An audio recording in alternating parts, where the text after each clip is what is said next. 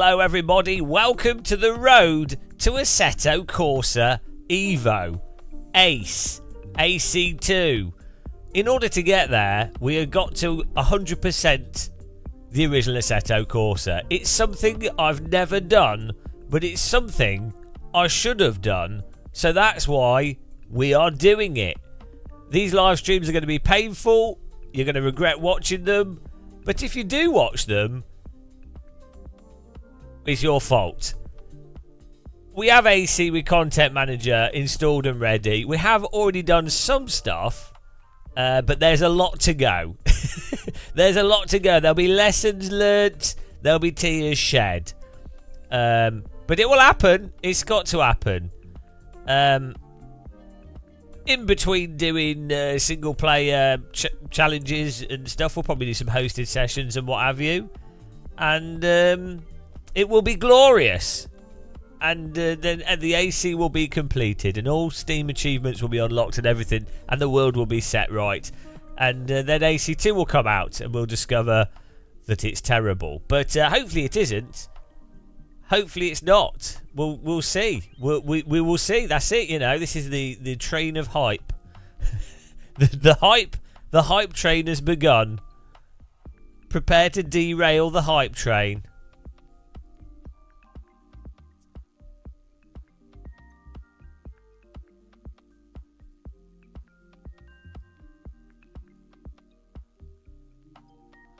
The train of despair. So I don't know what to start with, you know. I don't know where you begin. Where are we at? We've done these. Where do we begin with the... How about the Ferrari EVO hot lap? Why not? We have to get 1 minute 47. We'll just do this first go. Monza. Easy. Easy. Let's try that. Let's try the Ferrari EVO hot lap. Let's go. Not even sure how well this works with Content Manager. I think it should work alright. There are some mods actually that show you in-game where you are with things. Okay, well my wheel... Oh, there we go. Hello, Vila fella. How's it going? So I've already forgotten what time we needed to get. Was it 1:37? Easy. Easy. Ace! Ace in your face.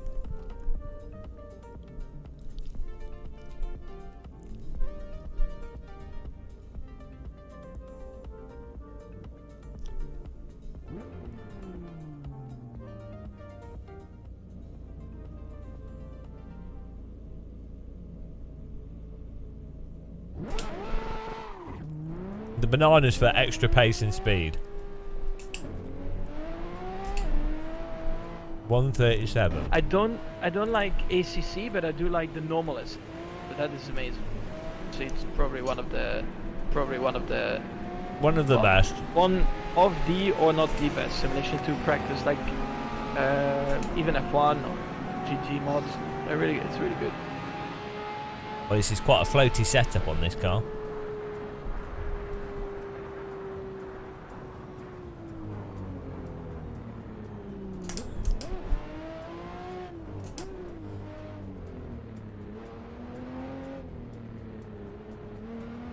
This is AC, yes. This is the OG.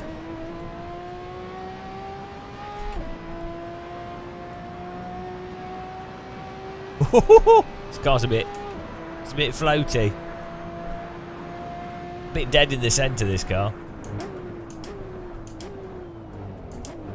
Oh, do we have ABS on this? Might do.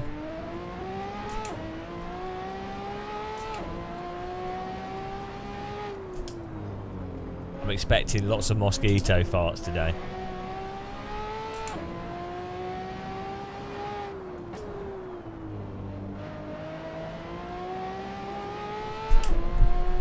Let's go.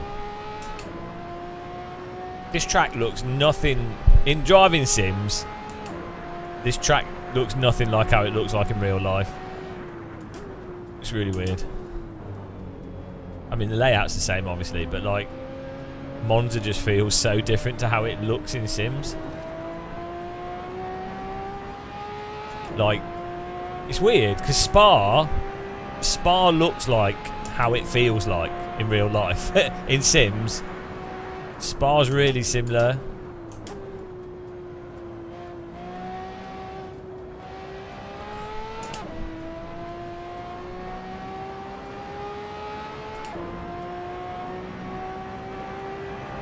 Oh, here we go. 137 is what we need.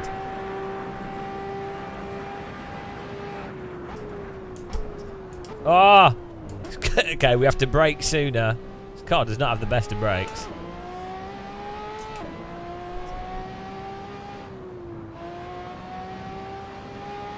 Yeah, let's not hope it's too evolved. Let's just hope it's curbing evolved. Mark Bet, yeah, no, it's constant. They don't, because they don't know any better. It's the same with iRacing. If you say if you say the cars don't drive on the limit at all naturally, they'll go, oh, you can't drive, it's your wheel, you know. There's no convincing people.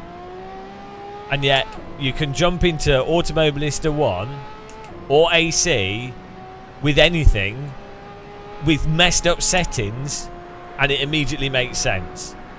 And that's with real cars. You can jump into really wonky real cars and they kind of make sense straight away, even when they're broken. TC. Oh, I need to buy some ABS. Yeah. It's SimRace. I think SimRace has got it's got worse with that. There's a lot of people that don't really know much that probably make up a larger number of sim races now.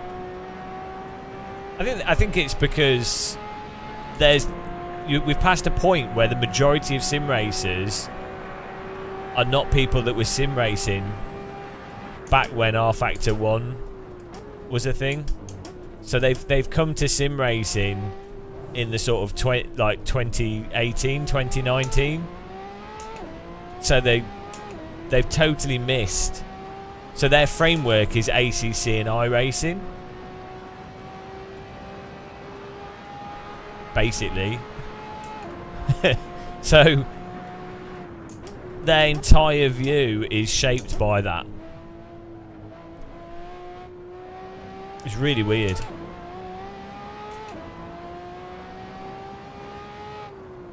Really, really strange. Hello, Jet Red. I had a really bad headache today. I just took some ibuprofen, so hopefully that helps. Hello, Chedhead. How's it going?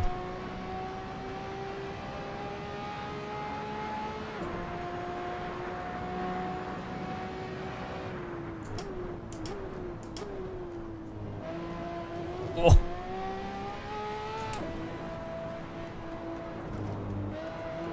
I think I might need to bind brake bias. Hello, Bright Candle. It was hilarious. Last night we were playing Automobilista 1 for like an hour or so. It was just hilarious how much better that is than ACC and iRacing. And like, in some ways better than AC. Oh no, we need to... What do we need to do to get bloody... What was it? I need to get the app. Oh no! Right. We need to bind brake bias and I need to get the app that displays the times. Can't remember what it's called. Oh, we got bronze. We need to get gold. 147. AC app that shows single player medal. AC app single player medal. Do you guys know what it's called?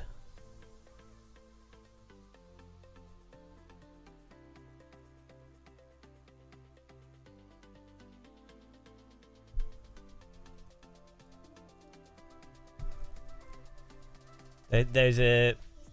Oh, here we go. Display Hot Lap Challenge app. To download. That's what I need.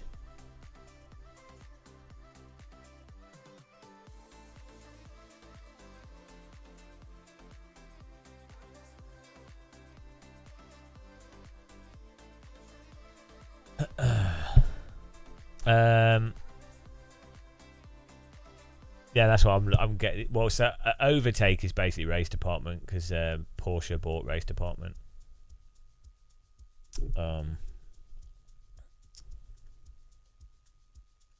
Seems to have forgotten my login now, which is annoying.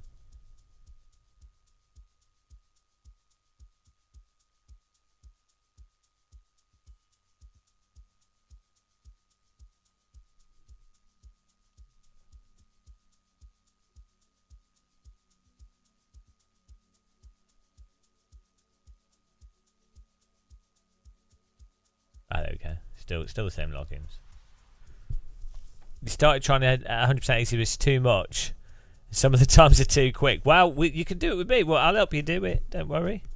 Don't worry.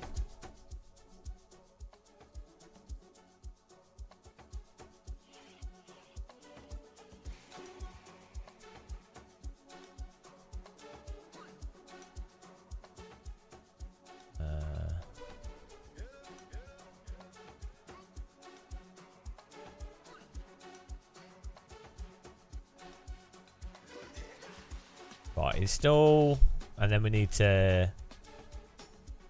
How do you add the... oh, brake bias. I'll get this on the screen for you guys as well. Apps. Medal times, there we go. And then... Assetto Corsa controls. Brake bias. Let's put it on this one. So let's swap these over. Brake bias, brake balance, put on here. TC, there. Okay. Right, here we go. We're doing the shining red hot lap challenge at the moment. Hello, Ambassador. How's it going, man? Rickety Cricket, have I looked at the new AC head physics neck effect script on Overtake? No, but I am using a neck FX. I am using one that that basically matches iRacing camera. That's what I'm using. It's not quite. It doesn't, unless there's a newer one than what I'm using.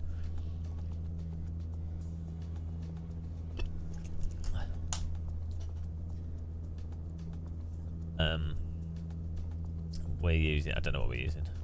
Let's put soft tyres on. This is serious business, guys. To get this lap time. I think it is the newer one I'm using. I have to double check. I don't really want to fiddle with it though because I got it quite nice. Traction control, alignment, fuel we can take out. There's probably some setup tweaks we can do here, but right, we've got that. Where's the... What's this app? What's the logo for this app, do you think?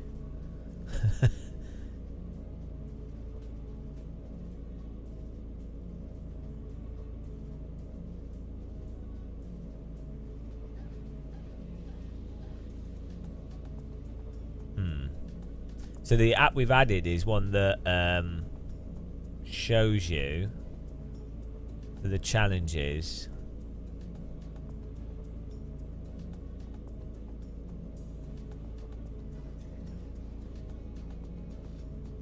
Not a built-in app. It's not a setting. Not a developer app.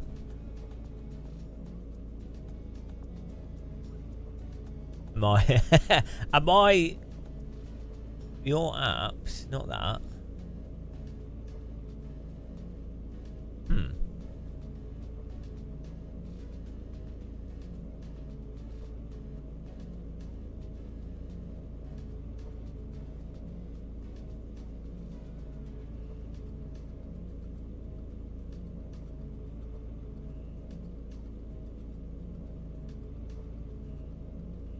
I have to start what for that app to work. I've enabled it.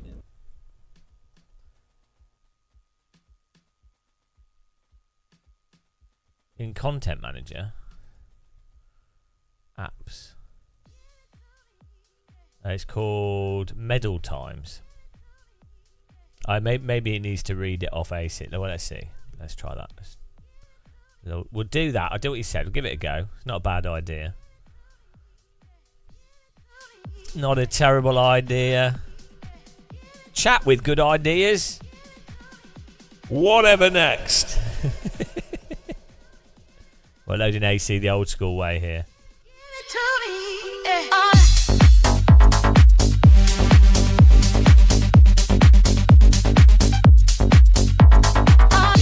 Right.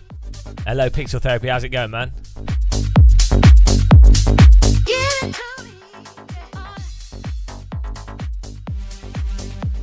Look at this old school AC menu.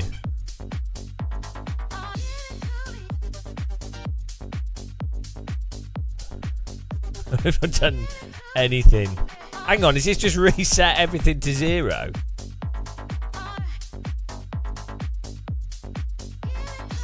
Oh dear.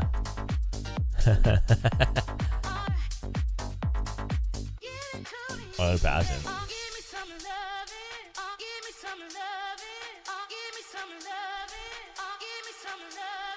Right, let's try Content Manager now, see what happens.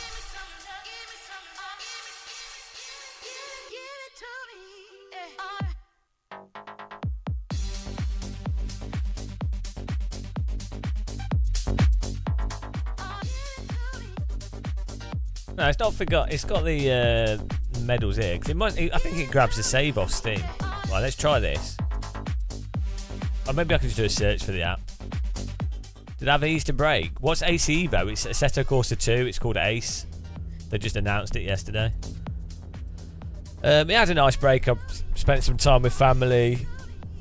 Did a bit of walking, which is nice. That's all I do with my family is we just go walking. No, it's nice. Oh, it should be coming up to see me soon as well, which would be good.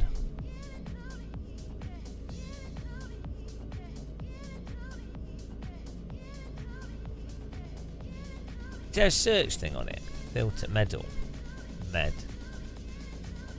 No, it doesn't seem to come up. It's weird.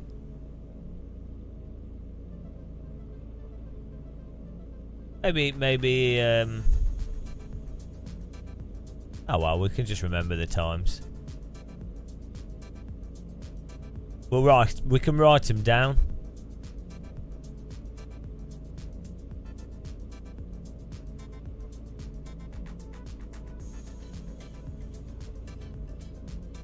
Hang on, it's not on the screen, is it already? No.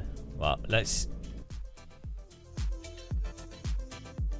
we're doing... So, can someone remember the times here? Because I can't remember stuff like this. 147 is what we need to get. We're 100% in AC. 147. 147, guys. I can't hold stuff in my head like that. It's really weird. I think it's like... It takes me ages to remember stuff.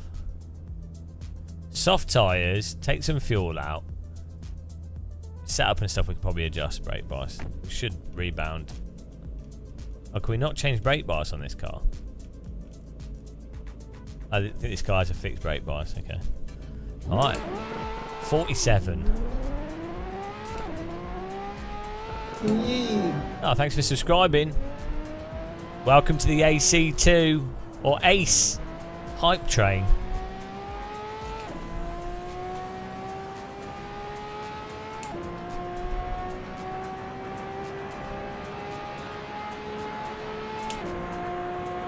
This car's it's really floaty in the centre. 200 metres braking.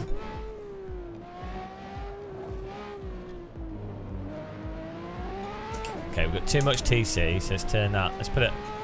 9 is less, isn't it? Like, higher is lower. Obviously. Yeah, this car's got really bouncy suspension.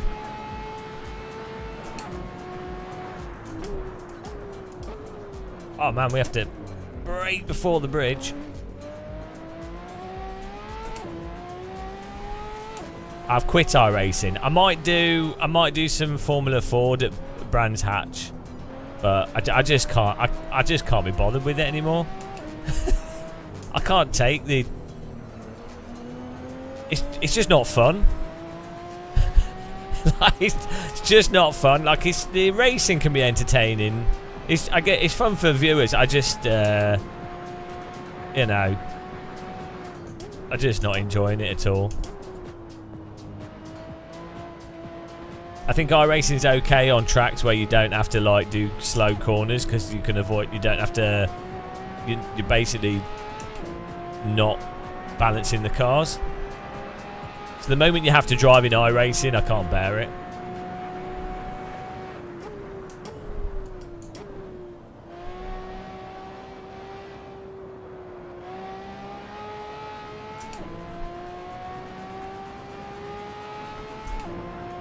Oh, what are we on here? Come on. Okay, we're a little bit off. We've got some work to do here.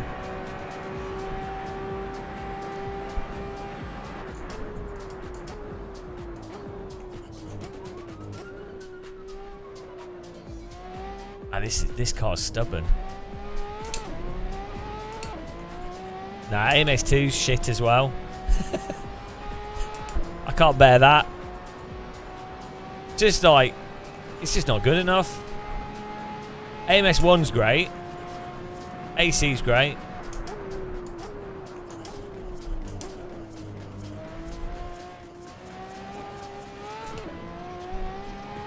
Wash your mouth out. AMS2's so sloppy and dislocated and sluggish. AMS2's like slow motion driving. AMS2's good as like a trainer sim, I think. Like or for like gamepads and stuff. It looks nice, AMS2. The physics are terrible. AMS1's fantastic though. AMS1 and AC are absolutely fantastic. Race Room's pretty good as well.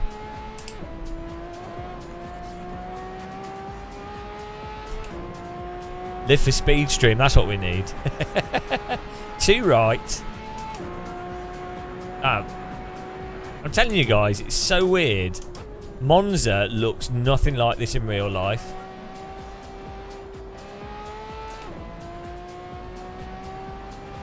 Like, Monza feels nothing like how it feels in video games. I can't explain it. I just can't explain it. Like, Brands Hatch, Donington, Silverstone, Spa feel exactly the same in real life as they do in simulators. Like, they feel like the same location. Monza just doesn't feel the same.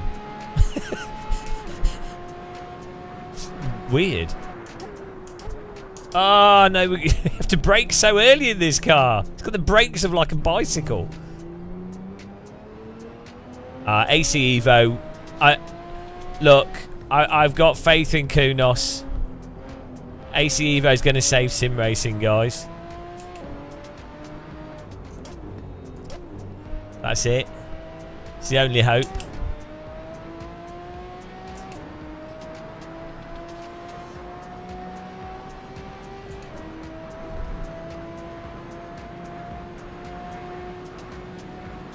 I really don't like cars like this.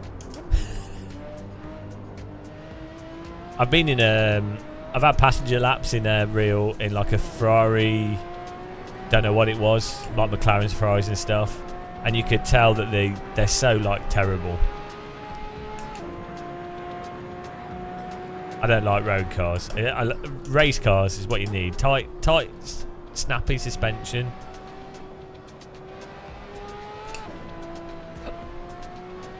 Oh, this is gonna be a hard one to do. I can't remember. They're using some other. They're using. I don't know what engine they're using, but it's not Unreal.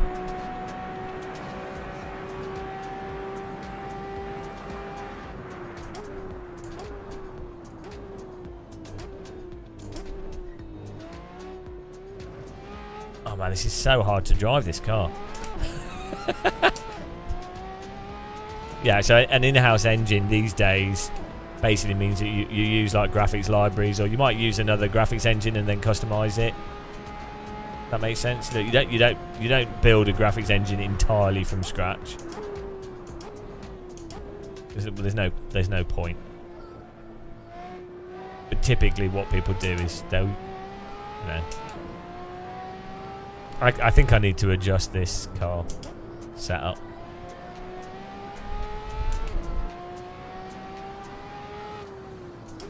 You can get tight, snappy suspension in production. No, there's shit. Anything on a road is terrible. I've been in lots of road cars. I've been in like Maseratis, McLarens, Ferraris, Porsches, Mercedes, BMWs. Unless a car is actually set up for a racetrack, i.e. you take everything out of the car, they're terrible. There's no road car that is better than a Radical SR3. I'm sorry. I'm sorry. Just the reality, the heavier a car is, the worse it will handle. You know how many potholes there are in the UK? You're not going to want like race suspension. Even like tight suspension, even when you put road cars that have like race mode and have adaptive suspension or tight suspension, they feel terrible on public roads. I'm crazy. Well, tell me how I'm wrong.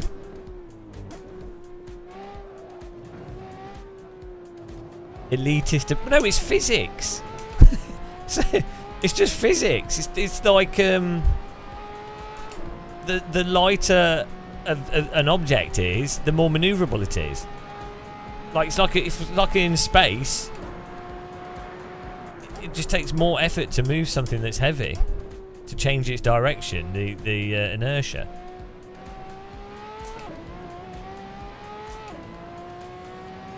Yeah, but it's still gonna be a road car. Look, are you like a tuner? Look, road cars are not air fryers. Road cars are terrible. They're just awful. I'll accept drift cars.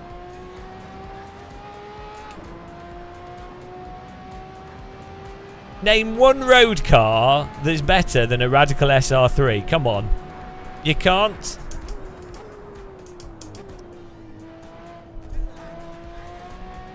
I mean, even the Radical SR3 had road legal versions for like a year until they stopped doing them. That would have been the worst version of the car.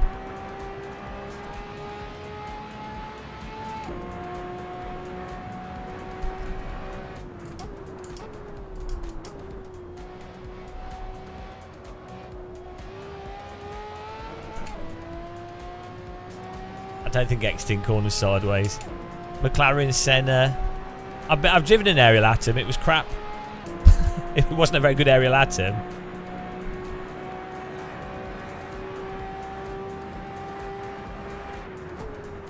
Radical SR3 is way better than aerial atom.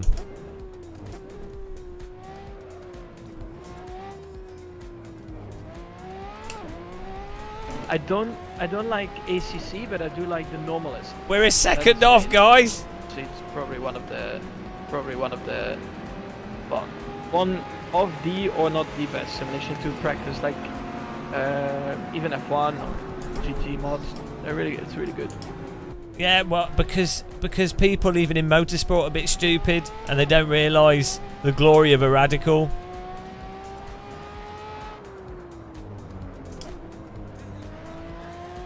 No, I'm completing AC, Shumi. People only watch this channel to see me suffer. Yeah, you've got 2 seats in a Radical, plenty of room for shopping in the footwell. If the police try and catch you, you can outrun them. It's serviceable by a single person. The only downside of a Radical is you have to wait for the oil to heat up. I can't think of anything else about it that's wrong, to be honest. Look, Fast Boy, life is a stupid challenge. The sooner you admit that, the happier you will be. Stupid. Why do you keep coming up with stupid challenges? Because I hate myself, clearly. It has no roof. Why do you want a roof on a car? And what could you possibly want a roof for? Like, do you think hot women are going to go... What do you think they're going to see? A guy with a roof? Or a guy without a roof? Who do you think they're going to fancy? Why do you think motorcyclists are attractive to women? Because there's no roof on it. I mean, think of a motorbike with a roof. It looks stupid. That's why motorbikes don't have roofs. So why do cars have roofs? I don't know. Probably to appease GT3 drivers. What? You're wearing a helmet. You don't... Why? Just put a cagoule on and wear a helmet and the rain's not going to be a bother, is it?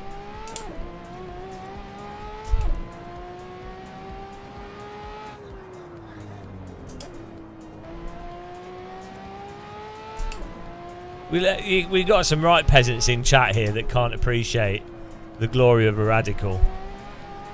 47.6, we're getting there. It's the leather. You can wear leather in a car if you want.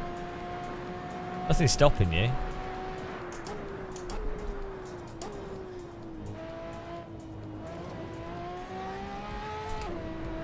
Oh. Oh. Go! Okay, we can do this. Yeah, just drive through tunnels, exactly. Why do you think they built the tube in London? It's so you can drive your car in the dry.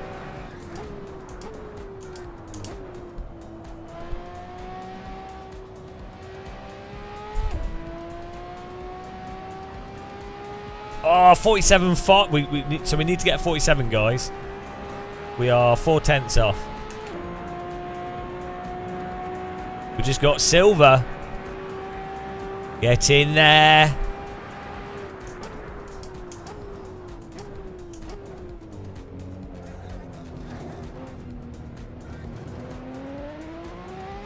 Oh, yes. Get into it. Come on.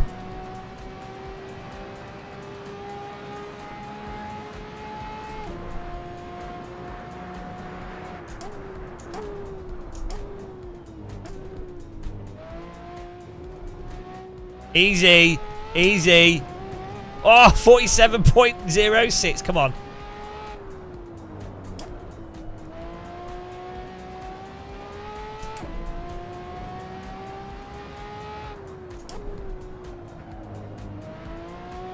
And if we had more rear brake bites, this would be a lot easier.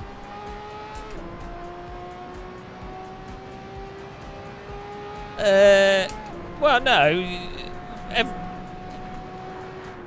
Just I can't see any negatives of driving Radicals on public roads, and I think you guys are just dismissing it. If all vehicles think right, if we lived in a proper communist society, they'd go right. What's the perfect vehicle for racing, driving, convenience? They go Radicals, and if everything was a Radical SR3, they would be so cheap. Halfords could just sell Radical parts. Ugh, we're like, what, 2/10 off.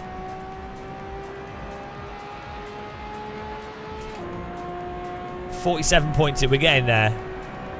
We've got it in us, so just have to not be stupid.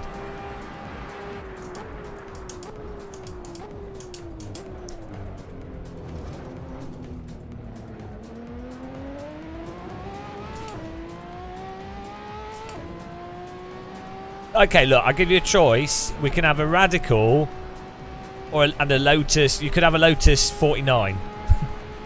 Two perfectly reasonable vehicles.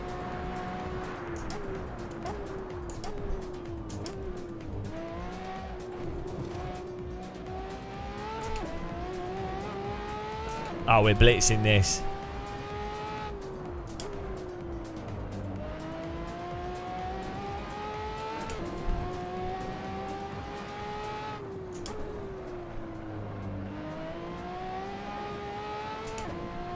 Get in there, guys. Gold is on the way.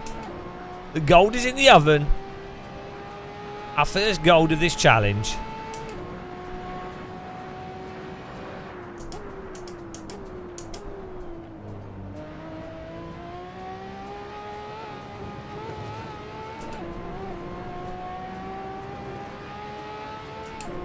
Come on.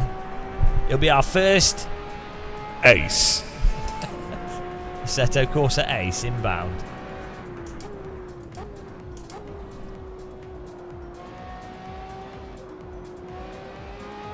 Easy, easy. Oh, look at that exit. Brexit exit. 46.5. And that, ladies and gentlemen, is what is known as a gold. Yes. Beautiful.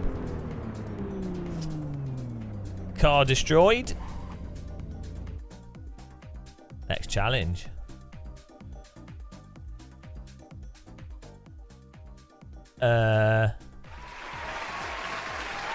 Thank you, thank you. Look at that. 46.5. Took 9 laps. And that's a gold. Where's the next challenge? McLaren MP4 GT3 hot lap. Should be able to do that straight away. What track is it? Villalonga. Only 0.07.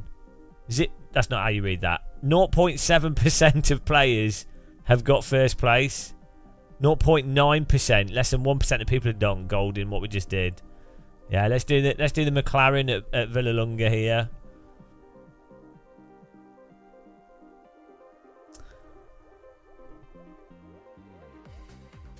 Now it's Shumi because the stock cars in AC are bad. Like, I mean, the Lotus Type 49 terrible, the Ferrari F40 terrible, the Pagani Hyera terrible, the Lotus Exos terrible. Even though every single car in AC1 is better than everything in iRacing, everything in Race Room, and everything in R Factor 2. Like.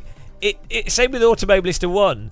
Everything in Automobilista 1 is better than everything in iRacing. Like, this is something that sim racers don't understand. They'll go, well, every game has its own pros and cons. And it's like, yeah, but there's a hierarchy. If your physics engine's bollocksed, it's like if you're like a building, you build your building on shitty foundations. When there's an earthquake, it's going to fall down. It doesn't matter how fancy the building is. You know?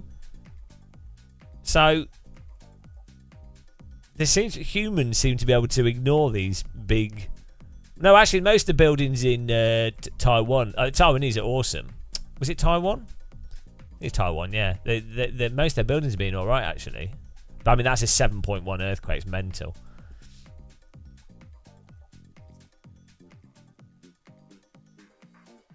Fortunately, it's like an area where they've actually built stuff well.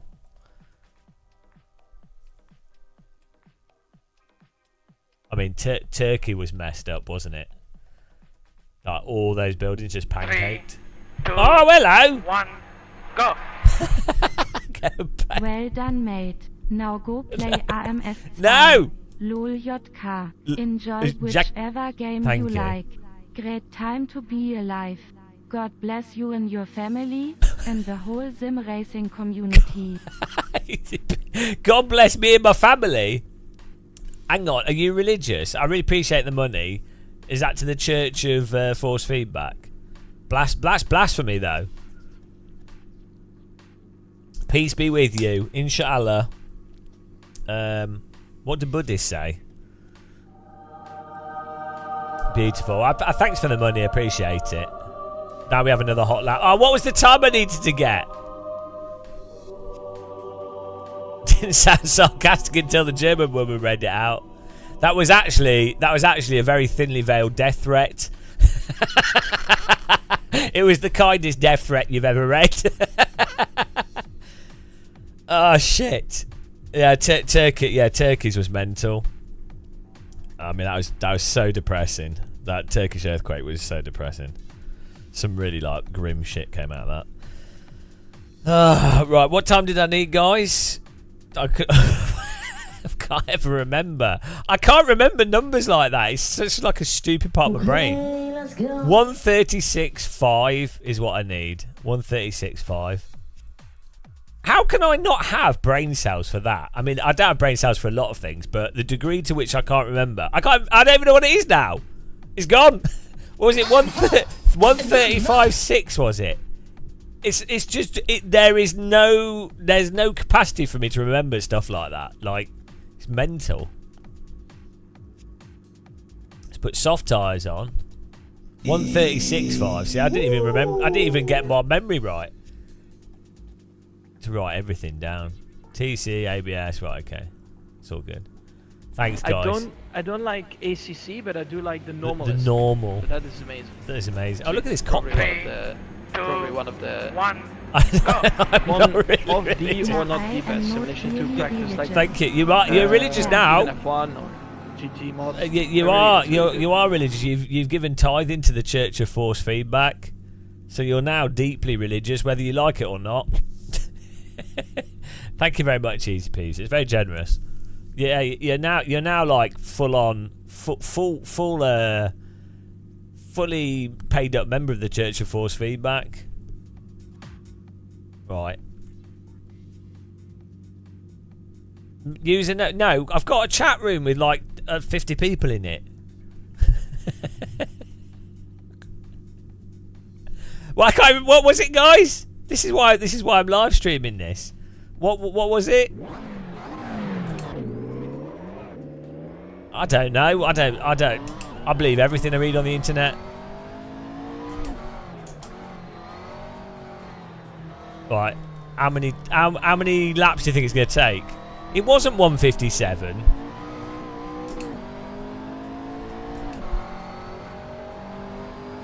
$137.5, wasn't it? No, it was 136. Oh, shut up. It was like 136.5 or something.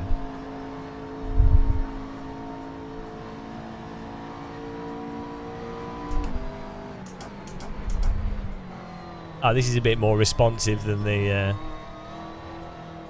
other car we were driving. Whoa! No. What am I playing? Playing the OG AC. We're completing it. I've always wanted to. It's been a life dream of mine.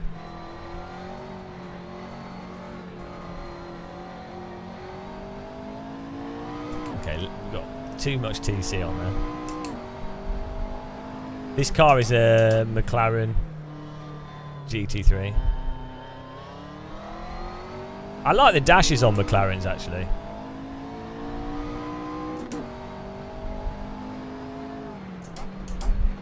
See the road texture on this and how it's lighting up is really nice. Like this looks way better than iRacing.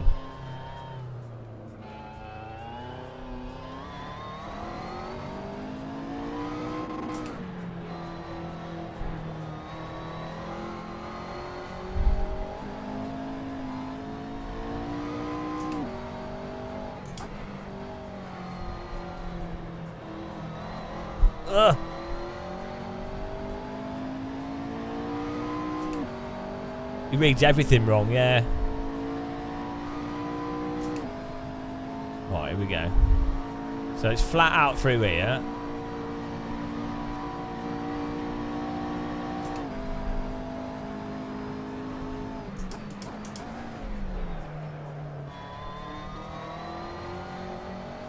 This car's like really poking this.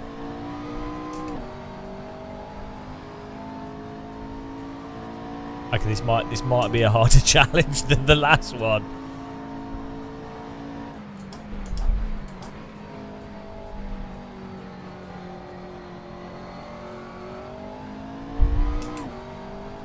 GT3 is so slow compared to F3.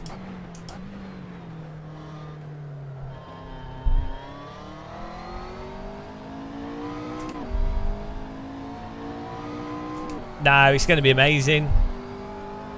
ACC feels terrible because of Unreal Engine and how it messes up force feedback. Don't worry.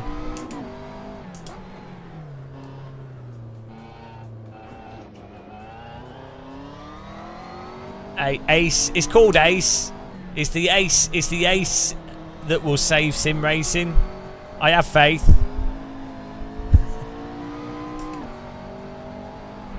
Don't worry, guys.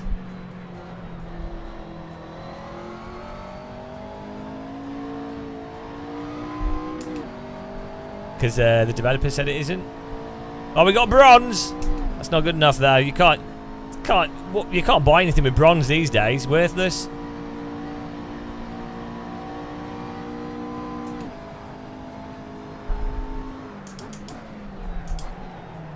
Oh no!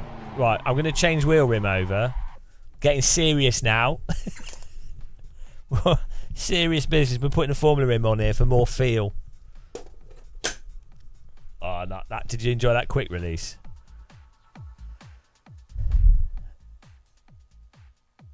But Ace is the first where it's a real first-class feature. What's that? Faith. Yeah, we all have faith in Ace. It's up to Kunos to save sim racing.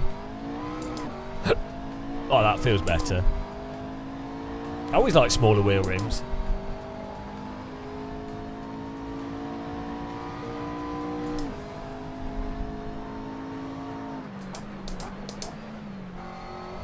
Oh, that's way better with a smaller wheel rim.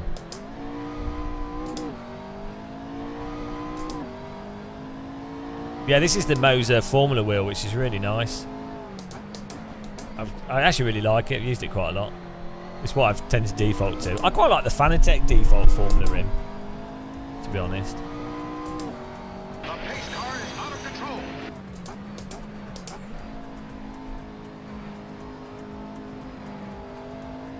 control. The one with the display on it. I wouldn't bother getting the display one though. I'd save money and just get the one without the display if you're going to buy it.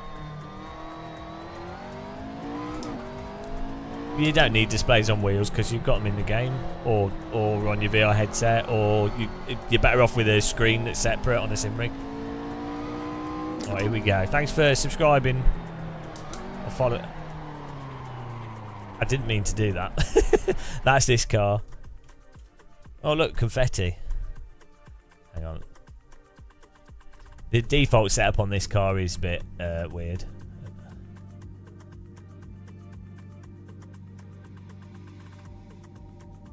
Right, we'll go. We just got to do it. Yeah, but I have one of these LED flag boxes. Well, because I don't. Kirith is like a drama beta. Which is fine. It's a good way of getting views, but weirdly enough, I'm not interested in drama. I'm interested in just the truth of stuff. So, like, the reason I go on about iRacing having shitty tyres at the limit is because, well, it's just the truth. And most people don't... A lot of people don't know because they've been brainwashed by marketing. Or, like, you know, what I say about ACC force feedback or its passenger slides. It's not me trying to be controversial. It's me just being, like, honest. Whereas, yeah, I get framed as being like some controversial, toxic streamer. It's like, no, I'm just being honest. That's all.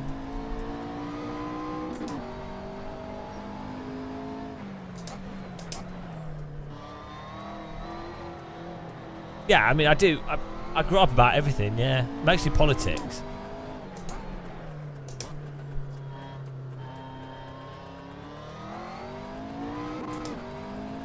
No, I will say if I'm being controversial, it's for the sake of humour. Like, not... Do you know what I mean? It's not for the sake of, like, baiting views from...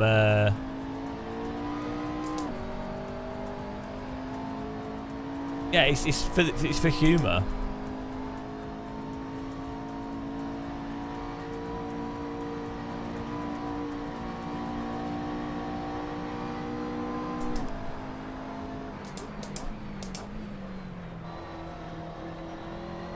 What?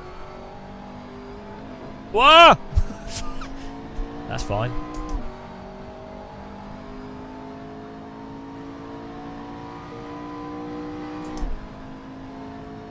Alright.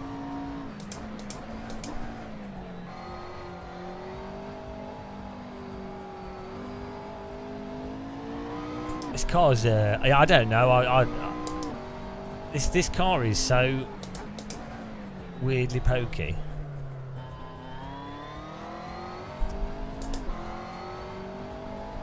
Oh no, we rebound a TC. Oh, here we go.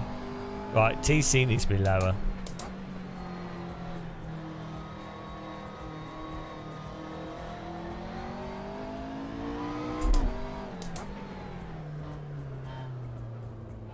I've never been good at this track. Hello, Simon B. How's it going, man? Welcome to the road to Ace.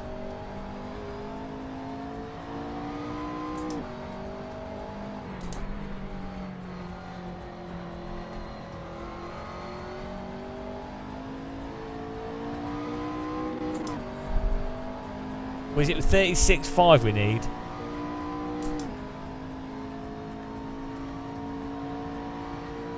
This is a really good track, actually. Kunos's offices used to be here.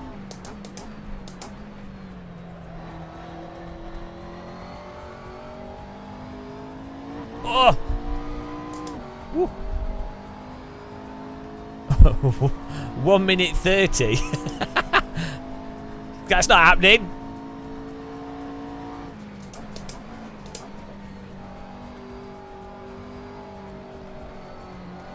Ah!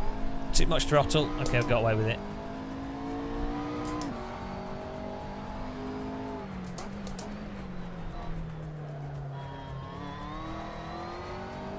Active. Ah! I forgot to turn. I got away with that. I was reading the chat room. Blaming you for that corner.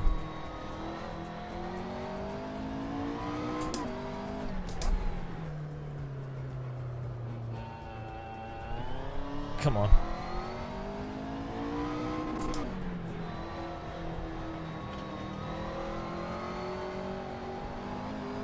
Oh.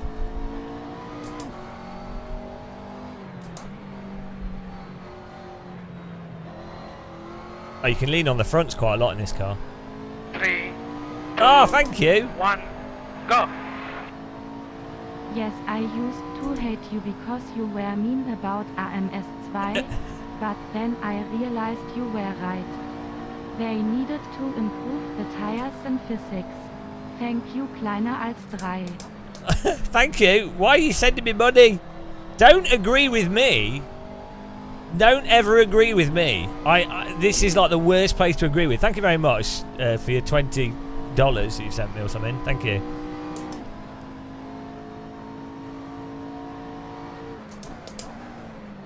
It's really bad to agree with me. Here we go. Oh, we're going.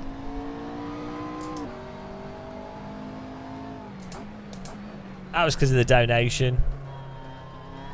I'm only motivated by capitalism.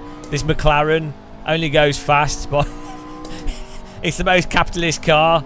It only goes when you throw money at it. That's all vehicles, really, to be honest. Oh God, 36.8. We can do this easy. I need to lean on the front tyres more.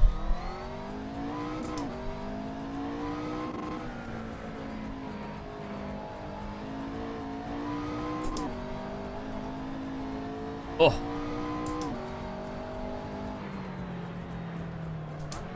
Oh no!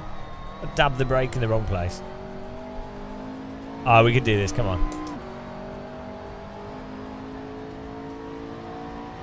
This is Ace. This is the road to Ace. You have to get you unlock AC2 once you've done 100% of AC1. That's the only way to play AC2. You have to prove yourself as a Kunos disciple.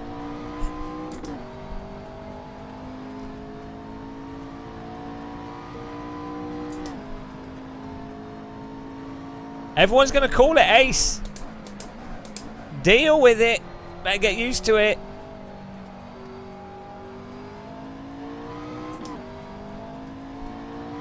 The road to disappointment. That's just life. You're born. You get wrinkly. You die.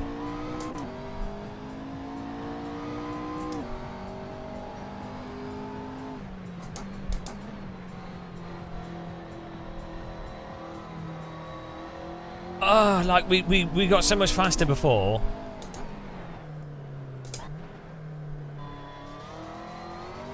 If we actually apex properly, we've got this in the bag. I'm going to have to really concentrate on the next one, guys. I'm going to ignore chat.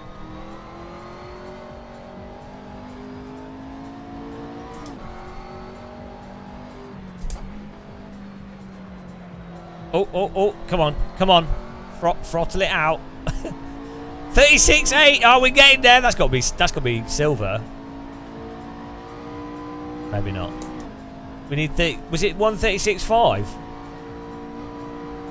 We should be able to do it easy.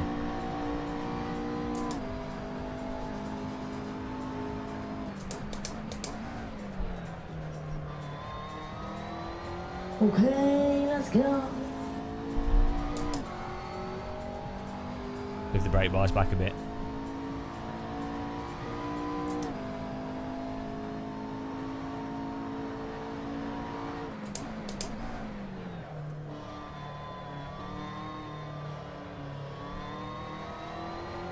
Oh, we're hovering.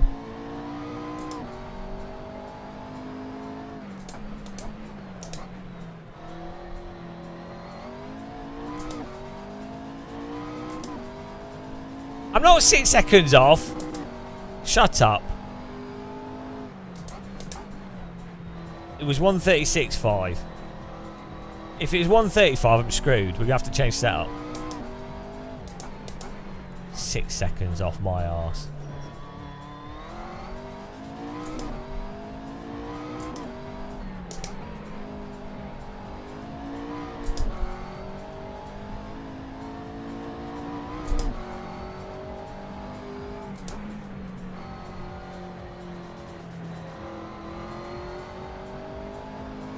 Oh no, a mosquito fart. 36.6.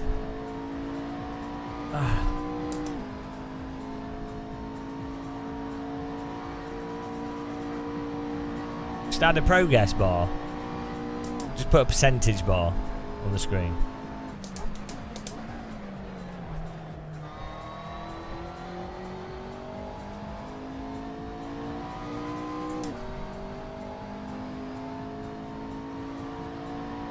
Absolute maximum power on this. Come on.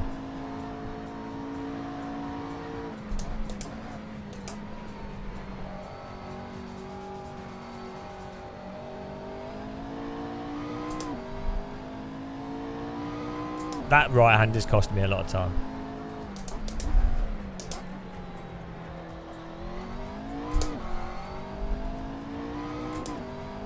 Hello, Mr. James Red. How's it going?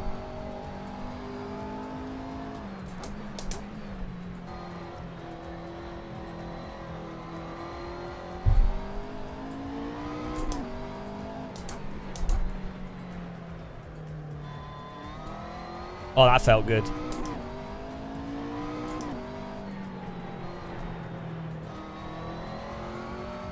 This is it.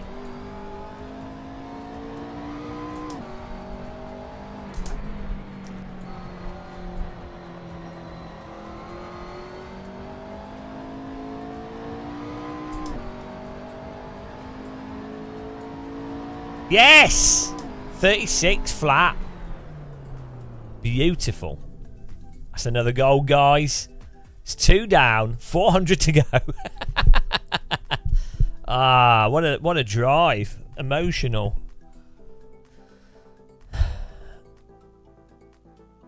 Yeah, I know. Well, thank you. Yeah, thank you. What a time to be alive. Thanks, Antoine. Thanks, Jet Red. Yeah, emotional. Just think how many laps did that take? Like 10? That would have cost like a few grand to do in real life.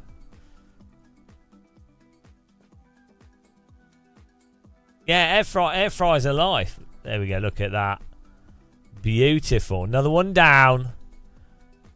Oh, I could do a McLaren. Oh, the Nordschleifer. No. Oh, no, guys. This is what, 6 minutes 53 on the Nordschleifer. Ah, no, that's going to be so bad to do. That's going to be so bad. Oh, no. 7-minute lap to practice. Ah, it's going to be so bad. That's going to take like 10 hours of driving. Oh, dear. What's this McLaren? British Racing Team. We haven't done this. Silverstone in the BMW E30. Do we do the Nordschleifer? Should we have a go at it? Should we try and at least get... It probably isn't that. No, it should start behind. 6:53 is quite a good lap as well. Okay, we'll do the Nords. Dear God. Can someone write the times? 6:53, 6:54 and 6:56. So basically, I know I can't do it. That's, no, I don't know. I'm on the fence. We'll try. Let's. Why not? I hate myself. Oh, it's a terrible idea.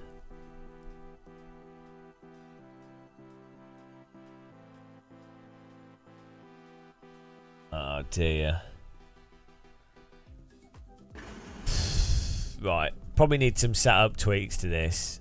We could put the... Oh no, it's the hypercar. Oh, it's even worse, guys. It's even worse. It's not even like a race car. Oh, this is a disaster.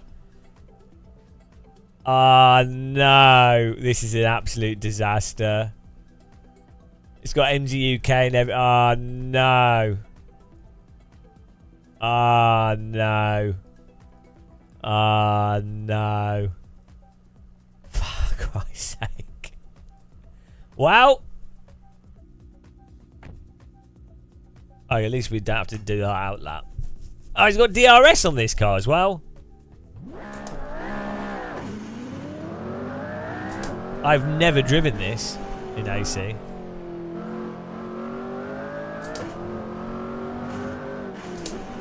Oh, it seems to handle okay.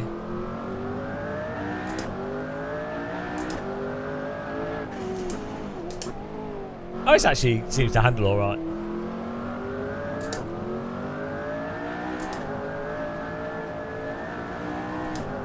Oh, it's floaty though. Oh my goodness. Can we change the brake bias? No! It's got no brake bias adjustment.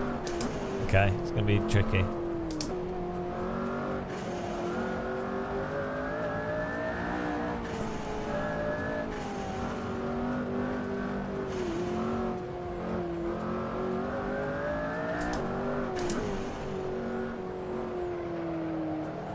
Oh.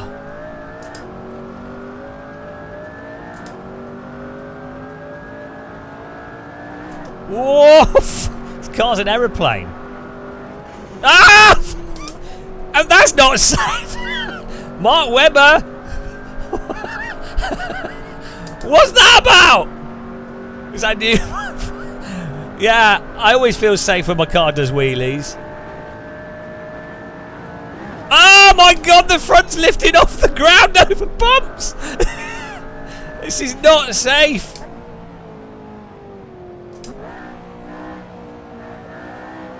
Mark Webber definitely consulted on the design of this. Oh! Yeah, I like to move the brake bias back because by default Sims normally have it too far forwards. Oh! Oh, this car is unhinged. It's like the suspension is like disconnected on the rear.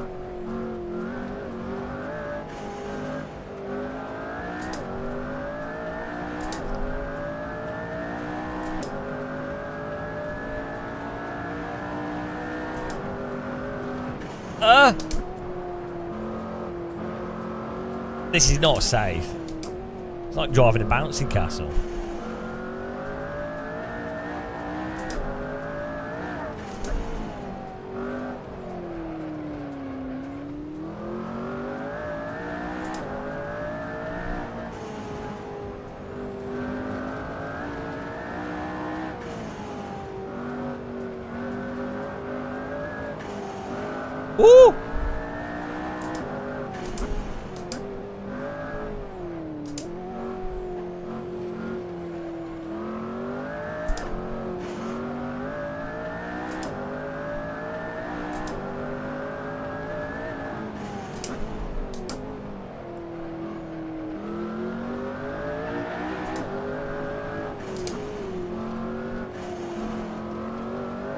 my goodness.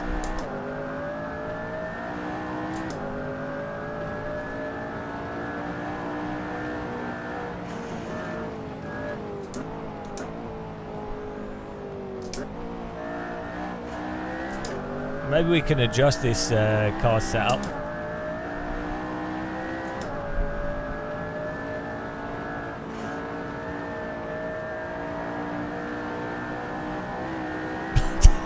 Is taking off.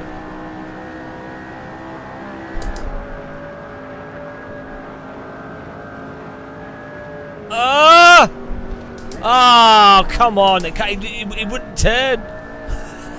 Let's see what lap time we get with this, though. It just wouldn't turn. Jesus, this car's so messed up.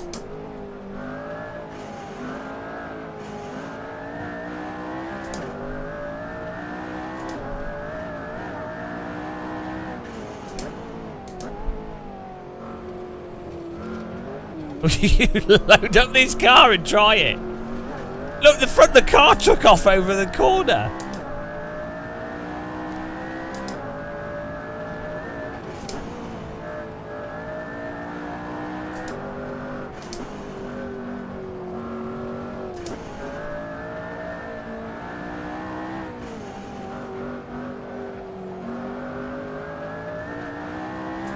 Alright, we're going pretty fast here.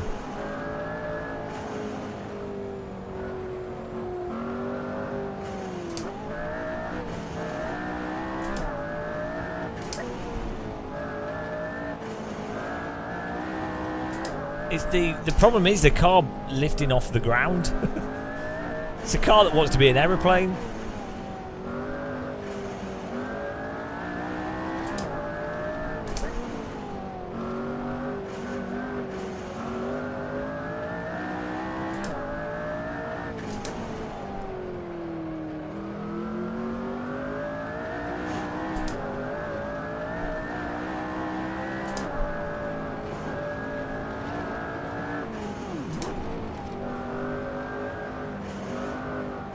It'll be welcome.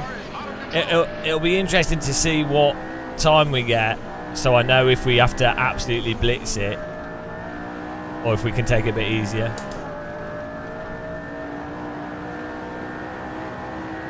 Is it not even recording the? I don't have to do a lap, even though it's not counted.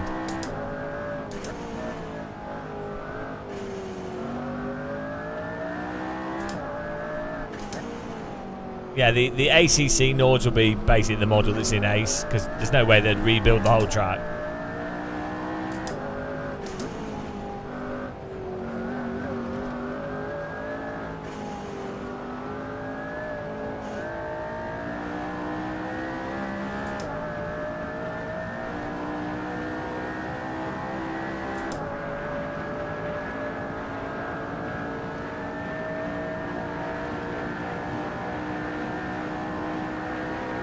That was Mark Webber driving that Jet Red. You live in that castle? Yeah, I've been to it.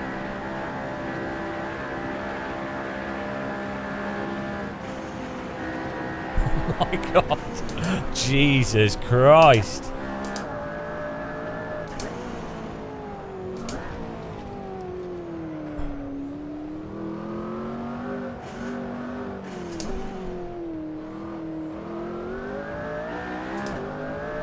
.658. Oh shit, what time do we need to get?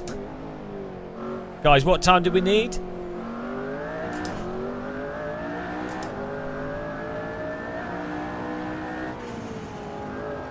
Oh, you're kidding. Oh, no. Oh, it's gonna be so hard.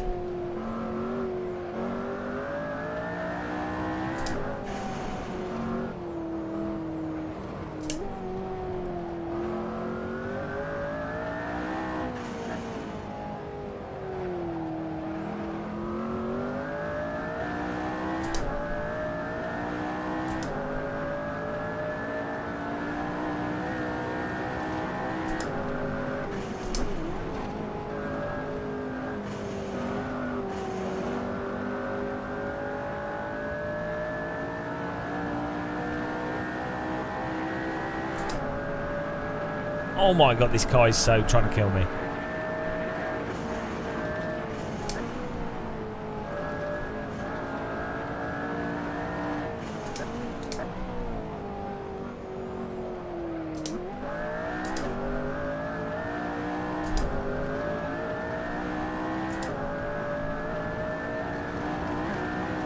Okay now.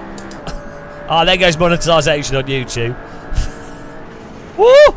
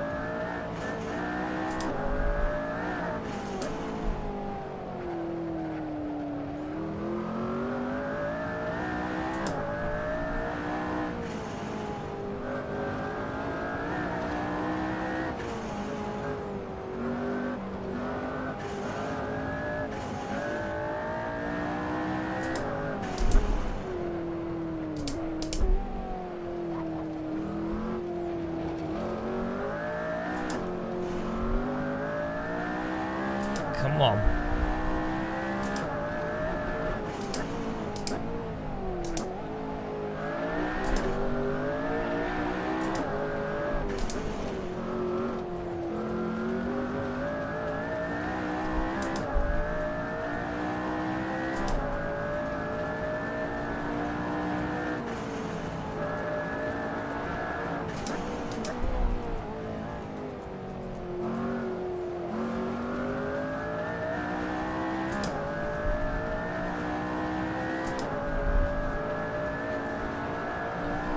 Understeer. I'm trying to like turn in so early. Oh no! Oh, here we go. This is where we went off the track before. So watch out.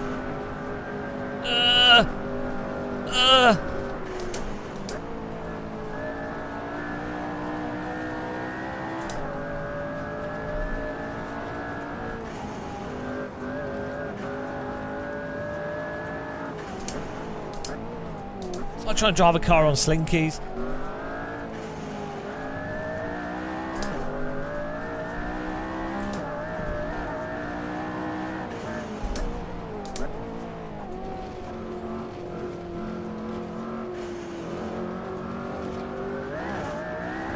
Oh, let's go.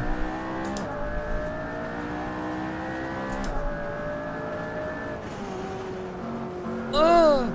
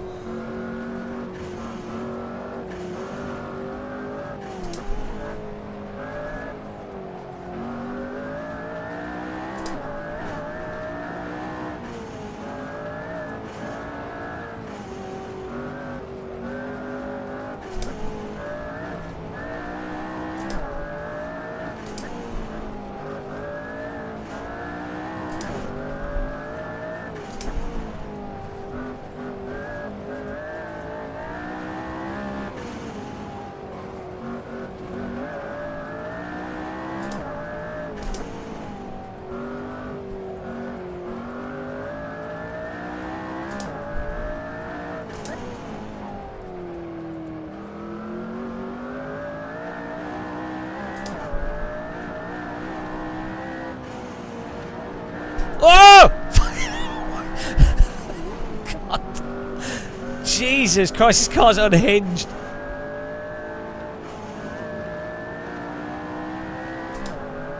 What?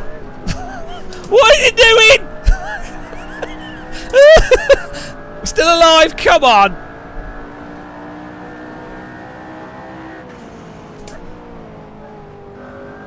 Come on, come on, come on, come on, come on.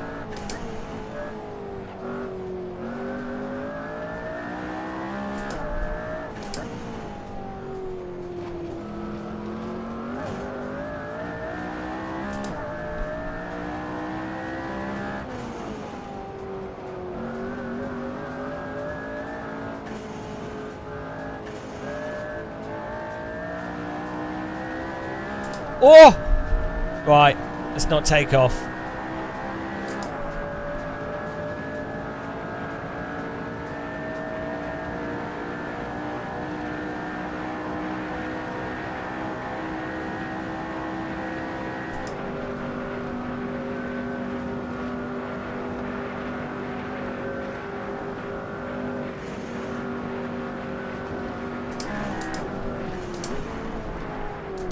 Oh my goodness.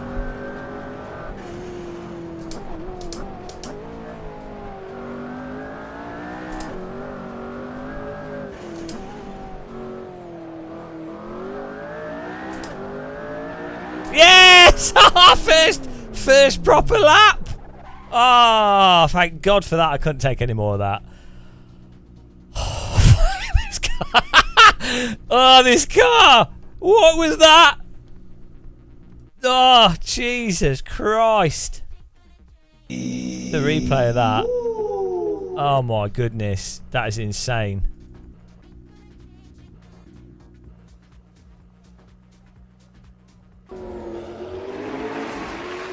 Thank you guys. Bloody hell. Look at it. Driving over the bumps. Oh, it's like the least safe car that I've driven in Assetto. Like, what on earth? It actually looks reasonably stable from the replay. Oh dear, it's such a ridiculous car. That is not safe. Oh, here we go. What's the lift off of the nose? Okay, let's go. Woo! Oh yeah, that would be totally comfortable. I mean, look at that. I mean, it's so ridiculous. I mean, can you imagine? I mean, Jesus Christ. That's with me on the brakes.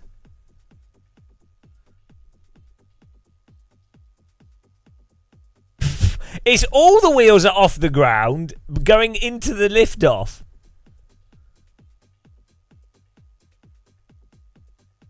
It's a good camera angle, this. Look, every wheel is off the ground here. Oh, so ridiculous. Yeah. They keep it's Flugplatz, isn't it? I don't know, they keep adjusting it. Yeah, there's a good YouTube video about them resurfacing it and how they've adjusted it.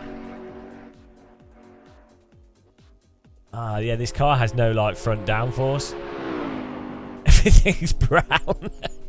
Everything, the entire of my cockpit is a little bit. Yeah, no, I mean, if you're going to be buried, it's not a bad thing to be buried in, is it?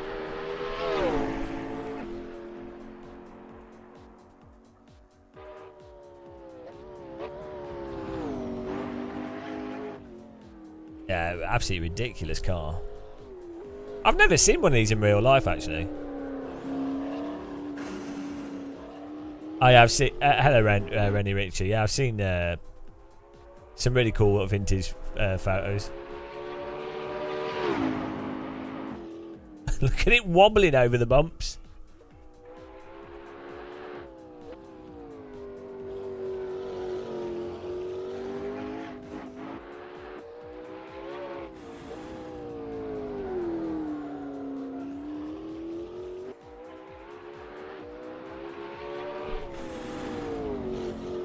Oh, we're gonna have to get to another challenge. I'm glad that wasn't too hard. That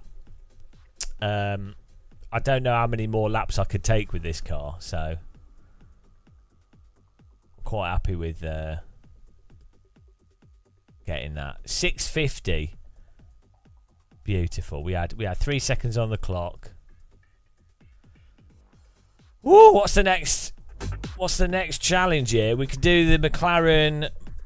Is this the same car? No, this is MP4 GT3. Oh, thanks for following, Jacob. Thanks for clicking the like button, guys, and appreciate everyone watching. 27 out of 97. 27% complete. It's fine. It's fine. No worries. No, this is, you have to do this to get ace, to get Assetto Corsa 2. It's just part of the process. Unless you can demonstrate that you can gold medal everything in AC, you're not good enough sim racer. Let's do this then. Silverstone 204.5. Can you guys remember that? 204.5. We were alright at Silverstone, so it should be okay. 204.5. Easy. Thank you, guys. Slick softs.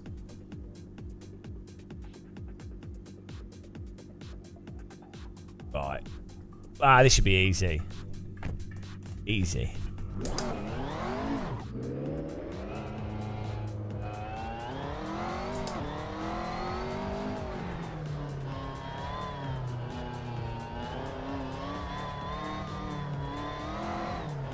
Okay, maybe a little bit more TC.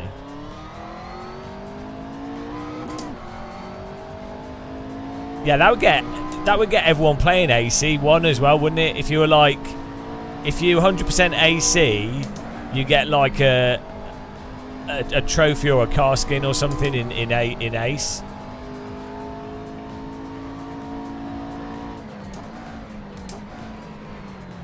And you could use Steam achievements so people can't just I'll message someone at Kunos. It's a good idea. Alright.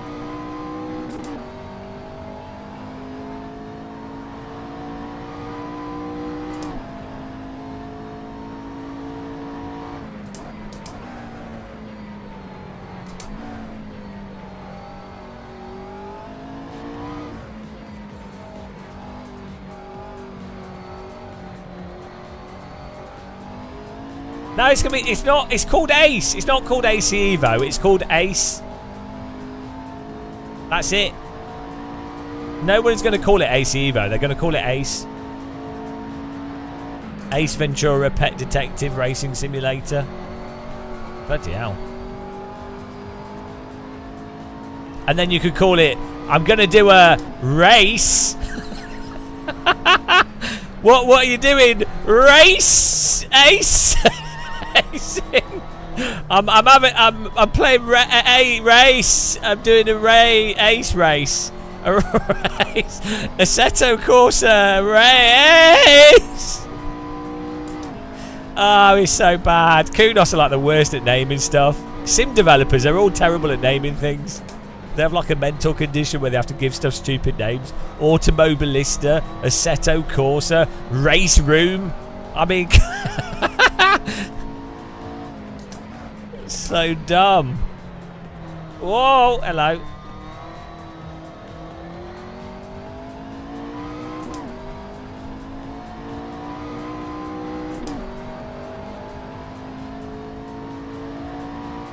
Yeah, they should have just made a word up.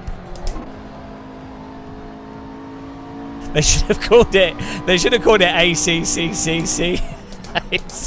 Every game they should just add another C. Just why not?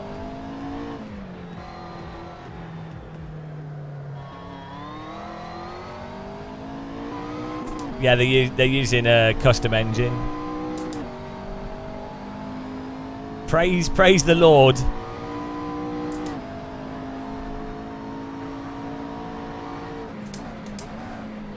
What was the time we needed?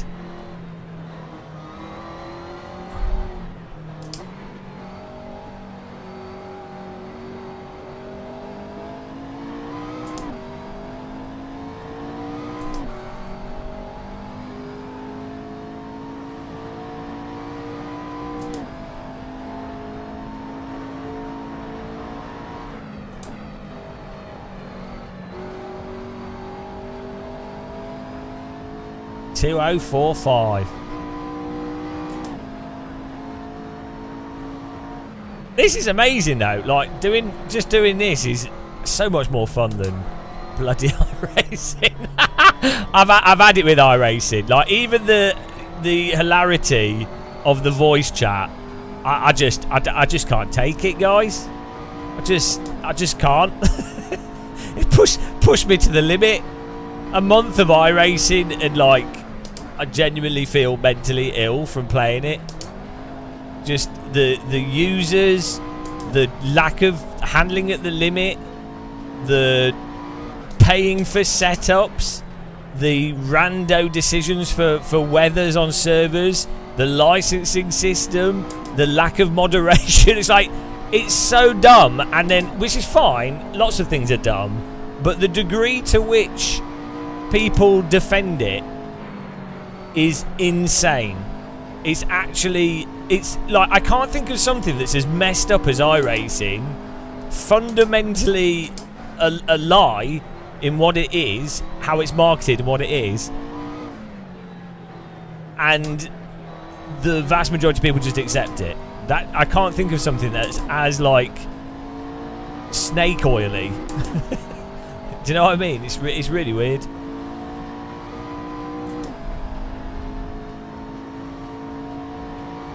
Yeah, the Tory party.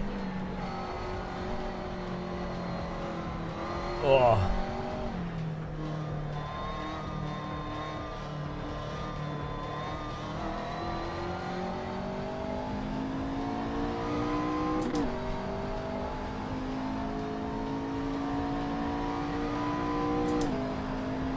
Let's go. Ah! Ah! Jesus. The McLaren's brutal in this.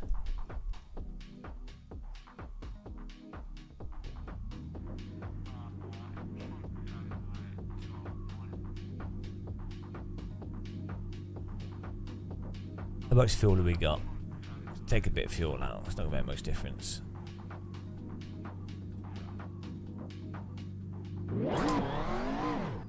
It'll be, yeah, this is easy. I've got Tango there. I have to remember that you can counter steer. In iRacing, it's genuinely worse to counter steer. Because if you're in a slide where you would normally counter steer, in iRacing, you're better off pushing the brake and the accelerator at the same time. Or just not getting in the slide at all because you've overdriven.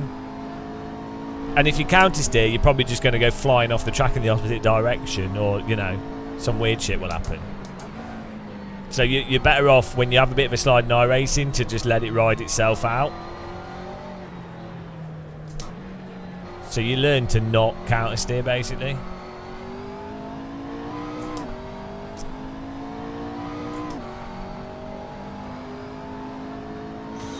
Thanks for following, Coco Crusty. Welcome to the Assetto Corsa Ace Hype Train. Remember, you can only play Ace if you've 100% aced AC1. That's how it works.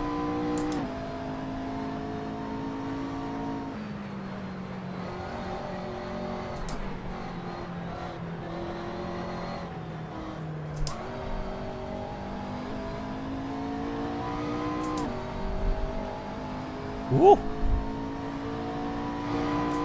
Everyone watching on YouTube, thanks for clicking the like button.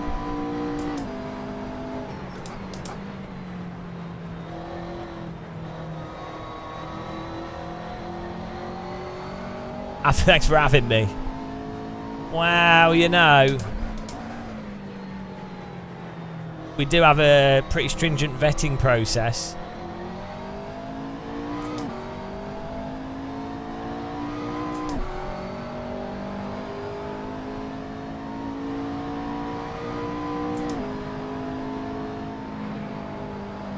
Oh, bit of a lift through there. What was the time again? You have to keep reminding me.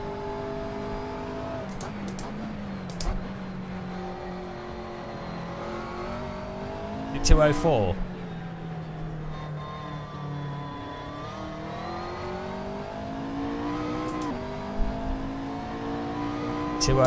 Okay. I know, my fastest track is probably Brands Hatch. Or Donington, maybe. Oh, Alton Park we're normally pretty good at.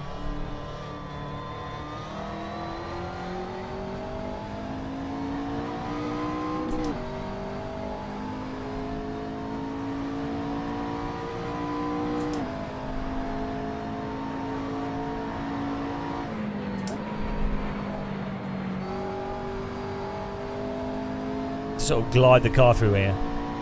The full Donington. I know the shorter Donington I'm better at. I really suck at those final two corners on the long Donington, the slow right and the slow left.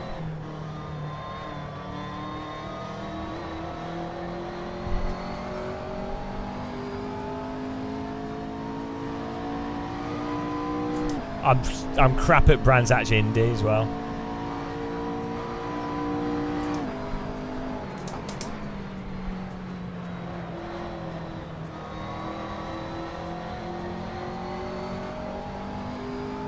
And the force feedback's superb on this.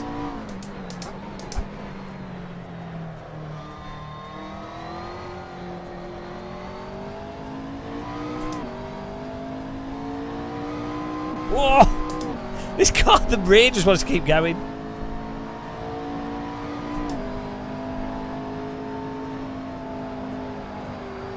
Oh, fuck! Yeah, this car's brutal when you try pushing, because when the rear starts going, it keeps going.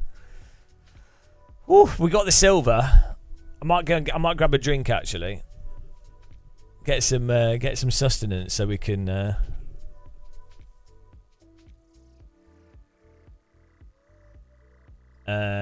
Is it going to launch into early access? Yeah, they probably will do.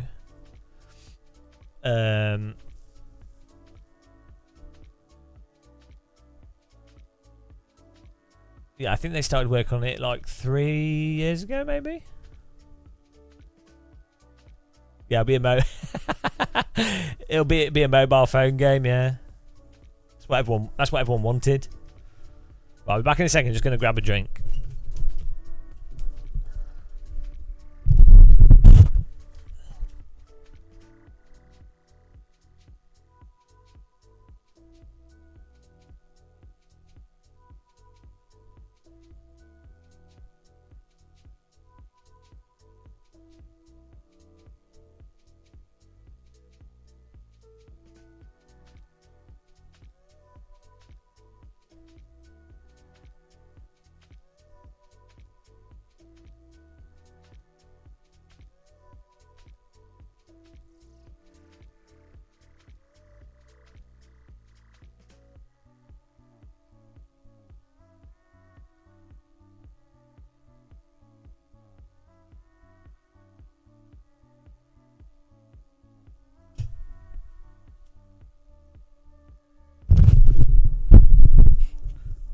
Oi. Got a drink and an orange. An orange for an orange car. That's how you get the extra pace.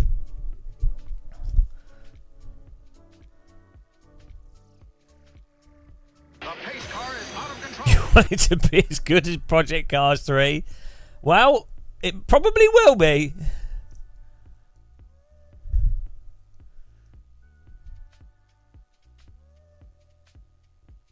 Why you all think so? No, what they'll do is they'll take the physics stuff that they've got in ACC, but then hopefully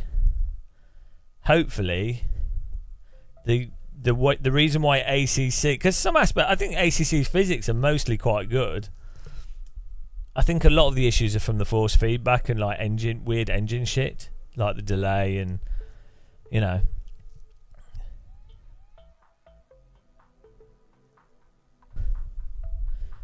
Kunos with ACC is basically a lot of it is AC1 stuff just added to, but I really do have a suspicion that the Unreal Engine has caused quite a few like weird issues.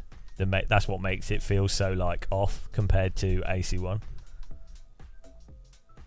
If you can't see the difference between graphics in AC and ACC, what do you mean? Like, good or bad? The difference in graphics between ACC and AC is that ACC has more advanced shaders and objects and details, but it has terrible deferred rendering, blur.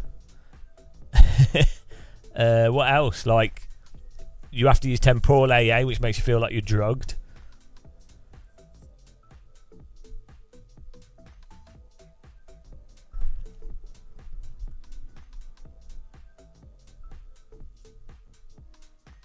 Yeah, the problem is, if you make your physics more advanced, it's harder to deliver a car that's good in one specific condition.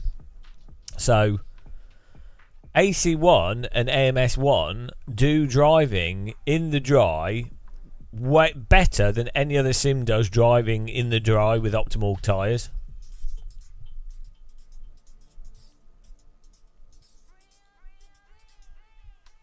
So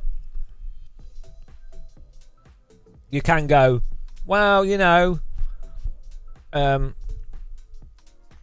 you can drive in the wet, and oh, the tyres are more dynamic, and all these things happen. It's like, yeah, but it's work. Like, there's nothing about it that's singularly better than what older sims did. So what's the point?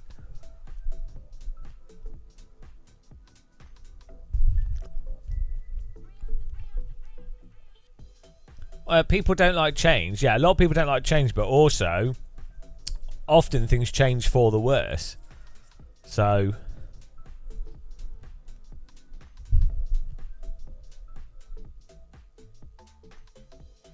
it goes both ways, doesn't it? You someone being resistive to negative change is not necessarily them just being resistive to change in general.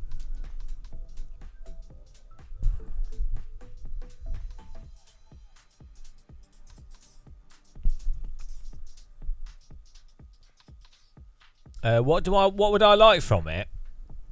Hello, Euclid. I would like the cars to drive in a natural way, like AC, AMS1 or better. The force feedback to have detail in it through the range of the tyre slip, like AC1 or even AMS1.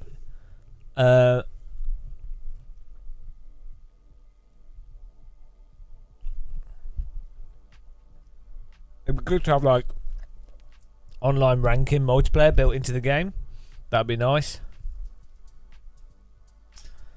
More streamlined user interface. Cross-play between consoles and PC would be really good.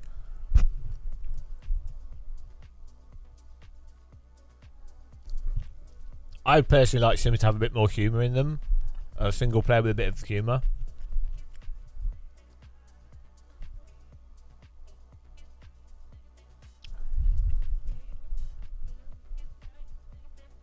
I have the force feedback clipping on the screen, Turbo Kid. It's in the middle on the right, but you just 75% strength is normally below clipping. You just push plus and minus on the number pad.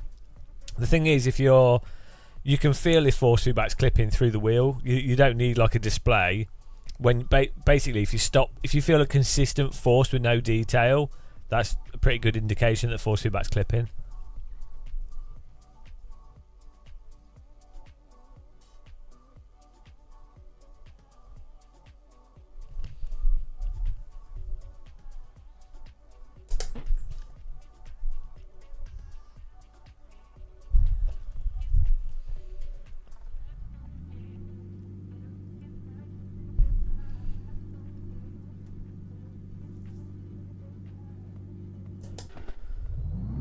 That's true, Jared, yeah.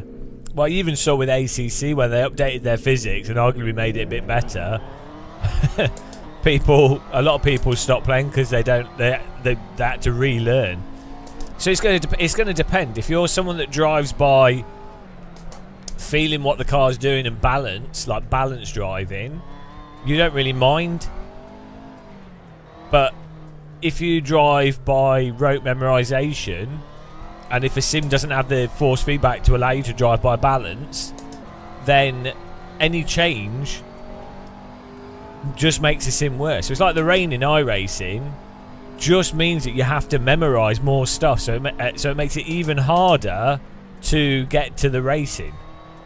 That makes sense. But if a sim's got driving that's actually detailed and force feedback for you to balance the vehicles, as long as it's got that, the cars can drive however, really. It doesn't really matter.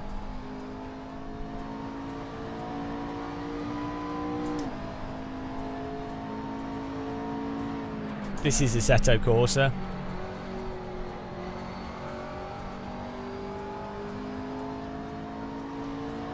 No, I don't think the last garage is, no.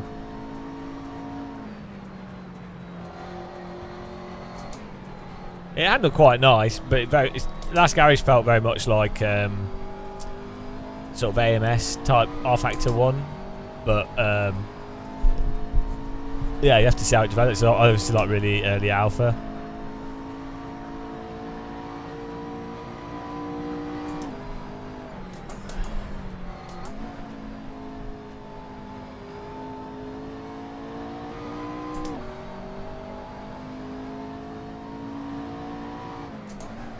The thing with ACC 1.9 over 1.8, you could argue that it's better in the sense that slides are a little bit more progressive and stuff, and there is a little bit more range in the force feedback in some ways, but it's still the same game in that it's still broken in exactly the same ways as it was before. So it's a completely effectively, from a gameplay perspective, it's effectively an arbitrary change. It would be like if you just arbitrarily change the spray patterns in Counter-Strike. You're like, oh, in real life, guns don't spray as wide, so we're going to change the spray patterns in Counter-Strike. It's like, well, why? What's the point? Everyone's learnt the spray patterns. Why bother changing them? Does it make a difference? Just means that everyone has to relearn something again. This is something I just don't think people get, is that there's a difference between memorizing and learning something and actively doing something. So you have to memorize and learn everything in both scenarios, but there's a difference between doing binary actions or a repetitive action versus balancing in real time and responding to something. Like adjusting and gambling based off your skill to balance.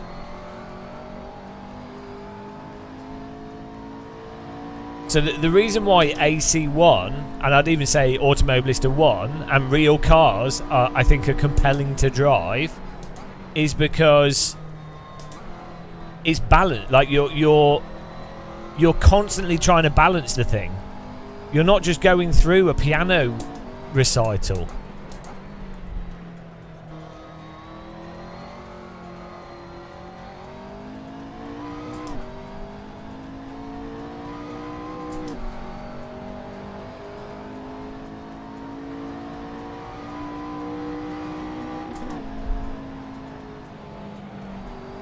Ah!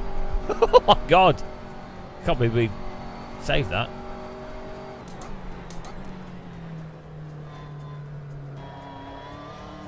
I think the vast majority of sim racers don't understand that balancing thing.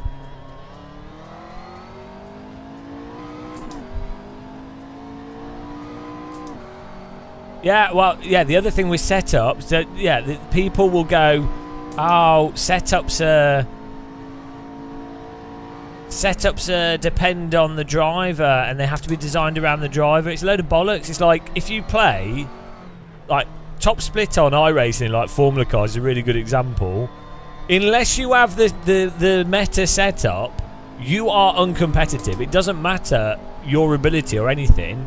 And it's so much so that because we were doing the Super Formula quite a lot, and basically you could even tell what setup each car was on. So you could be like, oh, they're using the VRS setup, they're using the Craig setup shop, and this guy's using the front downforce weird meta thing You could tell. You could just see from how they were driving the lap and where they were gaining the time.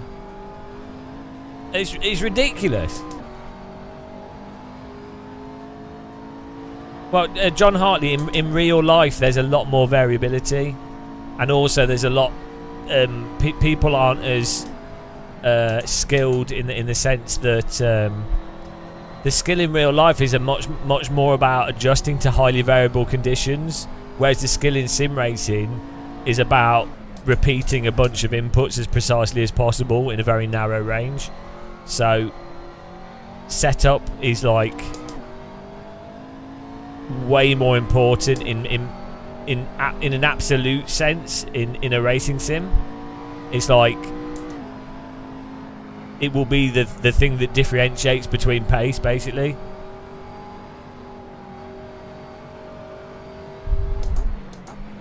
But there's this whole meme in sim racing where people that are 1.5 seconds, 2 seconds off the pace, and they're like, "Oh yes, our setup is, it's about having the correct setup for your driving ability."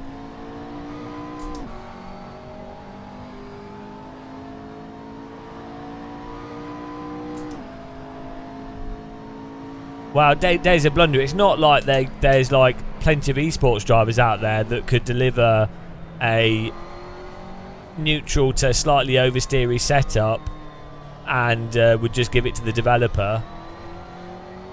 I mean, it's not like there's an entire industry of people selling setups and so everyone's effectively using a fixed setup anyway.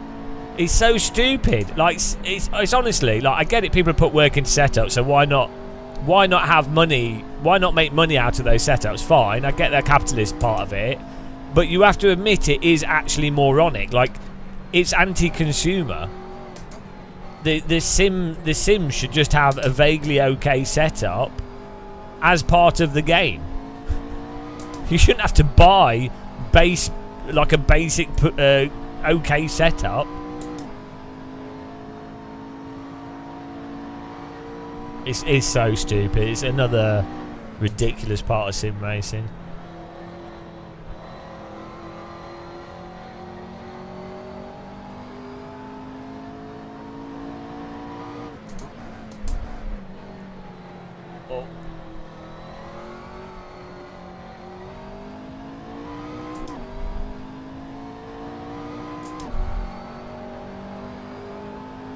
What do we need? A 204? Bloody hell.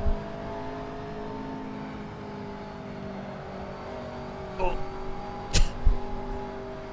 Should be able to do it.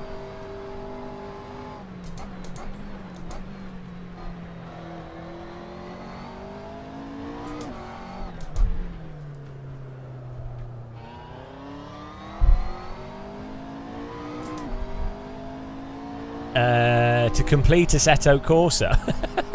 The 204s in this car is the gold. Oh, that's thanks for. I'm going to try that.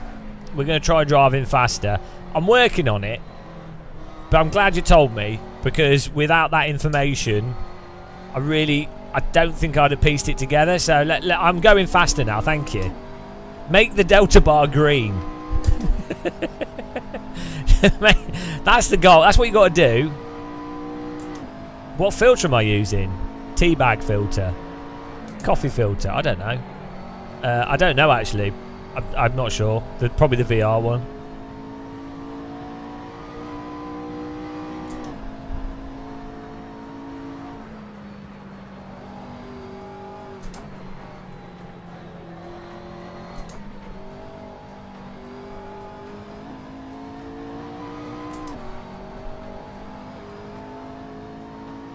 I need to. I'll have to have a break and pop to Lidl's to get to. I've run out of toilet paper, guys. So I'll have to go to Lidl's before it closes. Shuts at 10. But I'll pick up some food as well. This is like COVID times. The great toilet paper drought. You never want to run out of toilet paper.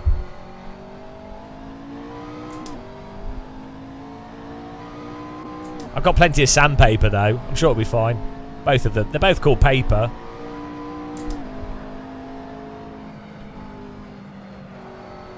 Ah! The game looks a decade older. Yeah, but it drives like a decade in the future. So, I mean, you know. Do you know what I mean?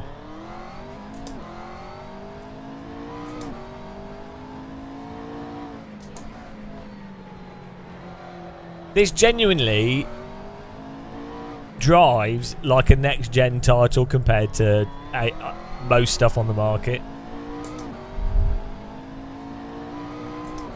Okay, we bake the tyres. Restart the session here. Whoa!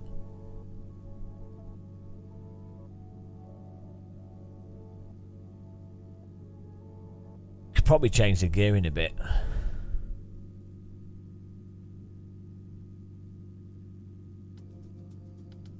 Oh, I know what we can do.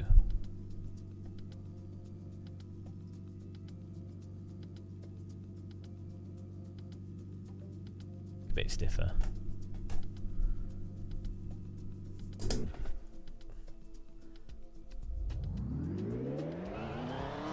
Yeah, if no joke, if AC was released, like if AC1 never existed and it released as a demo for Ace, right? Everyone will be going, "Oh my god!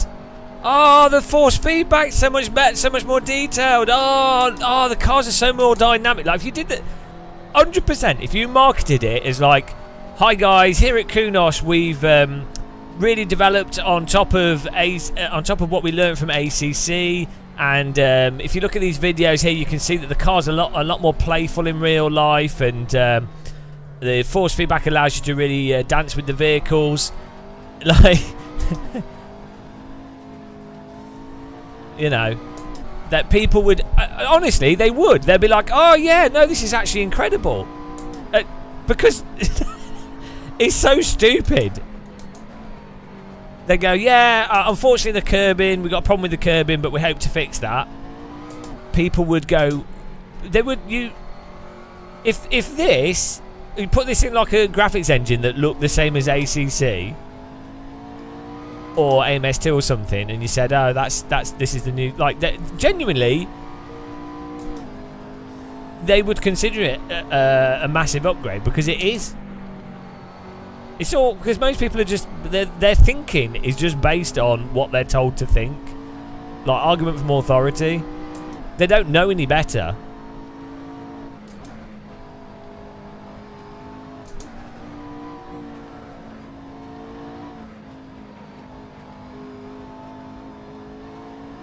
Well, this already looks nicer than some other sims like iRacing and Race Room and stuff. I think LMU looks really nice, actually. Weirdly.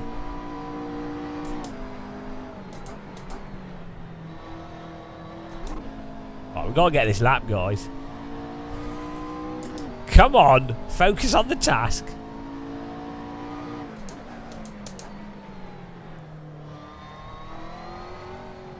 I'm really bad in GT3 cars.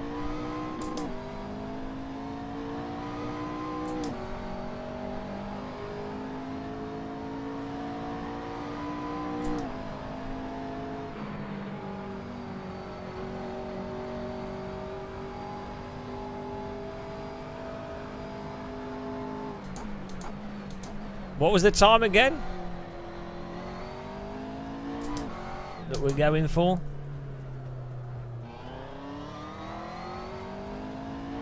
2:04. Okay, we've got a little bit of work to do.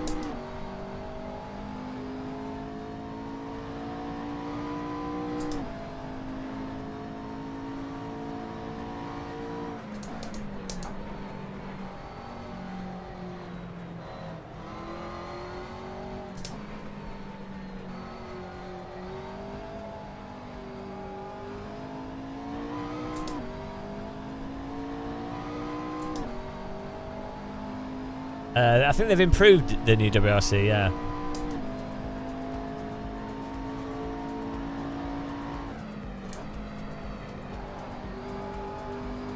Whoa!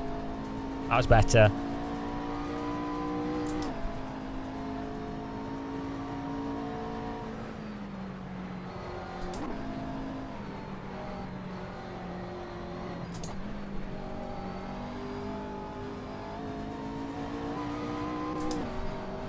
Oh!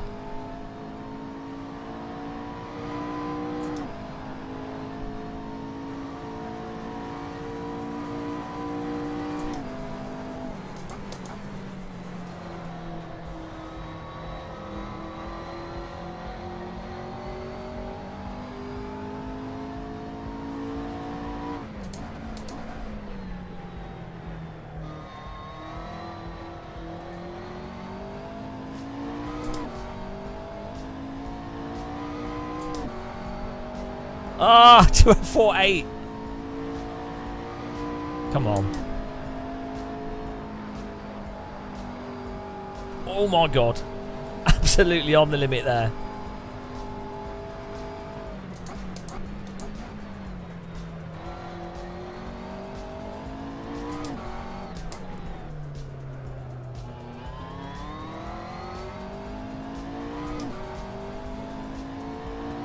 Is it 2045 that we need? We're getting there. We're getting there.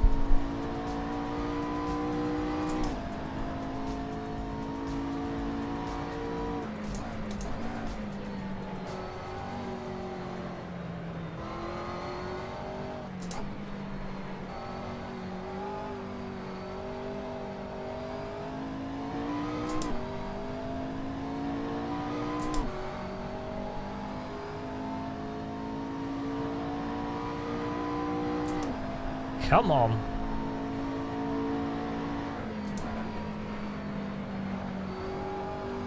Oh, we could have carried more speed through that.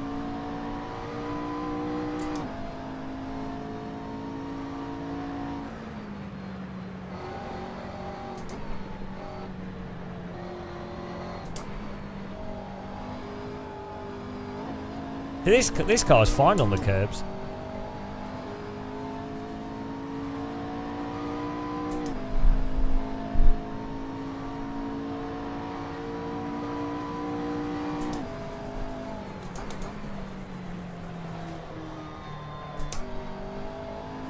Ah, we just lost all the time there.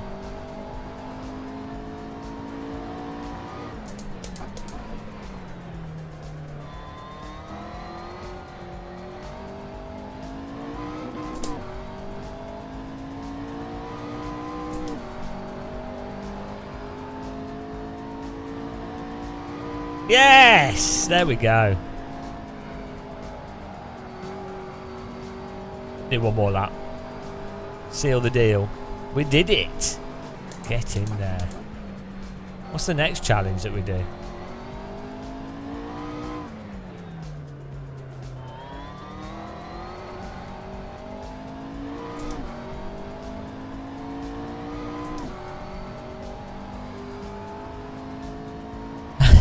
The shoes. The old shoe challenge. It's a classic.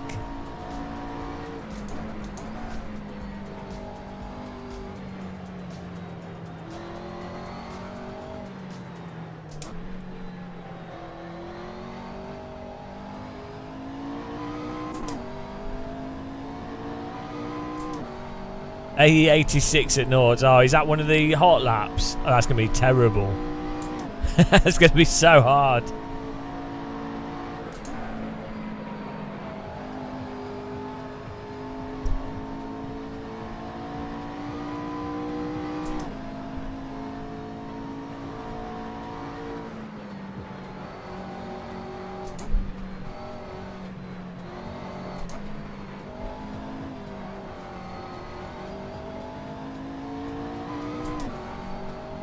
Fiat 500.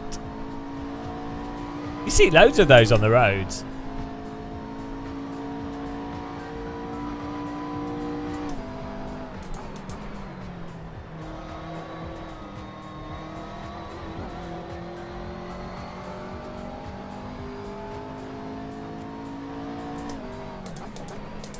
Yeah, from what I hear, the Fiat 500 tends to break down a lot. It's quite expensive to repair. But they handle really nice. And they've got nice interiors. Okay, well. This will do for that. We got gold. We're moving on. Moving on. Beautiful. Let's have a celebratory non-alcoholic beer. 2043. Oh, we did it in four laps. Oh no, I restarted the session, didn't I? Not bad. BMW M1 Stage 3 hot lap. What track's this? Vallelunga. Should we do that? We're getting through them. This should be interesting. 153.5.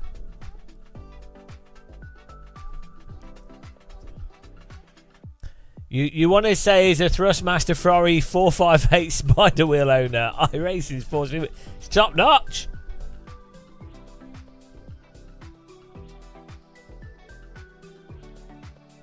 Right. Let's do this BMW. Because we oh yeah. We'll do this one first and then we're gonna suffer Silverstone. I don't have my H pattern set up. We'll do this one, then we'll do the E30. 153.5.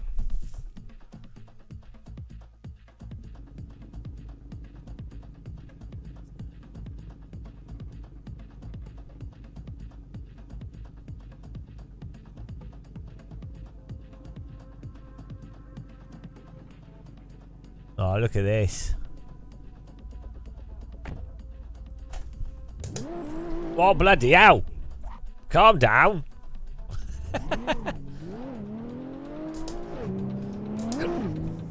Oh, we got a sat-nav on this and everything.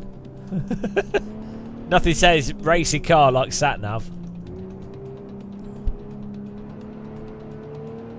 153, guys. Bloody hell. She's a slidey.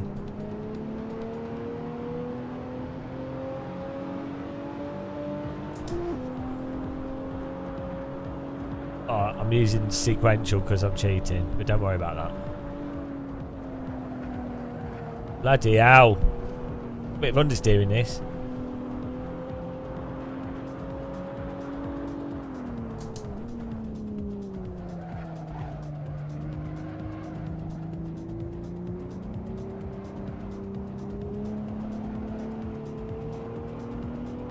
I've got the TC on. Yeah.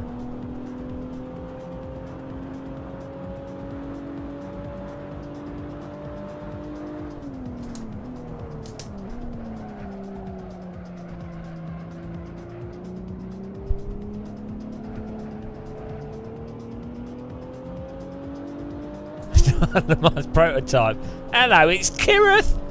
They call it clickbait Kirith. How many more Fanatec videos are you gonna do? Have Fanatec murdered everybody?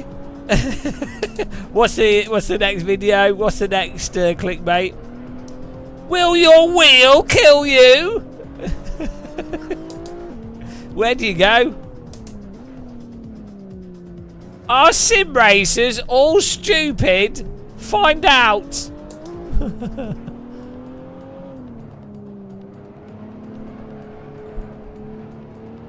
Breaking news.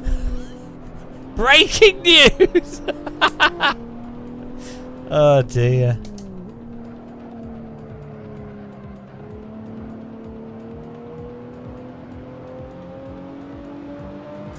Sim racing. This is what happens when you don't have enough nice eateries. We need some better eateries.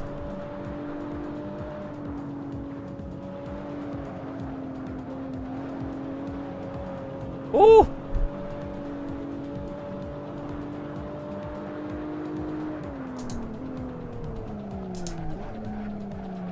Ooh. New lines. You came up with it. Eatery is a word. I didn't say it. You're the one that said it.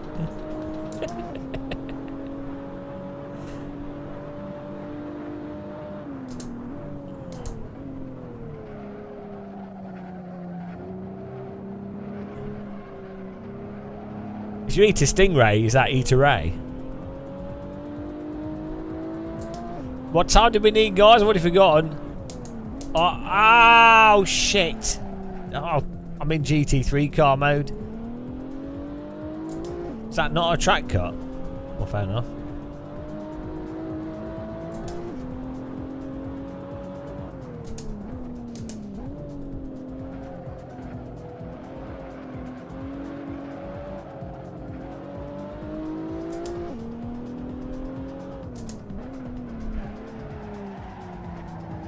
New lines.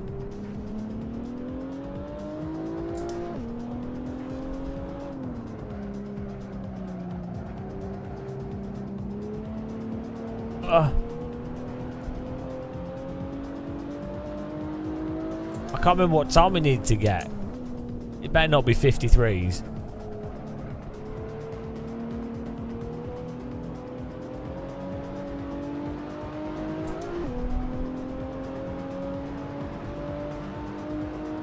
Oh, that's bronze.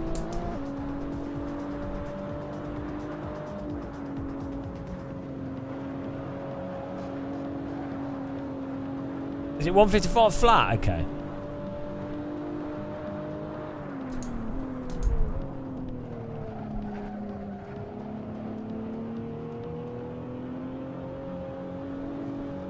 Probably using the circular rim for this. Ah, no, it's not 153.5. Shut up.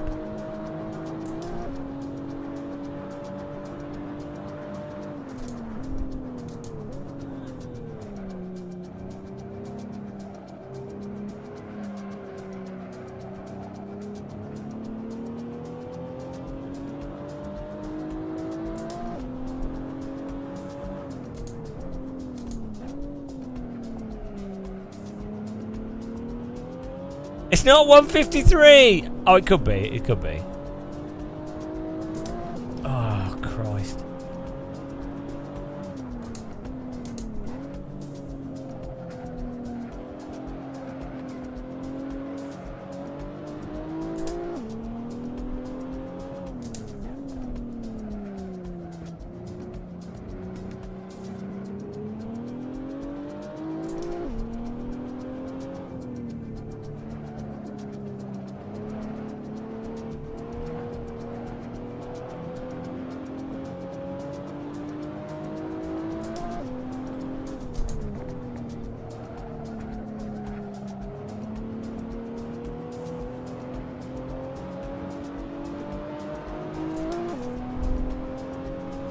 Ah! Woo! Yes! Did it! 53.496. Ah, get in there. Absolutely on the dot. Did that on purpose. Yes. That was almost a mosquito fart. We nailed it. 53.496. Did that on purpose. There you go. That's how it's done, guys. That is how it's done. Get in there. Thanks, Kira. Thanks, everyone. We're progressing nicely here. Progress report 27.8%. 22 out of 97. Christ almighty. Here we go. We're doing the BMW E30 Group A at 22222.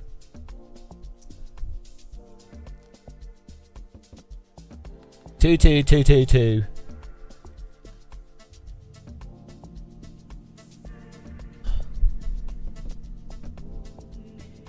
Oh, I've got a nice sunset as well. Put the circular wheel on for this. I'm going to cheat and use flappies because my arms, I can't use my left arm much. Oh, slick soft DTM 90s, yes. 30 litres, we don't need that. Aero, we could probably reduce the rear wing. Well, let's see what lap time we get. With 2222 is what we need. Yeah, well, you say that, Mike, but wait until we'll get stuck on something. You know it's going to happen. I'm going to get bloody stuck on something for hours. Do you remember the Pagini Huera challenge? And it took me 7 hours of hot lapping. 7 hours it took to do the gold time.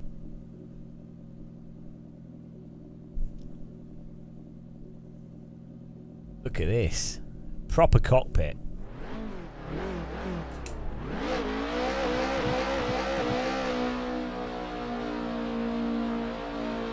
This is where it's at, though. It's good fun. This is real sim racing, this.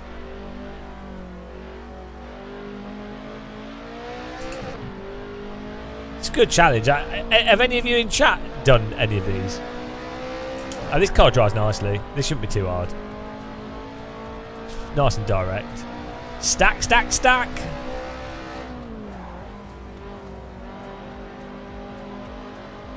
Move the brake bias back.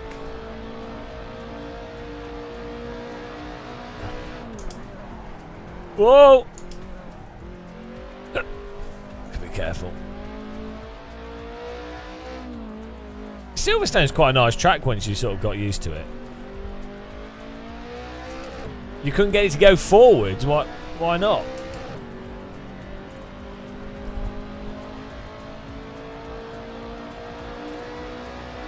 These cars are rapid. I've seen these in real life. They are proper quick. Yeah, this would be good as a track, like an 80s DTM car, you know, or 90s DTM, like a 80s to 90s DTM car would be amazing as a track day car.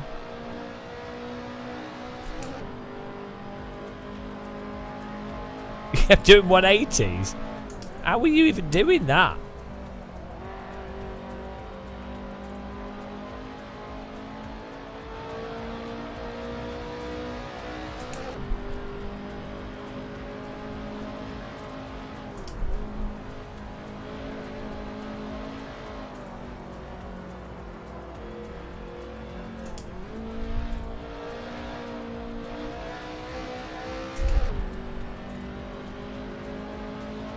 Oh, the fence is casting weird shadows on us. Yeah, look at the proper square dash. That's what you need. Cars are too, like, curvy these days. Whoa! That's how you hit the apex. Might have the brake bias a bit too far back there.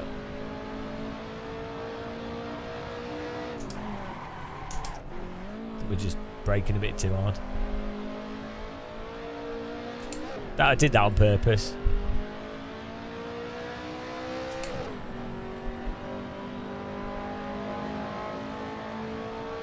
Yeah, analog gauges. This is what you need.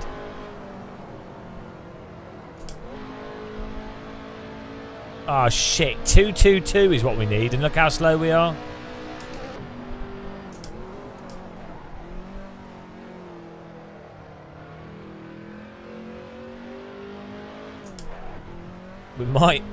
I might need to use the manual gearbox on this.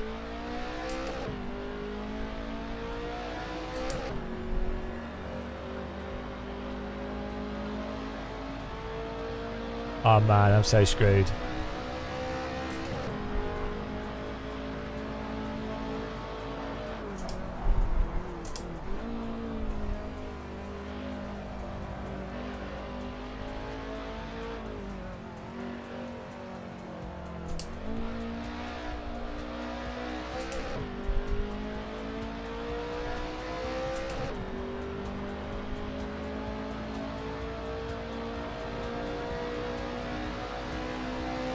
How do I find 2 seconds? Christ.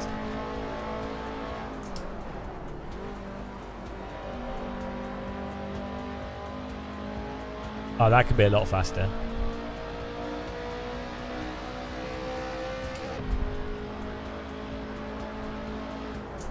Yeah, I might do some Formula Ford at Brands Hatch in iRacing, but as I said, I'm fed up with it. I'm just not enjoying it. It's just the physics, the constant, like, what seem to be like a lot of younger users, and like just the weird just like just how mental it is. A lot of the users on it, not all of them, there's a lot of totally normal awesome people on iRacing, but there's just like a really, I don't know, it's just weird, it's just creepy.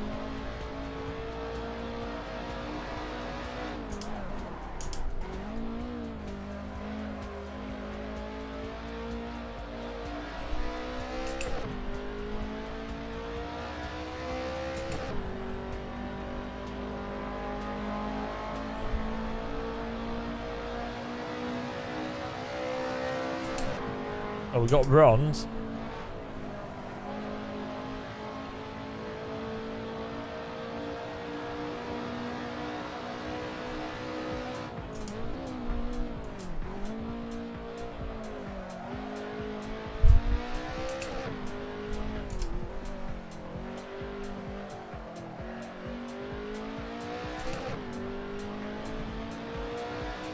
So I have to find 2 seconds. No, a second. No. What do you mean there's no info? It's called Ace. That's all you need to know. Ace means the best. So, hype. This is now the official Ace hype channel. It's never backfired on us in the past.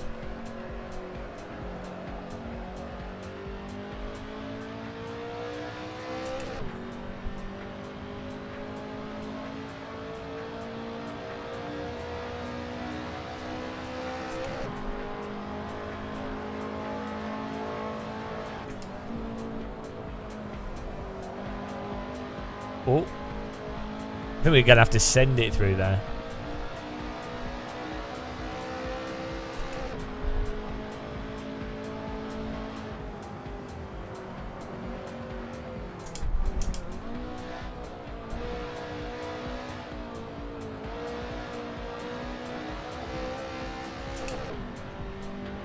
Whoa, that was good. Good exit.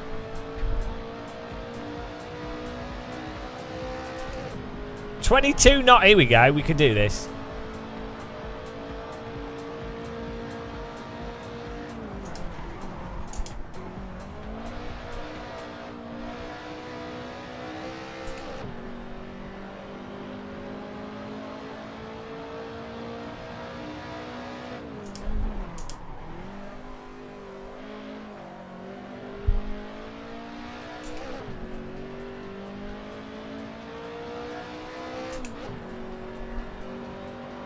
Oh, 23 flat.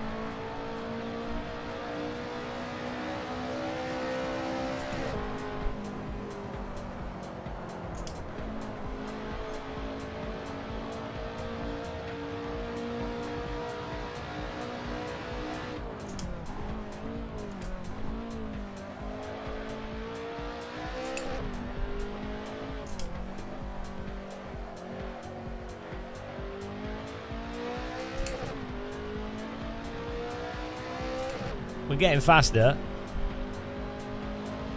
Sun setting. We're getting faster though.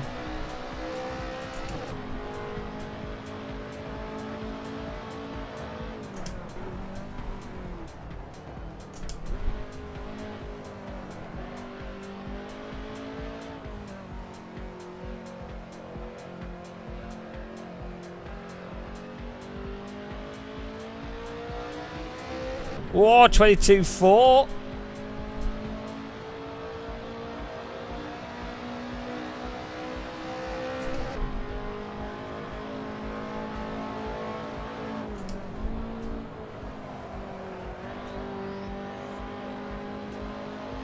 Ah, we didn't. You really have to hook it up into that.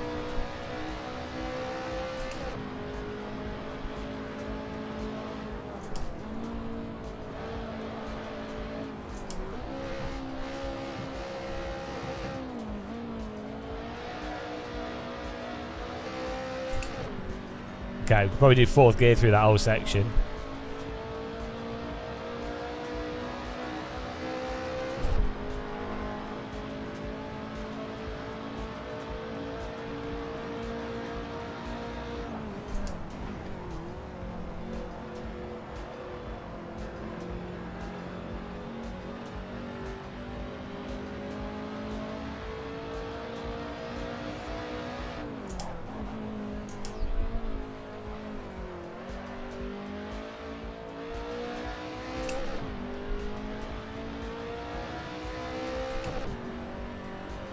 Oh, 22.6.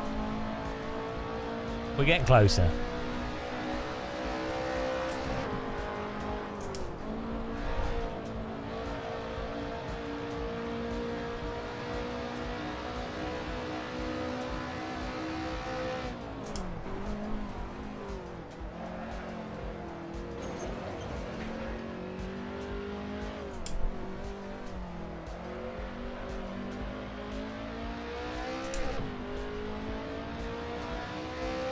Full focus. Ford Focus.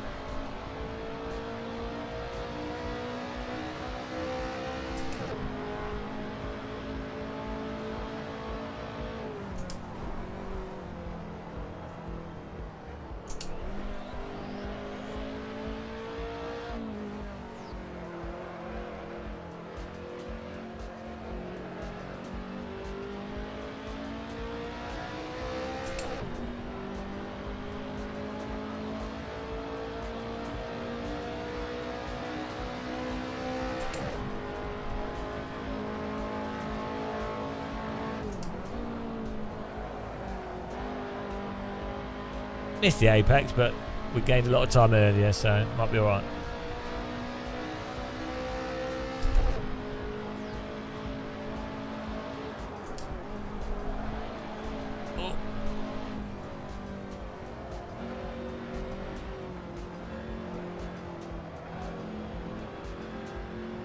Oh no, it's third gear! Ah, we might be okay. Might have got away with it. Third and fourth gear, we're like in between gears on that corner.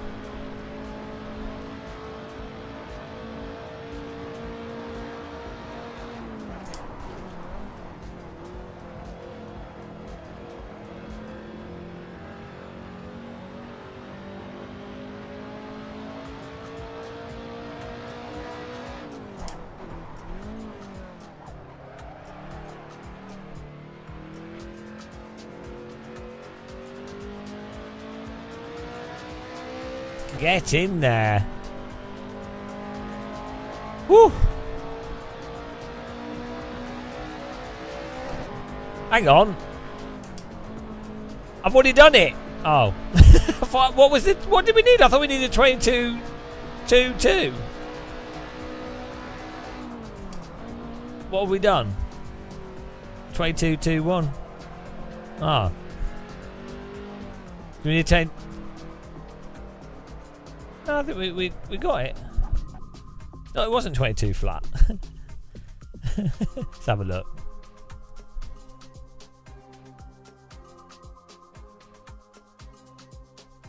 No, we've got silver. We need 22 flat.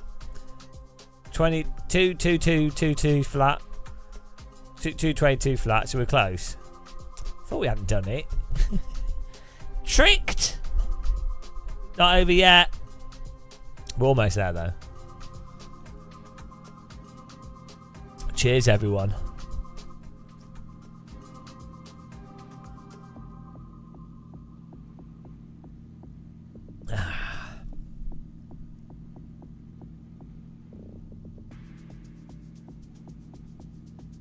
The real deal.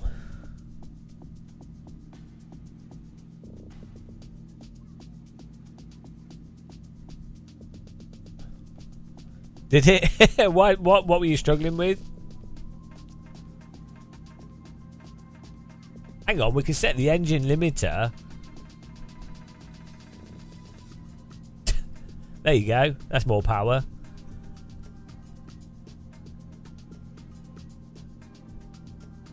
You could just make the suspension stiffer. Really helps with in AC.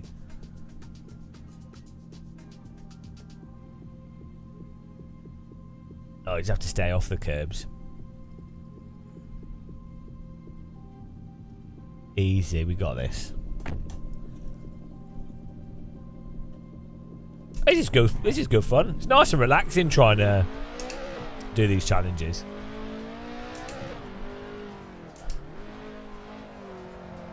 It's quite fun trying to do, like, because it's different cars. So going from one challenge to another challenge really magnifies the differences in the vehicles.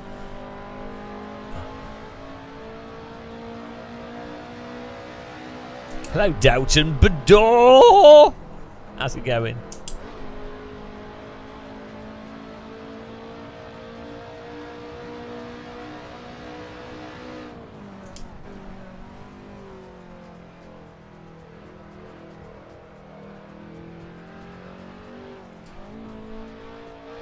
Have a poll in chat. Who has type hype for Ace if you're hyped for it. Type pipe if you think it's a pipe dream, and hype or pipe. That's it. Let's see what the what do the audience, are they hyping or piping?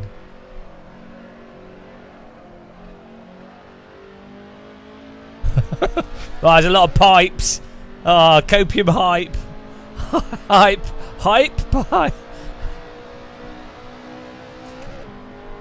Look, we are dependent. Sim racing is entirely dependent on Ace saving sim racing. That's it. I'm sorry. It all comes down to, it's going to be another 10 years after that for another sim to come out. That is it. It's over. If Ace isn't good, we're going to have to just go to flight. That would just be a flight sim streamer.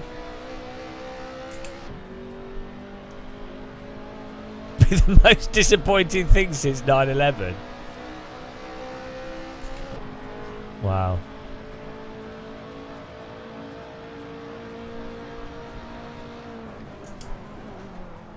What if like a rando new rally game came out that was amazing? Can I test out your server? No. I'm not a server test service. We've got work to do here. Important work of achieving everything that's possible in AC. Only one man can do it, and that is me. I quite like Dirt Rally, just lacking in content really. They should have just kept adding more and more content to it. But yeah, I really like Dirt Rally 1 was better than Dirt Rally 2 in many ways. And then all they need to do with Dirt Rally was just keep adding tracks, and it would have been fine. That was it. Would have been totally fine. They had the online mode. They had a nice rallycross mode. They had the weekly racing stuff. If they just kept selling DLC for that at £15 a pop, that would have been fine. Or even 20 pack. Like every season could have cost like £15-20, and people would have bought it.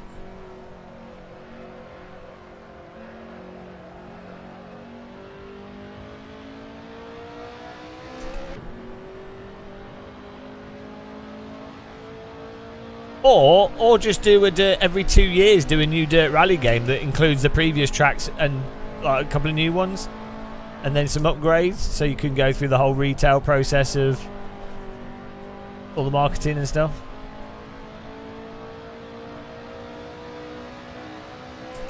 Yeah, the Rallycross was really good fun in Dirt Rally. The netcode worked quite well as well.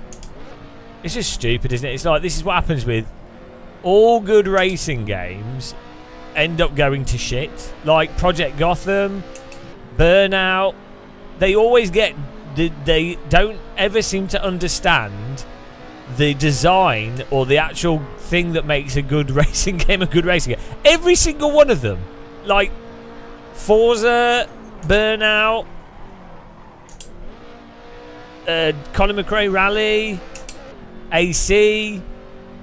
They always do something stupid with the future titles that nobody asked for the sake of like, oh, we need to do something different. It's like, no, just keep doing the same thing, but like more of it.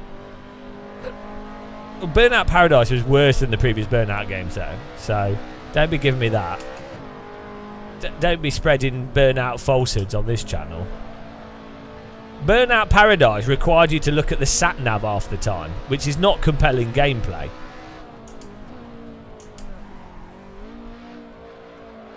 It's really fun stopping at traffic lights to activate the game modes. That's really exciting, rather than just having a coherent single-player structure.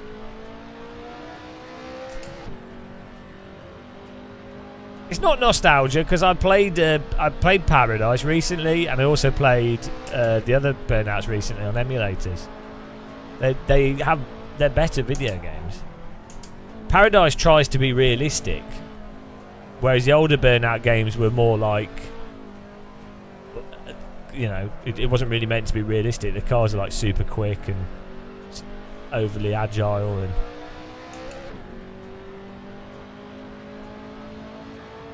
What's the gold time? 22 flat. We're almost getting on here. Anderson Scholemeier. A legend of this channel. Mr. Scholemeier has been around for a long time. The Scholemeier space station.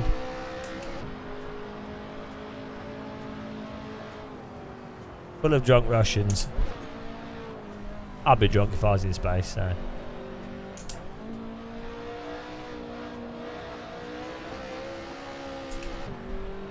Whoa, 21.9, come on.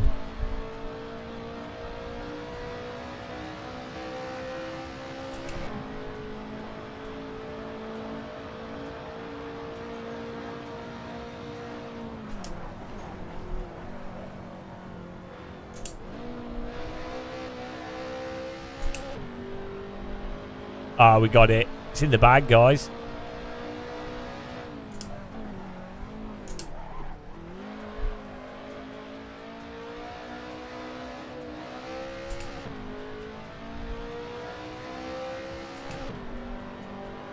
That's it. That's it. That's another one done. Legendary performance there. Ah, beautiful. Beautiful. Thanks for subscribing, Ugly. The crowd go wild as they see the progress before their eyes. Thank you, Jet Red. Thank you. We're solidifying ourselves as an Assetto Corsa hero right now, right here. Fatboy Slim. 27.8%. Let's put that on the screen. Text.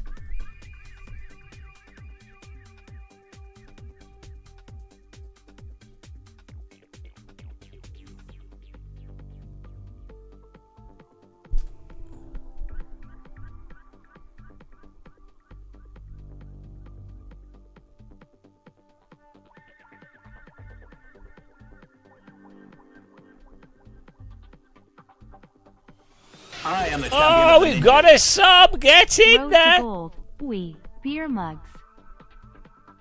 Crowds Garish, thank you very much. A sexy Assetto Corsa subscriber, the best subscribers.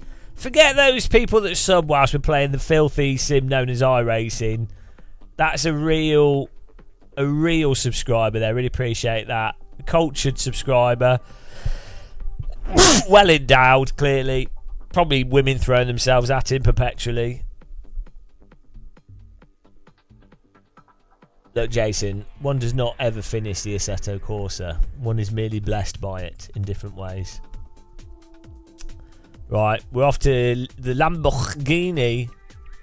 Vintage Monza. Look at this progress. It's beautiful. Lamborghini. 1 minute 48 is what we need. The Miura P400 SV66. What would be really fun as a multiplayer mode would be if you can do the single player challenges and other people are doing it at the same time, but you just see their cars ghosted and you could maybe turn their cars on and off. So if you were playing like Gran Turismo, trying to complete the single player, you could push a button and you'd see like the people that are at your pace, the nearest 10 and 10 ahead and 10 behind or something. That would be good. That would be good game design. Sorry, none of that in sim racing. What a stupid idea. I've come up with another top of the head great game design feature. Yeah, that'd be really good. I think it's already done to some extent in Trackmania, but yeah, you know, what a stupid idea. Get a ban on this game of muscle for his terrible things that would make Sims more fun. Idiot. Absolute moron. Right. It's a nice looking car. Proper wheels of balloons. Look at that. Do you know what? I want to get inverted sim rig pedals.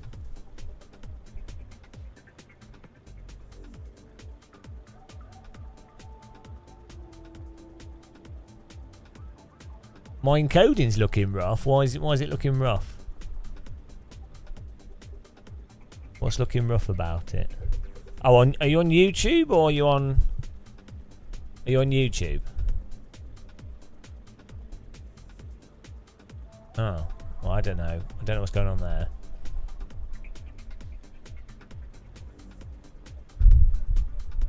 I think I need to redo my OBS, to be honest.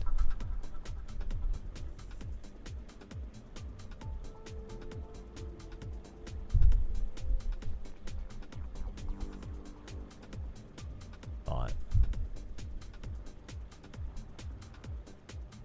The Sim of Dreams. Yeah, I think inverted pedals are just more comfortable and you know. What am I expecting from AC Evo? I'm expecting the future of sim racing. You know? Anything less and I'll be disappointed. It's all on Kunos. I'm expecting Kunos to save sim racing. That's it. That's what they've got to do. It's up to them. Hello, Jesus. If they can't save it, no one can. Right. Look at this cockpit. That leather. That's a nice cockpit, actually, isn't it? So why wouldn't you have modern cars looking like this? Because it clearly looks better than most modern cars. It's the Lamborghini Miura or something. I don't know. Oh, hello. I mean, here we go. I've never driven this car.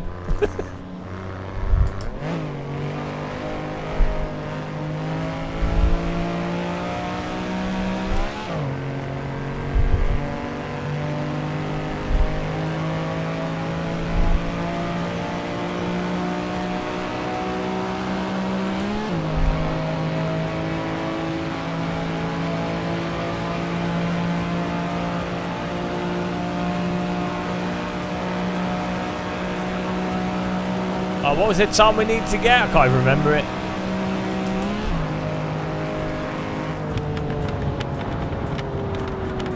Okay, it's a little bit on. Oh no! Okay. I was expecting it to bite the road a bit more. No, I'm just using sequential. Oh, what time do we need? 148 is what we need.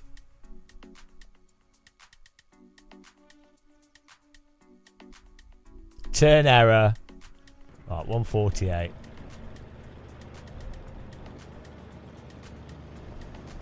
$138. Oh, here we go. Oh, look, some people have made setups here. The pace car is out of control. There you go.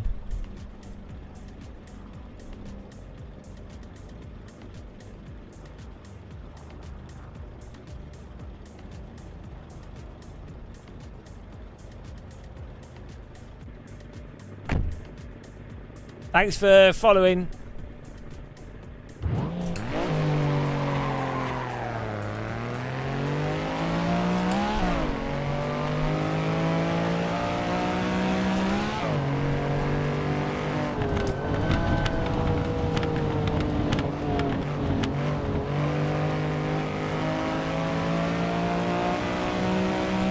This track looks really nice.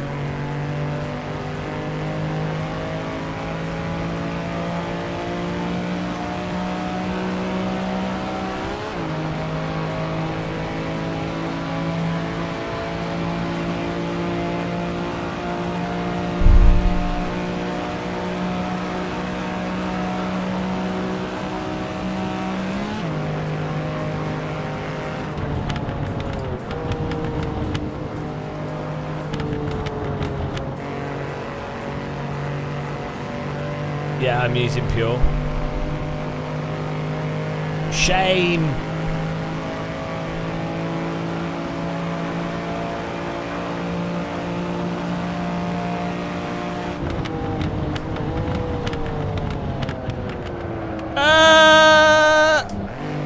Nailed it.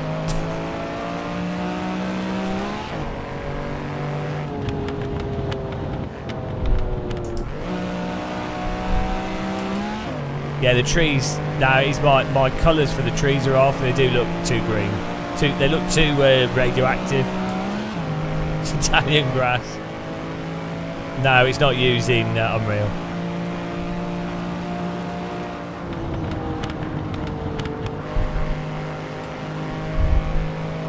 It's a happy boat though. Again, this would be a perfect road car. Chernobyl trees. Chernobyl.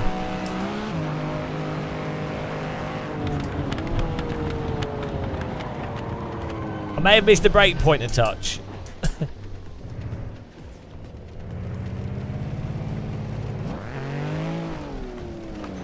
We're doing the oval in this as well.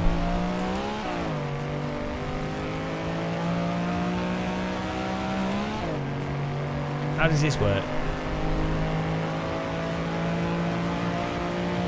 I've walked around the oval in real life. It's awesome. It's mental.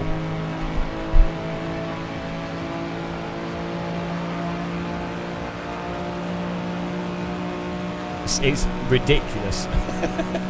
It's actually ridiculous.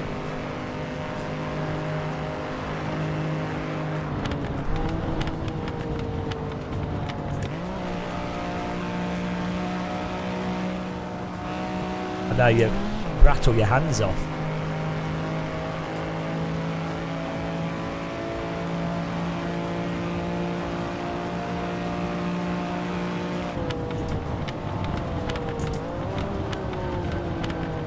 Ah, the understeer. I need more rear brake bias, but it's not an option.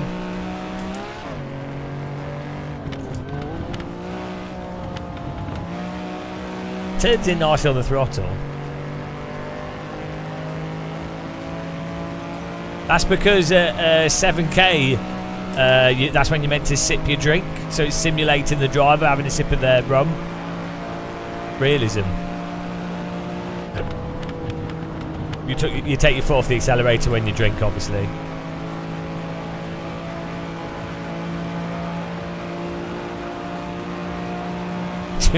Too much aero. Does this not handle like an F2004? Ridiculous. I mean, it's almost the same colour, so it should drive the same, right? This is awesome, though. This car drives like an aeroplane.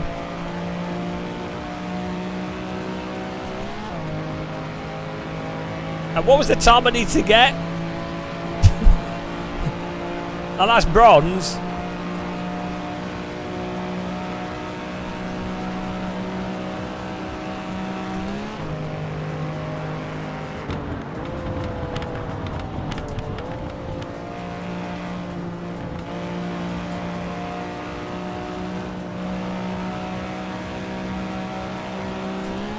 $60.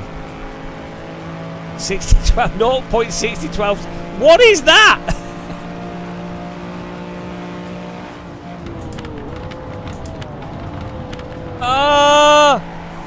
I need to. We need to blip the throttle there. It has up force. Right, let's put a bit more fuel in. Oh, I need to pop to shops and get.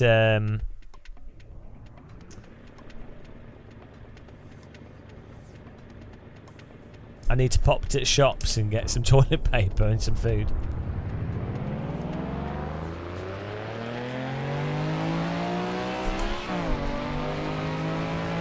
Popped at shop.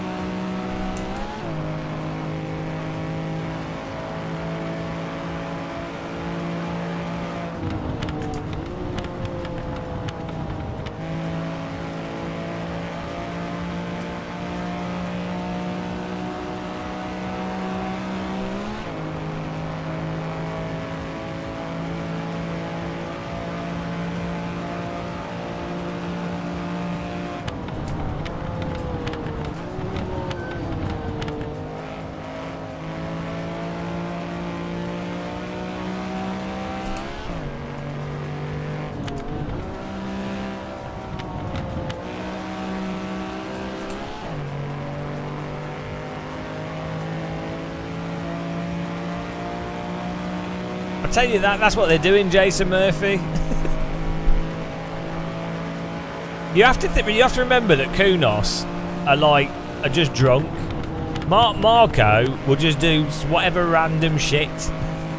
Hello, Matt Ollikers. Guys, check out Matt's channel. Oh, Mitchy Hoyer's raiding us. Mitchy Hoyer! Hello. Welcome, Hoy Hoy crew. That's how you do that corner. Just show Mitchy Hoyer how to drive properly. He needs a lesson.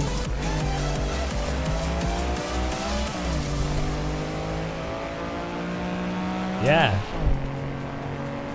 How's it going, Mitch? I imagine you were playing LMU. Welcome along, Hoyites. I don't like ACC, but I do like the normalist. Ein Mitchy Hoyer. Probably one of the, well, one of the or not the best simulation to practice, like even F1 or GT. I wonder. It's really good. Mitchy? What's your expectations for Assetto for Ace? Yeah, guys, go and follow Matt if you haven't. If you've just come from Mitchy's channel, check out Matt Olliker's channel. Give him a click. He's the only person to have listened to DD Girl in person. Woo!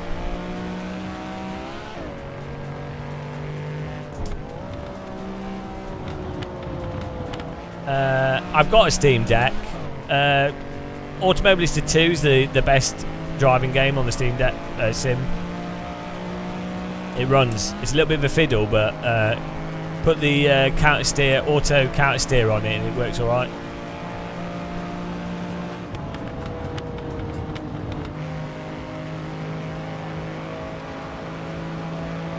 Yeah, maybe like emulated stuff is probably better.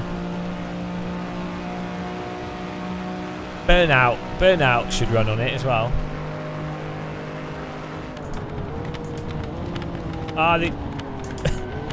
We need to brake sooner than the skid marks for that corner.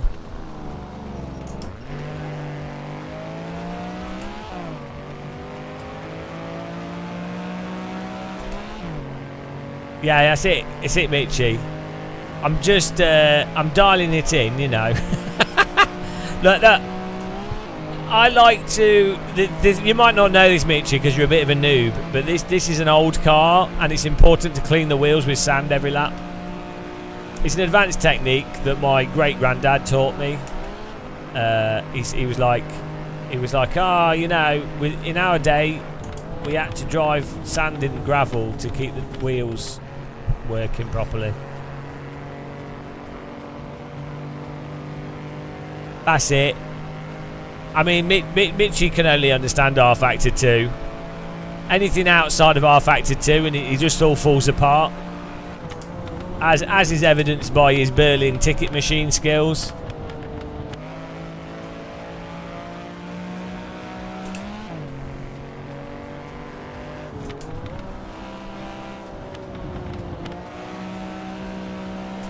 He can flirt. Yeah, he can pull British drunk women. Yeah, within a 10-minute period, Mitchy can pull British girls.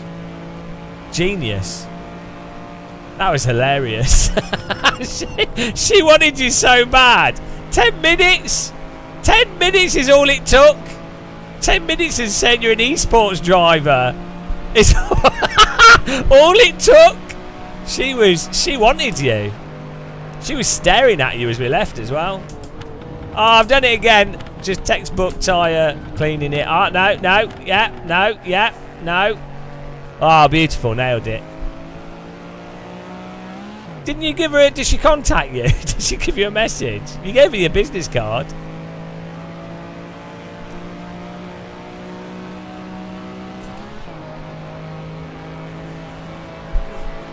Maybe British women find German men attractive, like how German women find British men attractive. Maybe that's what it is.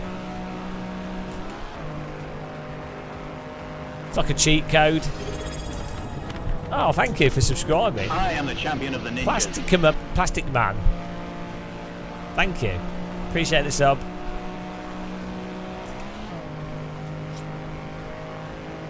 Yeah, the foreigner cards. It's all it's all I've got.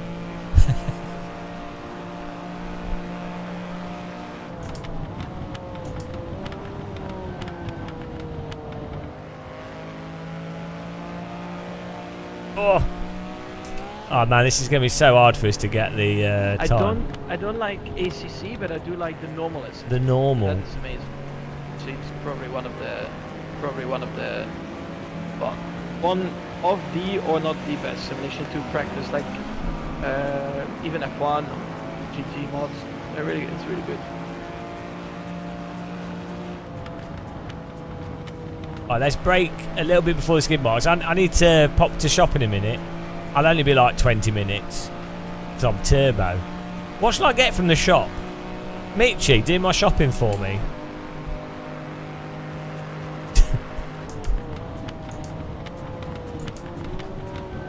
Tell me what I need to get. I'm Conniverst. Hello, Thomas. Car is out of control.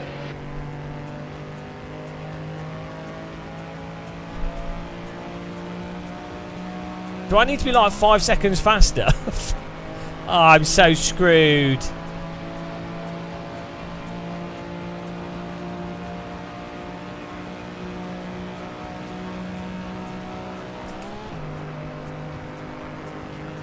Are you kidding?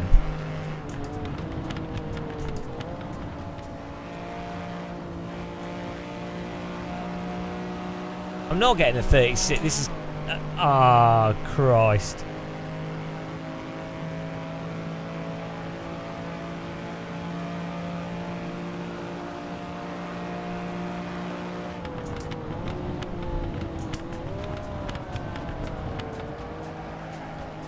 Oh, well, that corner's not going well.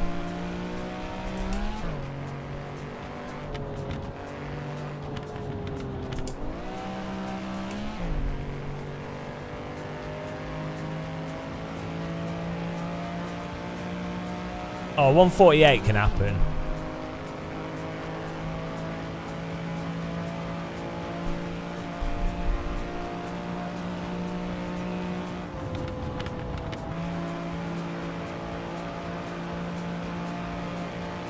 We just need to nail the break point.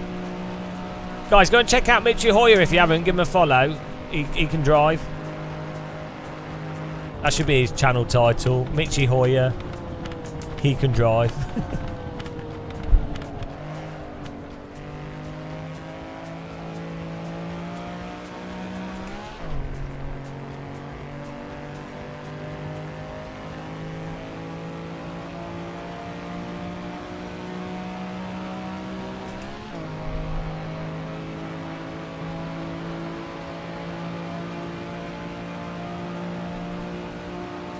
Radical SR Mura.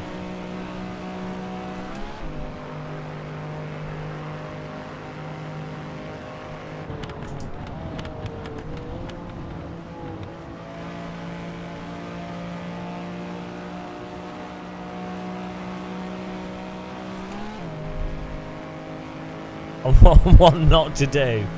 No, he learns unconventional techniques that he can then apply to the world of esports, obviously.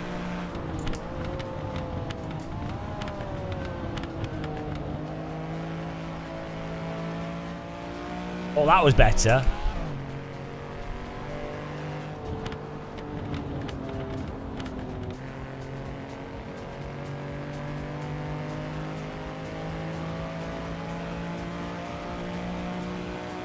iRacing's completed me.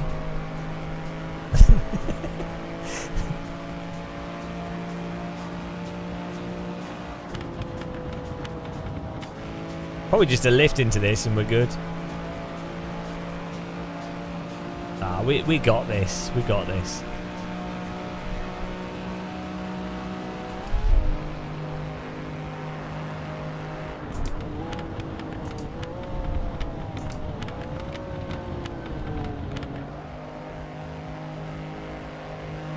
Oh, look at that line. Sexy.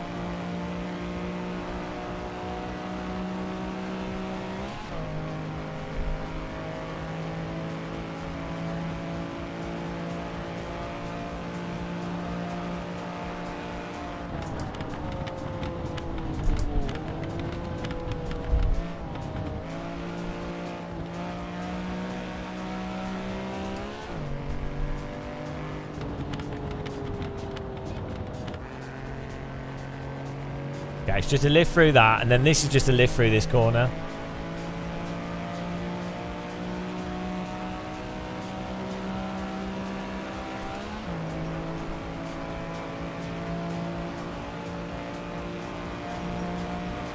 I am the champion of the ninjas. Ah, I don't know why. thank you. KH MP1 with the sub, really appreciate it, thank you. Why? I don't know, I don't trust this car.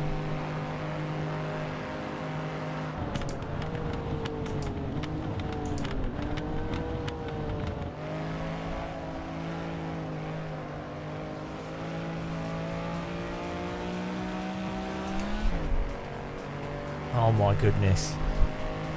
It's a tractor. It's a cross-channel ferry. You could use this to carry people across the channel, and then a Tory could kick them to Rwanda, and then we can all pretend that everything's totally fine. That's what this car is. Oh. Come on. Oh, beer battered fish. Yeah, that'd be good. I beer battered my wheels on this.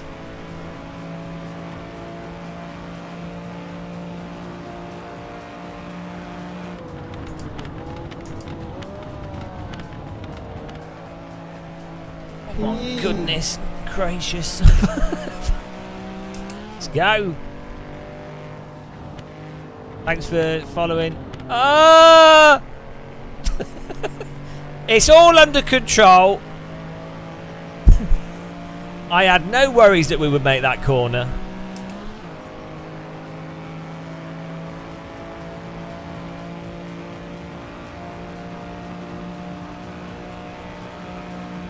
No lift. Oh, you just turn. You just turn with your foot down. Believe in the fronts.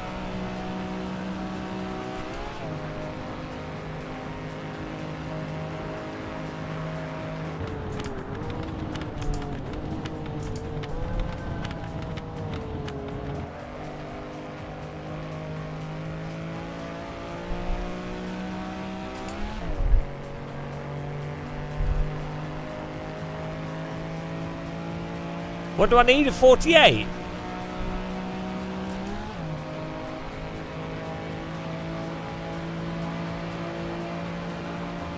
Silver? Oh shit, we need a whole second. Well, this isn't going to go well, is it?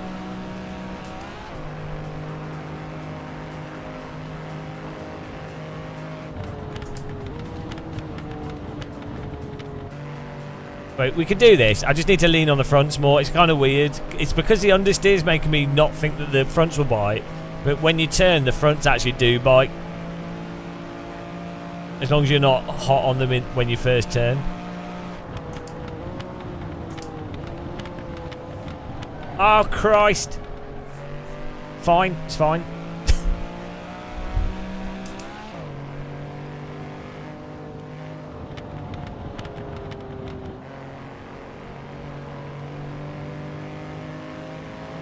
No, it's all fine.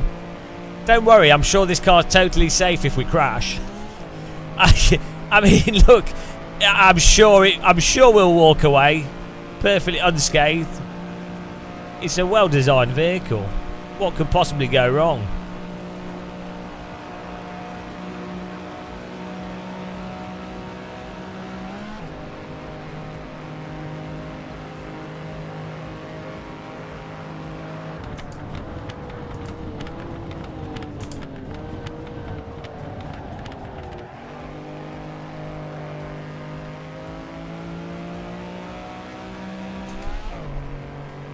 Okay, we got 5/10 faster.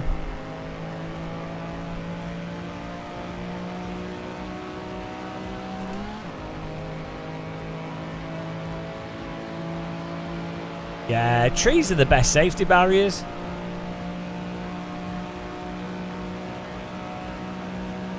Good for the environment.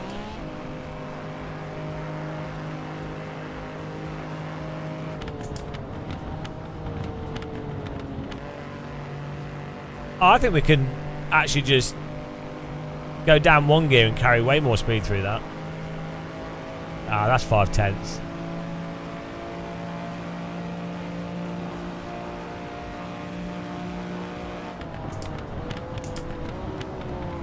And there's the wall. Oh, NASCAR style. It's not a track car. Hang on. Oh, it's way quicker. And we've done it. Oh no! Oh! Oh, he's the. Oh. He could just drive around the wall. Yeah, right. I'll be back in a minute, guys. I'm gonna leave the stream on. I've got to grab some food. Ah, yeah, we're doing this. Right. Who's going to be here in like 20 minutes? We need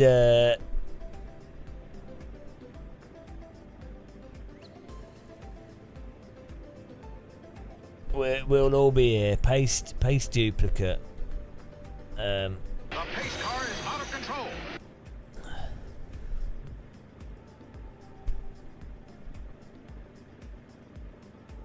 Let's say 21:35. Okay. Oh, it's hard to type with lag.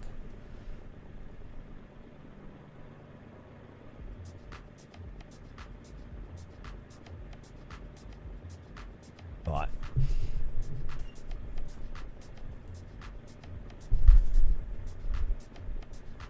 See you guys in a bit.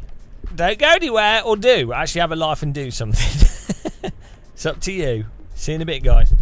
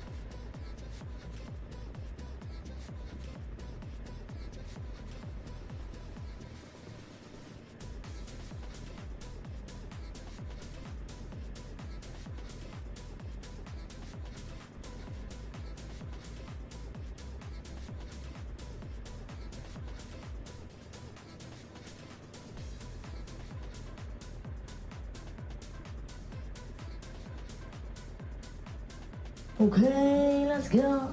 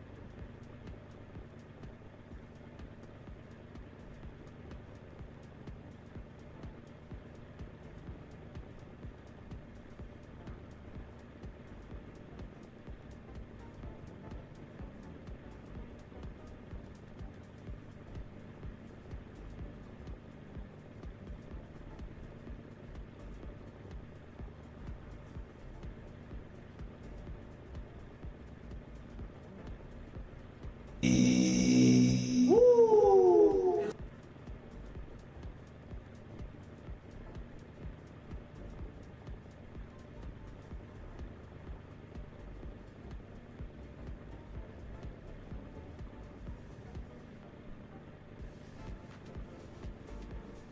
pace car is out of control.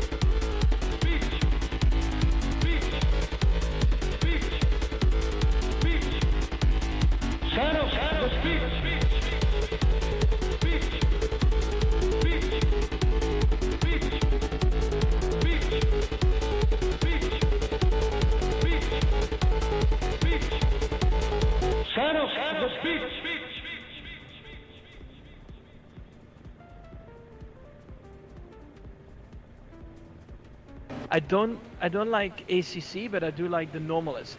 So that is amazing. So it's probably one of the, well, one of the or not the best simulation to practice, like even F1 or GT mods. It's really good.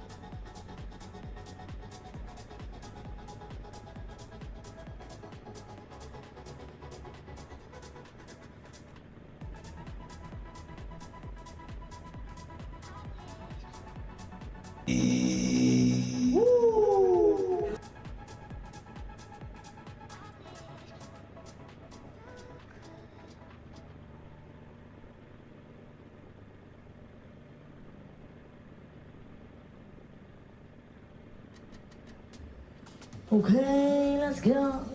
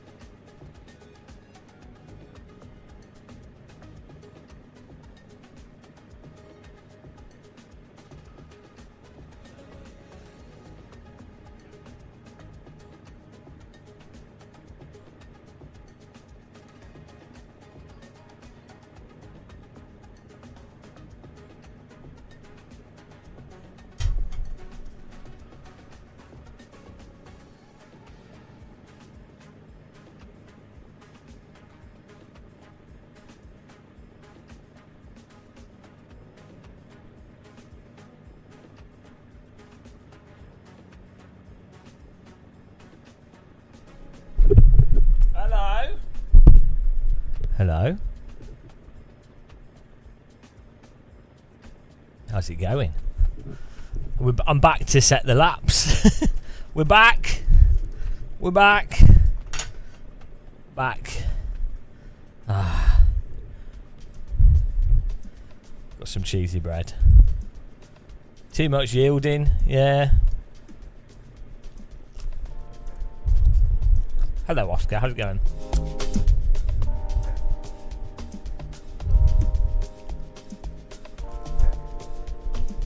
Oh no. Wasn't that bad.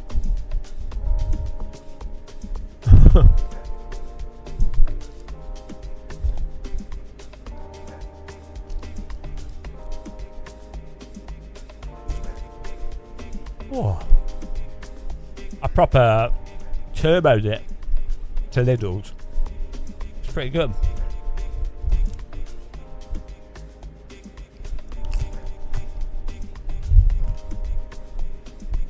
You've done it? No, I bought some chicken legs, some toilet paper. I did buy pizza. Technically, the pizza's against my rule of no processed food, but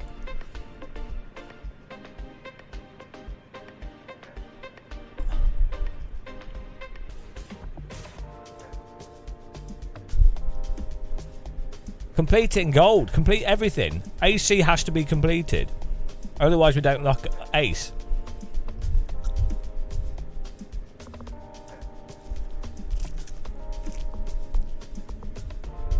This is the ultimate air fryer challenge.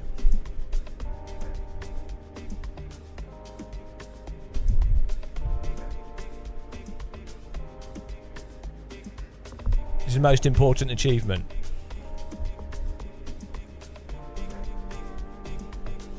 Right, the great thing about shopping at Lidl's is once you know it, you know exactly where everything is. I think I know just about every Lidl's product.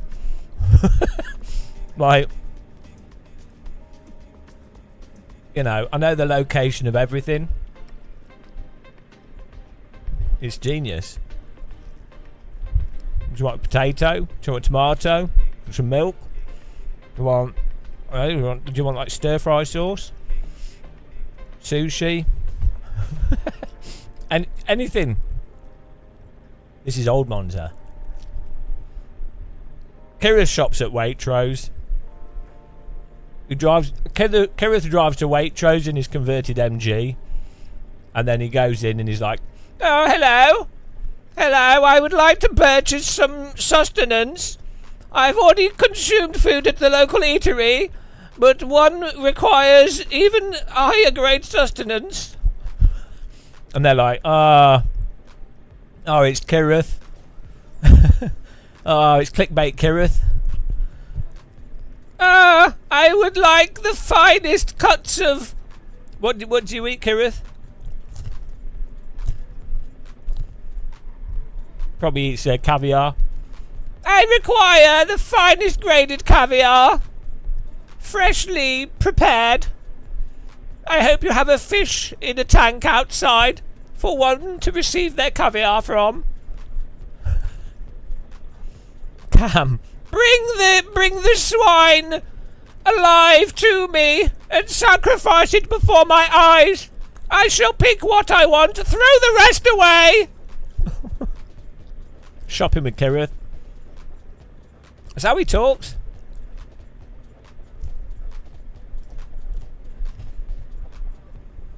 Kirith is actually like an 18th century king. Bring me a 3-day-old pig. I want my meat as fresh as possible. Comb its hairs and present it to me on a endangered plant.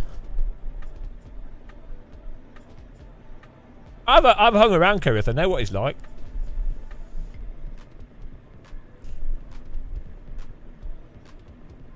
I only eat endangered species. The thought of you being the last person eating it ever is what makes it taste good. Rhinos, white rhino, tiger, you know, panda.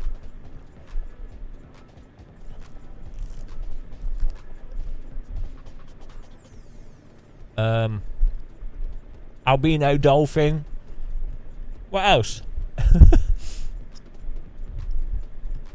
The flavour of extinction. Nothing beats it.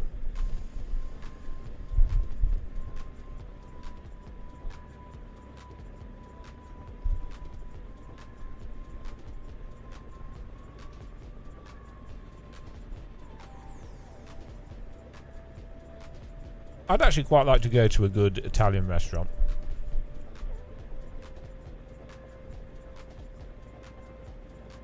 I don't know of any really good Italian restaurants near me.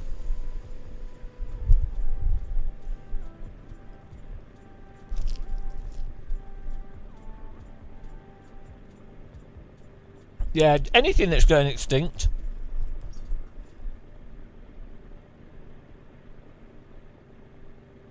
Do I want to go to Imola this weekend? Well, unfortunately, I can't really just afford to go to Imola at the weekend.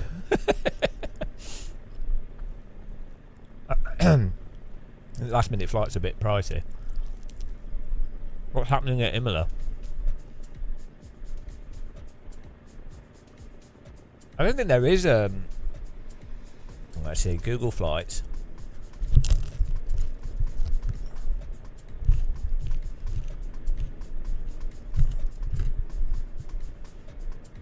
Google Flights. Imola. The problem with Italy from UK is the airports are quite small, so it's hard to it can be hard to so Bologna is the nearest airport. It can be hard to get an airport. Oh well, okay. Yeah. Oh no, £300. If we go tomorrow it's £1,090. Friday, £263. You can return on the 8th. So actually surprisingly cheap. £189. That's it's cheaper to go to sodding Imola than it is to go to Devon on a train. How stupid is that?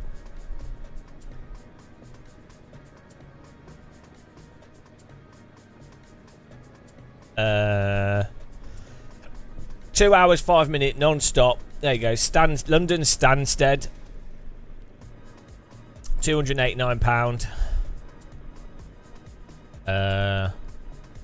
Your return flights from a different airport. What's Bologna to Stansted?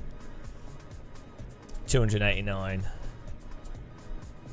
Yeah, I mean those flights are going to get cancelled. But it is mental that for flights have not gone up with inflation as much as food has.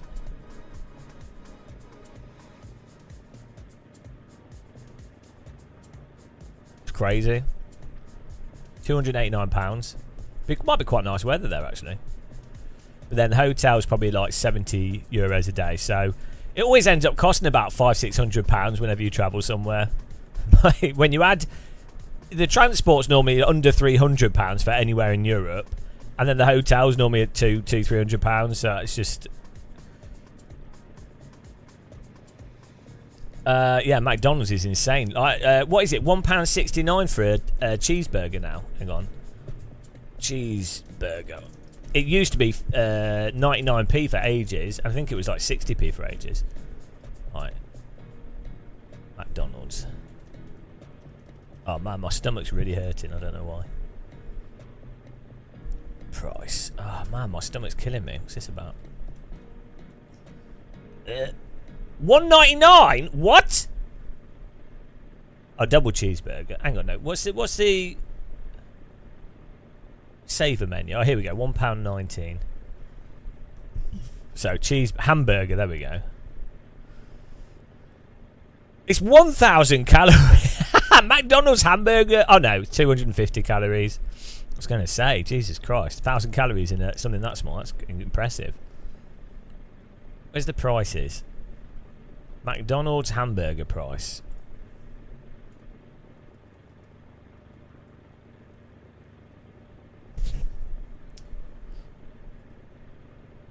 Oh, here we go. Oh, they do bacon, mayo, and chicken burgers. $1.99. It's quite nice. £1.19. I'm sure it's more than that. This isn't right.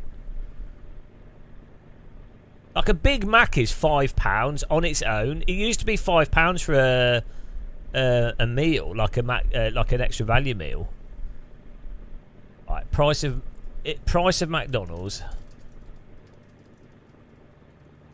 You're better off just carrying an air fryer around with you everywhere.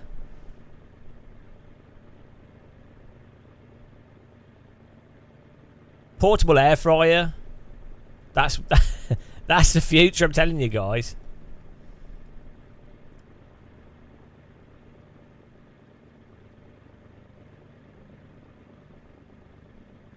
I mean, they just... I would find it mental how much, like donuts cost as well. Like a donut's a really good price indicator of stuff because it's effectively like a borderline free thing to produce. Like it's just fried batter, so it's unskilled and you can mass produce it. So like a donut, you still like a burger still has like meat and has to be combined, and you do like have to train staff a little bit, and you do need like multiple devices to cook it. Whereas a donut, it's probably one of the cheapest cooked food items you can make. So guess how much a sausage roll in chicken? I don't know. Yeah, Greg's used to be cheap. Hang on, I'm going to get some chicken. I'll be back in a second. I've got some chicken in my air fryer.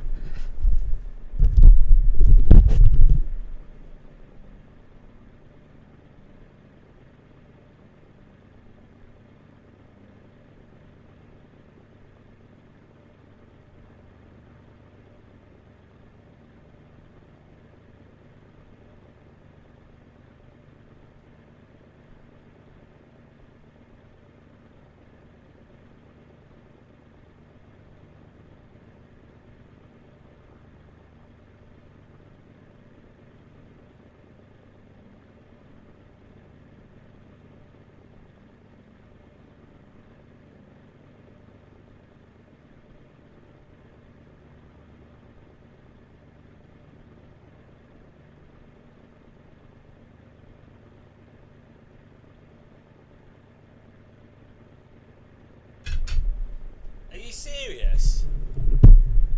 £3.60 for a sausage roll. It should be like 50p.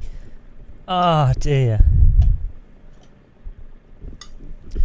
It doesn't make sense because those are food items that they're not fresh. So like, I totally get that fresh things that require staff and whatever should cost a lot. But like, for example,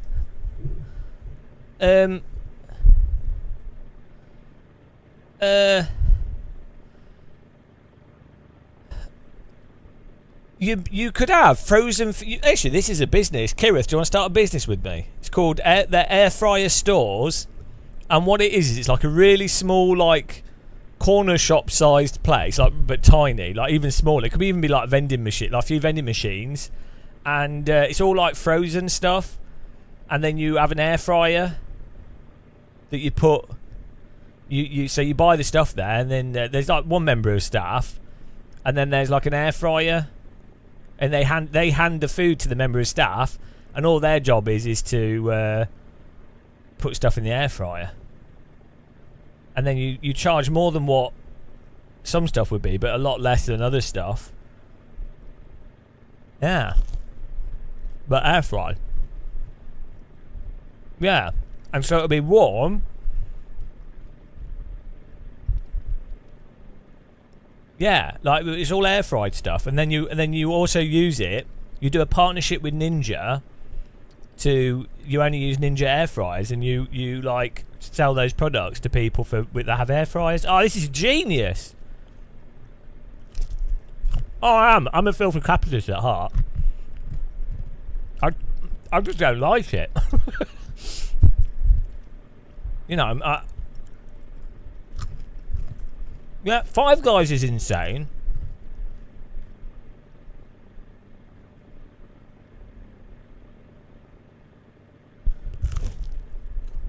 No. I don't eat out at all now. So like I could generally eat out. Like, I guess I've got enough money to eat out if I'm out and about. But I just won't. Like, it's just like... It's just so expensive. It's like... It's just absurd. It's like even like stuff like coffees and stuff. So when I was with... when I met up with Paul in London...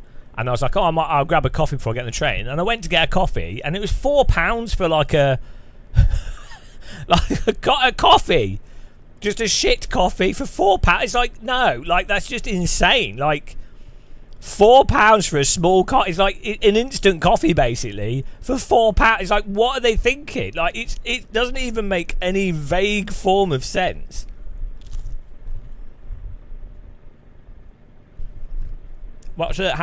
Is that a real thing? A Pret subscription?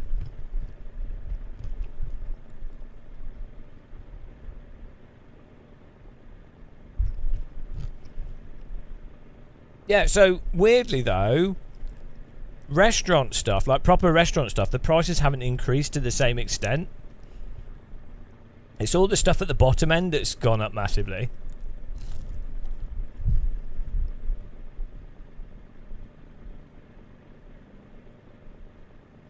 What is that? £25 a month? But Pret coffee's not very good, is it? And I bet that doesn't include airports.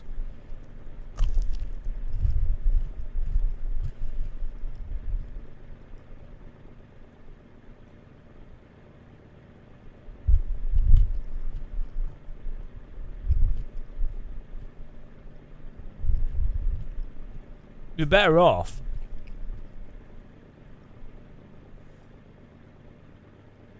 Oh, you just have a little air fryer.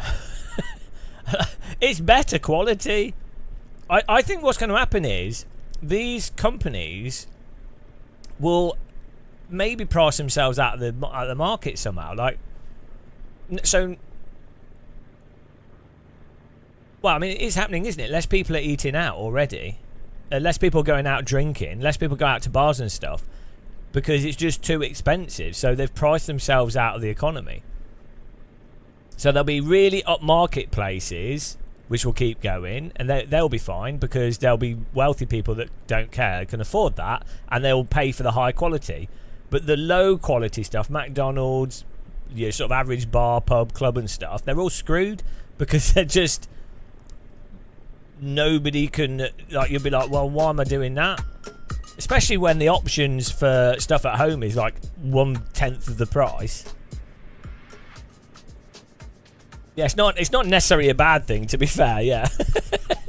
Oh, look, a wild Marcel Offerman comes, you know, when it comes to nothing, he's not he's passionate about clubbing. Marcel Offerman's hatred for nightclubs and bars. That's what stirs him into action. He was waiting. He's like, oh, surely he's going to mention the price of bars. Oh, he has!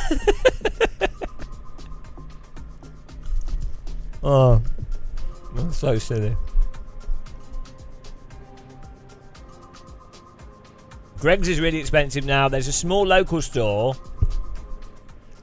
next to one in your town.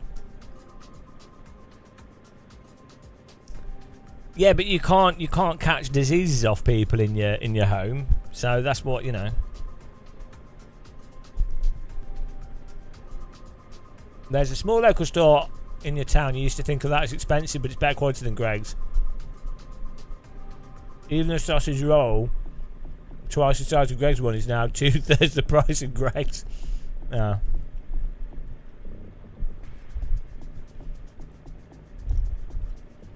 Yeah. This channel is just ruining the sim racing industry in every single possible way. Sim racing got worse. There's a correlation. Sim racing got worse at the point where I started doing live streaming. It all makes sense. It was fine up until 2014. Basically, after when I started live streaming, that's when it all went downhill. Wow.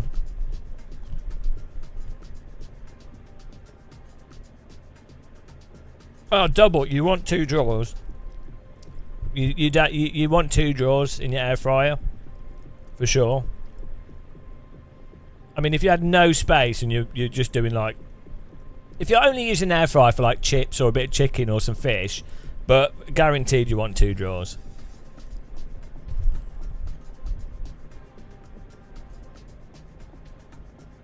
Yeah, this is the Lamborghini Miura. Oh, Marcel, whilst you're here, did you find out the name of the person that did the Mirror C sound effect? Because if you could message me, if you know who it is, or you find out, if you tell me, because the musical's almost done, basically.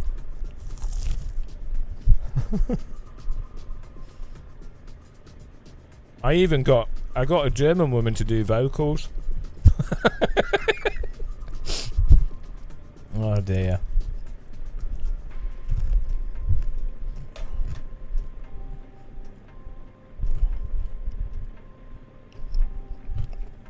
Yeah. They're a legend of sim racing.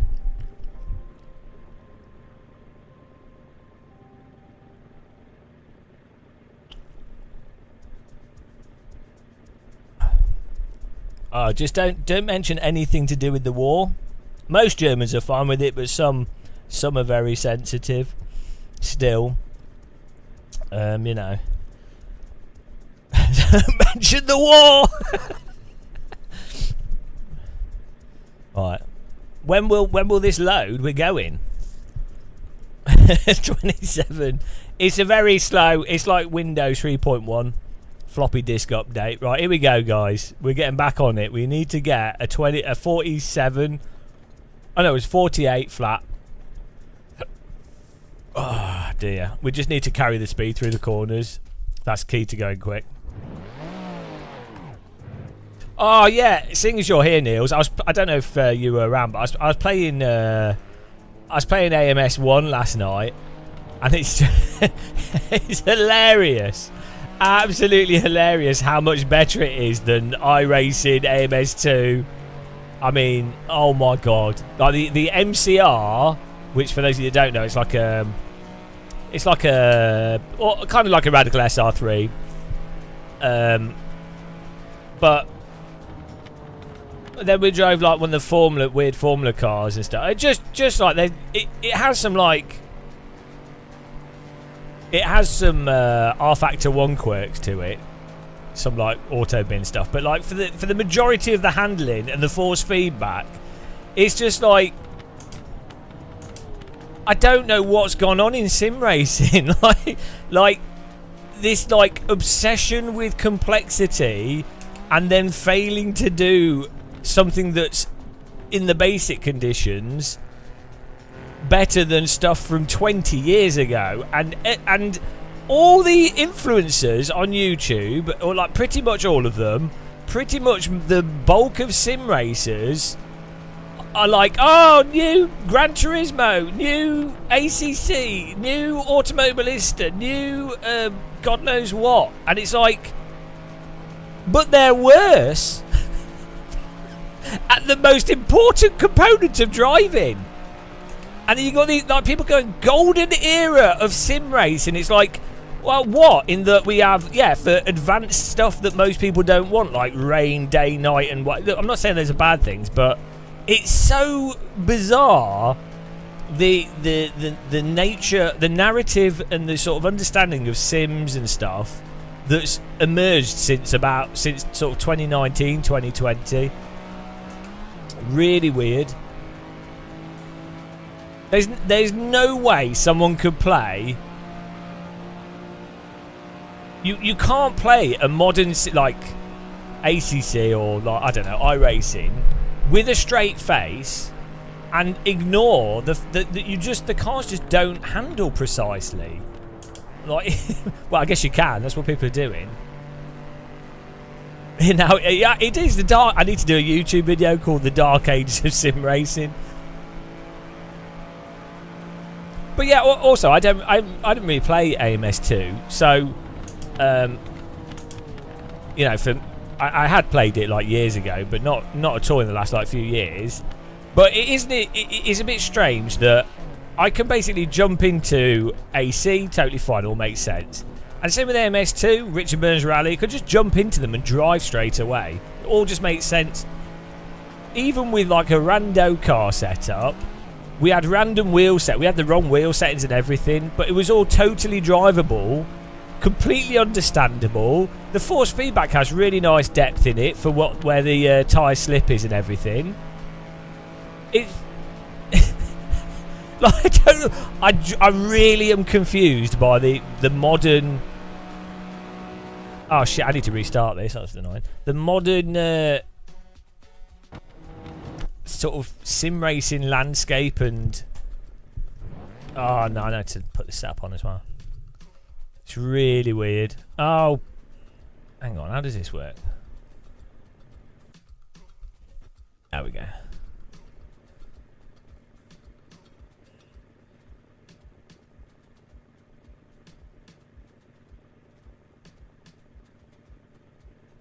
Put a bit of extra fuel in so we can get used to it.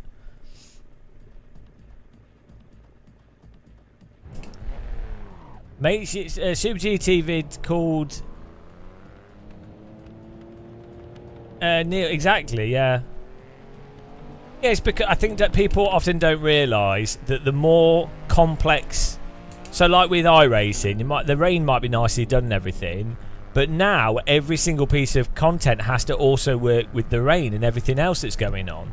So every update is like a factor of 3 or 4 more complex. Evoluzione. Evoluzione.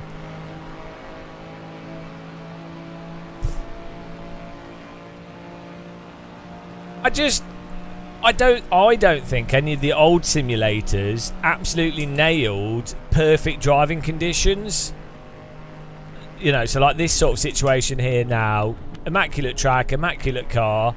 I don't think that even AC or AMS1 perfectly nailed transition between grip and slip, and you know, and then certainly they don't have the like basic ranking structures online or like a basic like proper single player and stuff.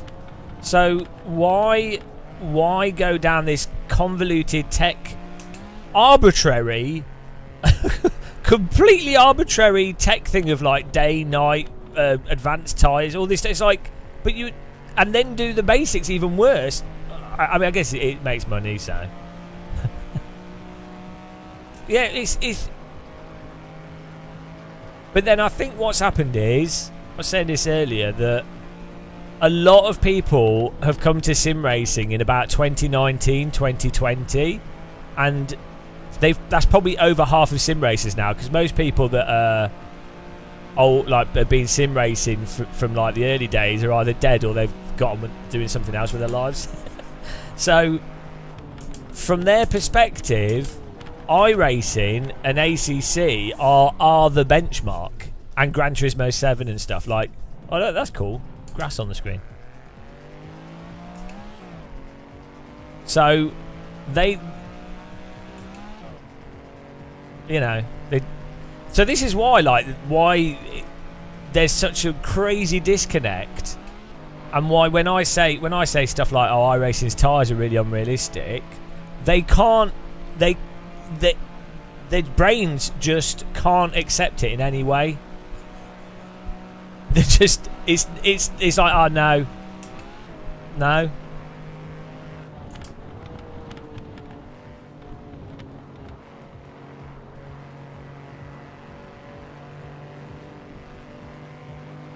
Just transformed into a hover mower. I need to get back into the rhythm. It's the thing with vintage cars, there's such rhythm. Like rhythm based. I think that's why using flappy paddles is a bit weird with them. Like, it's a lot easier to drive into a rhythm when you're using gear stick.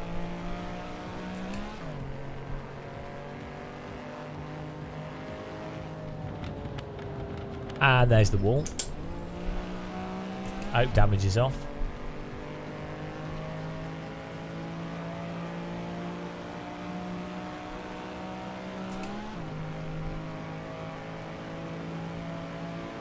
You could do more with AMS1. Yeah. Well, like Race Room have done significant, a lot of work to Race Room over the years.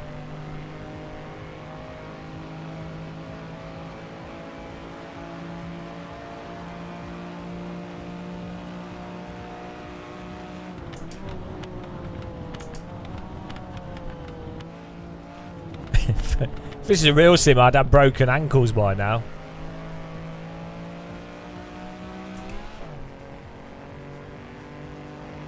Oh, we've already got bronze. We just don't have... I think we've got silver as well. AMS1 Revoluzione. But it's I'd say the last sim that truly pushed physics forwards is AC1.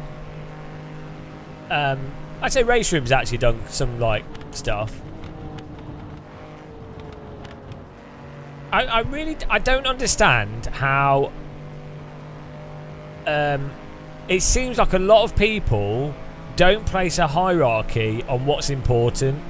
So in my mind, if a sim can't do tyres at the limit in a sort of realistic way, every other aspect of the car handling is going to be broken by definition.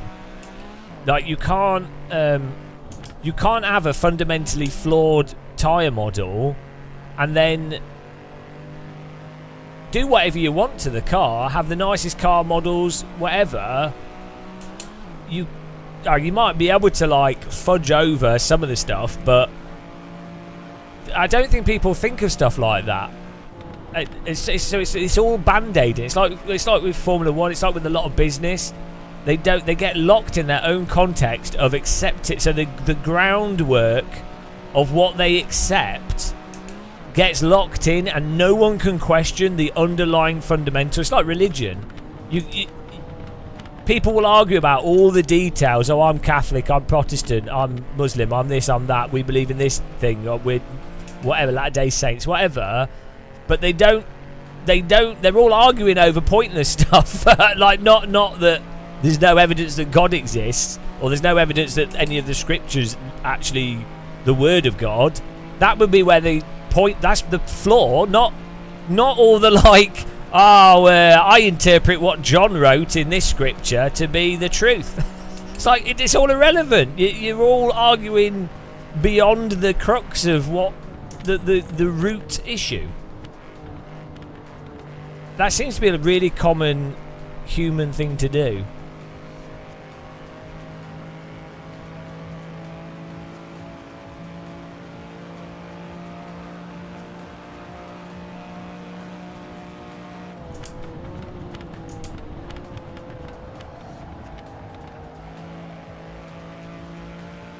Well, I'll just go with that slide. Car was perfectly happy there. Just let it go.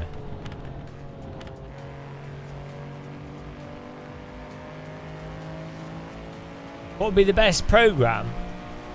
What do you mean? If we started making a racing game tomorrow, to make... Oh, do you mean what would be the best game engine? It wouldn't really matter. There's lots of game engines or ways to build graphics engines and stuff that... It's not really a case of there just being one game engine that would work the best.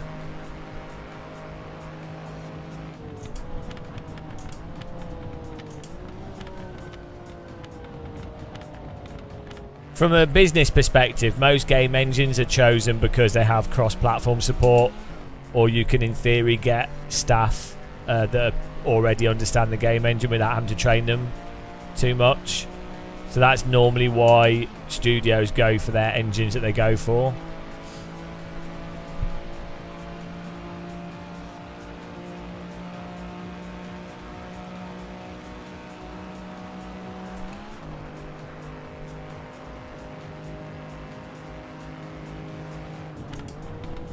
Well, this car's making me really want a cup of tea, so I might... Hopefully we can do this now. I'll grab a cup of tea. I'm actually dying for a cup of tea.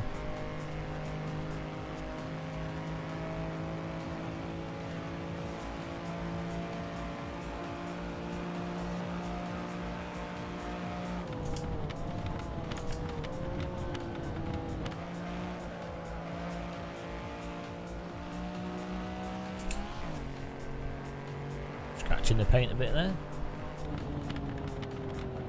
Oh, I'm really bad at driving old cars.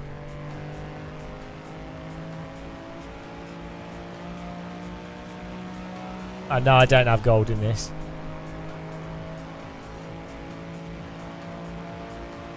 Hey up me duck. Anybody not from the Midlands will be like, what on earth does that mean? Hey up me duck. Alright duck. Anybody from Europe is like, what the fuck? what is wrong with them? That's how you talk if you haven't seen the sea for a few years.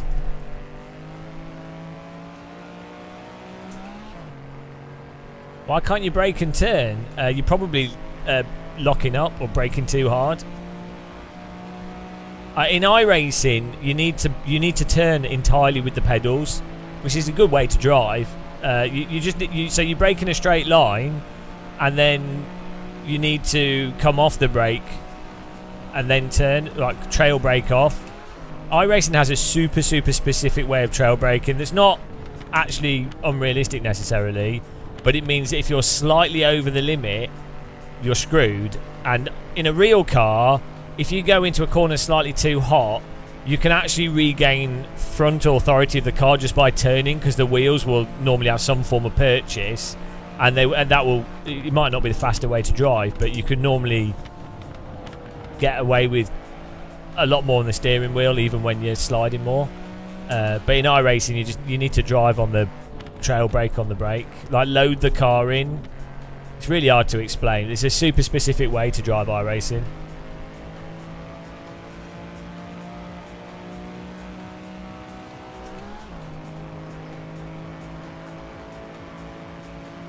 Yeah, I've seen that a lot of people going, oh, will AI improve physics? It's like, well, only in the sense that some parts of game development might be quicker, and therefore people can potentially iterate faster. But yeah, it's not like you're going to be able to type into a large language model, AI, fix the car here, or like do this. I mean, maybe you could build like, maybe in the sense of so, you know, you have like crazy complex models. Maybe AI could find more streamlined ways of getting those. Or maybe you could probably use AI to analyze an existing model and then create a proxy model of that's a more streamlined version of that model. That's a model that's then easier to manipulate and get certain results from. So like AI analysis. So when people say, oh, use AI to make a physics engine, I think they're normally saying, oh, ask AI and it does it. It does the game development. It won't be like that. It will be that there will be specific ways of using AI to go through large amounts of data, or to generate tools, or to simplify things that then make complex parts of the process more human friendly. That's probably how it'll work. And I'd like my lap times to work as well. Jesus, we need a 48 flat. Yeah, so the people need to think of AI like how you use a calculator. So a calculator can like crunch the numbers, but a person still, it's not quite analogous. Did I do a 47? I don't think so. Let me have a check what we're on.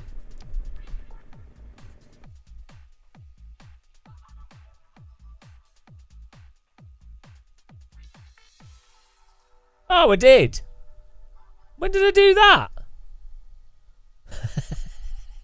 When did I do that? Don't remember doing it. Oh, go me. Did I just do it whilst we were chatting? Oh. 48 was all we needed. Oh. Oh, well. Go me. I'm so good. Right, next. Toyota GR86 at Magione.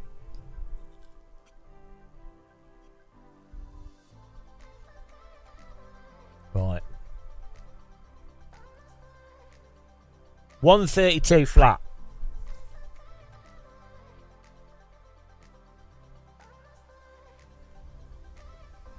$132, guys.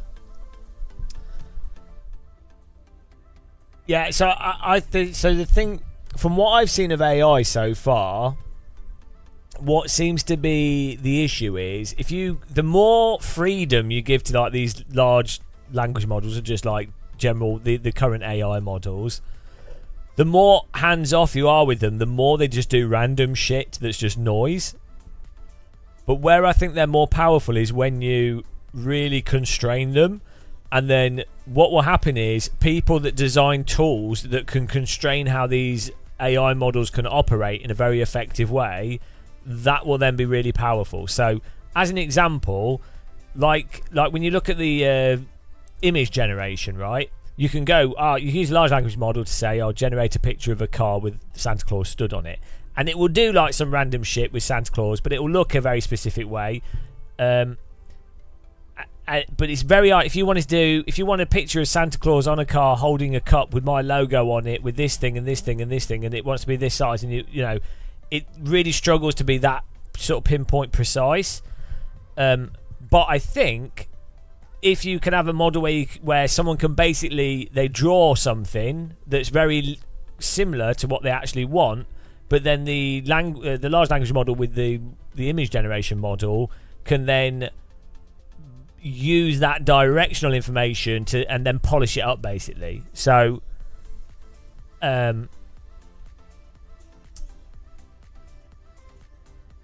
think that's where a lot of the AI tools will end up going. So for example, with game engines and graphics, I don't think you'll even necessarily use an AI to generate a lot of the game, but it might be like for graphics you could be like you could probably do a form of ray tracing that looks immaculate, that is all just done on your chip based off pre-processed AI prediction. I don't know, it's going to be mental.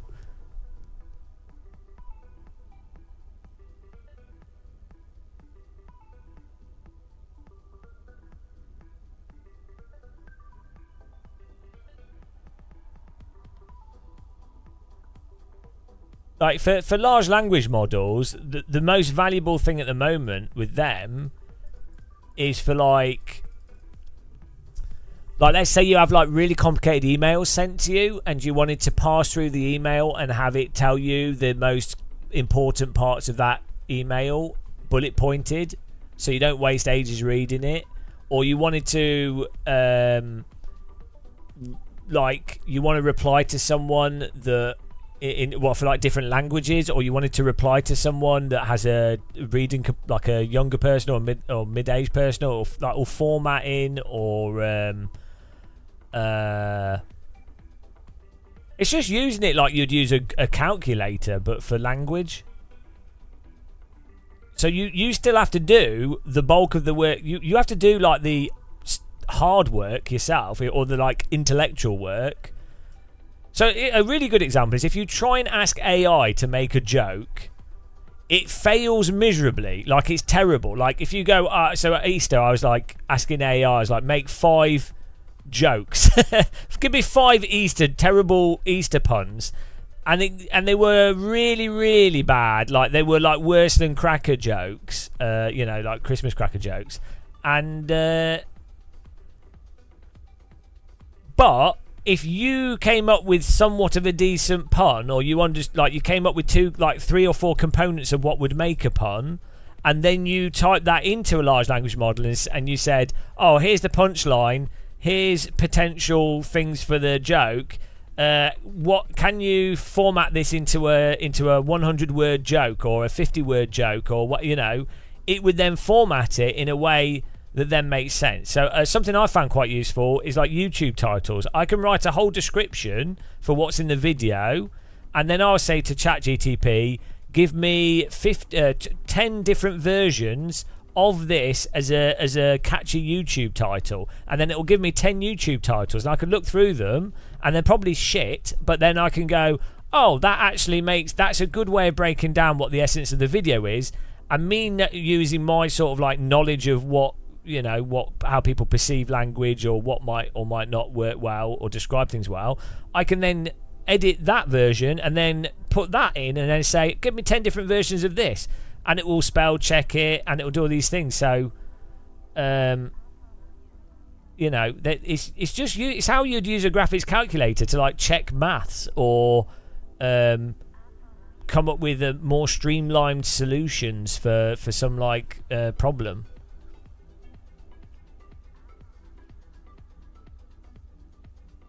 AI muscle stream. I tell you what, I was getting AI to generate like a Star Trek captain scenario where you're like, oh, you're the captain of the Enterprise, and the ship's been attacked, and then the person has to make decisions. So basically, the AI is being a games master and using cliche stuff from Star Trek to like come up with stuff that's happening. It was really bad, but you could really see how you could, if you yourself sat down and like worked out loads and loads of scenarios for your Star Trek Bridge Commander game of like what the Klingons would likely do, what these people would likely do, add in loads of jokes and your own like progress and stuff. If you really carefully, like, you basically added about a book's worth of content into that AI language model, and then you add a graphics engine with a commander of the ship where you're telling it what to do, you can use the AI to make it so that when you play the game, it doesn't feel like, oh, here's the same text box that's exactly the same as the last time. You know, it can still, the AI can blur the lines between it feeling organic as opposed to, oh, it's that scenario, it's that scenario, it's that scenario. So, yeah, I think AI is really interesting, but I think how most people think it's going to be used is a bit weird. Niels is off. Part preservation and sanity. Shower and sleep. Why not just sleep in the shower? Saves time. Does it end with me and 7 of 9 and a glass of wine in the rug on the holodeck? Well, it can do. That's the X-rated expansion DLC. Yeah, exactly, Buster GB. Exactly. That's what it's really good for. You still have to check that it's like not come up with mental shit, but yeah. Imagine like AI that's been trained really well on like legal documents, or it's trained really well on a certain topic, so that you basically, it's like having an assistant, isn't it, that would have to normally go through stuff, and you could have the AI check through things. Yeah, presenting lots of different options to you. Yeah.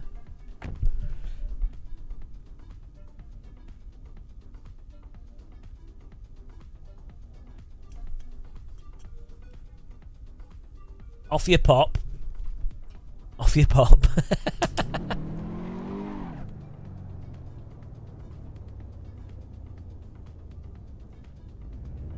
Have you tried running different AI models locally?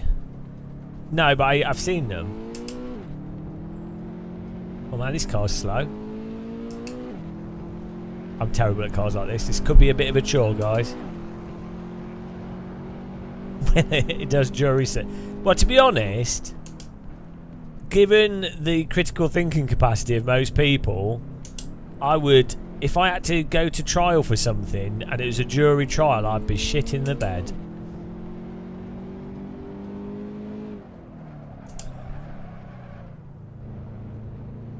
We've entered the part of the stream where Olgies argue over it. I tell you what, the woman that's in, you know, the first episode of Star Trek, the pilot for the original Star Trek, what's it called? Yeoman, what's her face? She's good looking. She's really nice. She's probably dead now of old age, but I told you it's Nicole de Boer. No, Nicole de Boer, top notch.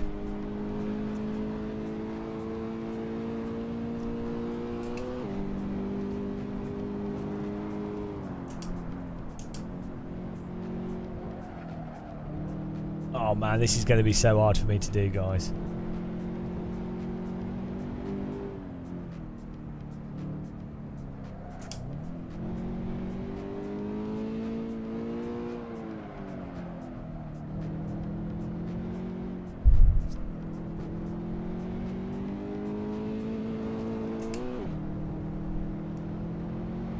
Turn the TC off.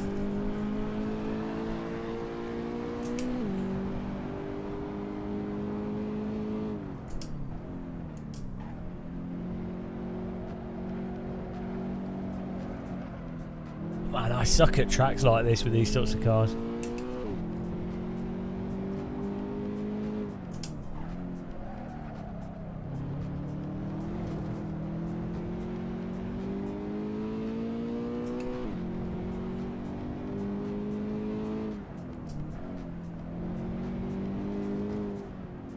Why would someone buy a car like this to drive around a track? It's just too sluggish. Do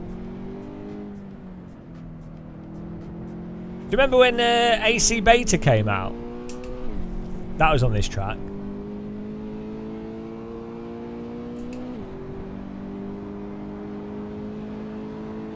Borden Clout. Wait, now you need to get on it in field. Otherwise, you can only play Ace once you've completed Assetto Corsa. That's the rule for the game. It's a harsh rule, but it's a fair rule. Imagine if they did a early access of Ace, but you have to have 100%ed AC1. A 1 day early access. That would be the most egalitarian early access they could do.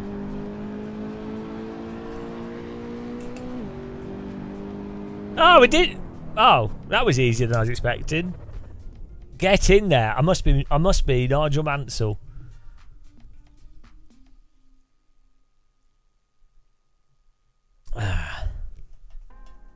Nigel Mansell muscle.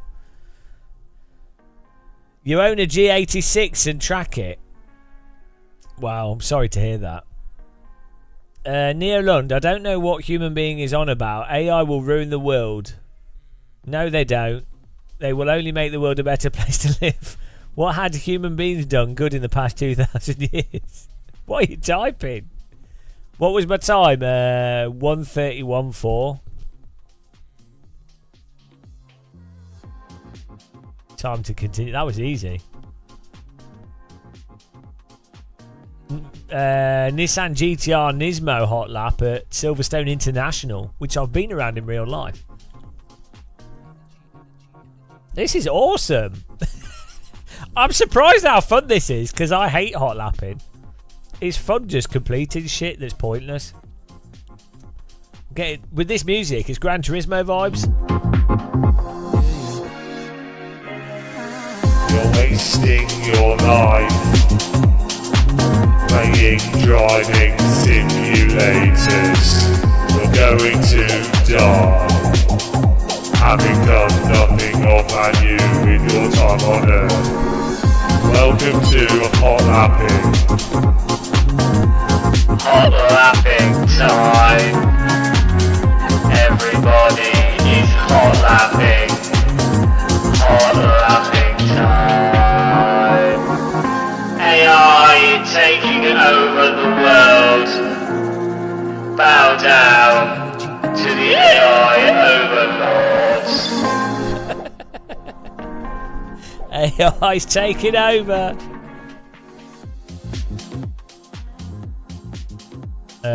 Yeah, let's do this. Oh, the KTM lap. How is it 10:40? Exterminate! Exterminate! I had a really good robot voice, but it's broken. Hang on. Hello.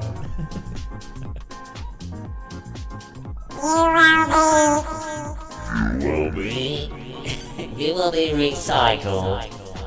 After the minute, you are no longer required.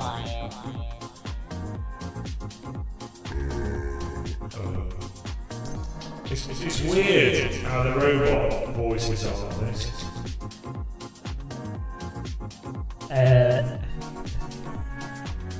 You will be eliminated. Please report to Body Harvesting Unit 4. Right, we're done with that. We're done with that, guys. Let's do this. We're all going to get recycled into like batteries. My dream is to be a battery. Jeremy Clarkson. Hang on. I don't know what it's on. We'll find Jeremy Clarkson again. Hang on. It's, Jeremy Clarkson is pitched down. Here we go. Pitch down a bit. Here you go. And on this episode of Top Gear, the Stig is going to be driving a wheelbarrow. James May couldn't even get to the studio, and Richard Hammond has crashed his car. And on that bombshell, it's time to take a look at the Nordschleife. It's even deeper. And on that bombshell, in the world. It's stupid. It's time for us to do a hot lap around a racetrack in a car that only idiots would buy. Why? No, because no, we're not doing that. I'm now going to make an offensive joke about people that are less well off than myself. Right, here we go. It's probably because they EQ his voice deep.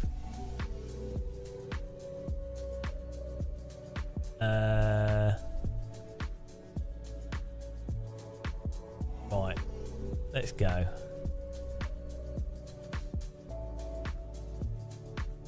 Let's go. What was the time we needed to get? I was not paying attention as usual.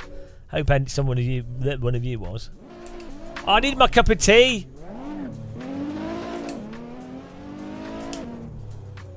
TC. Put it on 3. No brake bias.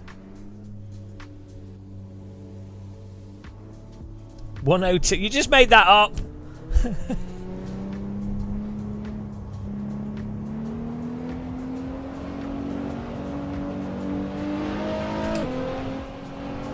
Wait, this car's pretty nippy. What is it? Is this a Bumva? BMW? Wow, the understeer. What is that? Why would you want a car to do that? Oh, this is a plough. This isn't a car.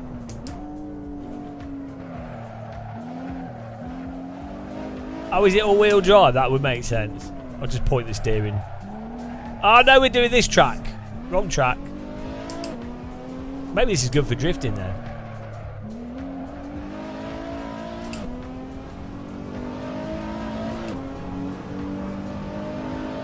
This looks like it's from the 90s or something. Look at the dash. Early 2000s dash.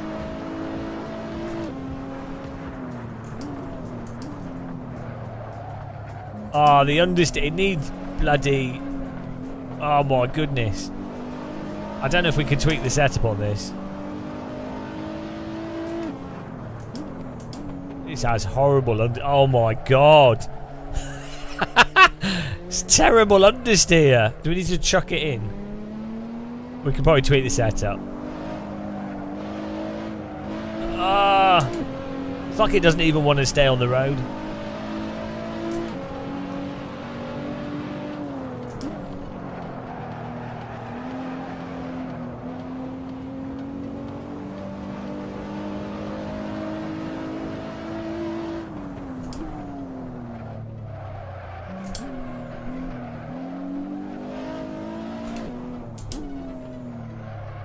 Oh, I keep forgetting what track I'm on. Bloody hell. We should be able to do this with the default setup. It's actually, this is a really good track model, you know. It's actually really close to the real track.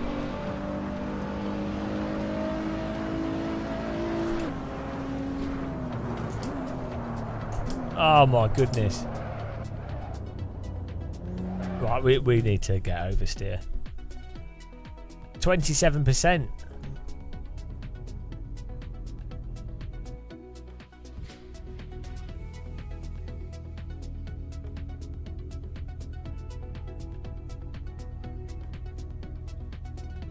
Oh no. All we can do is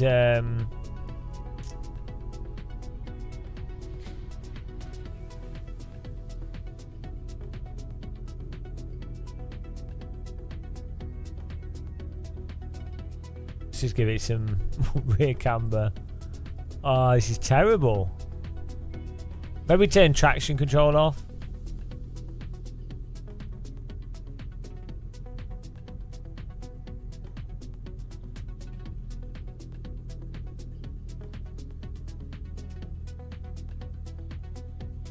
This car's awful, guys.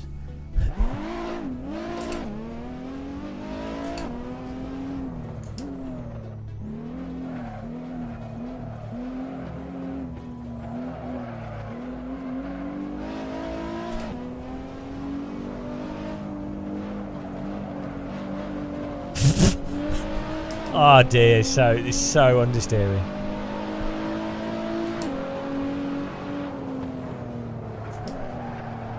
Oh my good God! What?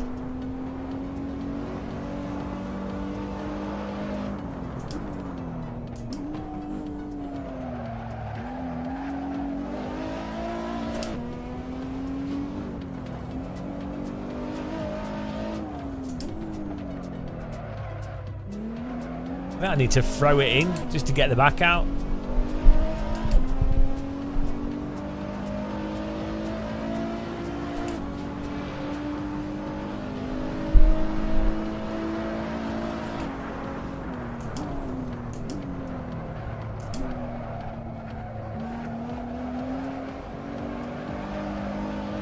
This would be faster to drift it around the corners, I think.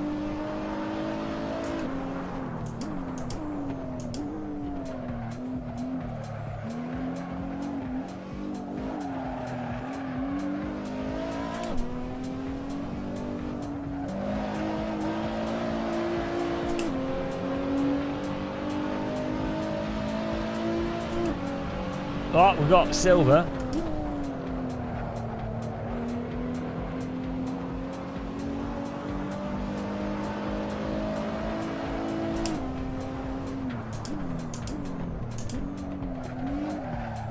Ah.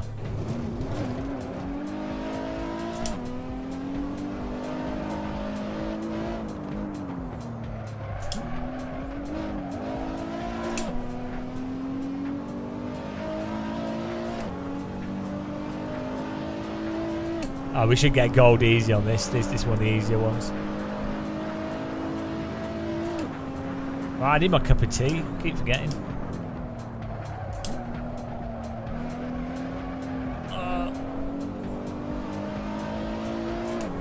I think this is the worst car I've driven in AC.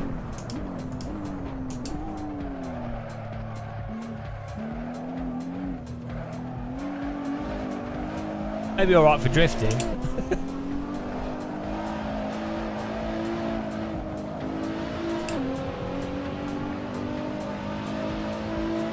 Ah, there we go. Well, fortunately, it was an easy challenge. Take that. 3 laps done. Right, next car. KTM Crossbow. This is a good car. What track's it at? Barcelona Moto. 158. 158. I think that car could be good. It just needed the suspension needs to be like way tighter. Rear diff needs opening. Front, like maybe something to put more load on the front. I always liked this car.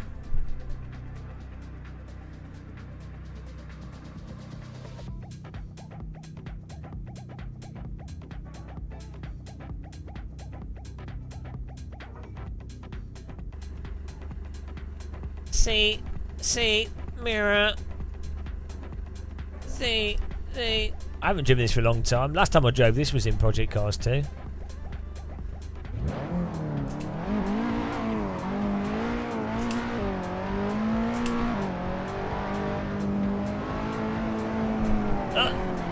What was the time? Yeah, I used to drive it like because it used to be like one of the sort of semi-radical light cars.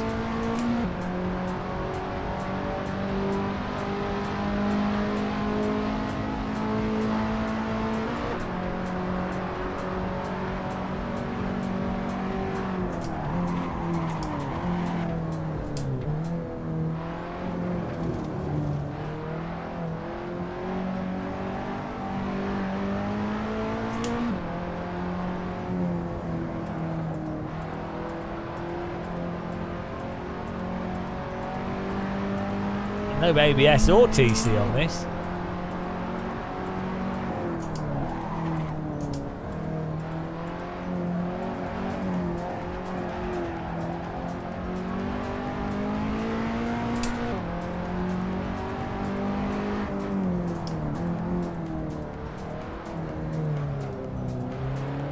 As it should be. Don't say that, you confuse all the GT3 drivers. I mean, can you believe GT3? The most popular race cars and they have sodding ABS on them. And, like TC's not too bad, but ABS in a race car is ridiculous.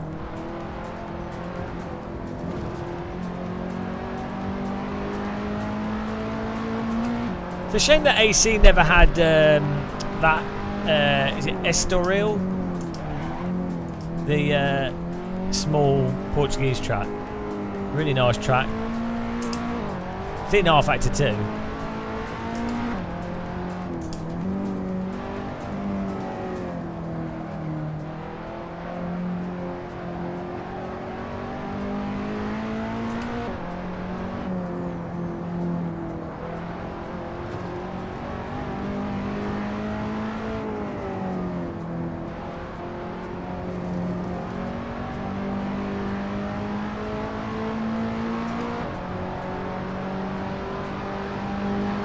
Okay, that wasn't close to the time we need.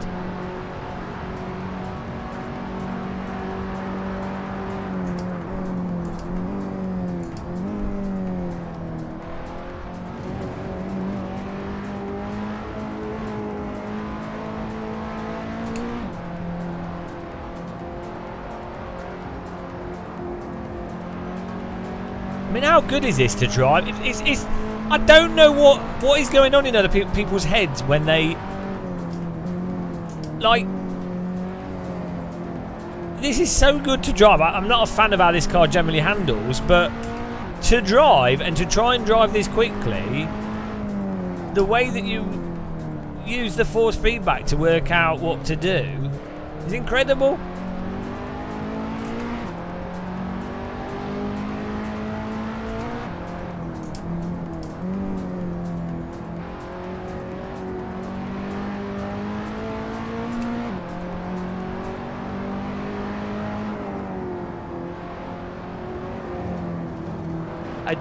I don't like ACC, but I do like the normal SC.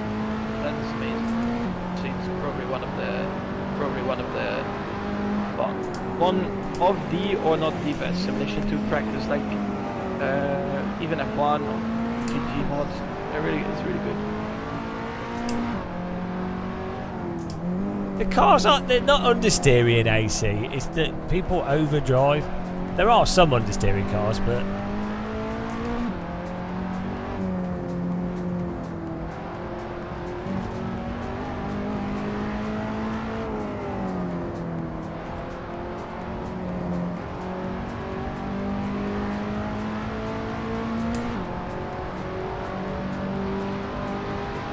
bro, what do we need to get?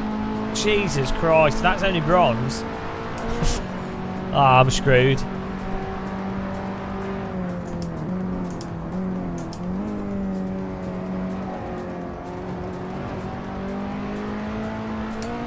This wants a fast lap.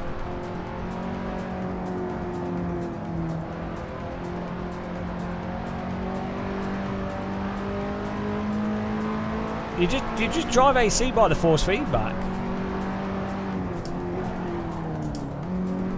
So every car you're like, oh, that's where the grip is.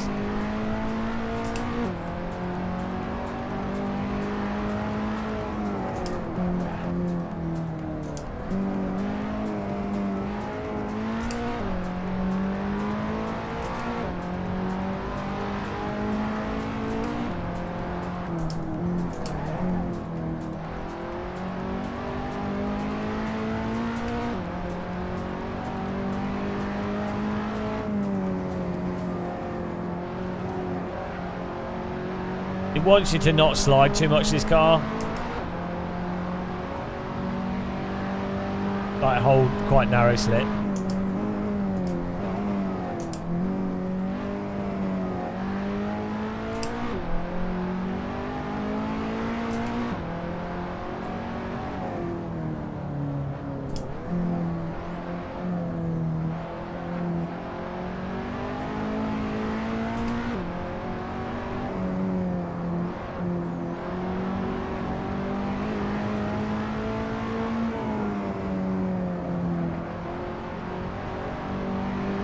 Ah, there we go. Look at that. Get in there. That was nice to drive. You just have to be really... It doesn't want lots of slip. So you just have to feel the force feedback to try and keep the car pointed as straight as possible. And then on the throttle, you can balance the throttle and give it a few degrees of counter steer, and then it's happy. And then on the brake, you just roll it into the corner a little bit on the brake with the, you know... well, LFM's running weird shit, aren't they? So, Kirith, did you know this car's pronounced crossbow? I thought, is it X-bow? Oh, crossbow. I don't know. You give it another shot. It helps having a nice force feedback wheel, to be honest. We tried AMS2 yesterday. It's not very good. Yeah, they're not. It's new fit. It's the same bollocks. It's just it's the same. It's driving balloon wheels. Right. BMW M4. What's this? The Akrapovic. What on earth? 1 minute 1 minute 52.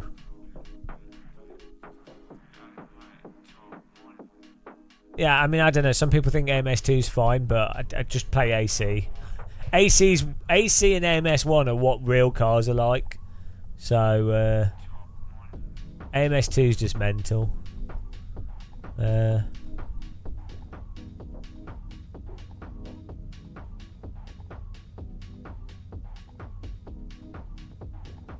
we go.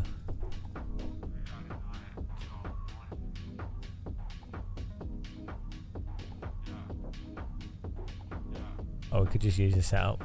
It's cheap.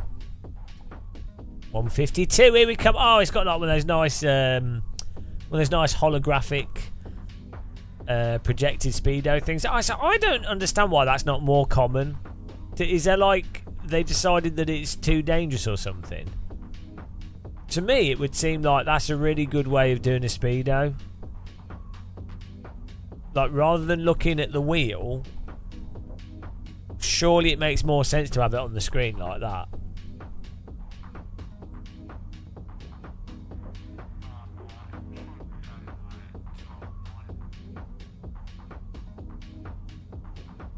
Are they coming back?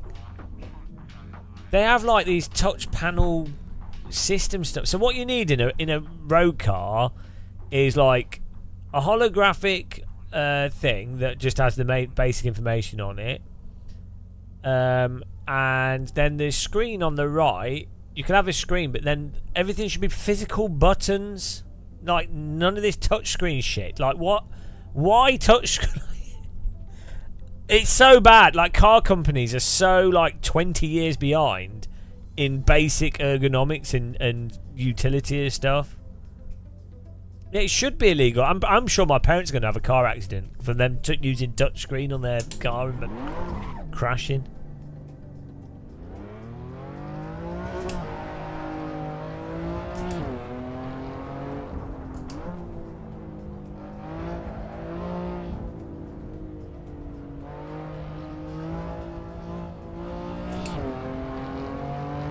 New T1 excuse.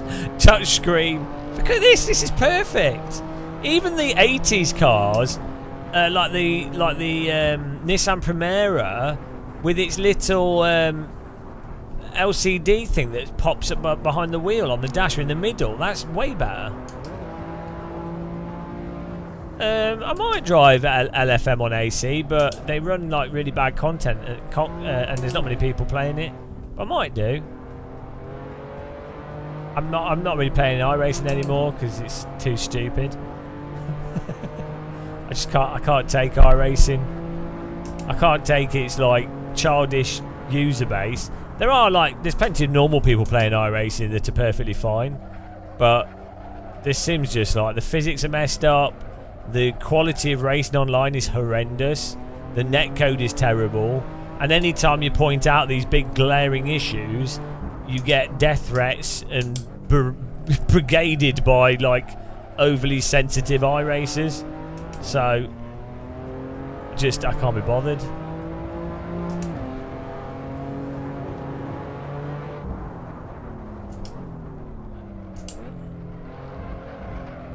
exactly. Toxic streamer.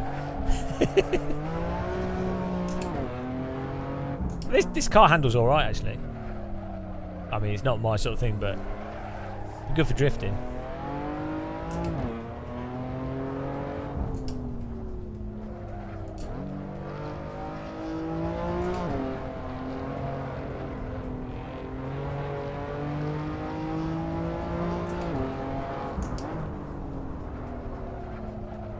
iRacing is for deluded wannabe real race drivers that overlook the huge physics holes, but because it's competitive and it's the most competitive thing, and the marketing and the general meme of iRacing, they genuinely think that it like correlates to real driving in some way.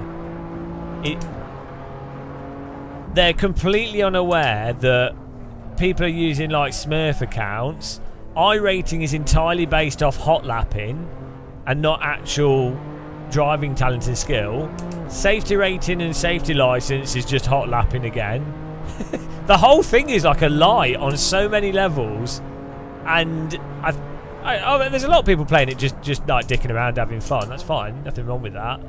But I think there really is genuinely a large number of people that are so like, watch how Matt Malone plays iRacing. It makes sense. Like, he plays it in a way that makes, you know, he's just having fun, he's dicking around on it, he's trying to win, but he drives fun like random cars, doesn't take it seriously. But that is really the minority. Like, any time I've played it, when you're driving in the top split, like,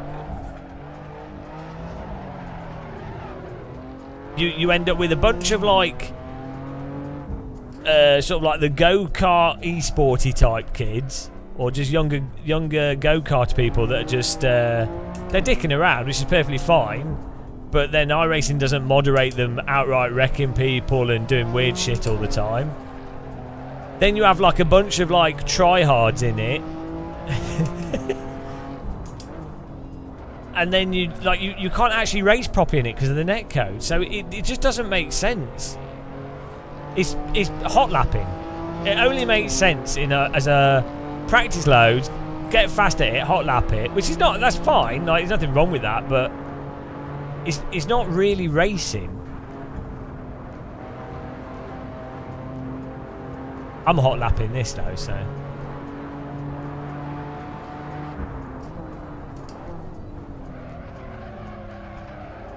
And the car contacts and everything is so unforgiving that people can't race properly. So when you play like LMU, for example, people can actually drive quite hard. Same with Race Room, same with ACC and AC.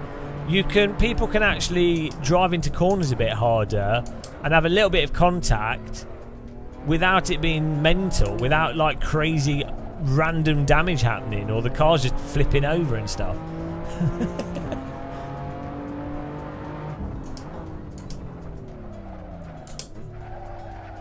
Yeah, we're doing 100% of AC. What time did I need to get? Was it 52?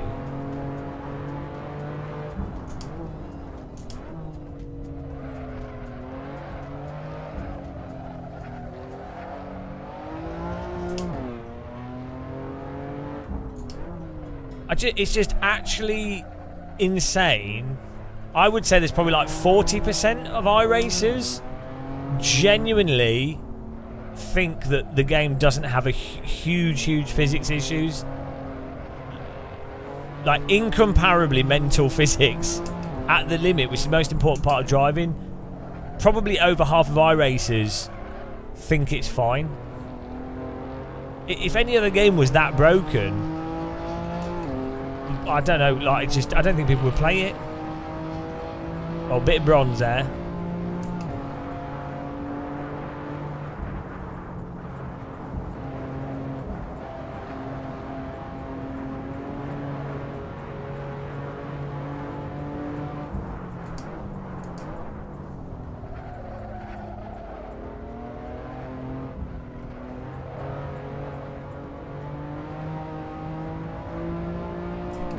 I don't think we've done all the career races, no.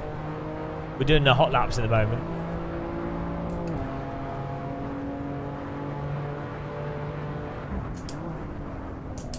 Ah, keeps catching me out the way you have to brake with these cars.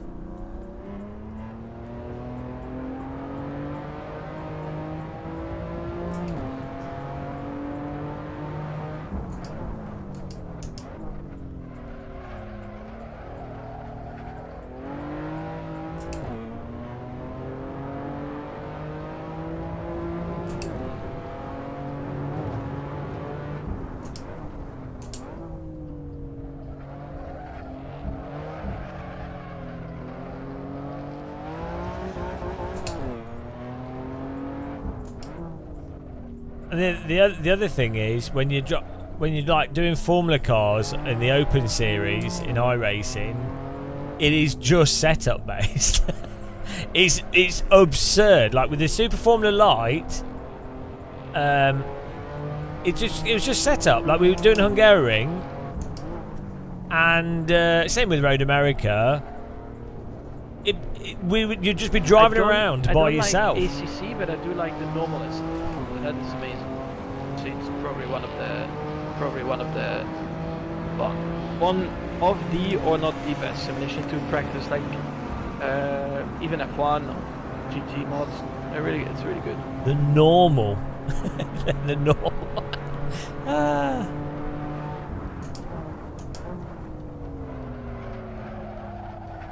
Yeah.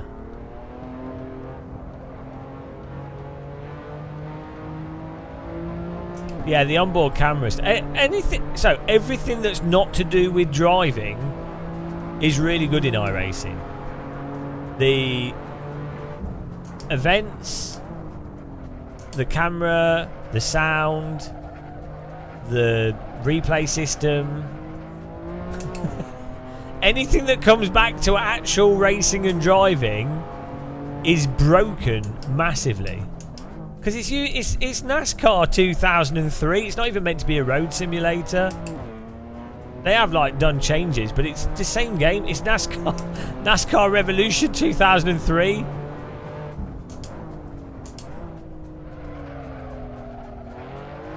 Whoa! New line. Oh, I'm going to need a cup of tea to get this down.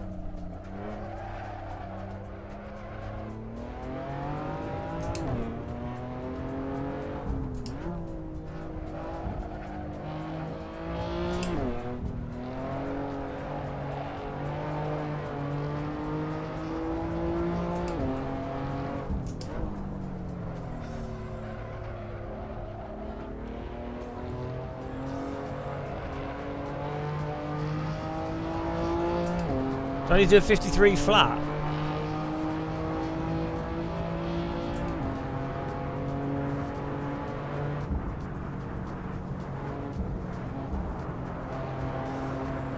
Oh, 52. God, I'm screwed.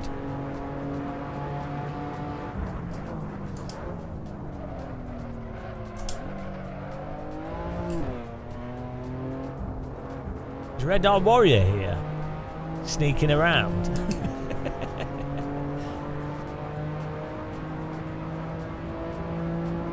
Yeah, the reason why the apex is lava is because if you brake a fraction too late, the car understeers, and then you could turn as much as you want, but you ain't getting the apex.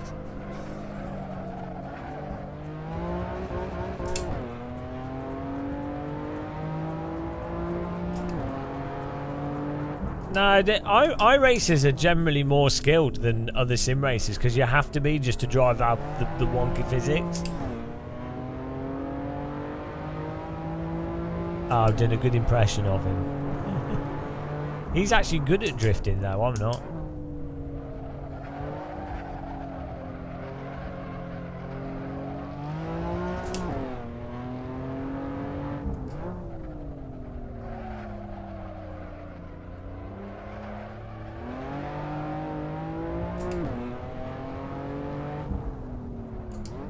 Just start getting sim racing properly.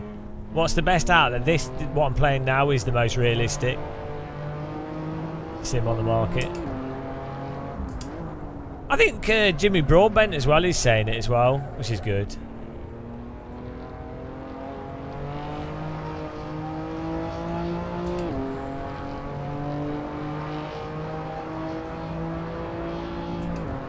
Yeah, you say iRacing is the best for online racing.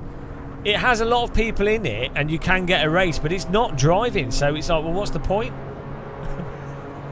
It really is like you're not racing. It's hot lapping with other cars on the track, which you could say, oh, that's what racing is, but it isn't really. Like actual like proper racing is drivers pushing each other at the limit and having to balance at the limit and like hold different productive lines through a corner. It isn't who can replicate their best hot lap. I mean, it kind of is, but you know what I'm saying? Like, it entirely comes down to hot lapping in iRacing.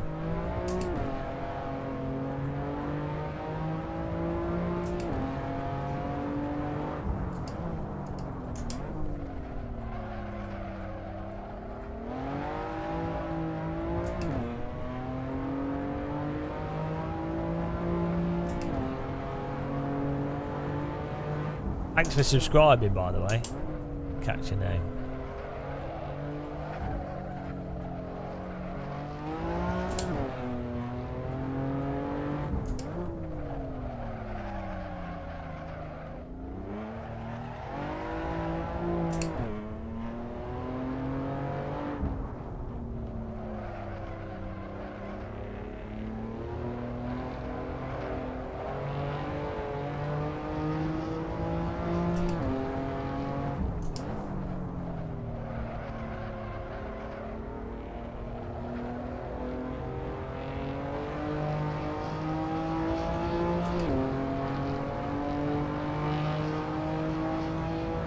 Oh, silver.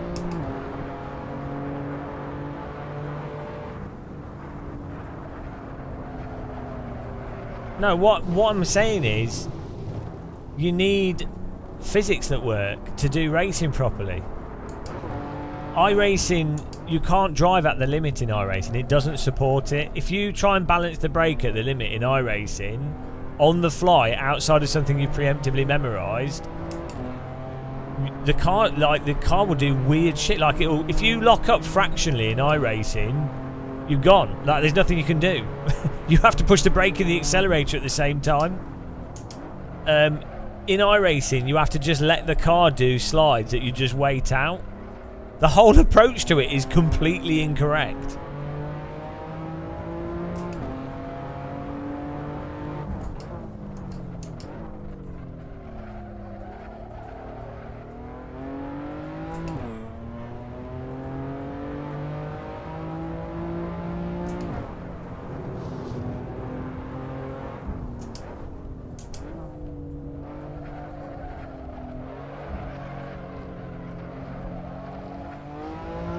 iRacing tyres on lap 1 are how they are on every other lap. It's just they've got lower grip on lap 1.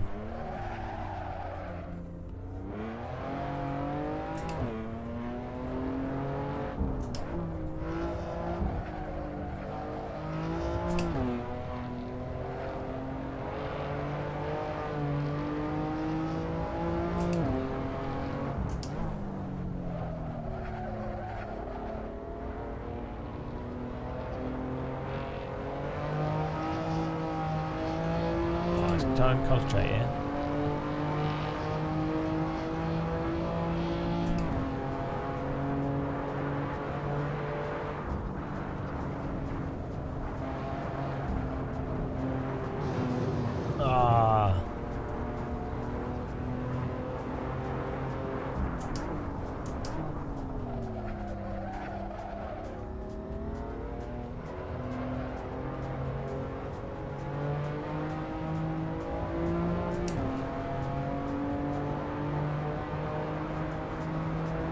I would like for iRacing to improve the netcode and make their tyre model realistic. That'd be great.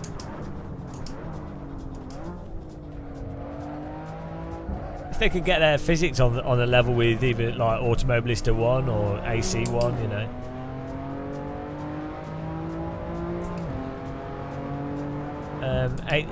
AC has a built-in setup sharing system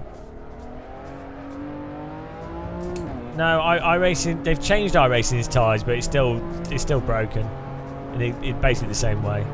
It's a little bit more forgiving, but the same issues have existed for 15 years in iRacing.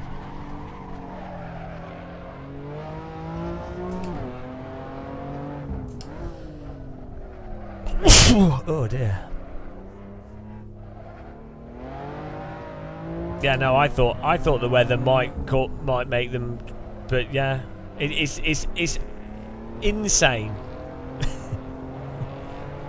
It's actually insane because low grip and a variable track is going to make a car be more agitated and on the limit and more prone to locking up. So doing that with the same physics, like, it's insane. It's actually insane. I don't know. There's probably just like in iRacing, the dev studio, there's probably just like groupthink and nobody willing to actually talk outside of their culture. And within iRacers and the players of the game, it's the same with any fan base of any sim. Like with AMS2 fans, they all operate within the context of, oh yeah, well, it's not perfect, but this is the fundamentals are there. It just needs tweaking, and it's like, it's not the case.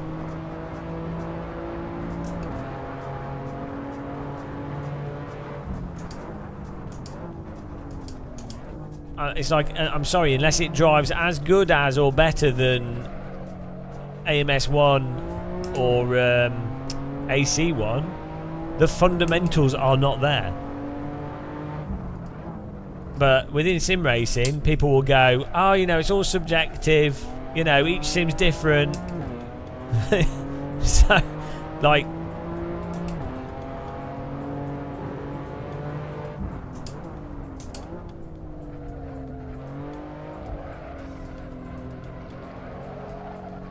you don't benefit as well as a YouTuber saying, for example, iRacing's tyres are fundamentally flawed, or ACC doesn't have dynamic range force feedback. Like, if you question the fundamental nature of racing simulators, all it will do is piss off the user base and fanboys of those sims.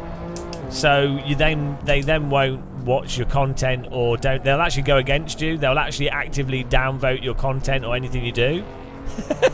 So,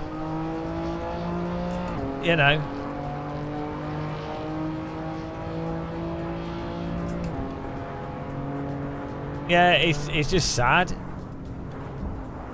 These brainwashed fanboys that then just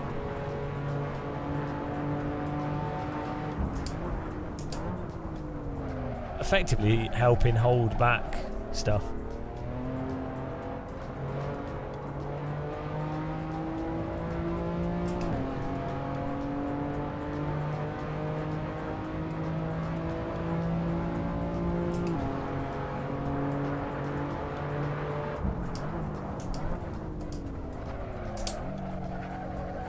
Man, I suck at this car.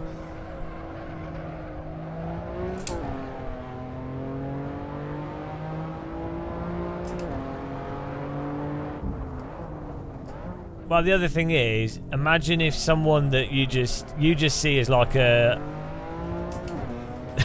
like, it gets harder for them to ignore it when it's Max Verstappen saying it or real world drivers, but then what goes on in their minds is they go, oh no, there's these other drivers that like my sim, so actually it's fine.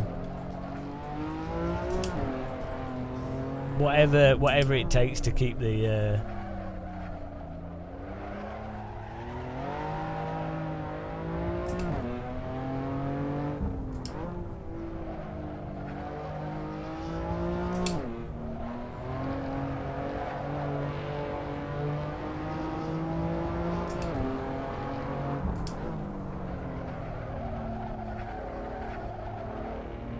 can't go any faster.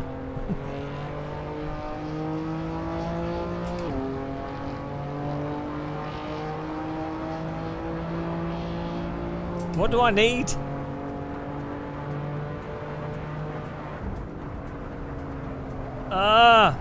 Every time I try and push that corner.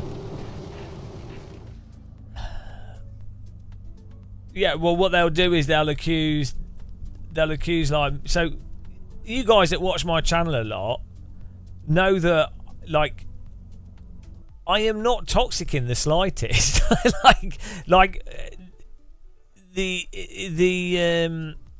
I complain about physics and problems with games and things, but I'm not. We never attack people at all because it's not productive. Like, it would just be stupid. And yet these groups will be like, oh yeah, Game of Muscle the racist, Game of Muscle the toxic streamer. It's like, what the fuck are they on about? It's like, yeah. Right.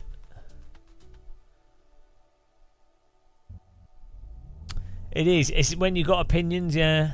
It's yeah, not all iRacers though. It's same with any fanboy. It's fanboys. Anybody that's not willing to change their view based off what's blatantly evident or explained. That's it's the views that we attack, not the people.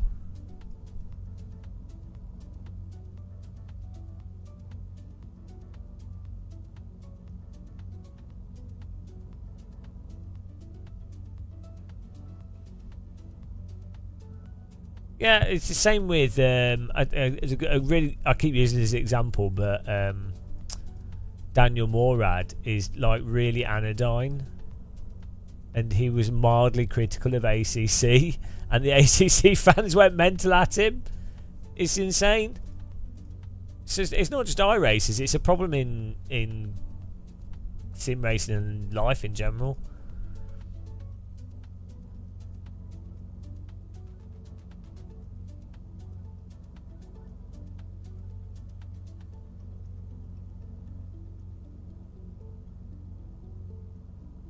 Well, did he crap on it though? Or was he just saying how it appeared to him? I mean, he probably could have played it more. I don't think he gave like. I'm not saying I agree with him, but like, you know what it is. You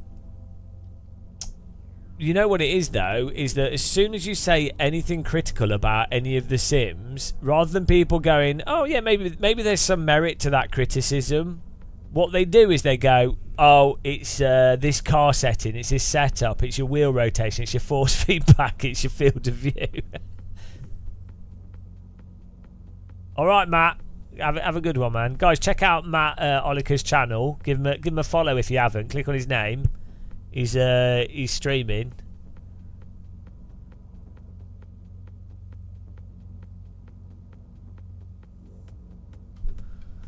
But yeah, this is the other thing, right? So people will go, like, you'll see iRacers bring up whatever iRacing real driver that like Daniel Morad or Tony Kanaan or whatever, and they'll treat everything they say that's positive about iRacing as like, oh well, that's absolutely why it's amazing, right? And it's like, they don't normally actually say that much either way, and also they don't necessarily play other games that much. So like, let's say someone just jumps into, let's say I don't play BeamMG much, right? So let's say I was to jump into BeamMG for like 5 hours and then go, these are my thoughts on it. Well, 5 hours is not. You can have some overview thoughts on it and be like, oh, this seems a bit weird, or this is really different. Fine, you can tell that straight away. But if someone spends, let's say, 100 hours a week or like 50 hours a week playing one simulator and then plays another one for 5 hours, it's obviously going to colour their perception of that other game. And it's the same. This is the same with real race drivers.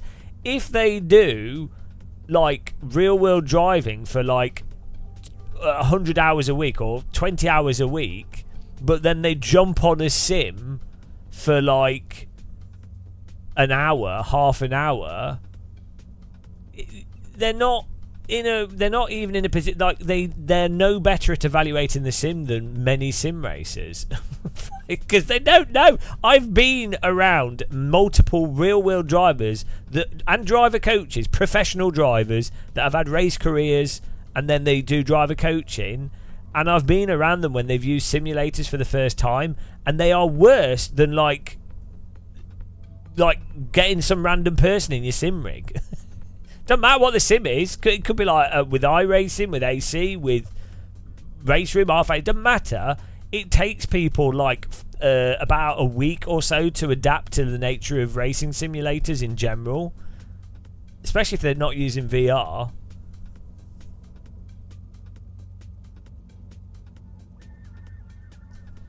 You know. Also, if you do real driving as well, you actually fill in gaps. So when I've done some stuff in real life or gone to real world tracks, it makes the simulators feel more realistic than they are, because your brain fills in the stuff that's missing from the sim with what you've experienced in real life. So, like, let's say you walk around, like, right, if you've never been to a racetrack in real life, play it in a simulator, right, before you go, and then go to that track in real life, either do a track day or something, or just walk around the track, and then play it in the sim, and I guarantee you, when you play it in the sim the next time, the sim will feel and seem more realistic than before you've driven the track in real life. That's always been my experience.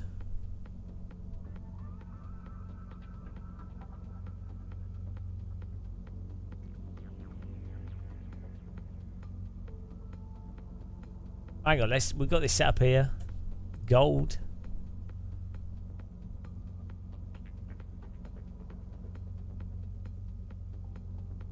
You think that iRacing's made, well, but it basically drives the same as it did 15 years ago. So, and they're charging the price of a game every like 3 months.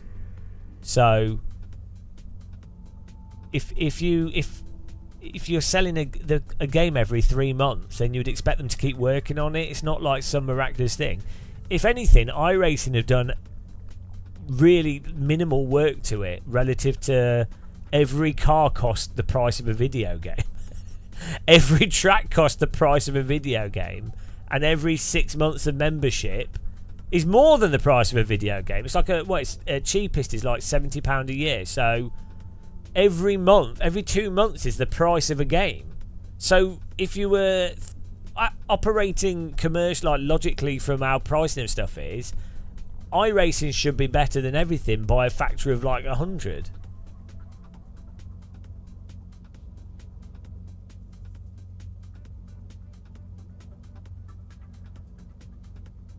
Jash, I'm a superb driver, IRL.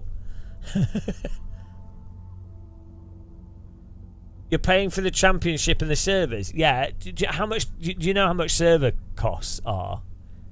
It's not mental. Like, if you buy servers on bulk, it's not insane. It's not like, even if you pay for Battlefield servers are notoriously heavy for like data. Those are like £60 a month would be for like a top end premium server, right?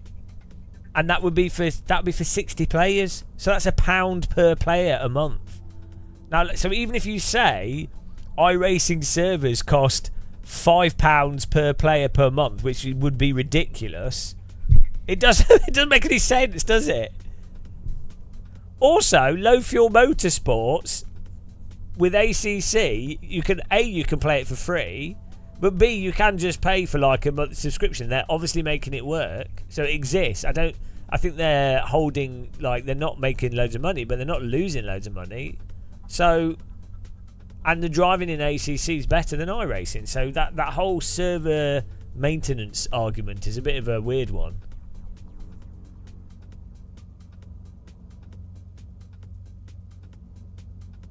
When you say bollocks, you can't just say bollocks. I've just said something that's a fact. You can set up your own dedicated server rack. What about the servers I run for AC, where we have 30 car people racing? And the racing is often better than what you have in iRacing. It doesn't cost anybody anything. I did just run it off my own server. So, like, you can't just say bollocks to someone that's just giving you like multiple examples. I ignore everything you've said. I'll ignore. Like, okay, so I don't think they do, but let's say so with like World of Warcraft, for example, they would build their own server, like entirely build their own server architecture, and you could go, well, that costs more. Even that was a lot cheaper than iRacing. I don't know why people just accept stuff without thinking of questioning it.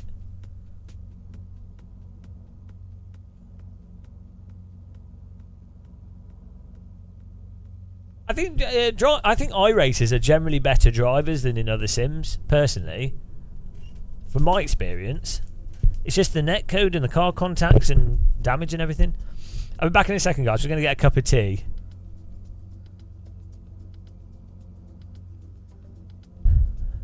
No game builds their own... Well, not anymore. They used to, though. Well, I'm not sure why you're typing what you're typing. Let's get tea time, guys.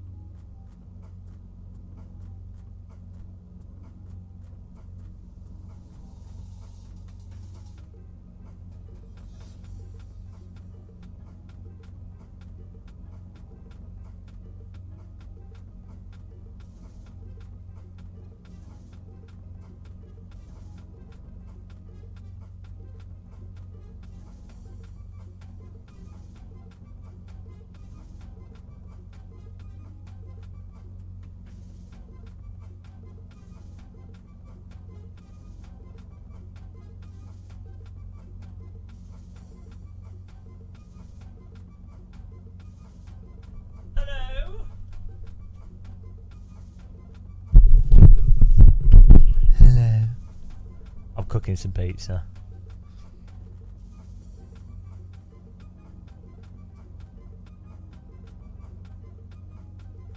Acting condescending and clueless doesn't disprove your point. No. So most games nowadays use Amazon Web Servers or some other service provider, which is still infinitely cheaper That's actually cheaper than if you build custom blades with custom servers or hardware. So that means that it's even cheaper to host servers. So the fact that you can use Amazon Web Servers or whatever you wanted to do would still be less than £5 per user a month to even have. I say, like, Battlefield is more demanding than iRacing. And those servers are mental. The pace car is out of control. So saying that, oh, iRacing you're paying for the server fees is a moot point, isn't it? So what's not entirely true?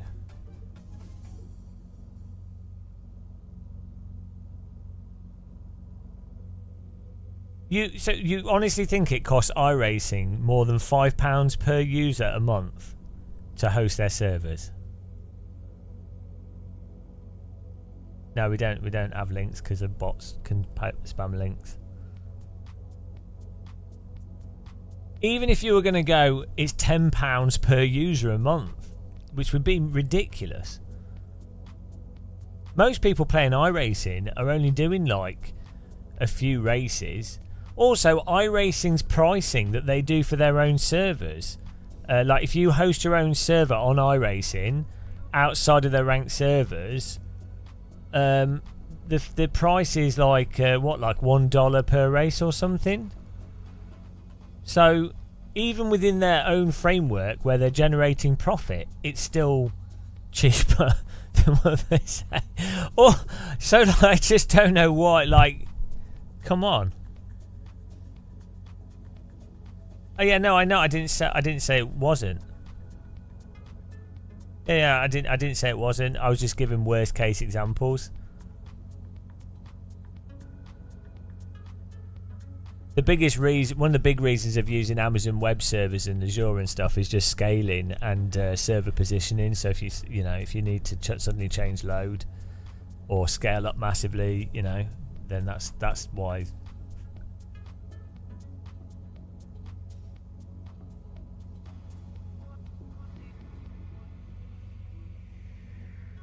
The point is, someone saying iRacing costs £70 a year, and the reason why it costs so much is because of the server hosting, is like, well, that's really not it, is it?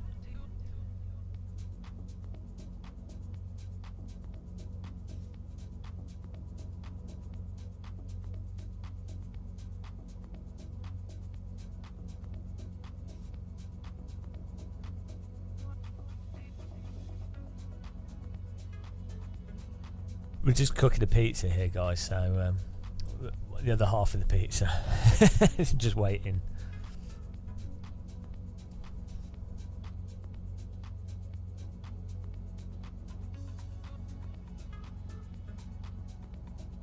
What's the argument? Someone was saying that iRacing costs as much as it does because of the server fees, and it's like, well, it's not the case.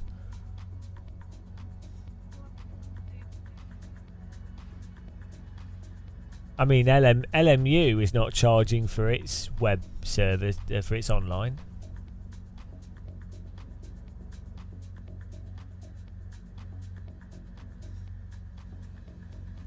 Exactly, you're paid for clean racing, because we all know how good that is with our racing.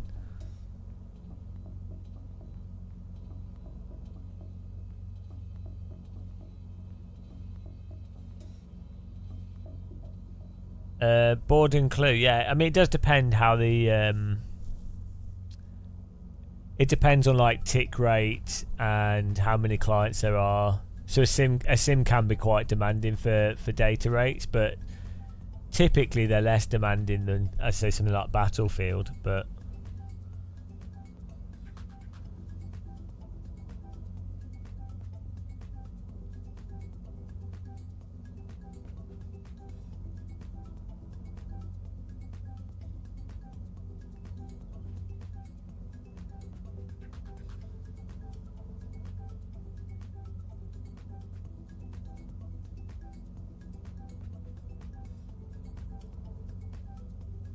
yeah, but then that's not crazy though, is it, Days of Blunder?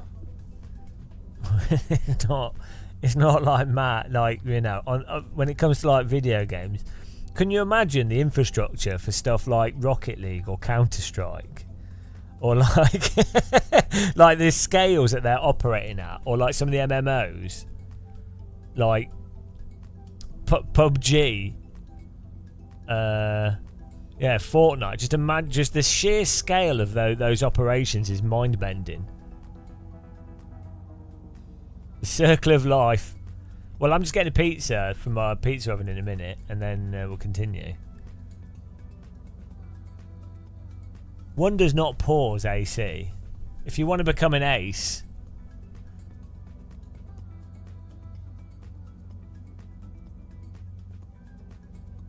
this is a good time to remind people that you can become a member if you want to support the channel.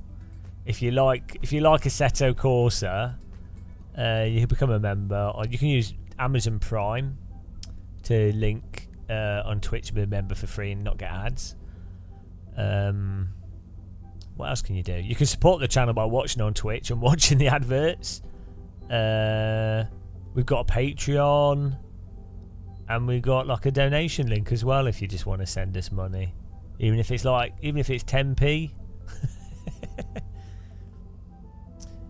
Instead of speculating, why don't you do some investigative journalism? Because you can't actually get the full-on data, and it doesn't really matter because sim racers are brainwashed, so whatever you tell them, it doesn't matter. You can present the precise information, and it'll be irrelevant to them.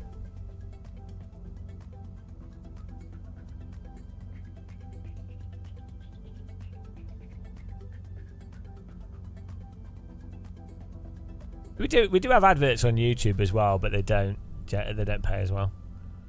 I didn't say that.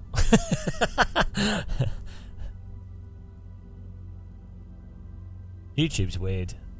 YouTube's good for videos.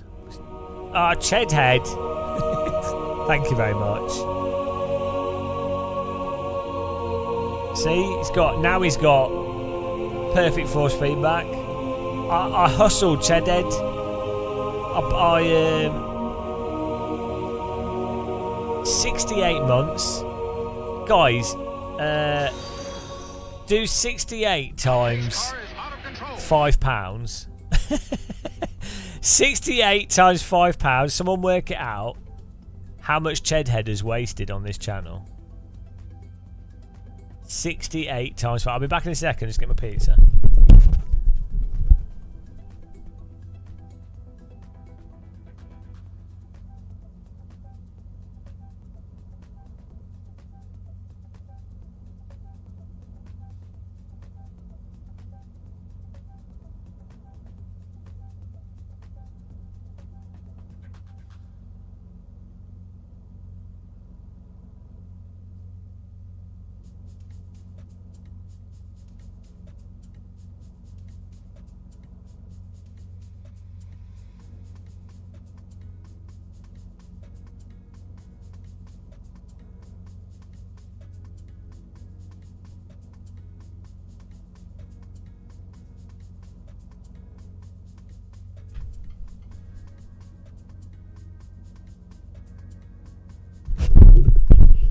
Hello. £340. Can you imagine that? £340. It's insane. God damn it. See, when you think what you could do with that, you could go on holiday.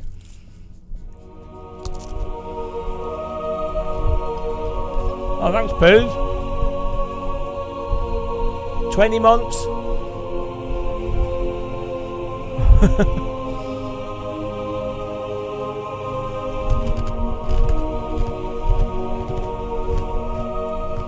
It's disgusting. Thanks, guys.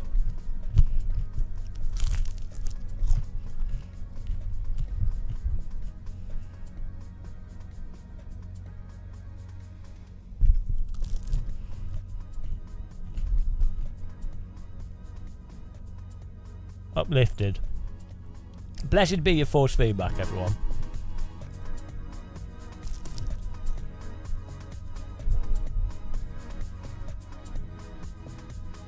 Well, I buy pizza from Lidl's. It's like £2.60.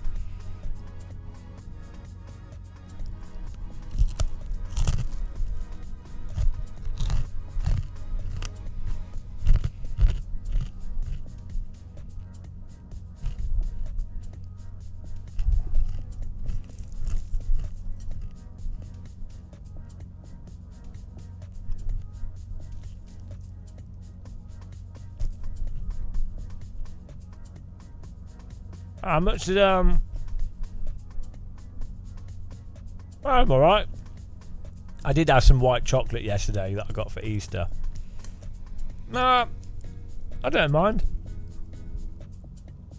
I've just been eating healthy food for the last like 5 weeks. It's been alright. Well, not this pizza, but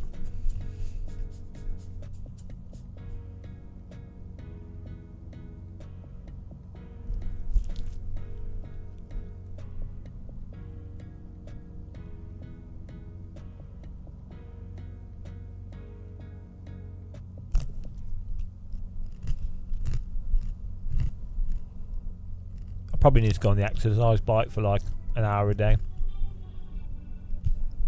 Yeah, I like pineapple pizza.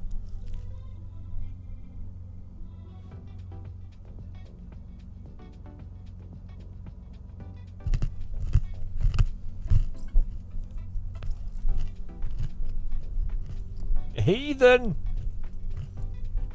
I think pineapples are alright.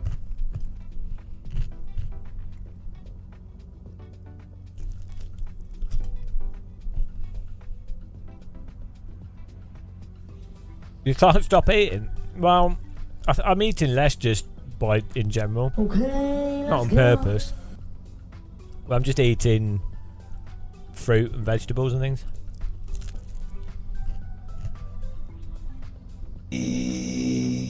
Oh, that's good. Cuban pineapple chorizo. Not bad. I don't like ACC, but I do like the normalist. But that is amazing. So it's probably one of the Beans and tea leaves. Well, one of the or not the best simulation to practice, like even F1 or GT mods. It's really good. Okay, let's go. I'm eating.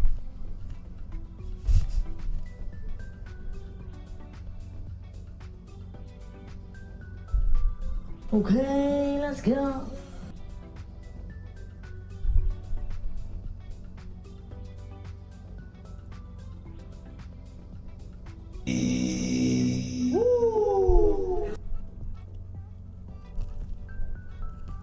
Right, are you ready, guys?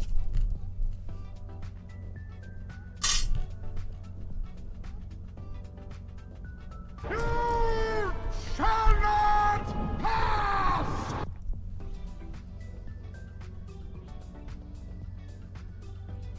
Okay, let's go. When I was talking to the guys at Sabelt about pineapple pizza and they got really upset. At Sim Racing Expo, I'm going to bring pineapple pizza and give it to them.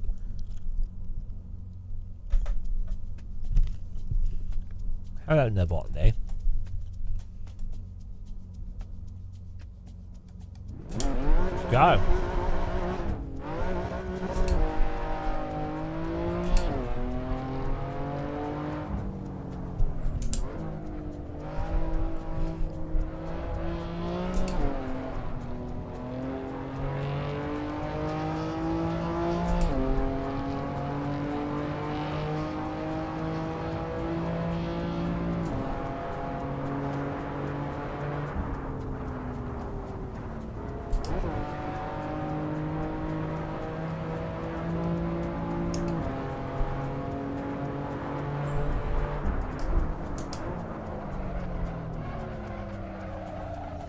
Bloody hell,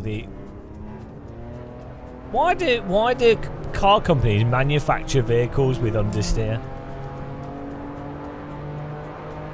Do you know what I mean? Like, how does that happen? Oh, we've got to restart the session. I don't think if the timer runs down, I don't think it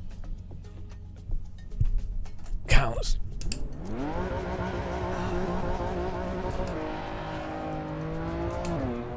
yeah, understeering into oncoming traffic, that's always seemed like a very safe thing to me.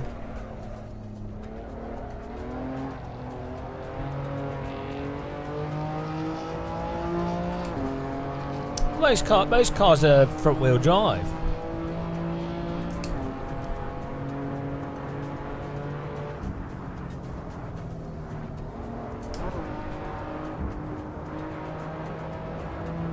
Yeah, if you can't drive a road, if you can't counter-steer a road car at 60 miles an hour, I mean, how slow are people?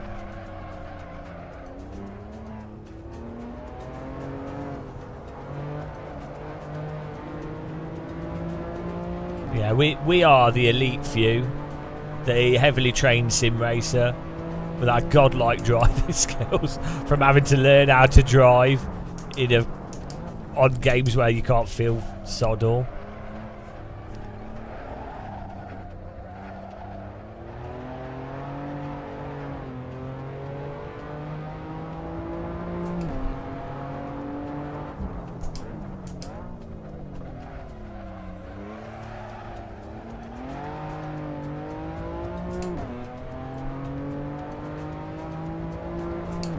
Go.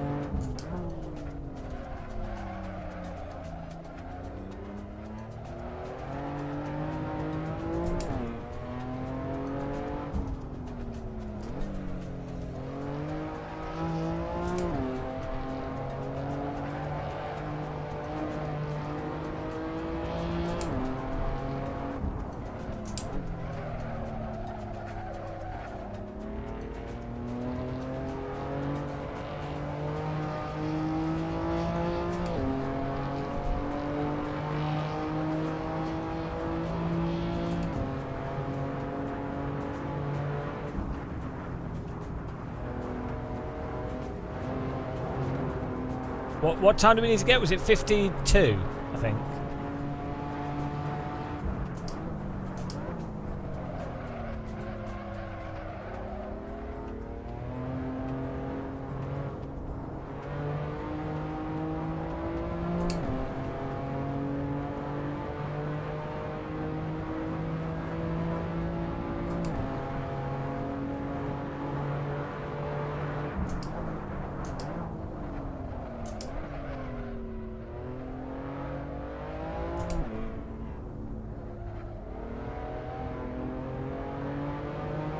Bloody hell. This car's killing me.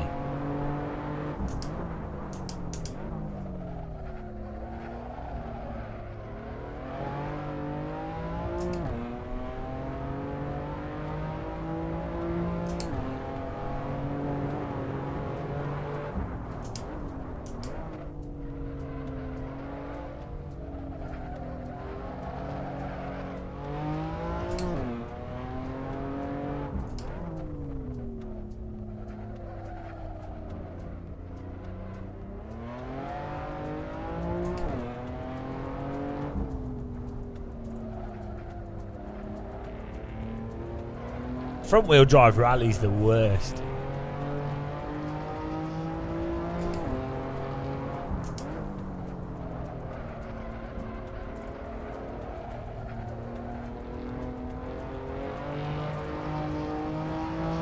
What, 53.7? Come on. 2 seconds.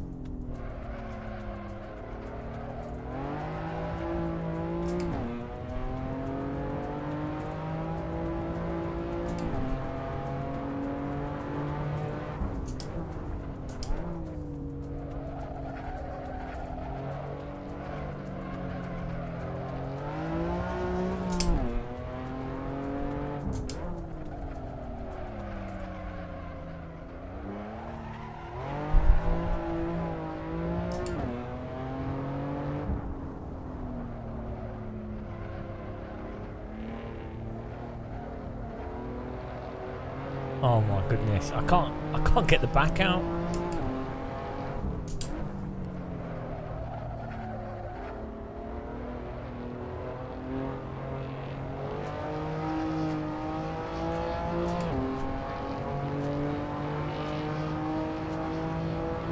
This is hard.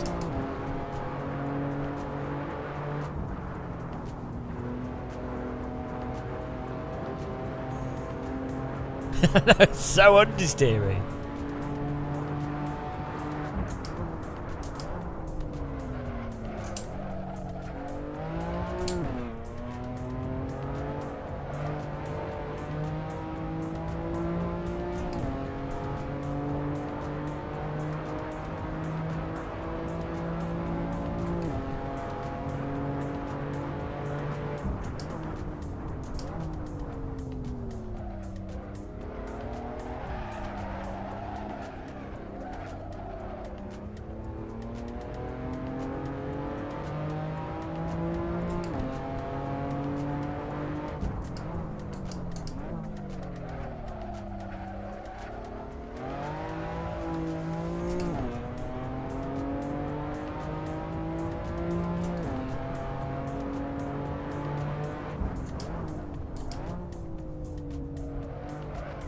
Completing AC turn one meatball, 100%.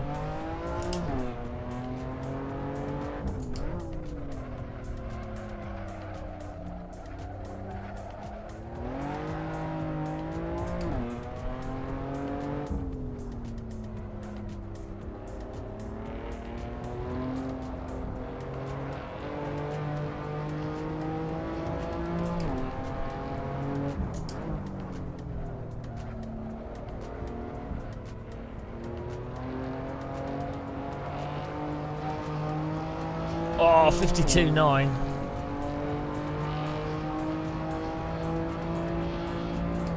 Doing hot lap challenges at the moment, yeah. Oh! Oh! That was good.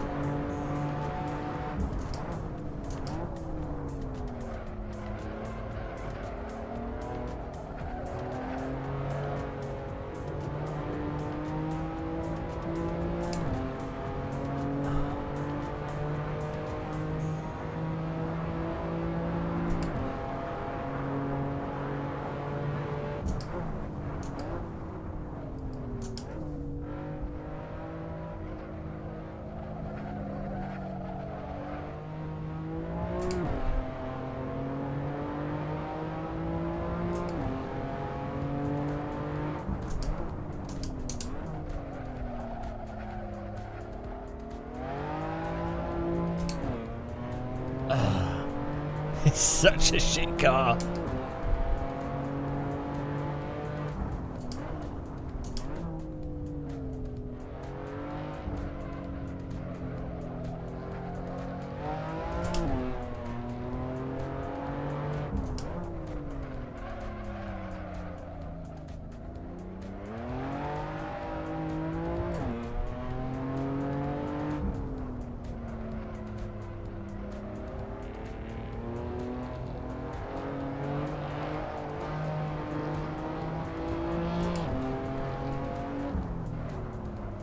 It's just pure understeer.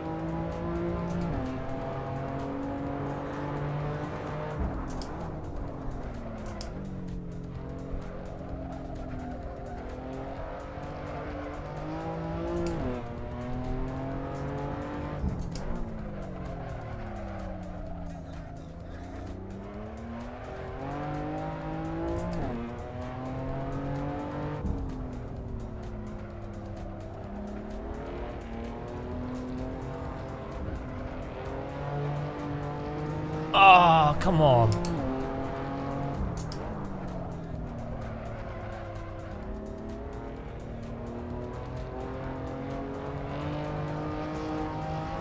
Oh my goodness.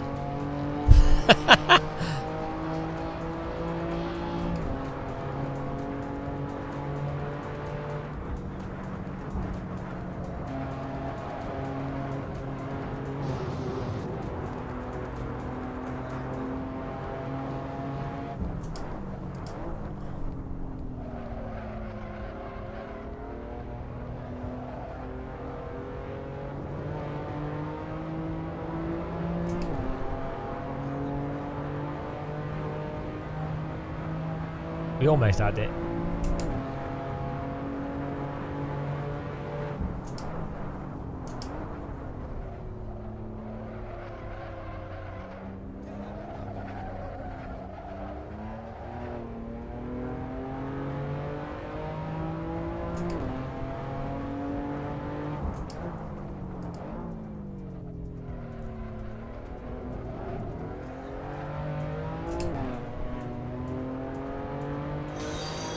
Oh, thanks for following. Hey, hello, lol, lol, lol. Hello. That's how you say his name. Don't question it.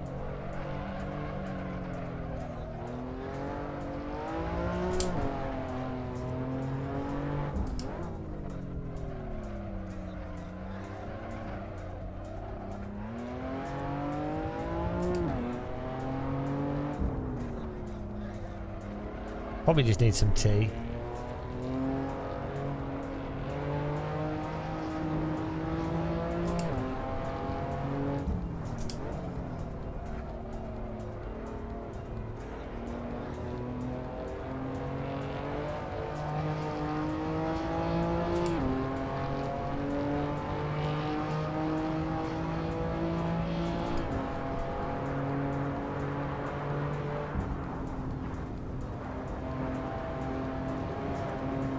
Can't believe we did a 52 one.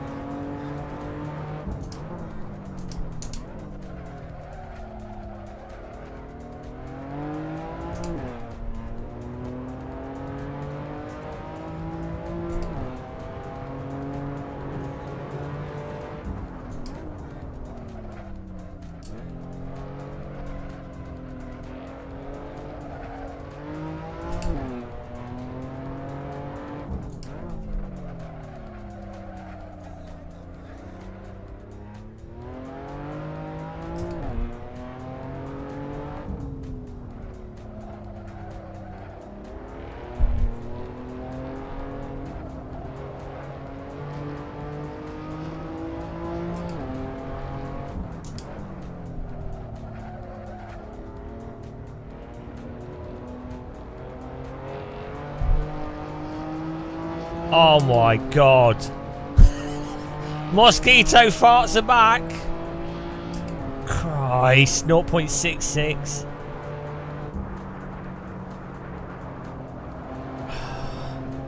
Absolute joke.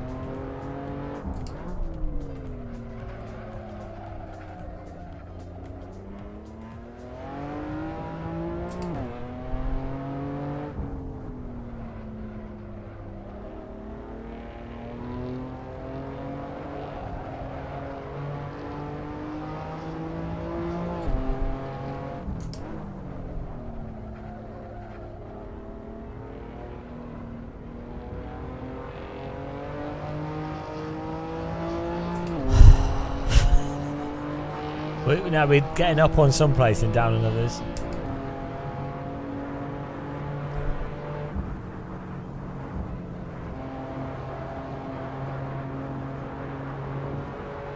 You're going slower.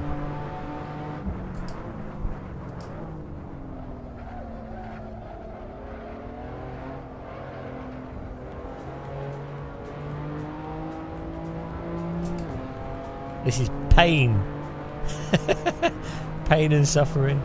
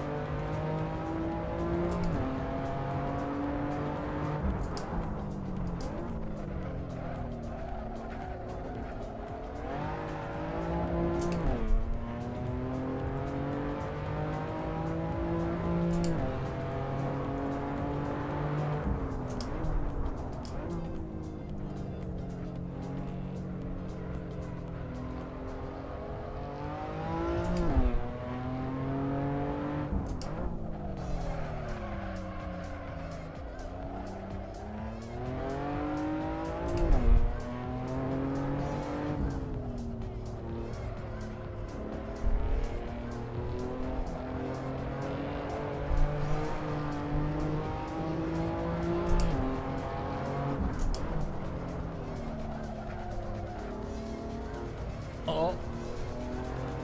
Yes! Christ almighty. There we go. First time. Hello, Livu Soul Kukaviniku. Bloody hell, finally.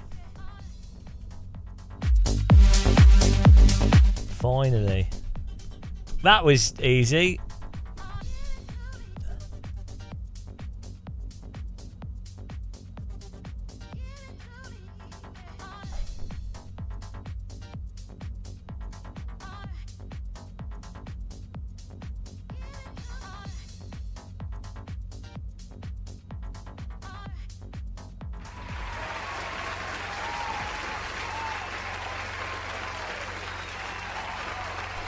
Let's have a...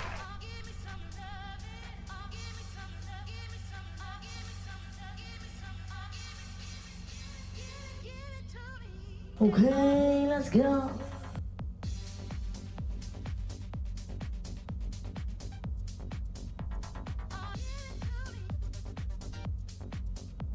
Oh, it's not coming up with my videos.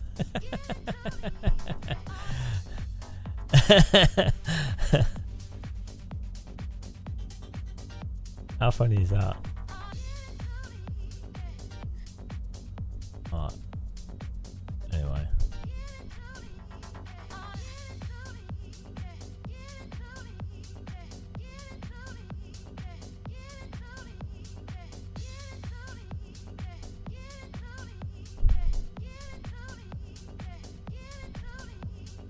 Alright.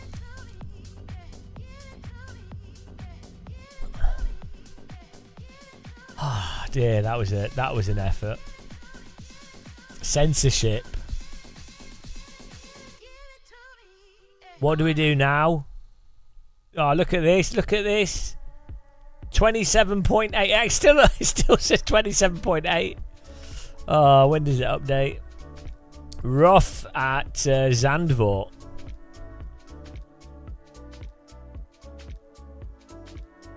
There we go. Rough at Zandvoort. 1 minute 52.5.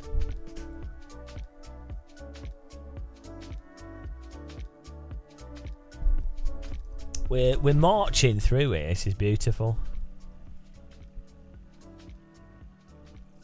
Oh no! I do not get on with with understeer.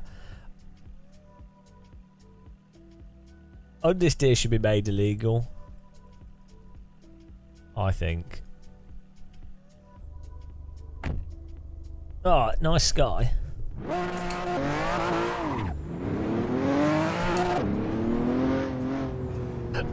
Don't think I've ever driven this car before in AC.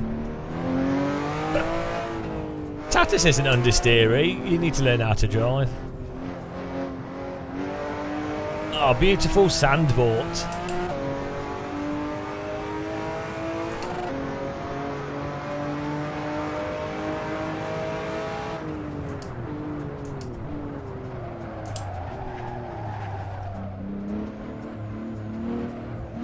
Rough is basically fake Porsche, right?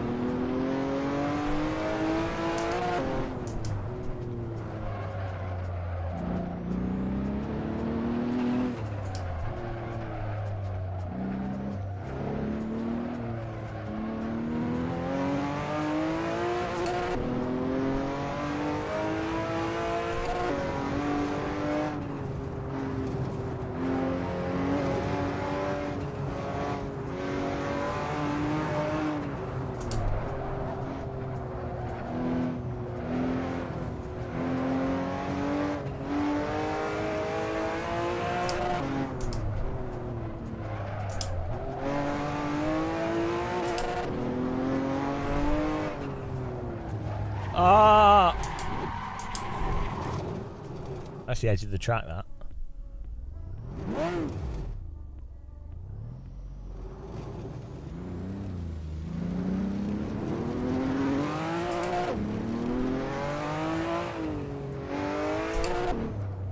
Your comments are understeering.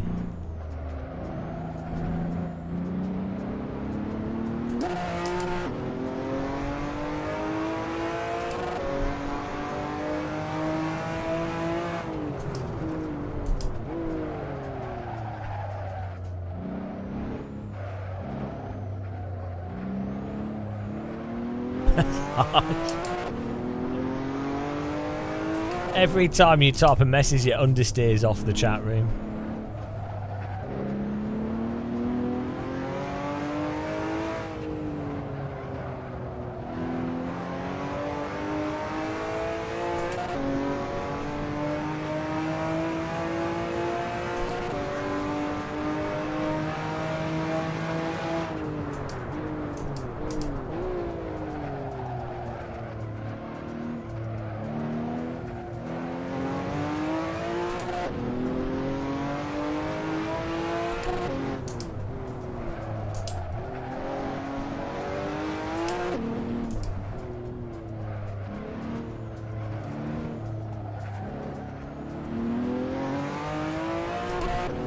This is proper Zandvoort instead of the ruined one.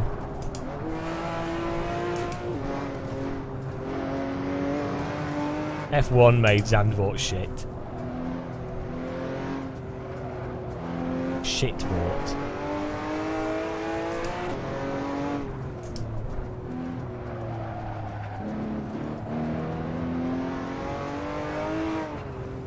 Ah, the brake! Every time I push the brake, it causes the back to go out, which then makes me run off the track. Like the car leans over to one side, we need more track to the side of us.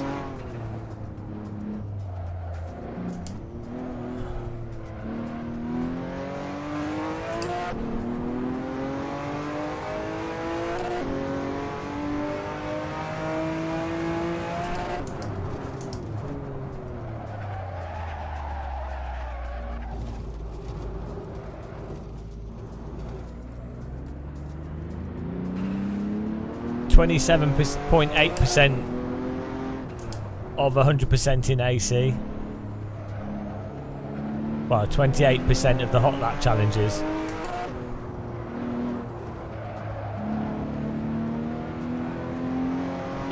Yeah.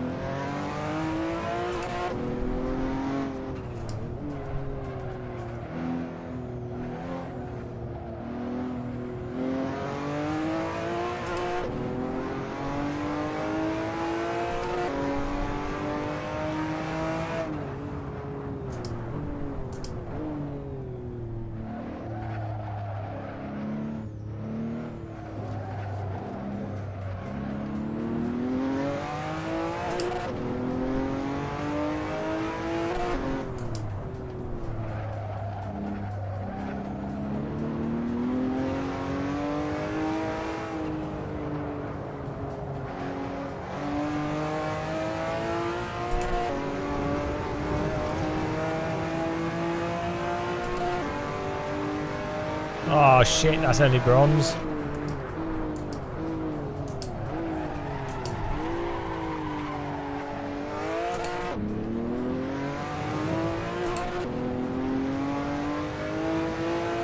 What was gold? 43. Well, we might be in trouble here, guys. This car's a bouncy castle. Needs some suspension tightening.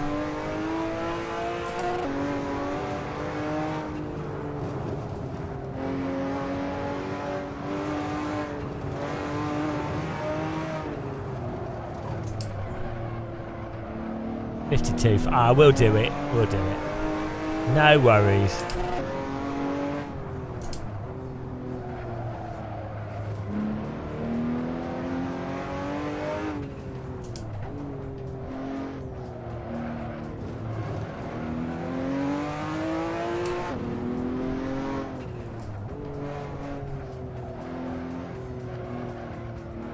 Hello, say.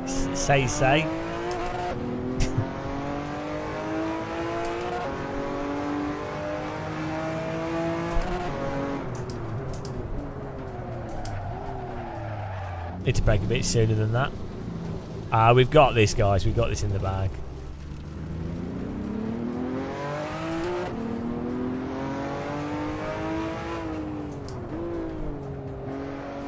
Hello.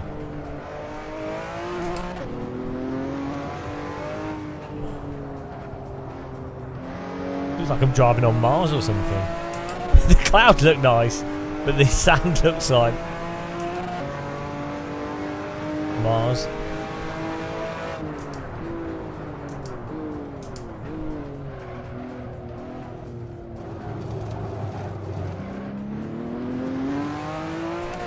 Oh, come on.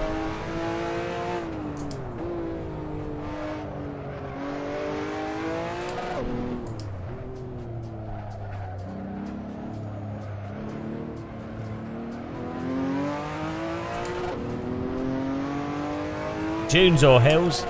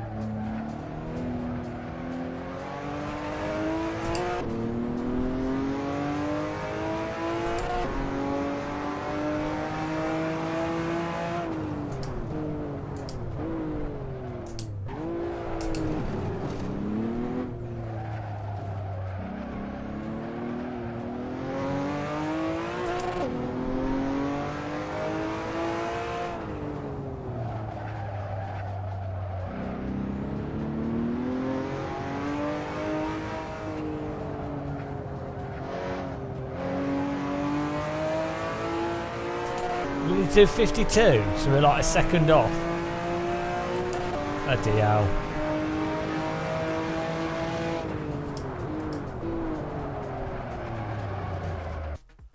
Oh.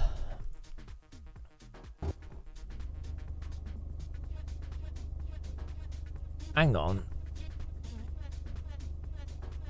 I think we had a stupid setup on the car. 52.5. What have I done? 52. Oh, easy. We got this. No worries. Cheers, everyone.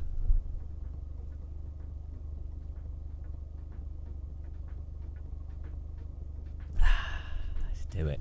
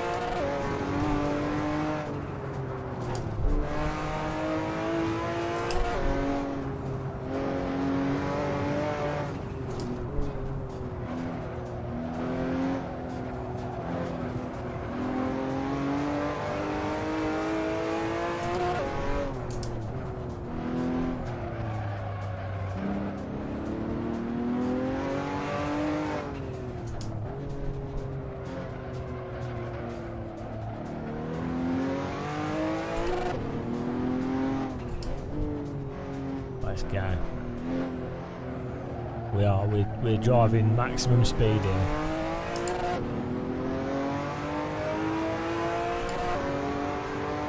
Okay, let's go.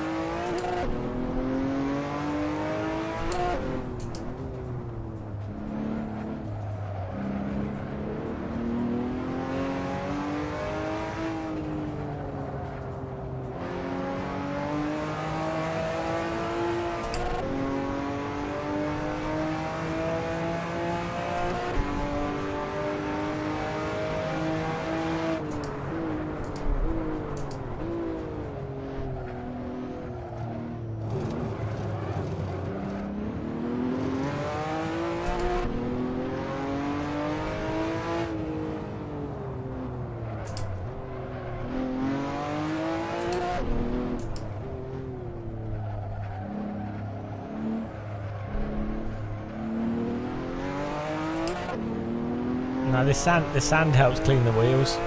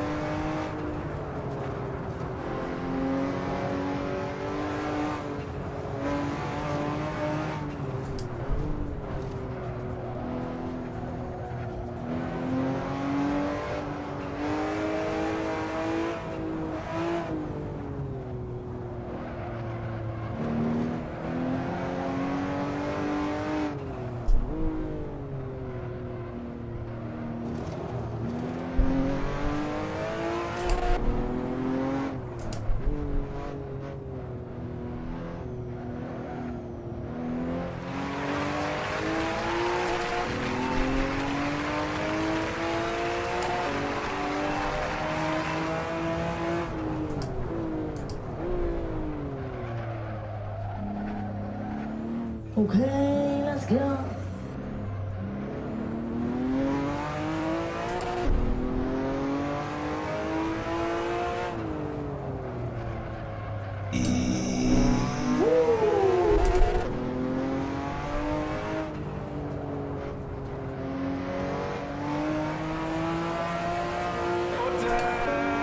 Ah, that's got to be gold. No! What is the gold time? Oh, I thought that was a good time. Ah, what's the gold time? Okay. 52.5. We did a 52.9. Oh, that was good luck. I'm hot, and you're not. Oh, we were doing pretty well there.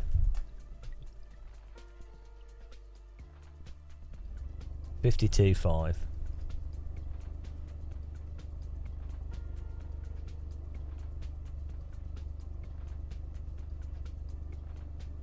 Right, we can do it. It's just a bit tricky. Your face is an apex.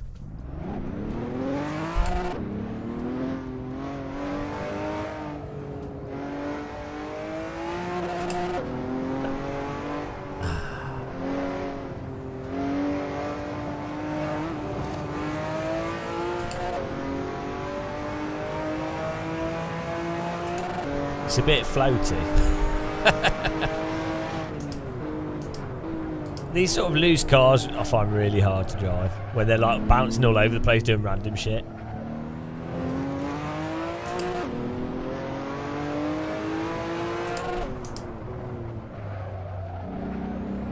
This would be terrifying if you had a car like this in real life, bouncing all over the place.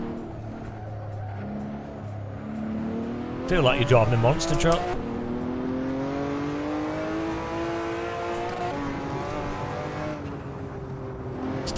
Still more controllable and makes more sense than anything in iRacing though. That's what's funny.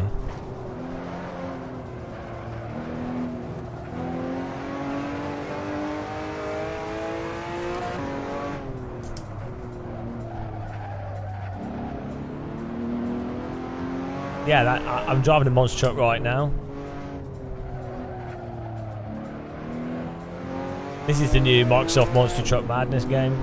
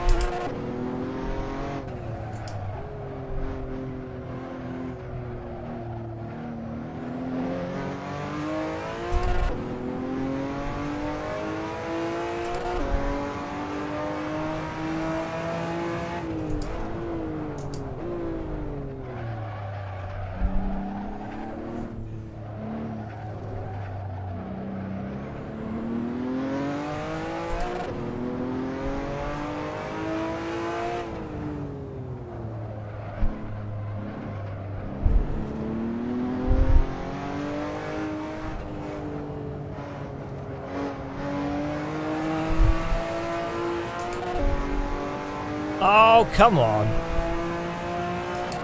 I don't like Get ACC, in but there. I do like the normalist. Woo! So it's probably one of the well, one of the or not the best simulation to practice, like even F1 or GT mods. One of the Really, best, really good. if not the best. Okay, let's go. We got in there, roughed it, beautiful, 152.3. What a ridiculous Okay, car. let's go. So unhinged. Thanks, guys. Challenge progressed. We're ponying through it.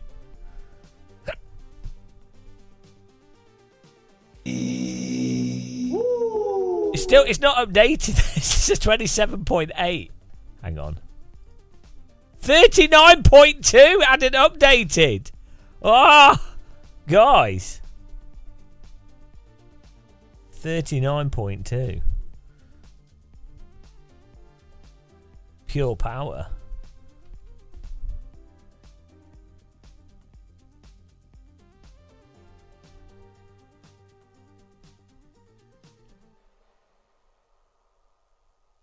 Coming up to halfway. Nürburgring in the GT. In the M4. Oh no. Do we do Nürburgring in the M4? Let's do that. 1 minute 42. Get in there. Let's banana it up. What's the typo?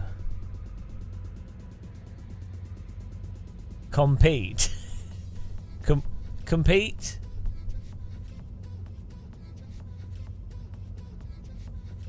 There you go. Does that make is that improve the stream for you?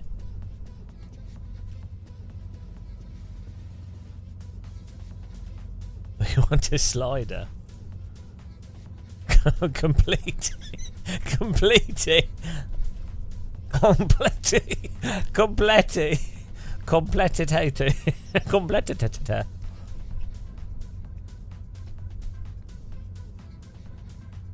Right, there we go. Thanks everyone for clicking the like button. 79 likes. Oh no, that's concurrent views. 158 likes. Not too bad.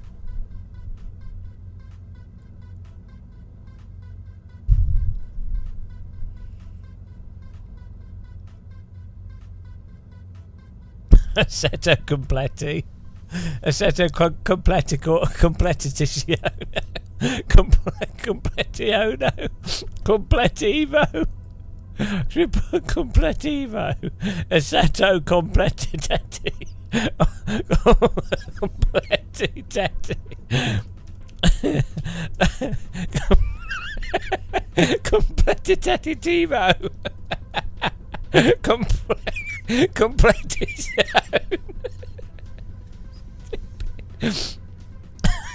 Assetto Completitati. Why is that funny? It doesn't make any sense. Completizone. Assetto Clomp. Completitione.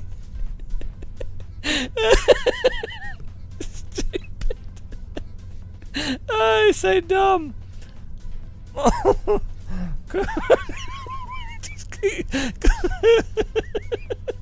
Just keeps having words added to it. Oh, right. Yeah, well, you do lose your sanity doing this.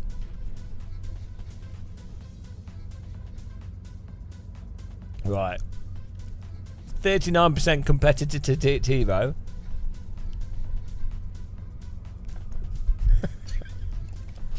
Ah, right. It should be alright. Semi-slicks. 42.5 we've got to do, right? Oh, we're back. Oh no, it's this car! It's this car again! I hate this car! This car! I'm never buying a BMW, ever. This AC has unsold me BMWs. We can put some Jimmy Broadbent on. Maybe he's on it. don't know how to spell his name.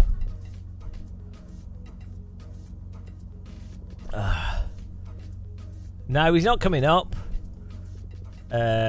Maybe Skip Barber.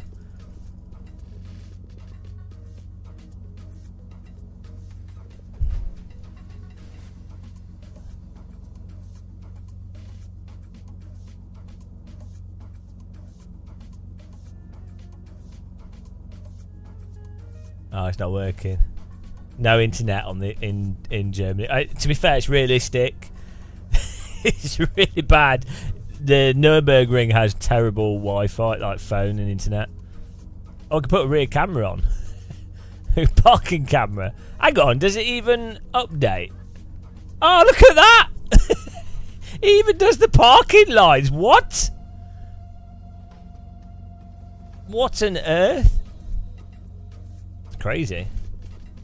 BMW.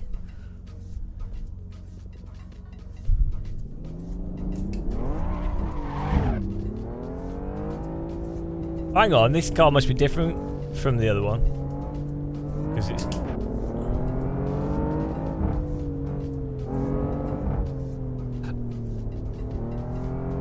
TC off. Complete Totti.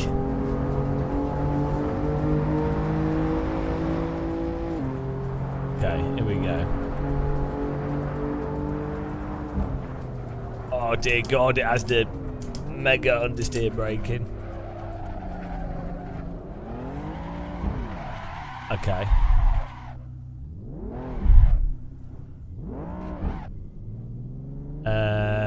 No, I think that was shader patch.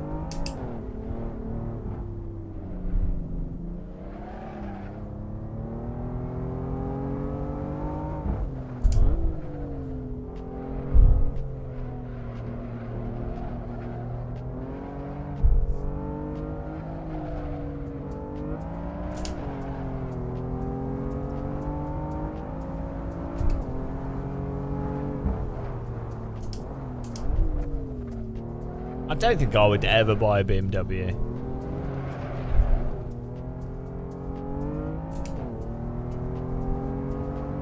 I buy Skoda City.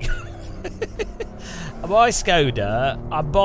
I quite like the what's it called? The Fiat 500. I really like them.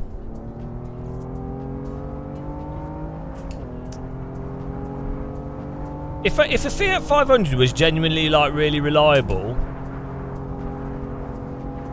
I'd like one. I like the old minis. 1970s minis are nice. Oh, the understeer. Did you see that April Fool's Day joke for the VW with the old school? What was it? The Tarquin or whatever, the Technicoloured one, the blue and orange and everything. Yeah, BMW's got shit after like 2000s.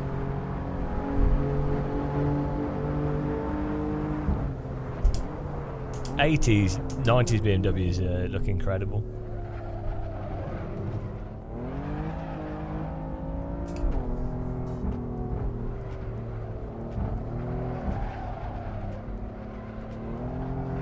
The thing with BMWs that's surprising is that they don't come with any indicators, which I don't know how they get away with that in the UK. You'd have thought that would make it illegal to sell them, but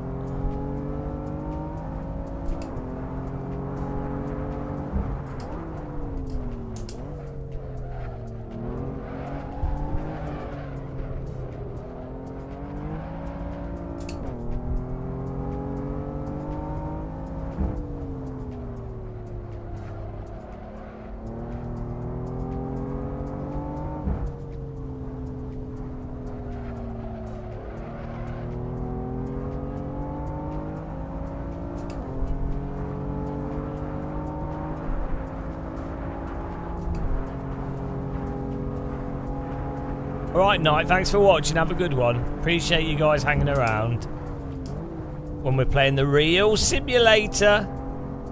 But you know, the AC's for people that understand quality. No, not sad, pathetic iRaces.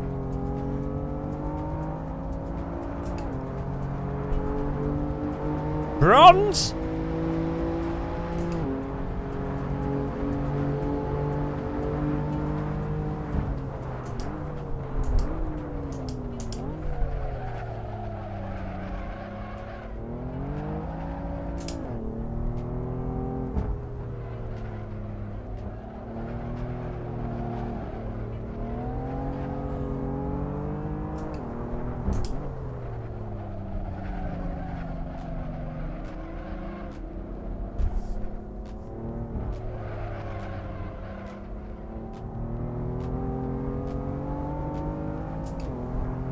This is Assetto Competetta Titinioni. The pace car is out of control. You have to 100% AC1 to be able to unlock Ace. That's how it works.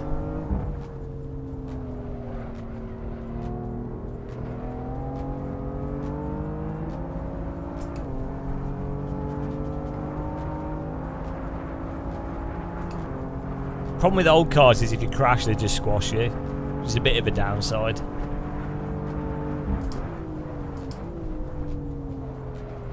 This is a great track. NGK Chicane's really good fun as well.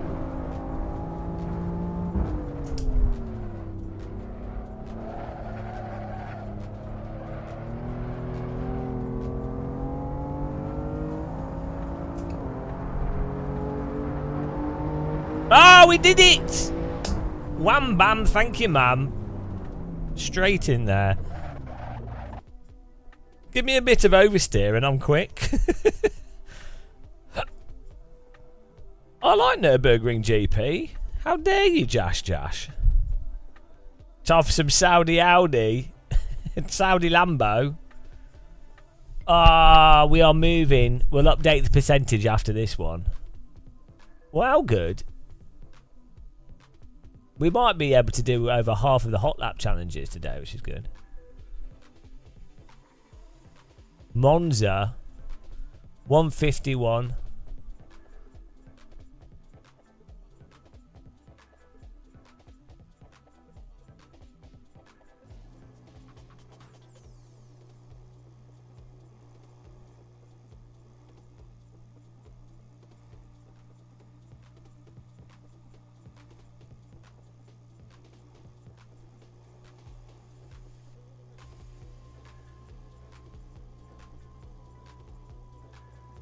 Look at these tyres. What? Okay, What's going on with these tyres? These are old tyres or something.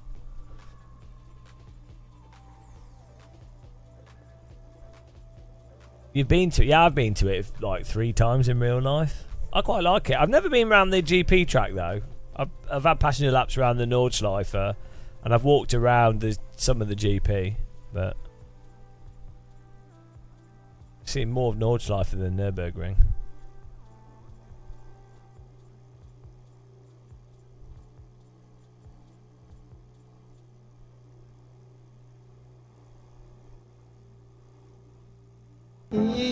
Oh, thanks for subscribing. Leave us racing. Welcome.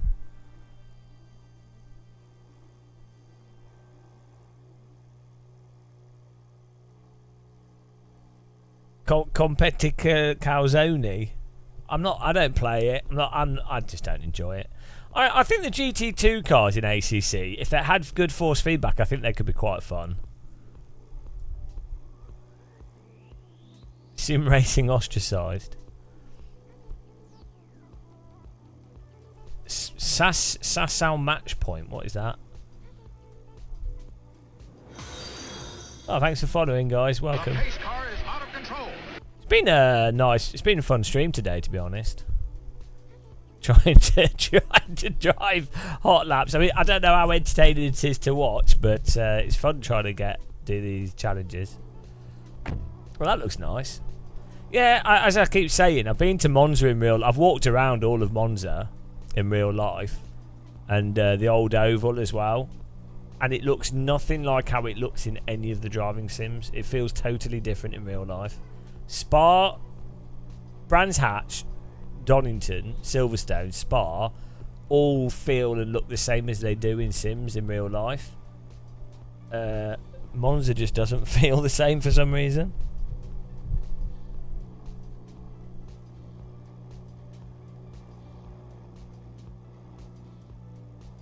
Yeah, well, because endurance racing, you're not actually, you're basically always driving under the limit. You're not, you know, you're really not exploring and balancing and pushing, are you? Like you say.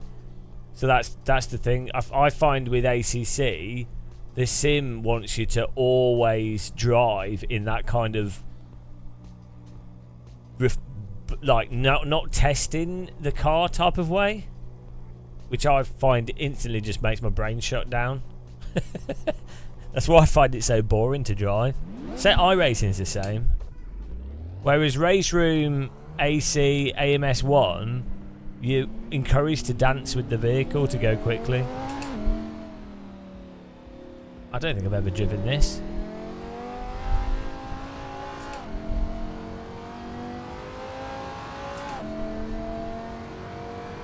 The steering wheel's crazy. I do go outside every now and again, yeah.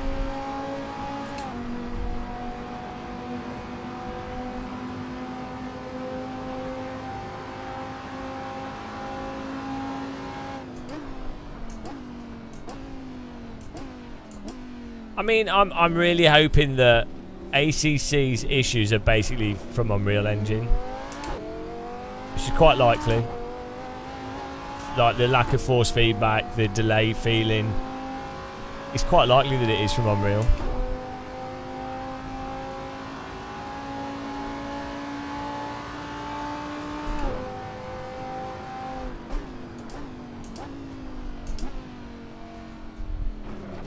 Bloody hell.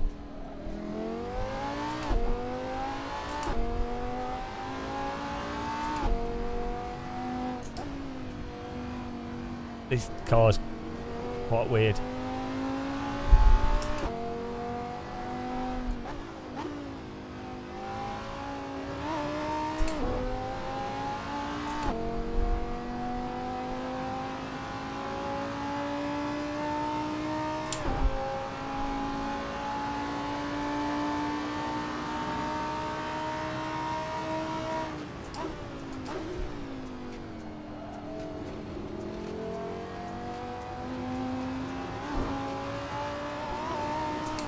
Go.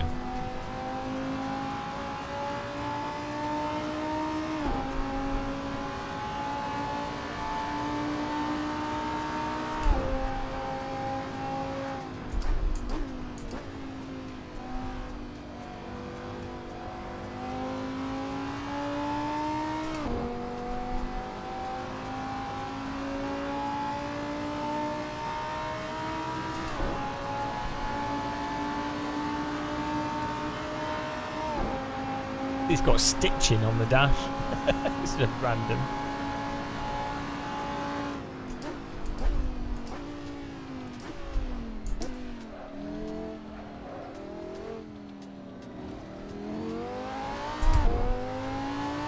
What time did I need to get in this?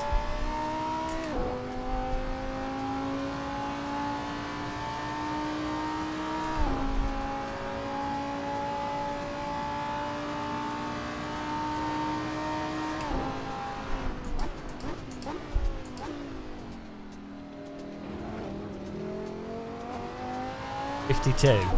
136. You just keep saying 136 for everything. 51. Okay. I don't know why the app's not coming up. It tells you.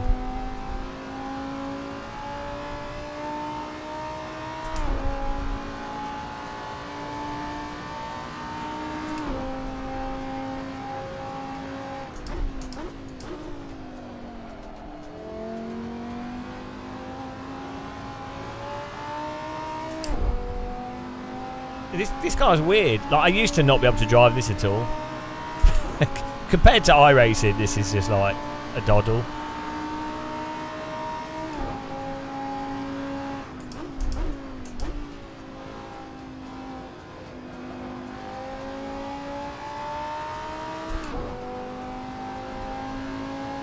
A bloody spaceship, isn't it?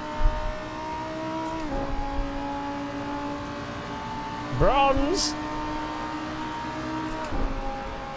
Track looks nice though.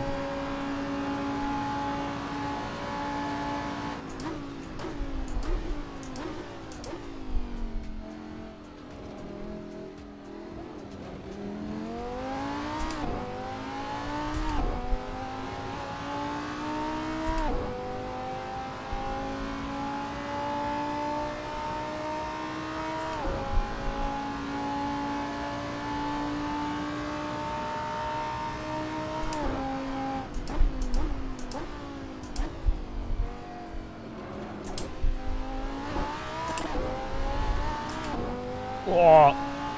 Must get some more pace going.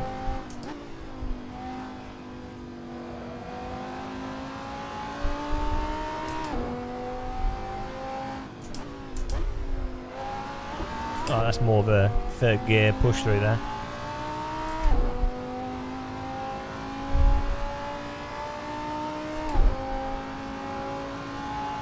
No, force feedback is related. And physics, and even though the physics code is separate to Unreal Engine in many ways, Unreal the Unreal does affect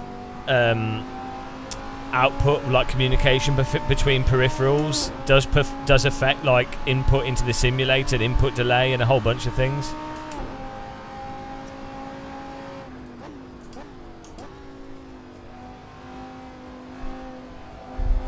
You would intuitively you'd think it wouldn't. Like obviously, Kunos use their own physics code, but it's the same with a good example is Counter-Strike 2. Is a huge amount of Counter-Strike 2 gameplay code, player movement, and everything is exactly the same code that CS:GO had. Exactly the same, but the player movement is different. So, do you know what I mean? And CS2 is a much closer game engine to CS:GO, or was it Gold Source and whatever, I don't know what build it is that Go uses, but you know what I mean? It's much closer, and yet it really does feel a bit different. I mean, even CS:GO feels massively different to CS Source, but I think they did actually change quite a lot of gameplay.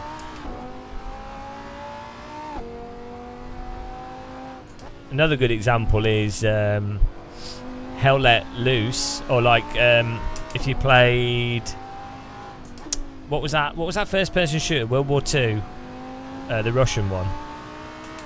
What was that Russian FPS? A bit like Hell Let Loose. It was a mod for Unreal 2004. Red Orchestra.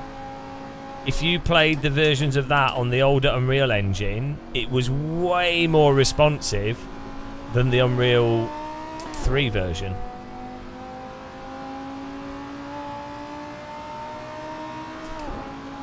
So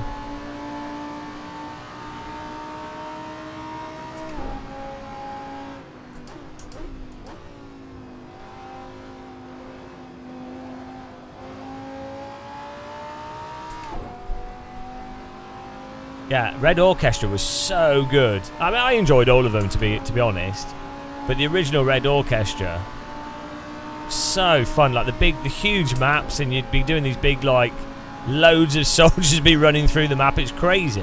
I don't know why we don't have anything really like that now. Hell Let Loose is the closest.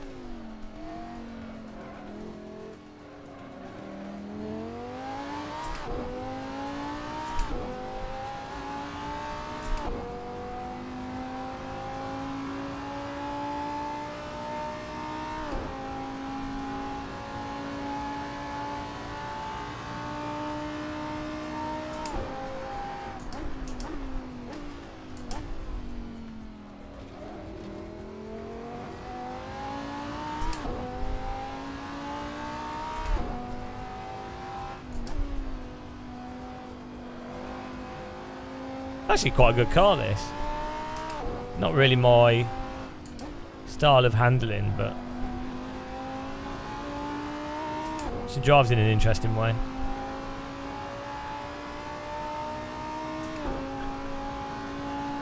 Like, this is so much better than every car in ACC as well. Like, just as a driving experience. The personality of the vehicle is much more apparent.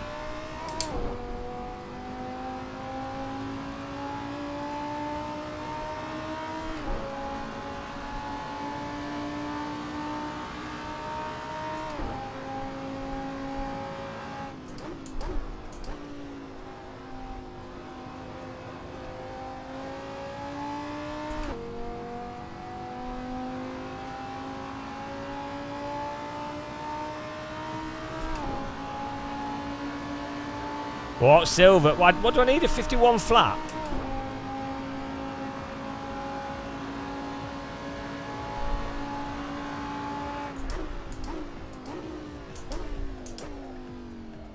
Right, let's go.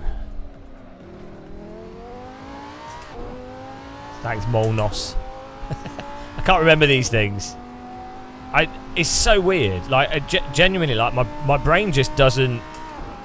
It doesn't go in. It's crazy. I don't know how much of it is. I don't know how much of that is just standard dyslexia or just me being dumb. But it is really bizarre. Like, I could look at the time on my watch, look away, and then it's like, oh, what's the time? But then I can, like, look at, like, the lighting in a general sense, and I'm really good at guessing the time of day. Just from, like, how it feels, like, atmospherically and stuff. Like, really, really creepily good at doing that. So, like, it's just strange. Just can't remember specific numbers because they're decontextualized. I think that is a dyslexic thing. Like, information has to be learnt contextually, so how everything relates to something else, and its contextual framework is how you remember stuff. Whereas the other way of learning is someone just goes, oh, here's a fact, and then they just learn they don't need to know why that fact is why it is, or how that's related to anything. They just go, oh, that's the fact, and then they go, okay, bing, saved.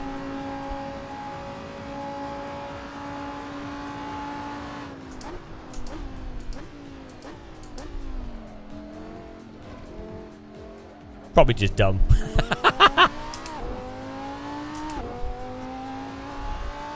Yeah, but Novotny, that's because you're guessing if it's drink time or not. Ah, is it time for a drink? I think it is. Let me look at my watch. Ah, yes, it's 5 in the morning. Time for a drink. the Scottish time. Scottish time. Where's time for a drink? Oh, I need a little sip from a flask. I remember when I lived up north, and there'd just be people sat in the pub at like 8 in the morning or 9 in the morning drinking pints. You're just like, oh, okay. But hey, why not?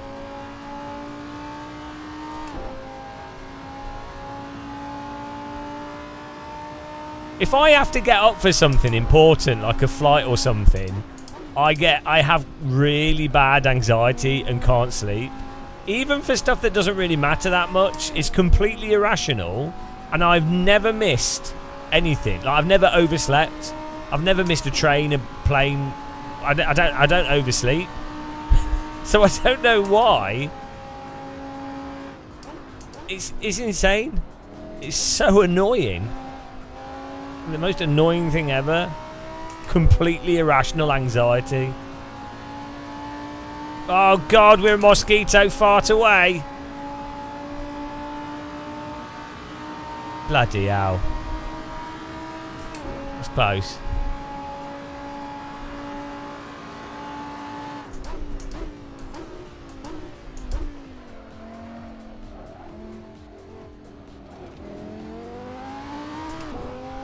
Should get it this lap, I think.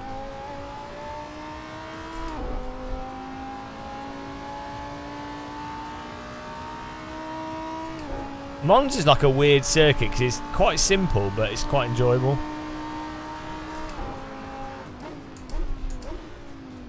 You'd think Monza would not be a fun track to drive, but it's... I think sometimes simple circuits actually end up being really addictive.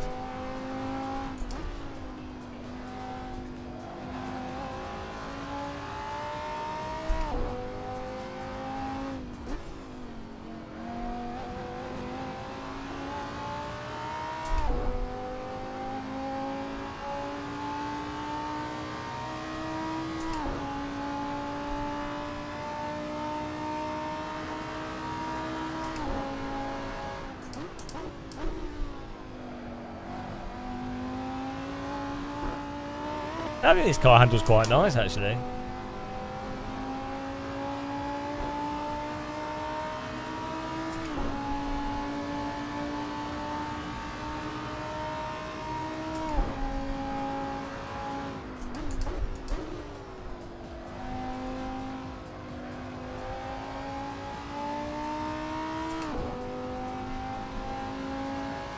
Was it 150 flat or 151?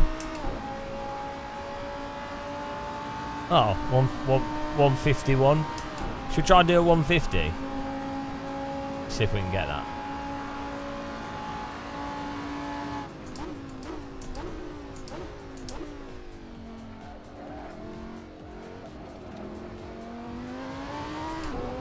I think we could do a 150 flat easy in this. Easy. Easy peasy, lemon squeezy.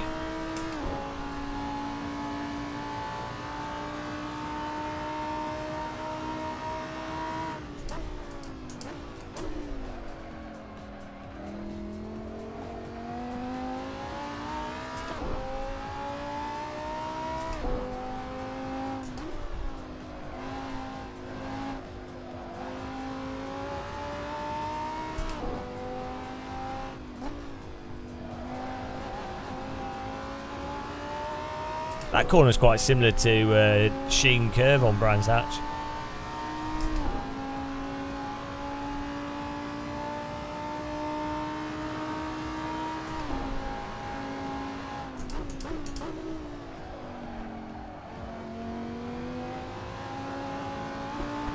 Ah, no. Well, there we go.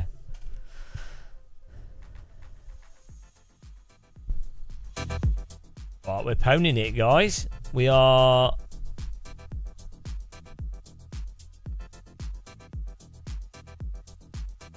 ...41.2%. We got to do this. Spa in the Scuderia Gleckenhusen. Look at all these. Look at this progress. It's madness.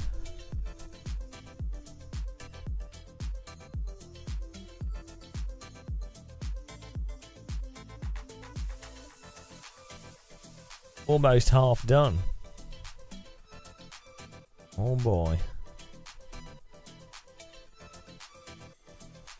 This took us like so long to do the Pagani where I don't know if that was supposed to be the hardest one. Alright.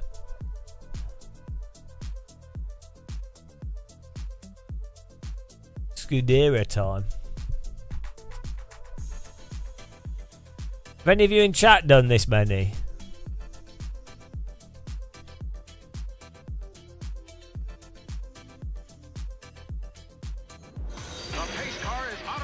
Thanks for following, Zig.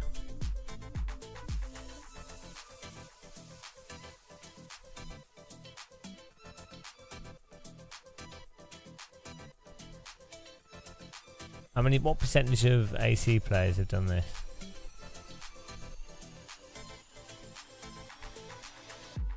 Naught 0.6.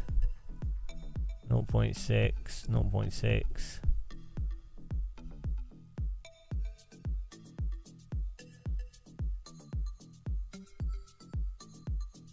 It seems like 0.6 is the...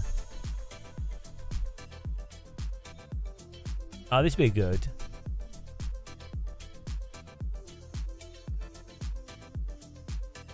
Alright, let's do it. Gleckenhuis 221 flat.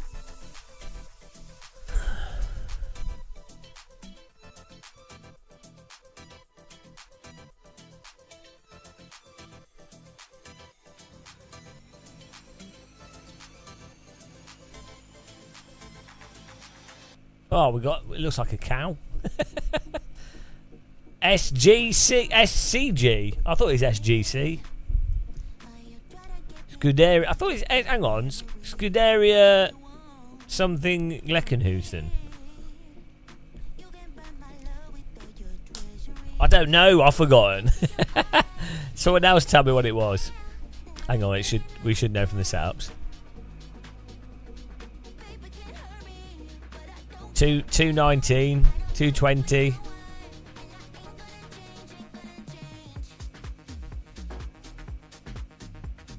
Camouflage. Yeah, very good. Very good. What, he's got like dials on the side of it? Don't know what they're for.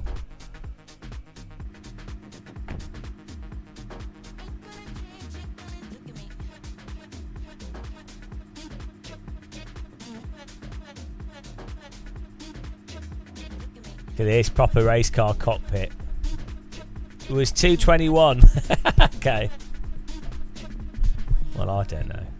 How many laps do you think it'll take for us to do it? Oh, imagine driving a car like this. See, I don't really care about racing cars. I would like to just do like 5 laps in just different vehicles. Do you know what I mean? That's good enough for me. I don't need to like do like racing. I just find it interesting to like drive progressively faster cars. Would be fun. I'd like to drive a hovercraft as well. Look at the steering wheel has carbon fibre with light inserts. That's cool.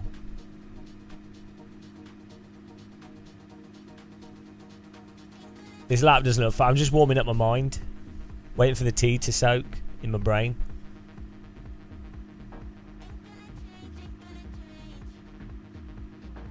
Woo!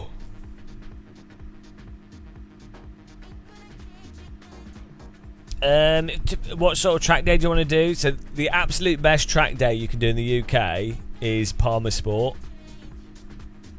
It's about £800 to £1,000, but that is categorically the best track day you can do. I've been told. I've not done it. I've been to it to do photography and stuff. I have a few people I know that have done it, and they all said it's really good. Most of the track days in the UK are a bit bullshit. Like the cars are really slow. They don't let you drive properly. The cars are set up super like understeery and weird, like, you know. So what I'd recommend doing is, if you did a Palmer Sport thing, do like a bit of go-karting beforehand, get used to that, and then learn the track in a sim. I don't know what sim it's in, but like actually learn the track in a sim, and then you'll be able to enjoy the Palmer Sport thing really well.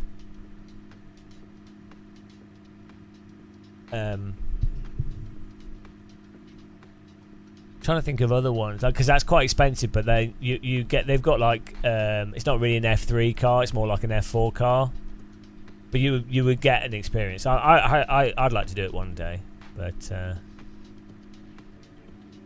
most of this stuff's a bit crap, to be honest. Like the Silverstone one, it's like they use the infield track, and people watch the videos on YouTube. People are just pottering around slowly in a Formula car. It's like they might as well have just gone go-karting. Palmer Sport does a quite a fun thing where they do they've got like an off-road Land Rover thing as well, I think, and you can do.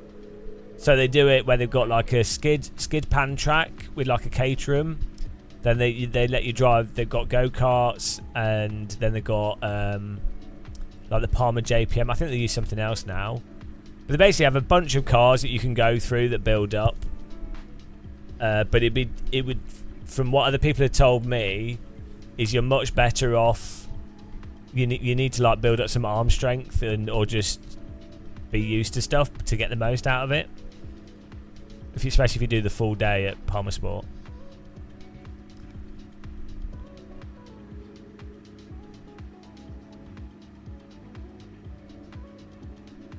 They actually had one of their caterhams they had on Auto Trader recently. It was pretty funny. Right, here we go.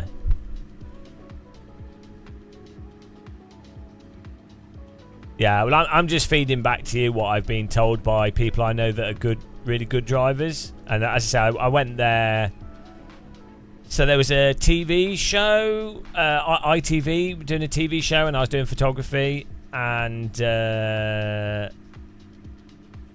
they basically went through the whole Palmer Sport thing. So I saw exactly what they did, basically, and you could tell it's good. And then I know people that are fast rear-wheel drivers that just did it for fun.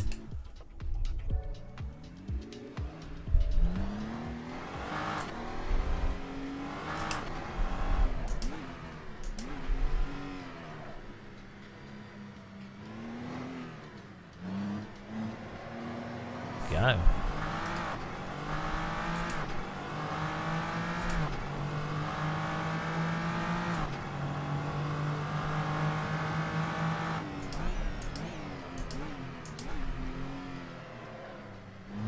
Yeah, it's a Palmer JPLM. I'm not sure if they're still using those though.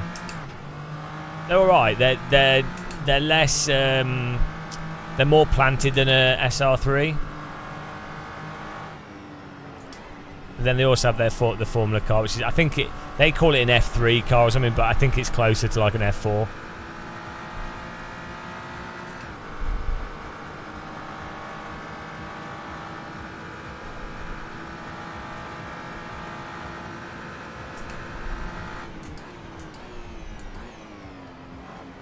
If you do it, you should tell them that YouTuber Game of Muscle recommended you.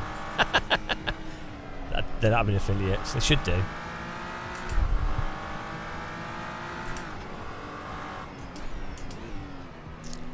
The G56, yeah, Ginettas are weird. Like I was doing track day, and there were some Ginettas driving around, and they're tiny. I was worried that it would I wouldn't see it. If you look at the pricing of Palmer Sport, though, it is actually it's a lot of money. Let's be real, but it's good value for what it is. If you look at all the other stuff that's available, you know, like this semi-legit, like actually fast, it's actually a really good price. I can't think of anything comparable where you get to drive those types of cars without spending like another £1,000. Like, why don't you do the Paul Ricard Formula experience? I think that's I think it's €7,000 for the F4 car, and I think it's 25,000 or something for the Formula 1. 5 laps. Motorsport's absurd. It's so ridiculous. Like, unless you can tie it into your business, it's just crazy. I'm good at drifting, Kowalski. I'm pretty good at drifting. Well, I say that. I'm shit at it compared to people that are actually good, but I'm better than people that are normally shit at drifting.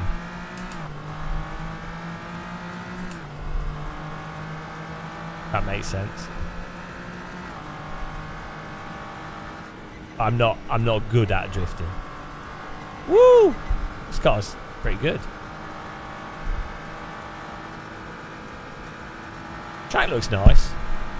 See, this looks...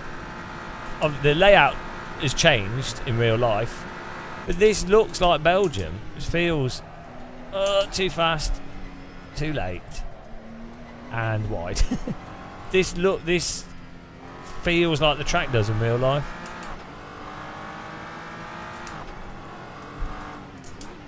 Exactly, I'm better at drifting than people that are worse than me. I highly recommend going to Spa. If you could go to like 24 hours of Spa and then walking around the track, there's this path on the right goes all the way around. It's really nice. Really nice area of Belgium. So if I was like, I'd be tempted to go again, to be honest, and I'd spend like 4 days in Belgium and go camp or stay near the track. There's loads of really nice places you can stay, and it's like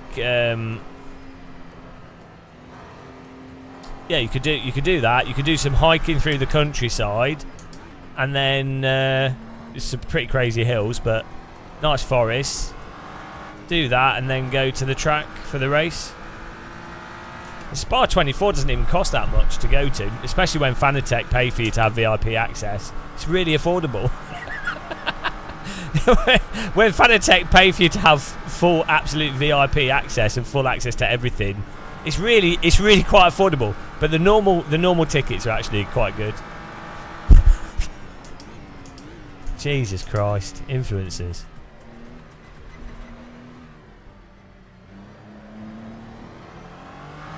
The worst people. It's on.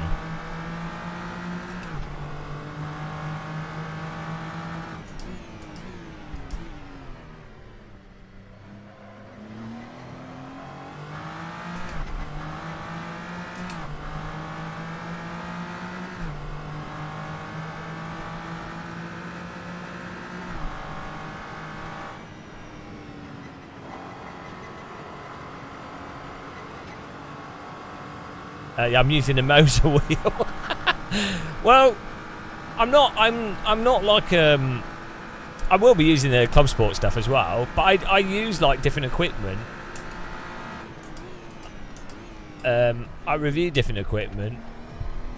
I'm not like a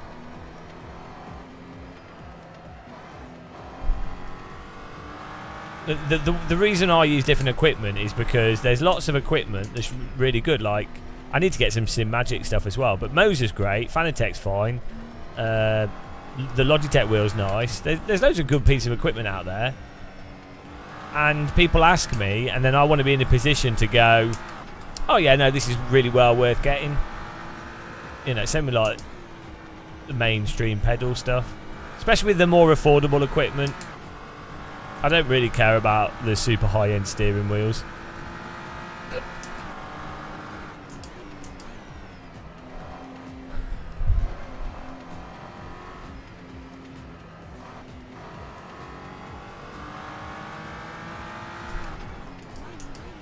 I really like companies doing affordable equipment because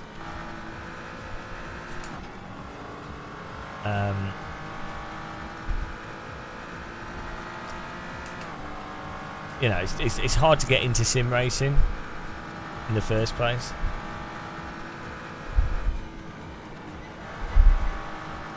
This car's glued.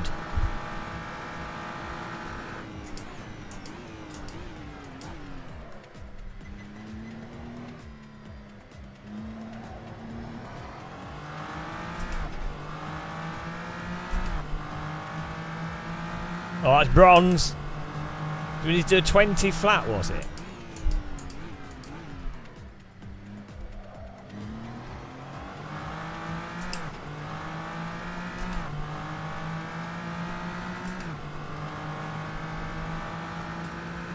$2.18 my arse. No, it wasn't. Shut up. Ah, shit. Cut the track.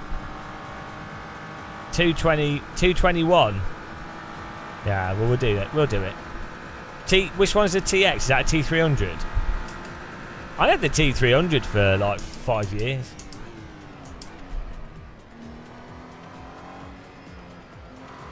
Bought 4 years. Then bought a TSPC Racer, and then Simplicity gave me a DD wheel.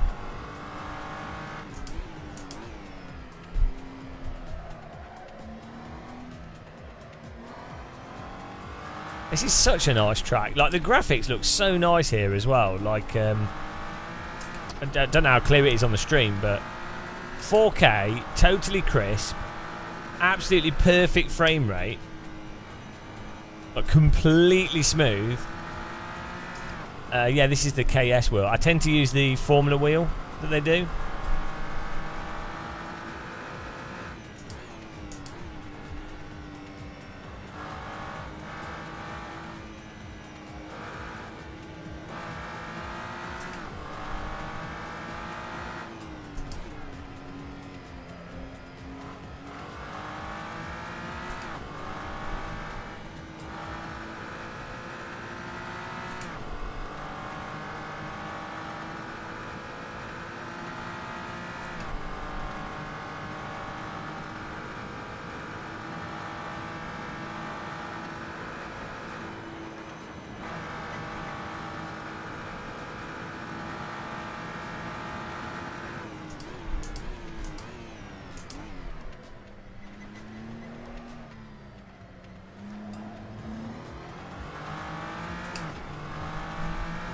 Yeah, maybe you're right. I don't know. The naming of them is not exactly clear, shall we say.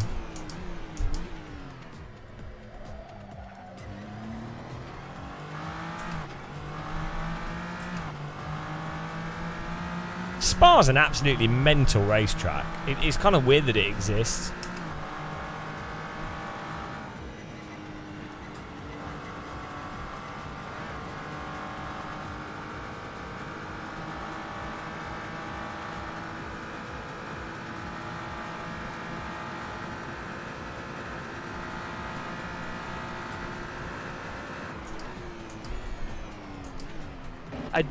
I don't like ACC, but I do like the normalist. But that is amazing. So The it's normal. probably one of the well, one of the or not the best simulator to practice, like Max Verstappen. even F1 or GT Just mod. like imagine Really, him it's really good. tuning into this stream and just going, "What the fuck?" Dear. Like, it would honestly suck being as famous as a Formula 1 driver. It would suck so bad. Like, if you could have all the wealth and if you could do Formula 1 driving without having to do any of the promotional stuff, and you could have the money without being famous, it would be so much better. But if you were like sort of even like C-list famous, it would be so shit. So shit.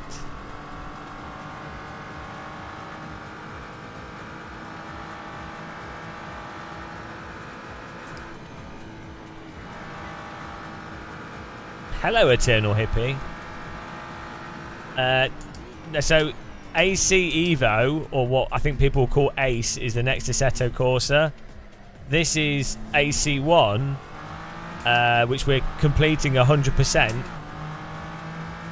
Oh, silver. We're 100% in it, so that we are ready for the next glorious Assetto Corsa, which is going to save sim racing.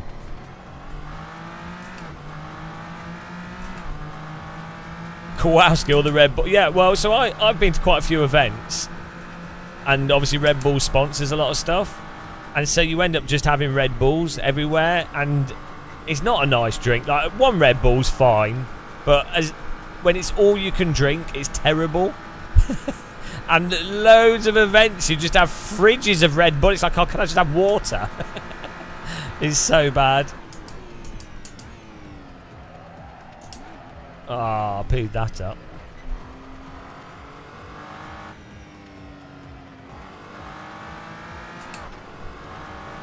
What do you mean from what? I missed what your comment was.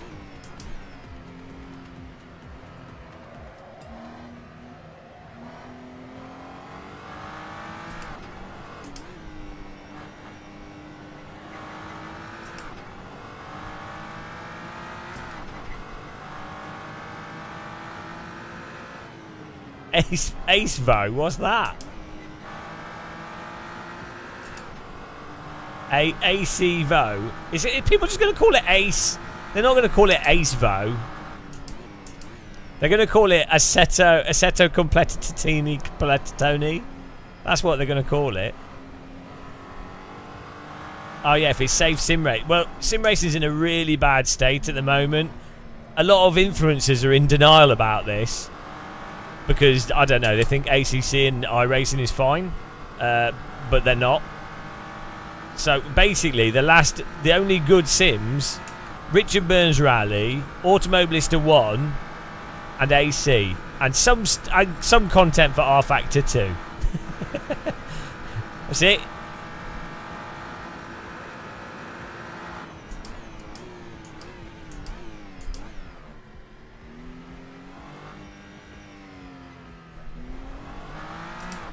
But lots of people that have come to sim racing since COVID are not aware of Automobilista or AC. They're only aware of ACC and iRacing, really, or maybe AMS2. So they've been brainwashed. The golden age, like, yeah, it's insane.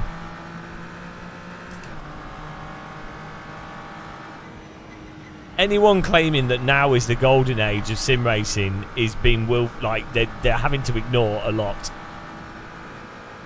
It's not me going, it's the golden age of flight simulation. It's like, what?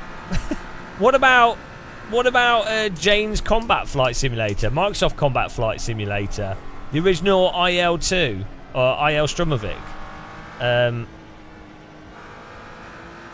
It's like someone going, now's the golden age of games. It's like, well, hang on. No, 1998 is the golden age of PC games. Like, that's just incredible games came out in 1998. Really interesting mechanics. All right, Tynes. Well, I'll catch you next stream that you join. Have a good one. And enjoy your track day if you do it soon.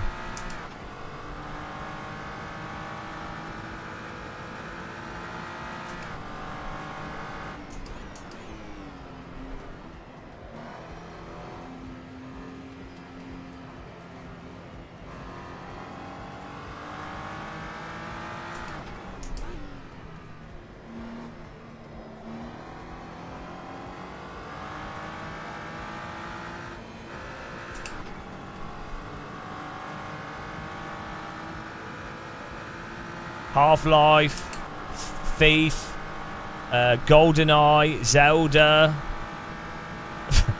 Abe's Odyssey. No, do you know what I mean? There's so many good games that came out in 1998. Like, it's actually ridiculous. Did Deus Ex come out in 98 as well?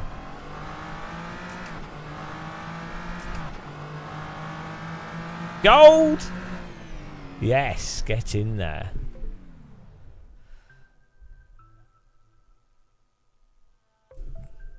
Need for Speed, Hot Pursuit, I think came out in 98. Look, just like everything. Like, if you think of a game that was good, it probably came out in 98. I think Wet Tricks came out for the N64, it was good.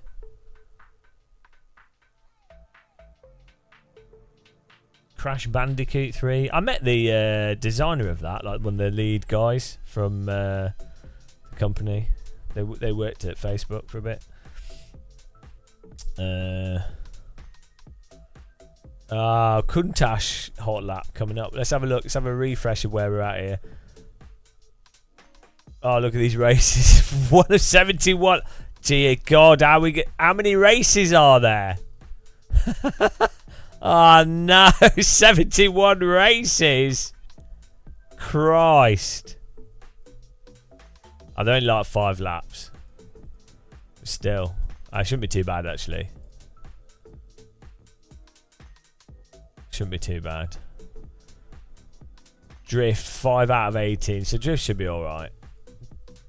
Not done any of the drag racing. Time attack. What's time attack? Oh, there's only 11 of them.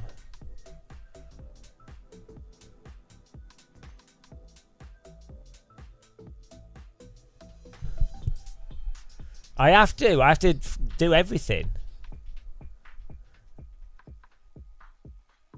Oh, I'm 42.3%. I want to do 50% by the end of this stream. 2010 to 2015. What was that? Nah, gaming went downhill.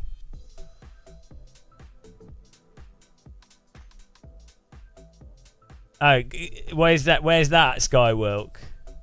Some say the golden age is behind us. I disagree.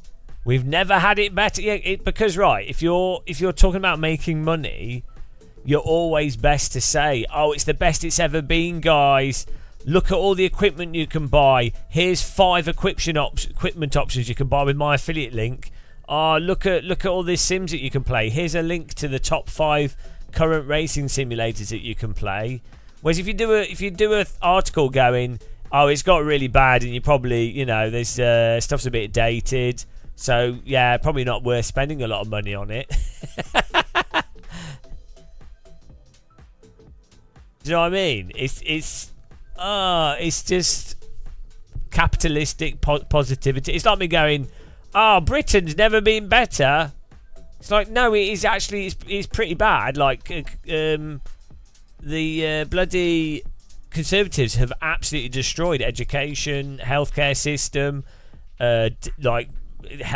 dentistry, like general quality of council services.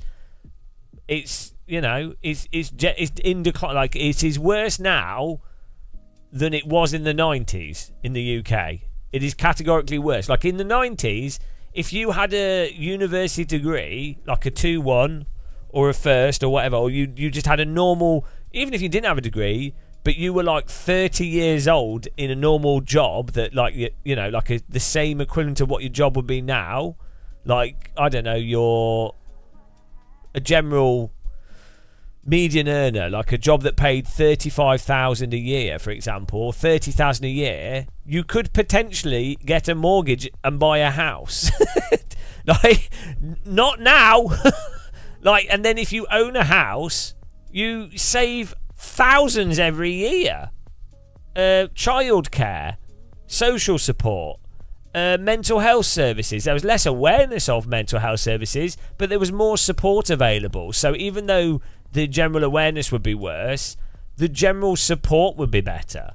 Whereas now, you've got awareness of it, but I have very close friends that had severe mental health issues, and it was a nightmare. Like, I go to hospital with them and help them get speak to doctors and things, and try and get go through the whole process of drugs, everything involved with it.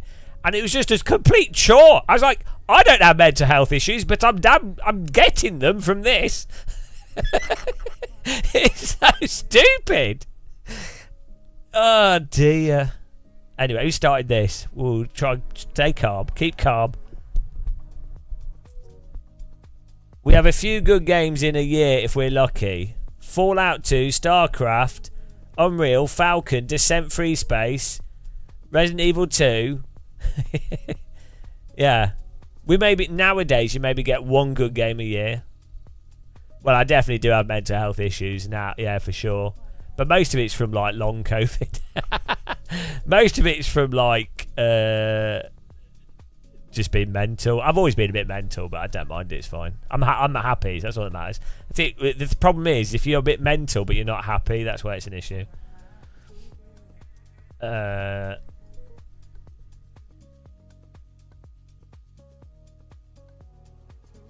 Crisis.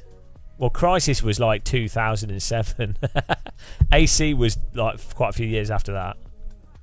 Yeah, like, so, yeah, nowadays, I think you get like one good game a year. Let's have a look. Best game of 22. Let's see. Best games of 2022. Elden Ring. A lot of people like that. It's not my sort of thing. Stray, I think, was supposed to be alright. Not my sort of thing. Let's see.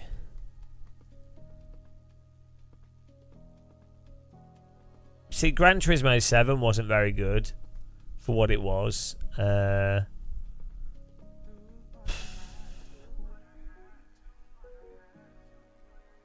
what?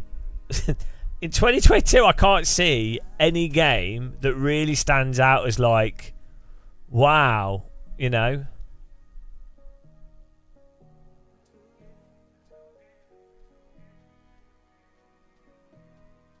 Let's try 2021.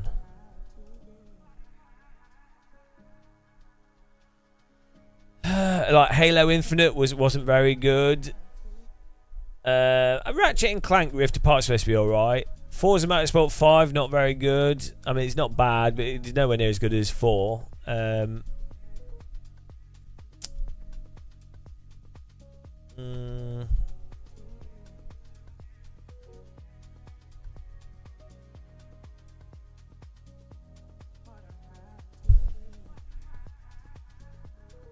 Yeah. I can't see. There's like, yeah, there's basically nothing. Right, so that's 20. Like, so let's just go for like 1990, whatever. Let's say 1997, and see the list. Okay, here we go. 1997, Age of Empires. Well, I mean, come on. Like, that's an amazing game. GoldenEye, absolutely amazing. Final Fantasy, I hated it, but a lot of people really loved it. Diddy Kong Racing. Like, we don't have anything as creative as Diddy Kong Racing now. Like, imagine like a nice kart racing game that's kind of cartoony, but you have like different characters that are well done with like gliders, a nice solid single player to play through, like split screen multiplayer, like, you know, Star Fox 64, absolutely incredible. Star Wars Jedi Knight, Dark Forces, Curse of Monkey Island, Abe's Odyssey, the first Fallout game, Quake 2, Tomb Raider 2, Riven, like the puzzle game, Total Annihilation, Dungeon Keeper, Star Wars X-Wing versus TIE Fighter. Can you imagine a Star Wars game coming out now that's like a proper... There was one like 4 or 5 years ago in VR, but it's dead. But can you imagine like a proper, somewhat simulator space combat start? No, can't have that.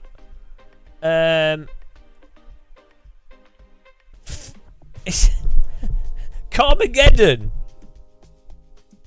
Like, oh yeah, no, we can't have any new driving games where you're using cars to run people over, because that'd be too fun.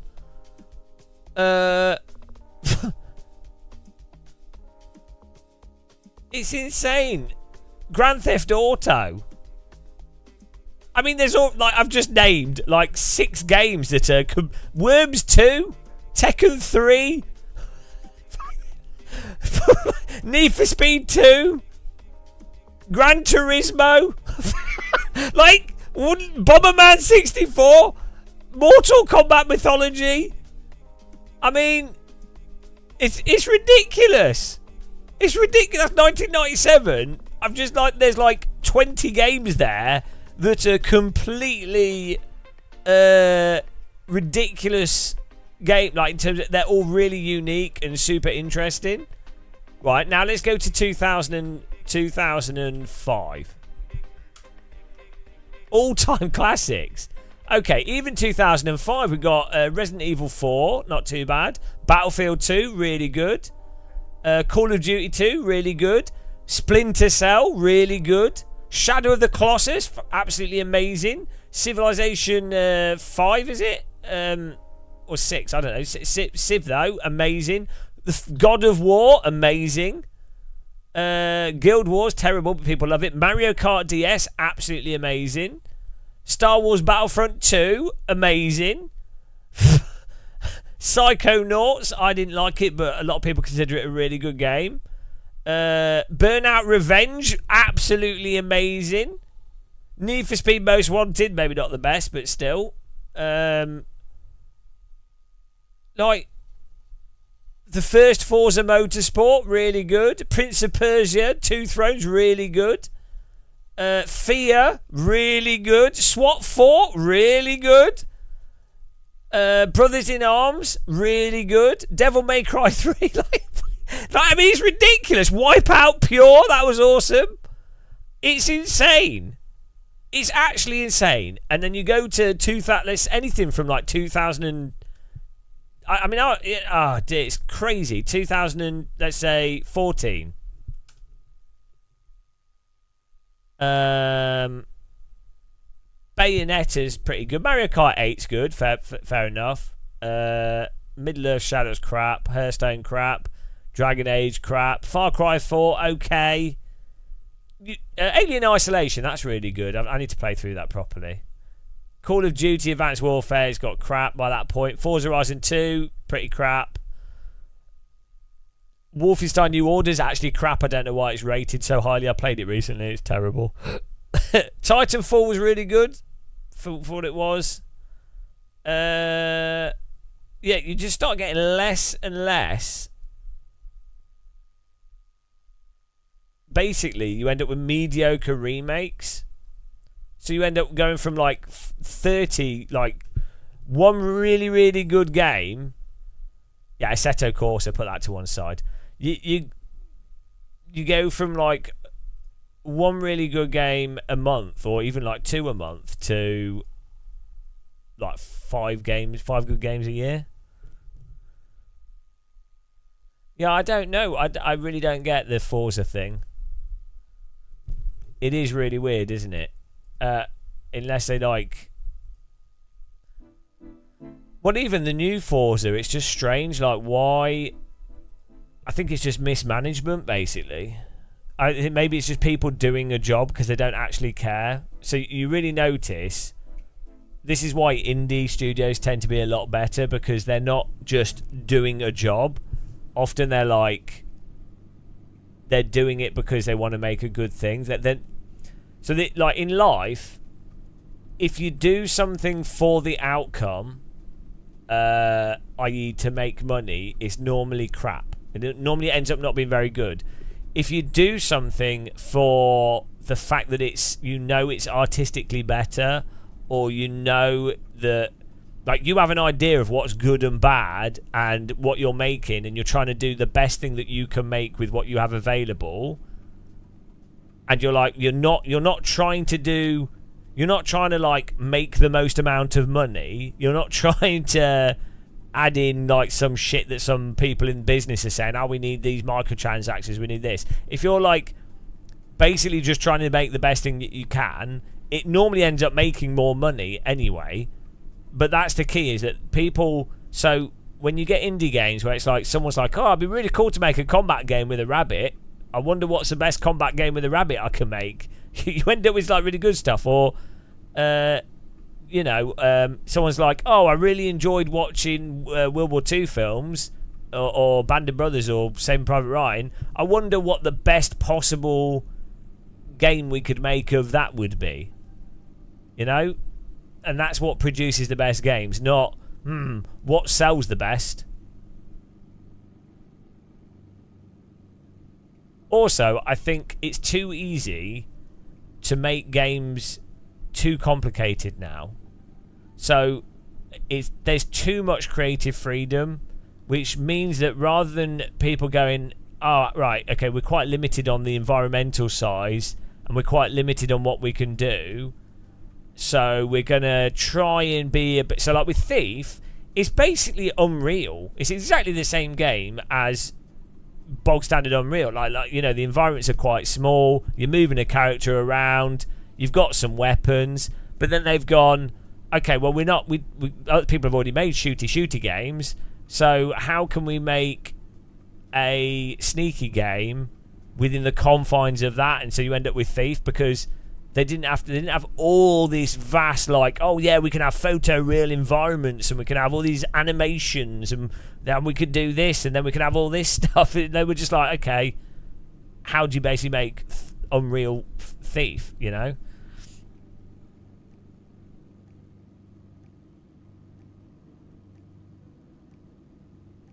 Is AC Force Feedback good now? No. I mean, I think it's a little bit better than it used to be, but it's not very good.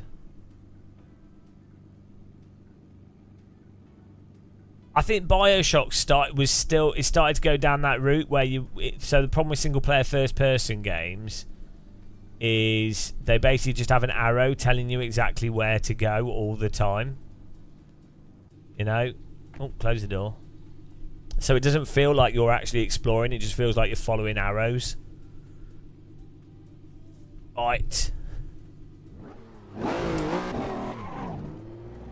What is this car? You know it's a real car when you've got a dash.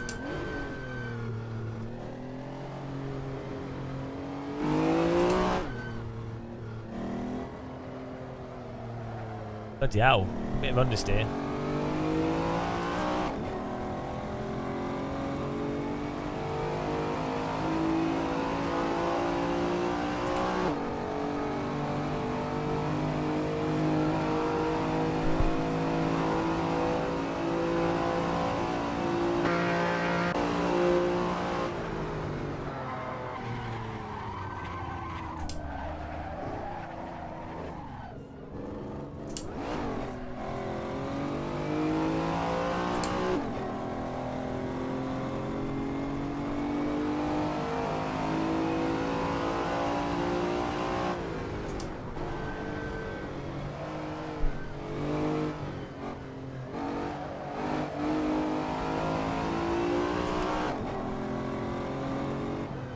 Yeah, just don't.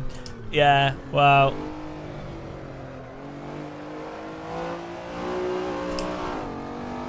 Camera strats. I'll just see what camera in.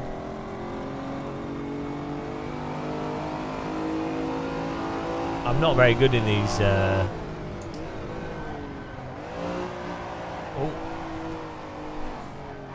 We're drifting.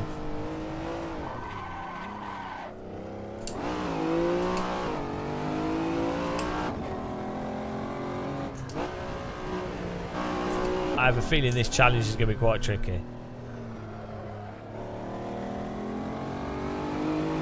This cockpit's crazy on this car. It's quite nice. Yeah, imagine that slide and just catching it. You'd have to push the brake and the accelerator. Imagine just coming out of a corner on the power with varied amounts of steering and counter steer, rather than just what feels like a baked trajectory.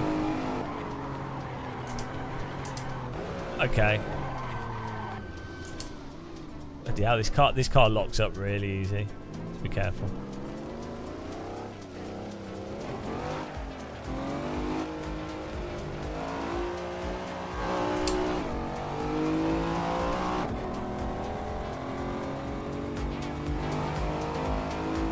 Hope everyone's having a nice stream though. It's been nice and chill for me. It's been fun doing all these hot laps. Hopefully we don't. I had a pretty bad headache this morning. Hopefully we don't tomorrow.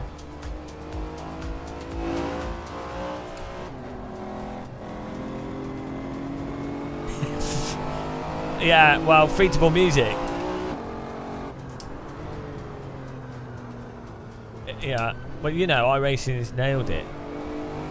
Have you driven any of the cars in iRacing for you to know what they're like?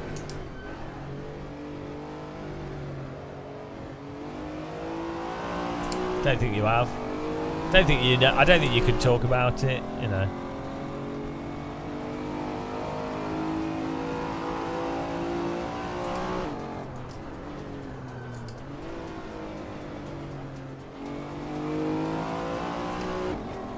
To exit the race. But the Formula 4 is probably one of the more stable vehicles. Why is it at Okayama? Oh, it is one at Brands Hatch and one's at Okayama. Fixed is at Okayama. Opens at Brands Hatch. No, I'm at 4.1k I rating. Yeah. 5k is the true opinion zone.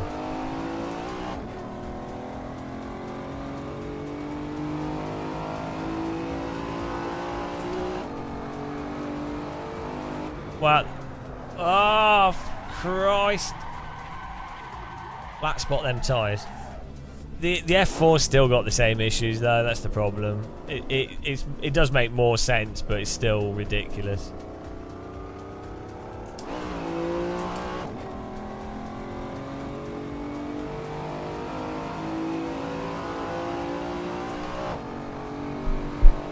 Ooh.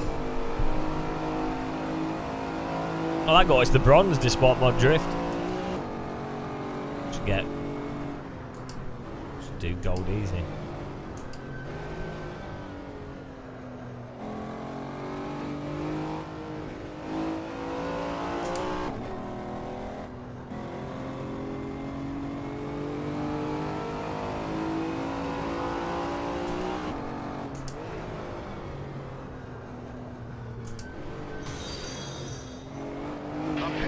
Well, thanks for following, Twisted Mexican. Welcome.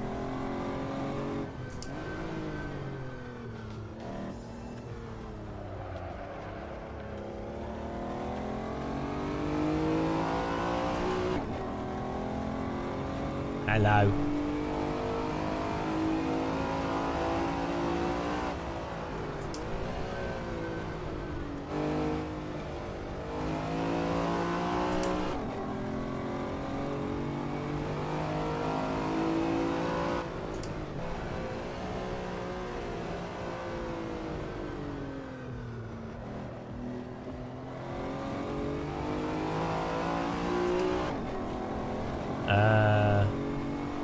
You can.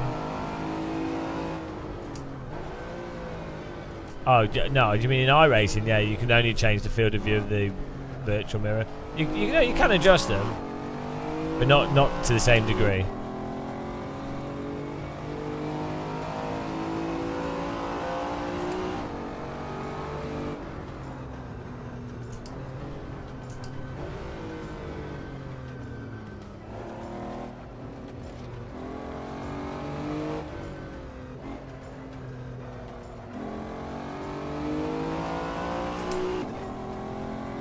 Oh, is this gold already?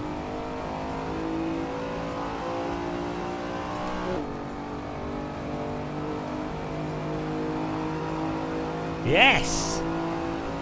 Let's do one more lap.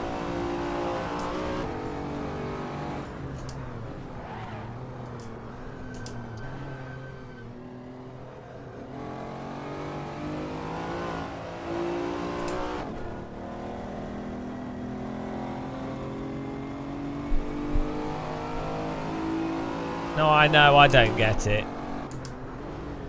It's... yeah.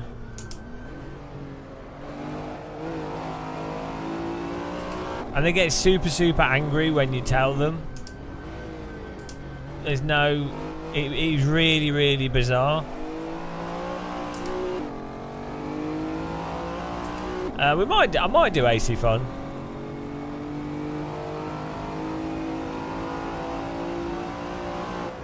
I'm really enjoying completing the game though, to be honest. It's nice and chill. It's fun going through all the different content and trying to drive it well.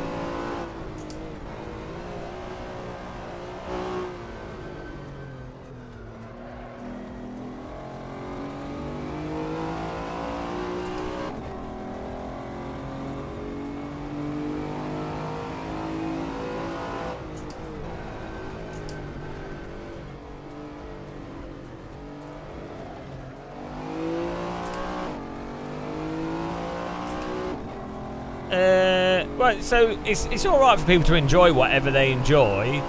What's weird is if someone explains why something is broken and gives good reasons, logical and, you know, some subjective reasons, some logical reasons, and a bunch of evidence, and then you totally ignore it. That's just it's really weird. So like someone's like, oh, AC curbing is way too slippy with a lot of the cars. It does weird shit with the vehicles. It would be really weird for me to be like then go mental at someone and be like, oh no, here's a video of a car sliding on curbs. Oh, you don't know what you're talking about. Do you know what I mean? It'd just be weird. You'd be like, oh yeah, you know. And the AC developers were like, yeah, with single contact patch, this is why it does what it does. You know. Yeah,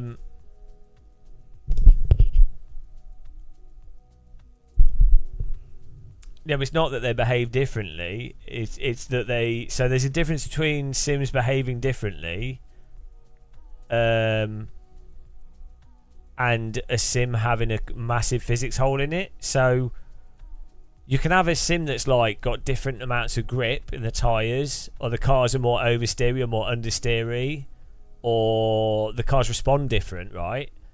But if you have a situation, so like Race Room used to have a thing where you'd be braking and the car would just rotate and you couldn't counter it or do anything. It would just kill you basically, and there's nothing you could do. Or like AC curbs, for example, just kill you. There's nothing you could do. You have to just completely avoid that situation. So those are like physics holes. iRacing's physics hole is in the location of where you should be driving. like it's as if a flight sim couldn't do stalling. Like you can't do like proper drift, like you just can't drive in iRacing. So in Automobilista 1, in Race Room, in Assetto Corsa, and lots of content in R Factor 2, then none of them are perfect, but you can drive in them in a generally realistic way to how you would drive a car. iRacing, you have to drive it in like so you can drive R Factor 2 and AC. Like ultimately, if you're trying to do like the world's record lap, there'll be a super specific way to drive all the Sims to being like within half a second of alien pace, or what, you know, even a second of alien pace. There'll be like a specific meta, fine, right? But iRacing, it has only one way you can drive it at any point in time. Like there's no like playing with the vehicle, or like overdriving and pulling it back, or like choosing how much to use the feet versus the steering wheel. iRacing is, there's the corner, brake in a straight line, hold the wheel at a fixed angle, and then trail brake off the brake so that the car then rotates based off the trail braking entirely, and then get on the throttle, and then maybe do a little bit of counter steer on the throttle. That is how you drive everything in iRacing. Like, and then because there's so little margin for overdriving, the wet just makes it even more ridiculous. It's like, oh, you got over a puddle. Oh, well, that's it. And iRacing drives like what real cars in iRacing in the dry is what real driving in the wet is more like. It's insane. It's so bad. And what happens is people just memorize it, so they then start accepting it as you know, and because they internalize what they can and can't do. So then to them it feels totally normal, and they're like, oh, why is that person crashing there? Everyone knows that corner you can only put this amount of steering angle and that much brake.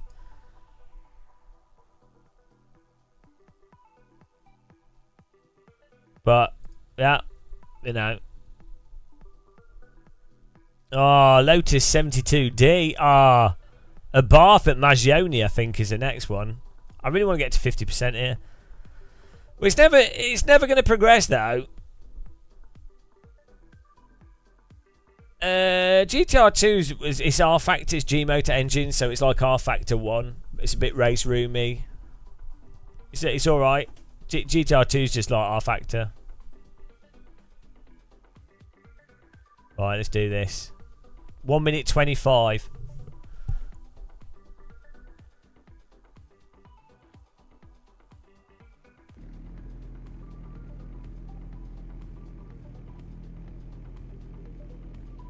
See, the nice thing with the Abarth is the wheel for a cheap car that it is, or like it's not a cheap car, but for the type of vehicle that it is, you can really adjust the steering wheel position.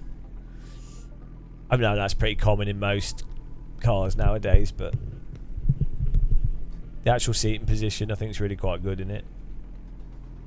I like it.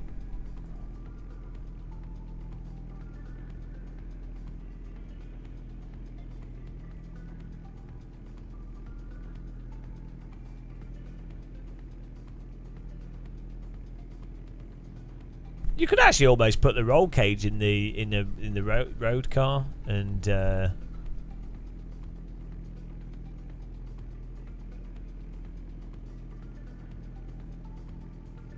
still have pretty good access in and out of the car.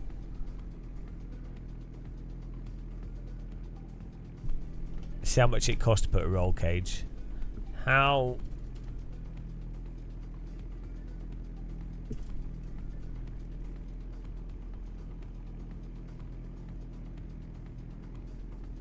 There we go. £1,327. Is that fitted though?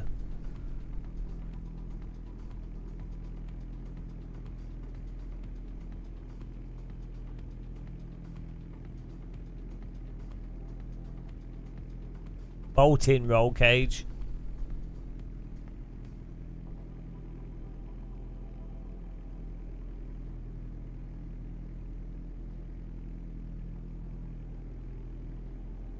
Oh, this roll cage here is a A1 cross door reinforcement roll cage. I didn't even know that there were different. Okay, let's go.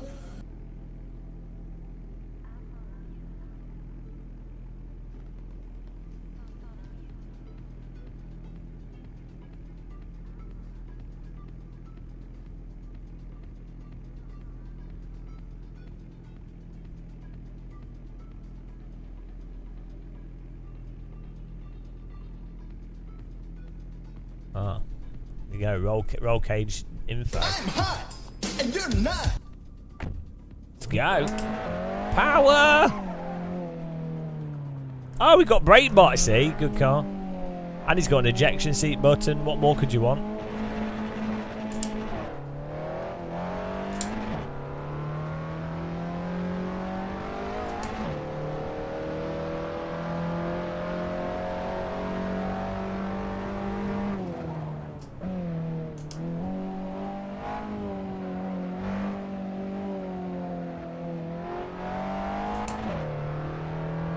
Got a machine gun in it when you over rev as well, which is nice.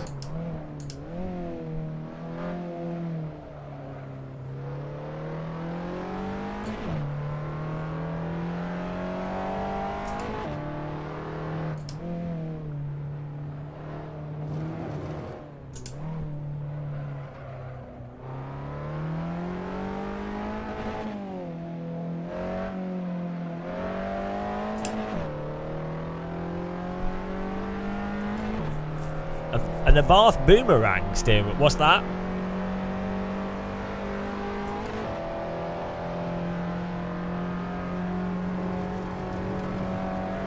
You just said some words I don't even know. Sounds Australian.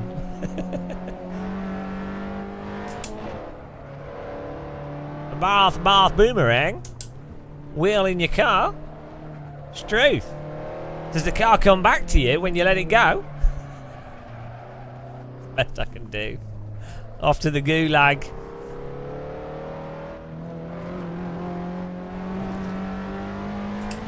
The spokes and boomerang share. I don't even know what that means.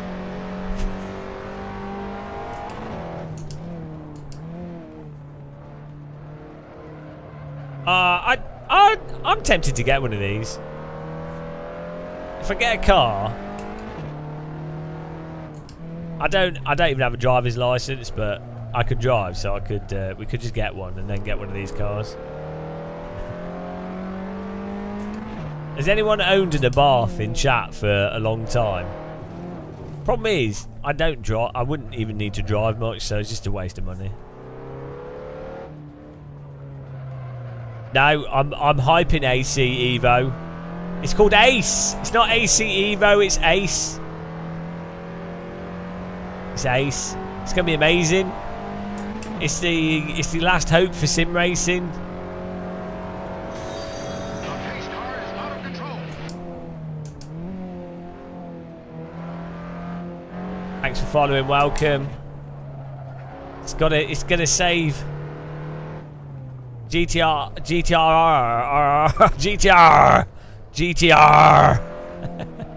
The pirate game. GTR.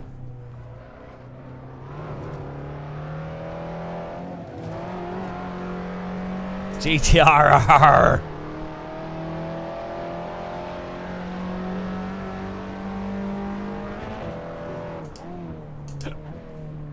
What? Straight to silver here, come on. Yeah, Sky Wilk. dirty language. You type the name of a car. Filthy car name. That's so funny. Moby Dick got filtered. That's so stupid. Oh dear. Let's go. Filth. Ian Bell's fine. He's you know, he's got to be a crazy CEO. He's a right character. Mind the gap.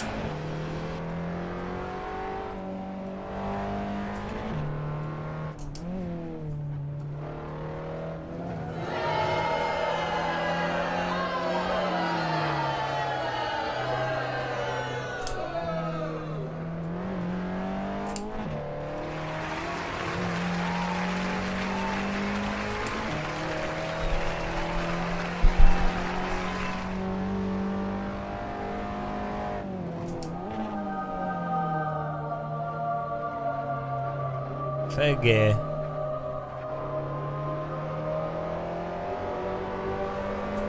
Yeah, I got some money for Project Cars too as well.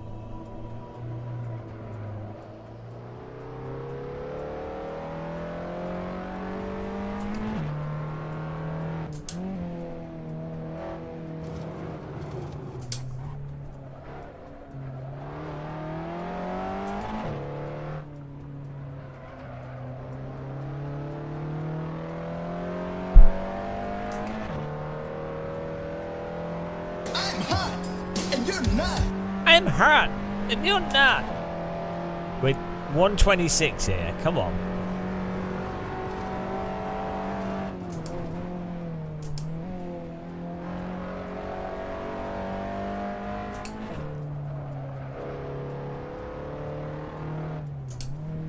Okay, let's go.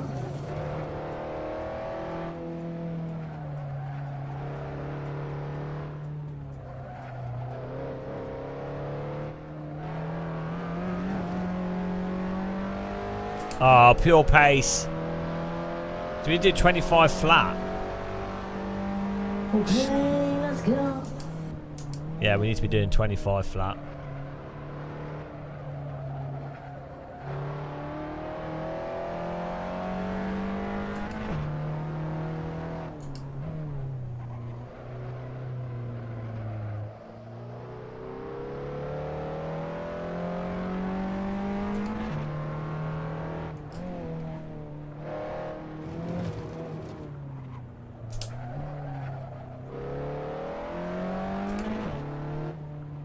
I'm hot, and you're not.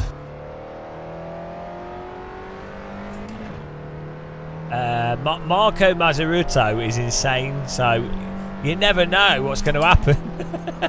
He's mental. He's like an Italian pizza oven with that's been filled with charcoal. He's like an Italian pizza oven that's been filled with explosives instead of charcoal. You never know what's going to happen. Sometimes the oven produces ACC, sometimes...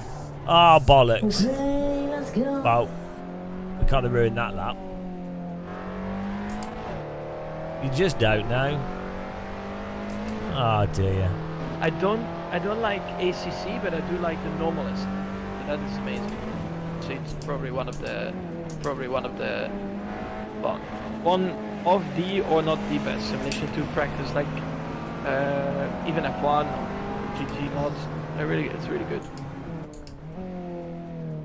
But I think ACC is just a result of Unreal Engine, to be honest. And maybe them having to rush it a bit initially, and you know, who knows?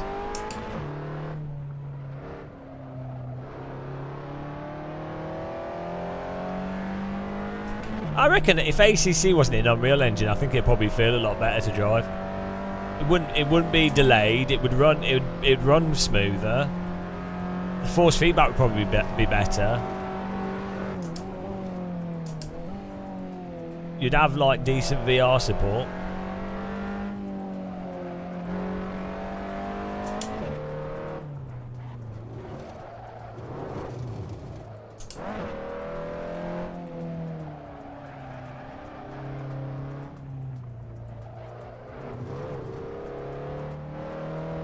People don't think it has input delay. That's what I don't know how people can't notice it. Like, just like there's like the weird physics delay between everything that's going on in that game and what you're doing, how the cars respond. I don't know how do people not notice? It's really bizarre to me because it's super obvious. And I say that as someone that's played it on not just my rigs, but I've played it on like really high end. Well, my rig's pretty high end, but I've played it on like gaming monitors. I've played it on, you know, loads of things, and it's always seemed really delayed, like very obviously like dampened and bland in the force feedback.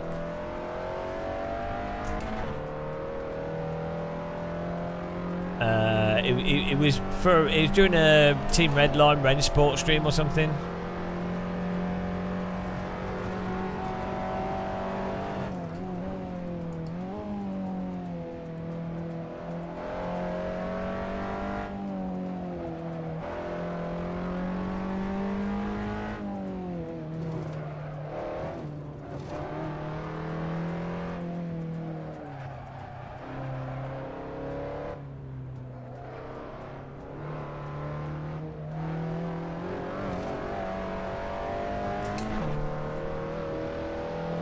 I cancelled myself.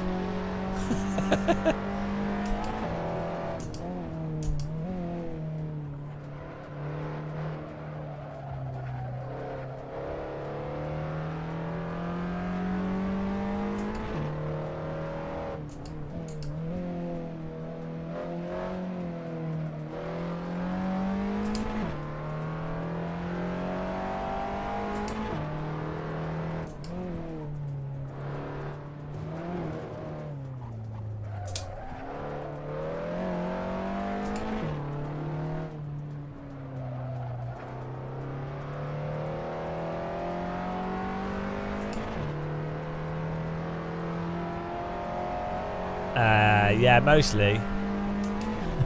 Not all of the community. Like, there's lots of nice people that play iRacing, but there's definitely just a weird. I think there's like a lot of iRacers are really like wannabe real race drivers, but they don't realise how scuffed iRacing is, and iRacing's like their only thing of being a real race driver, so anything you say that's negative they really take absolutely personally. because I think I don't think they've played many other simulators, and I think they've sort of based all their driving and all their driving dreams and all their perception of driving around iRacing. So that's why when someone's critical of the physics, which is completely mental, the physics, but if you say that, they take it as a very personal attack, and they just can't comprehend it.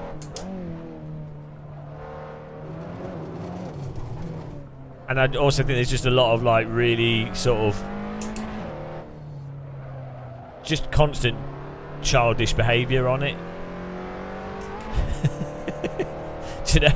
Like, there's childish behaviour everywhere in everything, but I think the nature of iRacing just really brings out the worst in people.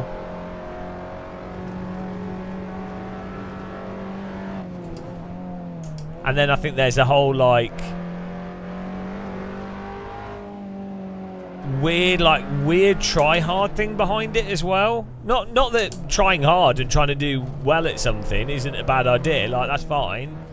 But there's just this bizarre, especially within Twitch. I never really noticed it on the YouTube side of live streaming, but I think there's some like really toxic Twitch streamers, specifically in iRacing, like the ones that tried to get me cancelled, which we've never experienced that from, even from like AMS2, ACC, or anything on YouTube, or any, you know.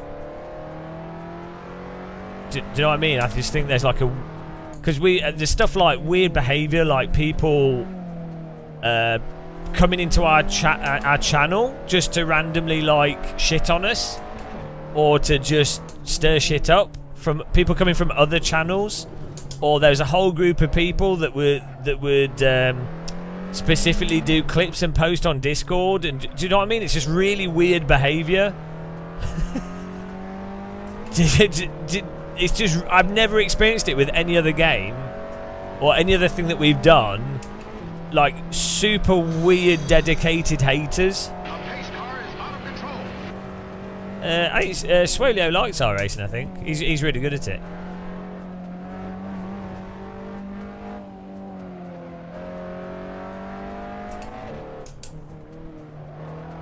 So it's just like a really weird, cultish religion behaviour that surrounds iRacing and some iRacing streamers, viewers, and some streamers.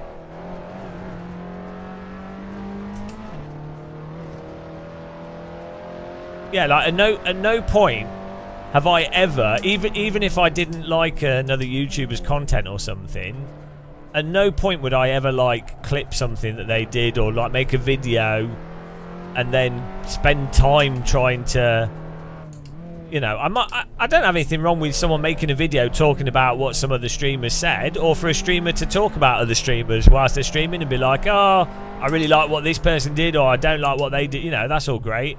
But I would always basically go out my way to promote any like streamer it doesn't matter what they play, because I know how hard it is as a way to make money. So like I try and promote streamers, like even if I'm not like a fan of the like content or whatever, I'll be like, oh, you know, I don't.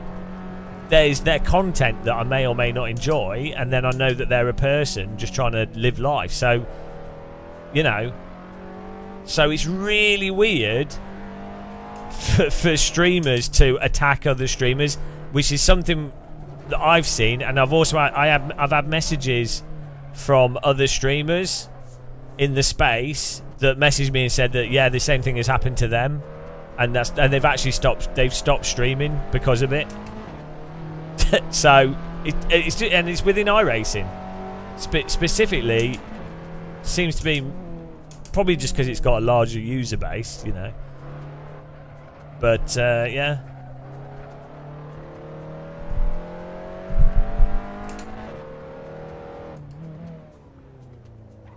In iRacing, it's not even that. It's like, so somebody might have had an accident in a race against someone else, and then the other streamer gets harassed by another streamer's audience and followed around, and that's happened to other streamers. So it's not that they're even saying something bad. It's just like a weird. There's just like a really weird selection of people that happen to be on iRacing that are really just going out of their way to ruin, just be nasty, basically. But yeah, no, lots of iRaces are perfectly fine, and like there's loads of iRacing streamers that are awesome, like Matt Malone and Emil Bernstorff and Daniel Gray and stuff like that, you know.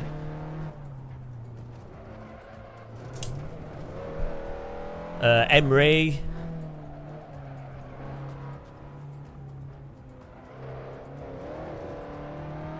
You know, I don't really know Basic Ollie. He's been. I've chatted to him in real life. Seemed all right.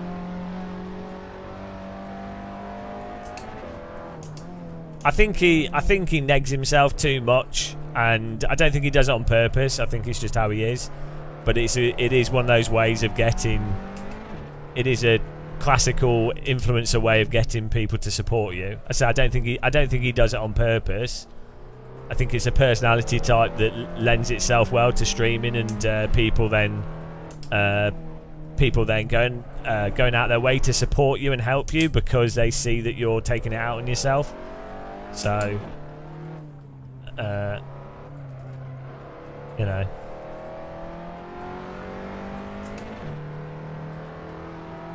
I don't really watch Basic Ollie. It's not really my sort of content.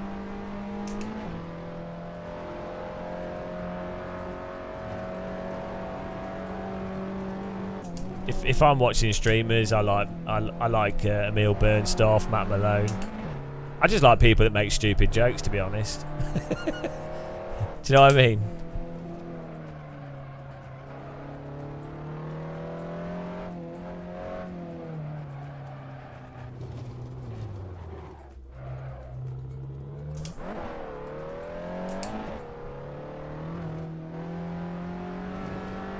My chat's about as supportive as a house fire. Well, I do feel though like the thing is, the audience I have, they are actually really supportive. They're just not superficially moronic. I just think it's childish when you have like chat that like, oh my, well, so well, it's like bloody hell. Take the piss out of the streamer. Like, do you know what I mean? Like the chats, it's like really weird.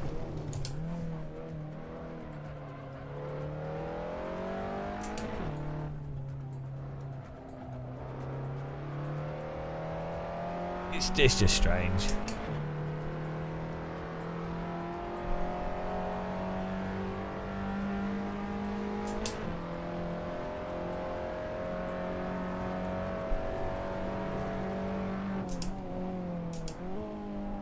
Let's go.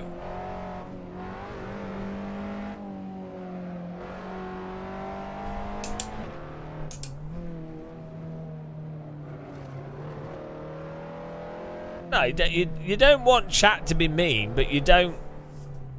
You know what I mean? Like really superficial positivity and like bloody like. Hello, Makinto Hosi. I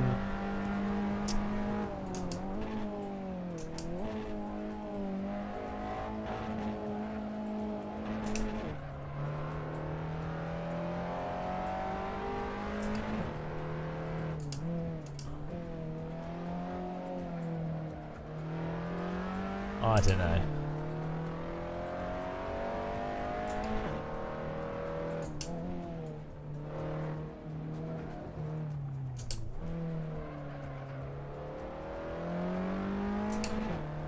It's like you see it on like larger channels with like thoughts and stuff.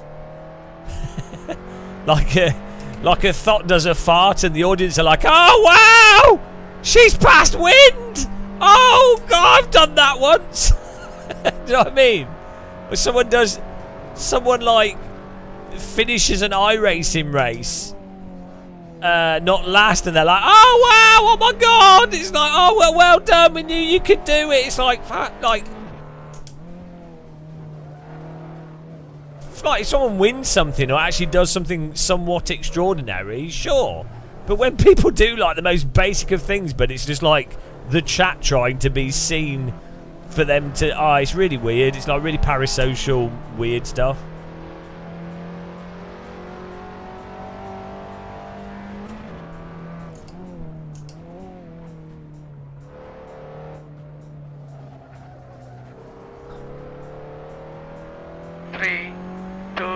Sam Folk! Go! Thank you.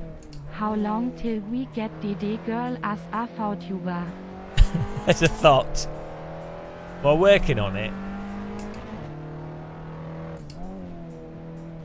Thought girl.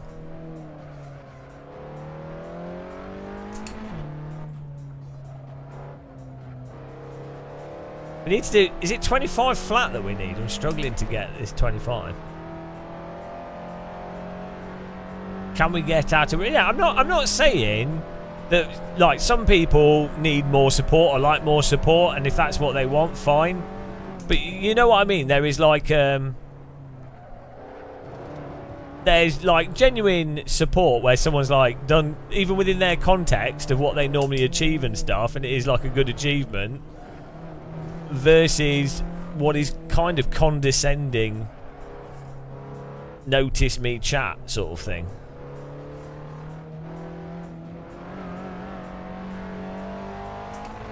I know, Sam. I can't drive, that's why. This car's too Italian for me. This car was designed to be parked in the middle of the road.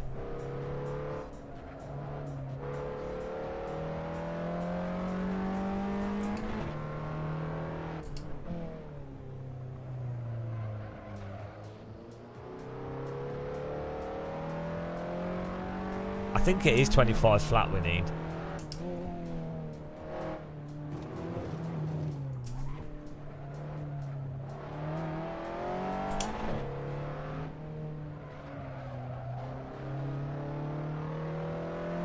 It's weird because this car doesn't.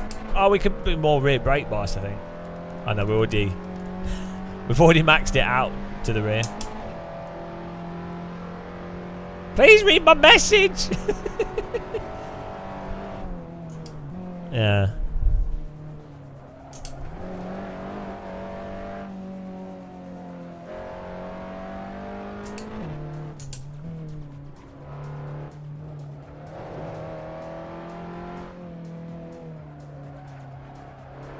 Oh, here we go. Here we go.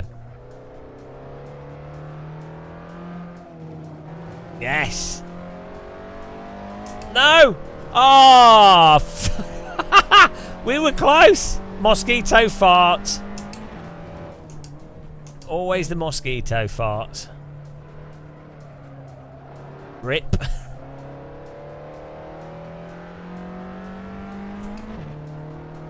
DD Girl would do this with her eyes closed whilst singing DD Girl theme tune.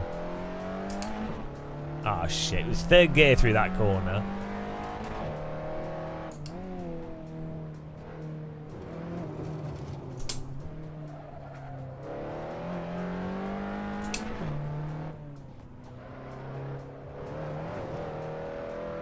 Oh, okay. We got this. We just need to hit the curbs more. Old and abandoned. Did you complete it? Did you say? I'm sure I've actually like 3 times now.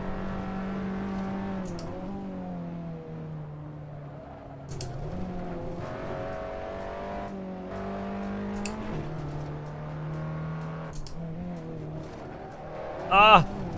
Whoa! Totally legal. Totally legal. Don't question it.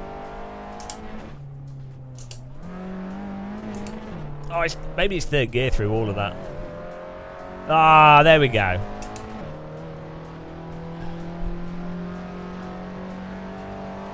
Gold! Get in now. This is retro now. Don't say that. It's depressing. Beautiful.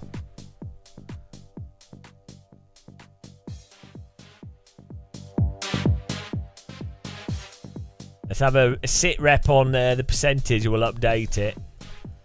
44.3. I really want to do 45 today. 50%. 44.3.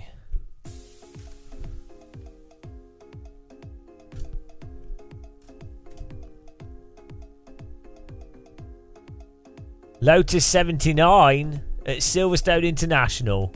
1 minute 6. I will do this easy.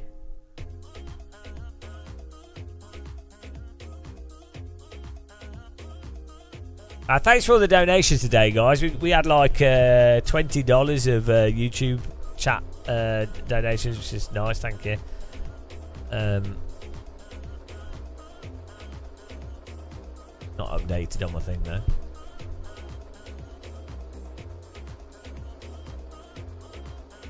It's weird. Oh, there we go. And we had members. So we've had Easy Peasy. Did a $10, a $2 and a $5. I don't know what he's doing. Chedhead member, Poods member, and Sam Folk. Thanks, guys. Is there a meaningful difference between career and challenges? No, they're just the career sort of. I think the career is just races, right? Look at this car. Look at that. Proper. Look at the size of the wheels. What? I mean, look at those. It's insane. How were wheels done in the past? Were the wheels standardized for the whole season, or did they design the wheels for the car?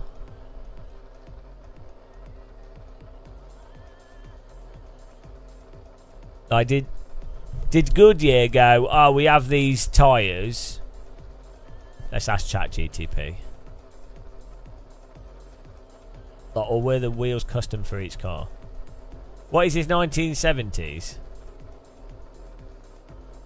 In 1970s F1, were the wheels custom for each car? In the 1970s, oh yeah, look, in the 1970s, Formula 1 teams typically used custom-made wheels for their cars.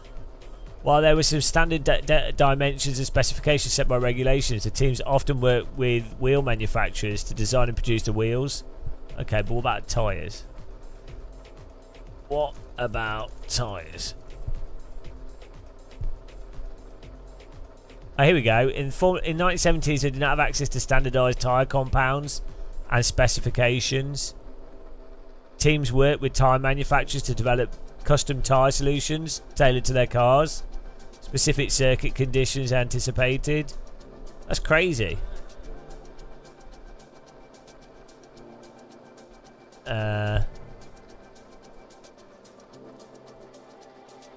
Yeah, Goodyear tyre manufacturer is based in the United States.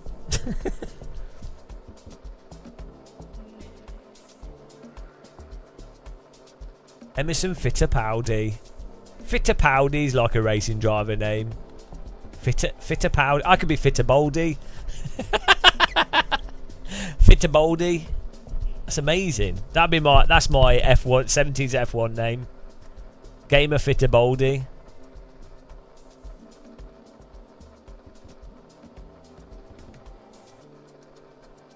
Beautiful. Aspire 705, thanks for subscribing. Welcome to the channel. Hope you're having a nice morning, afternoon, evening, good day, or whatever. Right. What really helps with these hot lap challenges is having the setups with this setup exchange thing.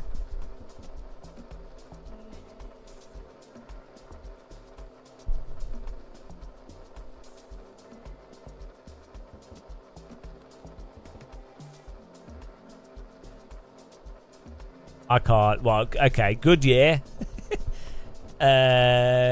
Michelin. Dunlop. Pirelli.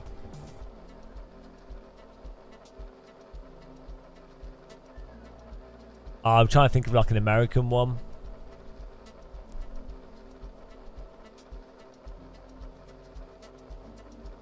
Yeah, I can't think of any others. There's another French one. Firestone, yeah. Firestone. Bridgestone. Is Bridgestone and Firestone the two different companies? What was the bridge at Donington called? Was that a Dunlop? That was Dunlop Bridge, wasn't it? That was for Dunlop.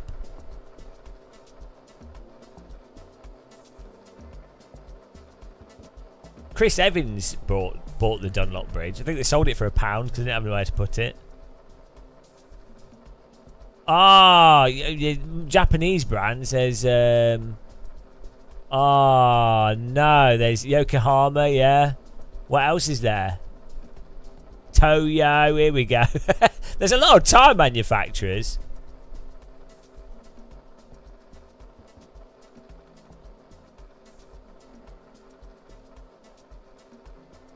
No, no. This is. We have to call everything completitivo. Toyo. Right, here we go. This is gonna be a nice, sensible car to drive, isn't it?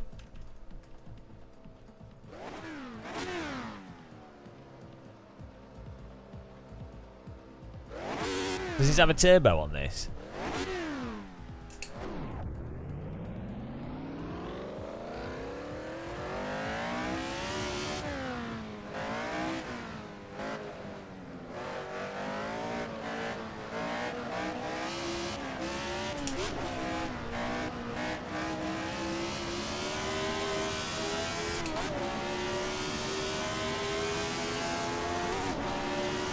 The RPM gauge is a little bit broken. Don't worry about that, it's all fine.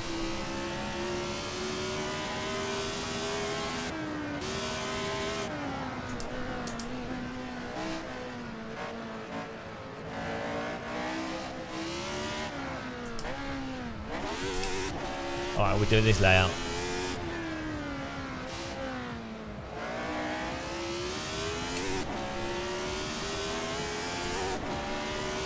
It's a nice, sensible car. Bang ding ow. We too low. Holy fook.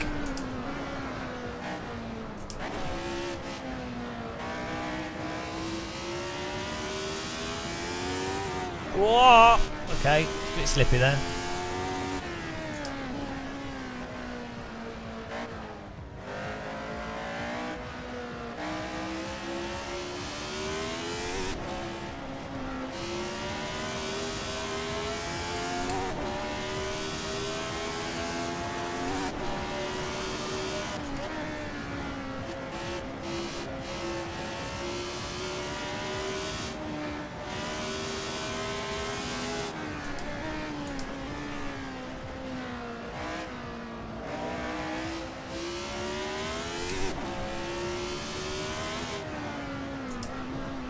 This would be a fun car to drive in real life.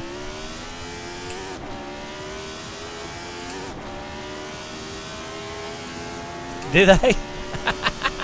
What are they doing?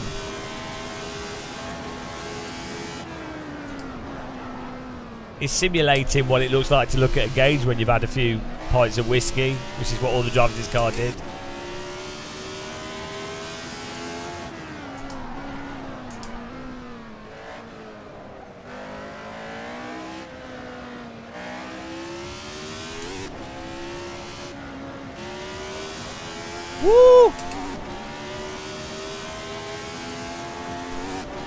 Oh! Done it. Easy. Oh, that was easier than I was expecting. We'll do another lap. Wasn't even pushing it. We'll just get warmed up.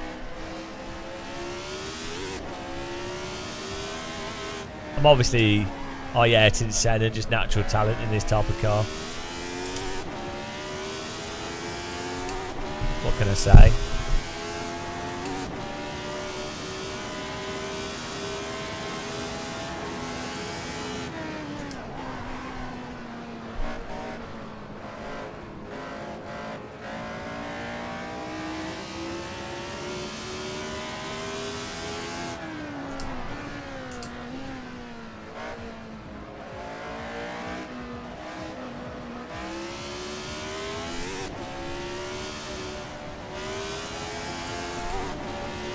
It's a fun car to drive.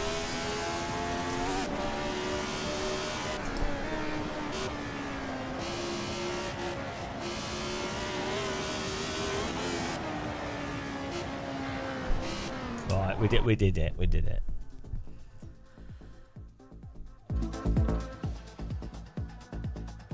Get in there. Right, what's the next one? Gold! Ford Escort at Brands Hatch. We've got to do this. No stopping. 146 flat.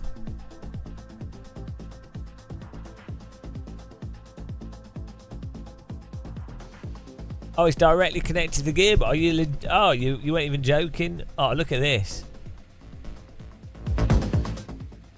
Hang on, why have we got a window? What's this about? Is that the door handle? And that's the window. People playing AC will be like, "What's that for? Why is there what's this wind down thing for? I don't understand." Why is there no button here? What's this do? Oh dear. I remember using wind down windows. Type wind down in chat if you used wind down windows at some point in your life. Basically, anyone that's was born from 2000s onward would probably never used a wind down window. I mean, I'm old enough to even know about the pop out windows. I'd like the 1970s minis. You'd have to push the window out. It didn't even have a wind down. It was like you'd have to just push it. Wind down life. Well, they'll be looking at the bloody brake pedal as well. Have you seen the new cars where they don't brake? They don't have a brake pedal. We don't need to use it. You push it down to go forwards, and when you lift off over halfway, it's like engine braking and then full braking. So there'll just be one pedal, and they'll be like, "Oh, it's so hard to drive." Oh, Sam. Well, I'm sorry, you're too young to be here. Ban for being young. Fuck them all. What? Brand Snow? What is going on? Winter Wonderland? Oh, I think everyone's on drugs on this. Right. What was the 145? Ah, look at this.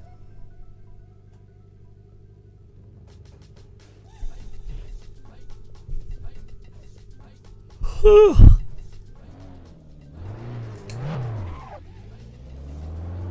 Nice cockpit.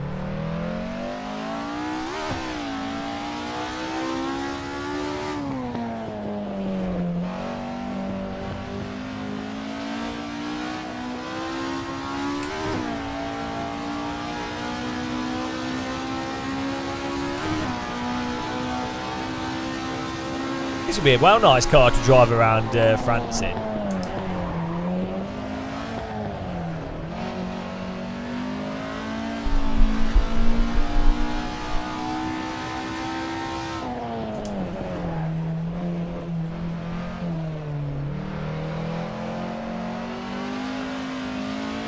Oh, this handle's quite nice.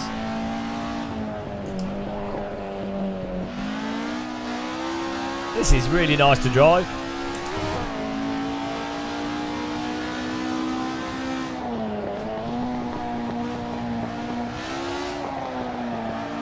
This would be good for public server racing. This would be good for LFM. Instead of the random shit that they pick. Like,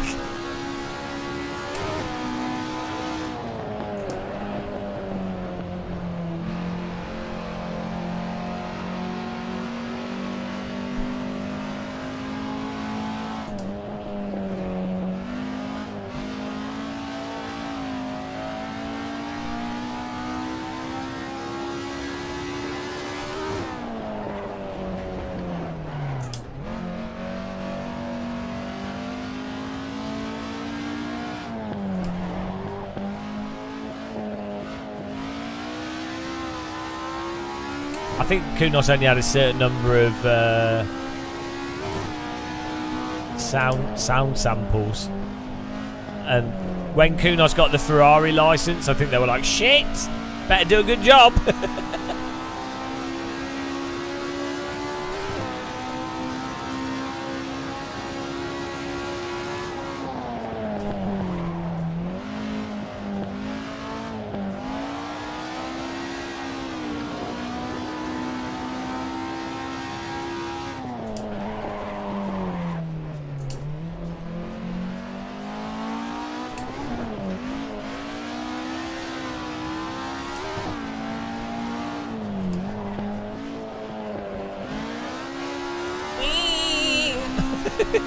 Bog down.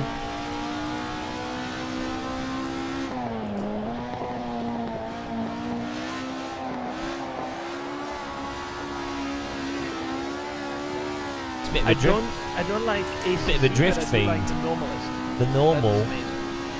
It's probably one of the One of the best, well, if one not the of best. the or not the best solution to practice, like even F1, GT mod. It's really good. Oh, I'd love to do a track day in this car. Well, it probably wouldn't be too expensive. Probably still expensive. This is probably classed as a vintage collectible, but maybe it's like a kit version of this.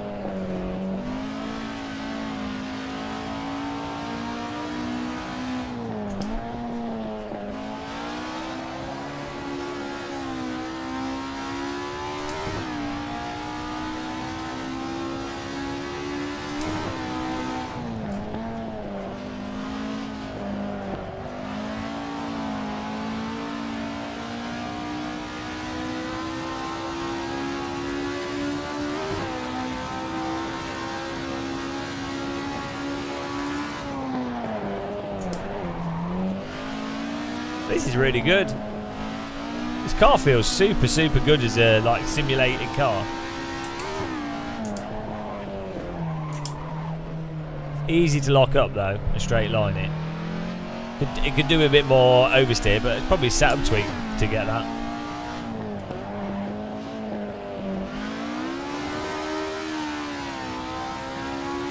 Drives a bit like the Race Room NSU. Bit more precise.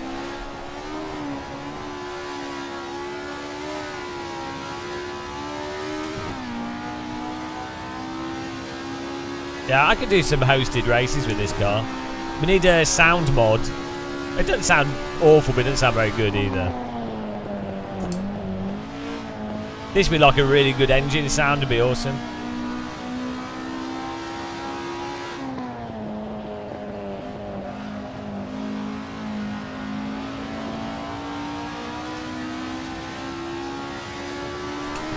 This is a pretty quick car actually. Like this is like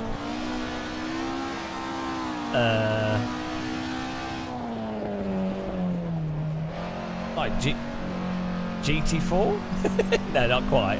It feels quick though. Like it's faster than a Skippy.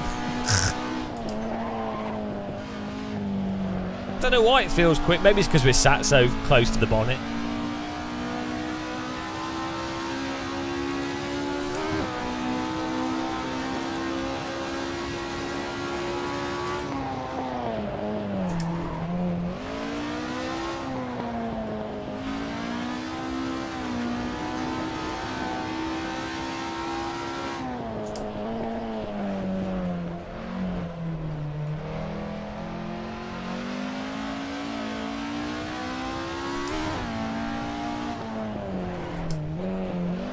Tell you that the most surprisingly fast car I've ever seen in real life was I was with a friend doing track days at Donington in his Radical SR3, and there was a 90s DTM car there on the track at the same time as us. And the 90s DTM car was driving straight line pace, was similar to the SR3 down the straight. Insane. Like, it's actually mind-boggling seeing a brick travelling at that speed, and they sound amazing as well.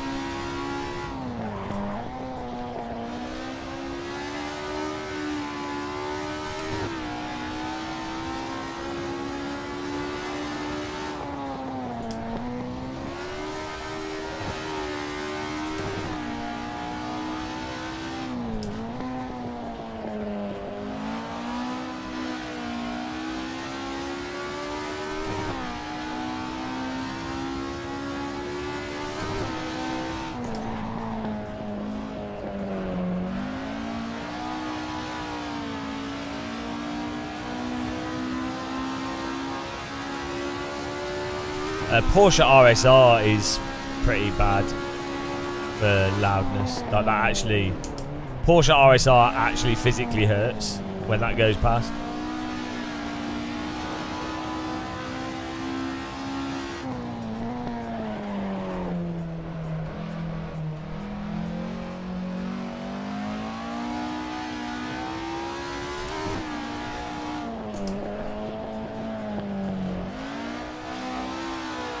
This is fantastic though. This is really pleasant to drive.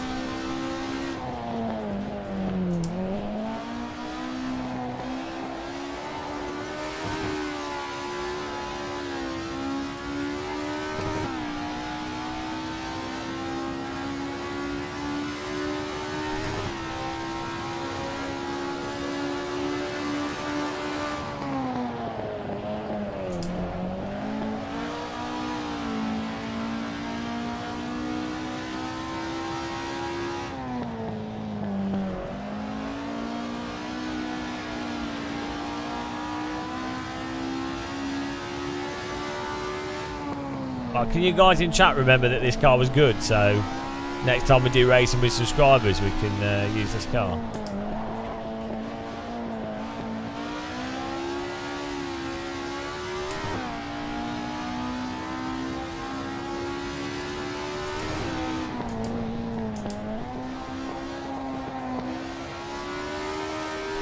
This would be fun for racing because we just put everyone sliding all over the place.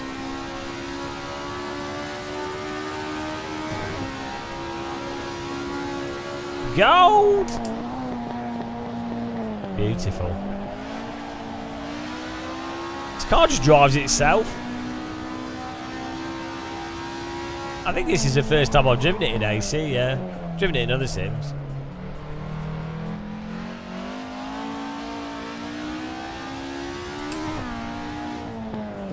Of course, you need mods in AC to enjoy it. Oh no, wait a minute. This is one of the best cars. This is better. Once again, this car is better than everything that's in iRacing and pretty much any other sim. Maybe not AMS 1.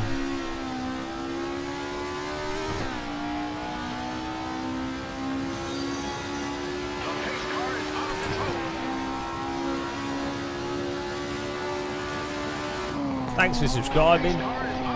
Thanks for following. Thanks, guys. Welcome.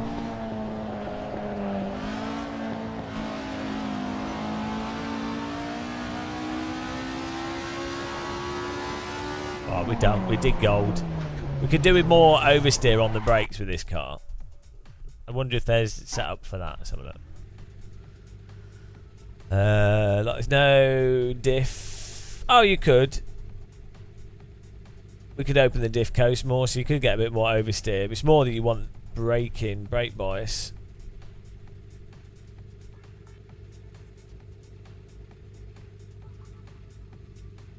Oh, you can set it in there. Yeah, okay. That's fine. Yeah, that'd be good.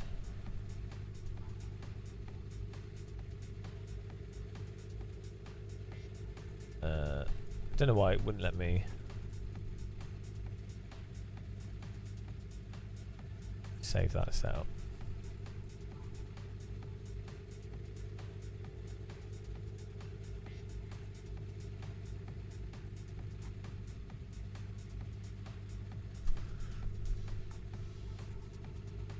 Right.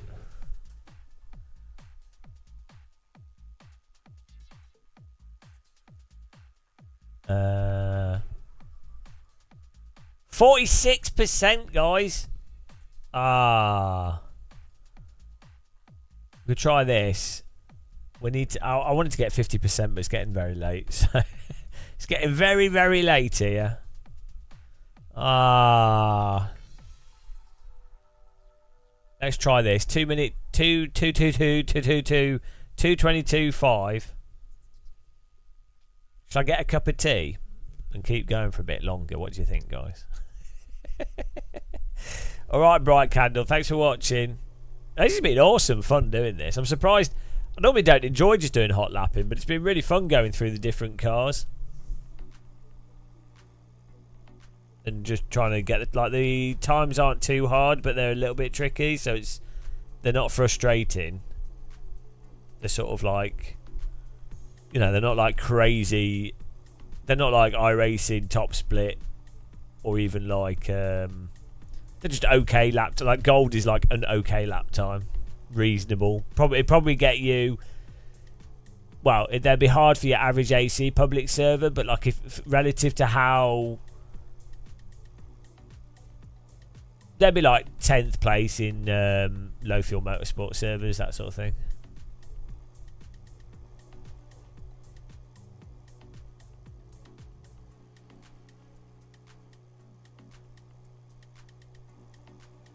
Yeah, sound really helps make cars feel more powerful and more connected, and it's easier to like feel what RPM you're at. Sound is like a surprisingly important part of driving sims. What I recommend doing, there's a really good example of a pool balls hitting each other with different sounds. It's a good example of how sound affects perception of stuff. Alcantara. This is Thomas Yakamara's Fanatec Thomas's car. Alcantara. Alcantara. Oh no, we don't have a setup. Okay, this might be hard. Slick softs. Take some fuel out. Yeah, we're gonna need a cup of tea for this one. TC on higher. Wow, we got this. Easy guys. Boonk. Alcantara. Welcome to Fanatec. It's like Arnold Schwarzenegger. Arnold Schwarzenegger. I will lift some weights. Every time I go to the gym, it's like I'm coming. Have you seen that clip? So good. I'm at the gym. Every day I'm working out. When they didn't fire him, like he owns 50% of the shares for Fanatec, right? So he's the owner of Fanatec effectively, as far as it goes. As far as I understand, they just had like some cash flow issues or whatever, for whatever reason, and then the banks, or whatever bank arrangement you have with loans and how that operates, they'd be like, oh well, we don't think that your projected profits or whatever are enough for us to continue the credit line that we have or something. And so they just go, okay, well, what if we replace the CEO with someone else doing the management decisions? Oh, and the banks are like, oh yeah, okay. It's like,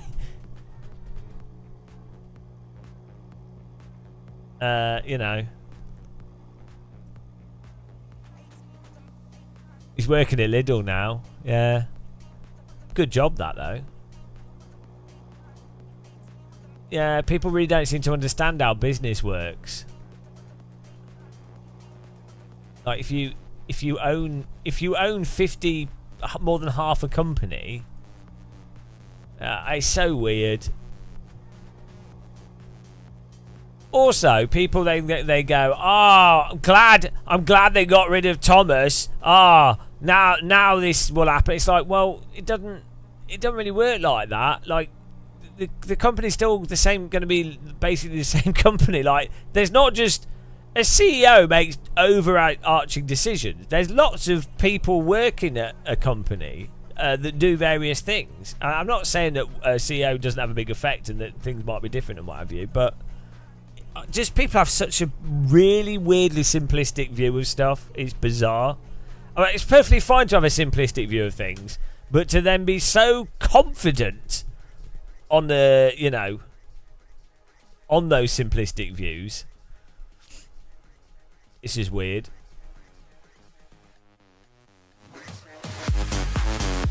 Right, I'm gonna get a cup of tea, guys, and we'll keep going. 50% will be achieved.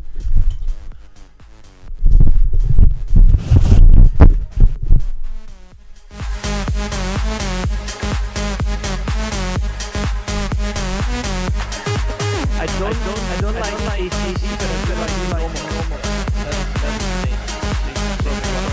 That's probably one of the one of the or not the best to practice like even F1, GT, they're really good. It's really good.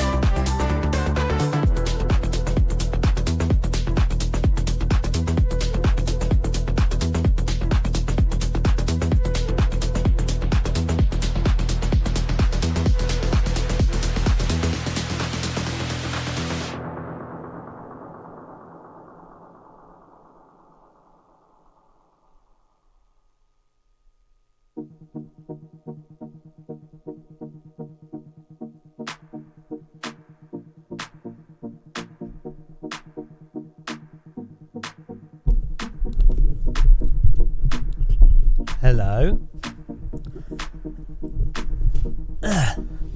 I don't like ACC, but I do like normalist. So that is amazing. So it's probably one of the well, one of the or not the best simulation to practice, like even F1 or GT mods. It's really good.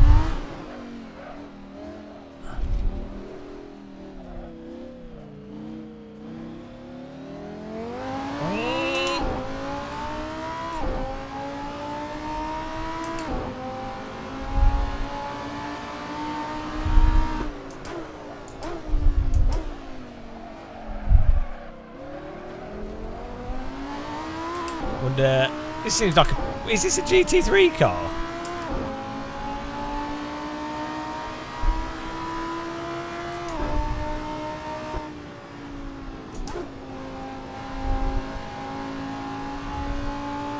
Now we're doing, I'm completing all of the single player in AC.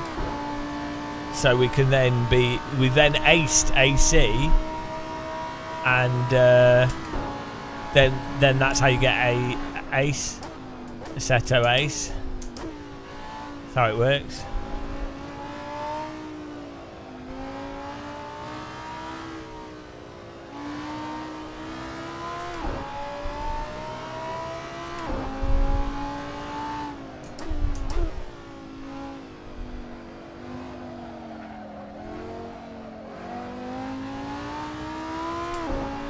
Well, we're almost halfway through the hot lap, so it's going pretty well. It's been beautiful.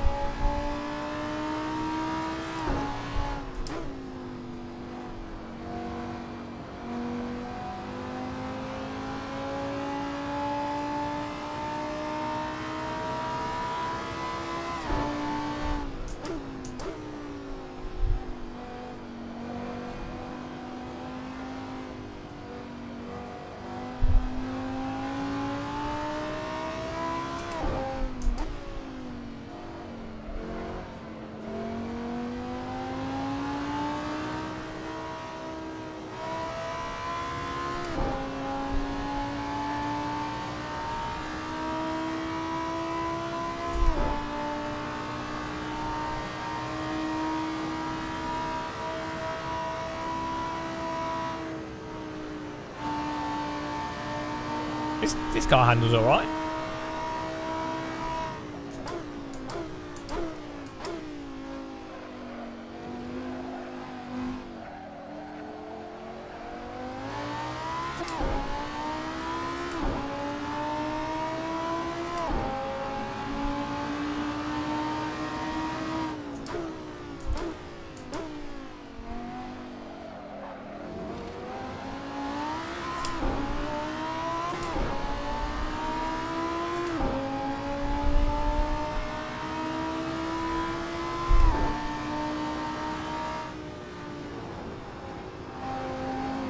Woo!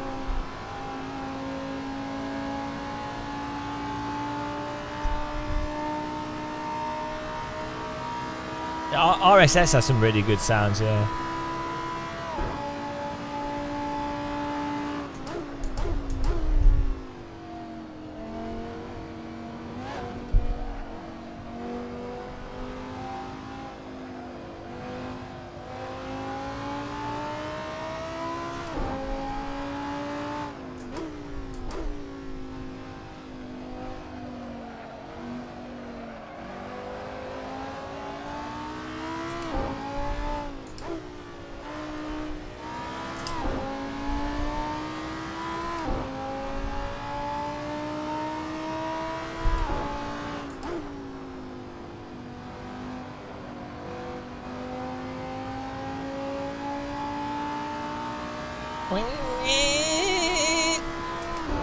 This car's alright. Super planted and then a really little tight slide.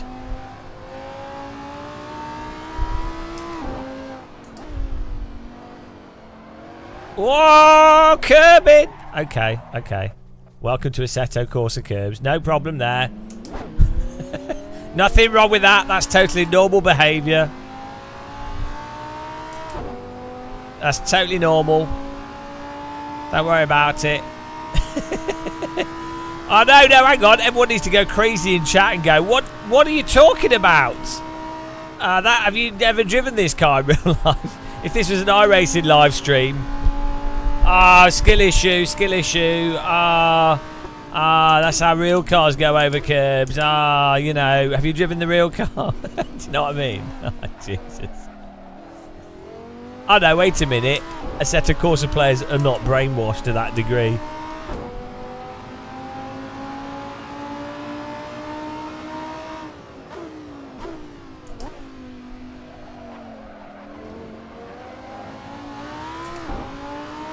Learn to drive.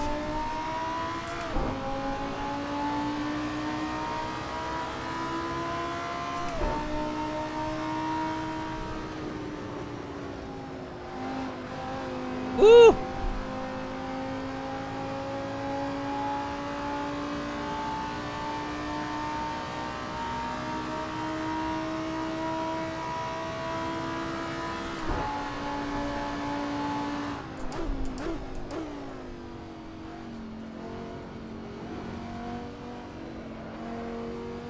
You know what's funny? iRacing has completely flat curbs, and if iRacing, well, they've put some 3D curbs in now, but if AC made the curbs completely flat, you wouldn't get the issue that you have. So, ironically, the car spinning from the curbs in AC is due to the curbs being more realistic than iRacing.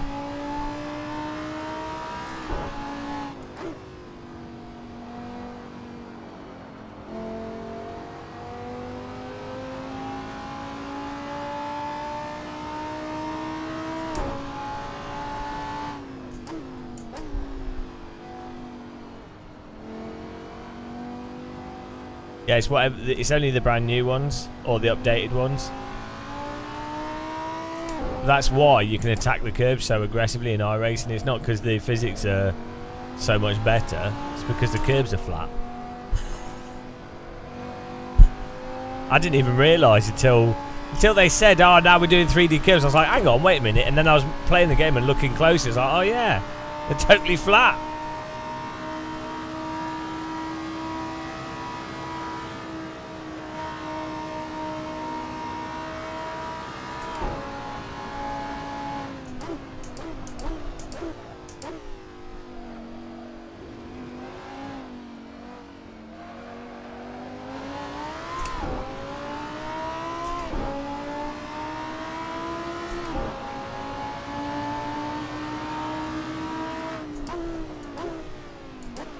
What time do I need to be getting? I've already forgotten. Was it 24th?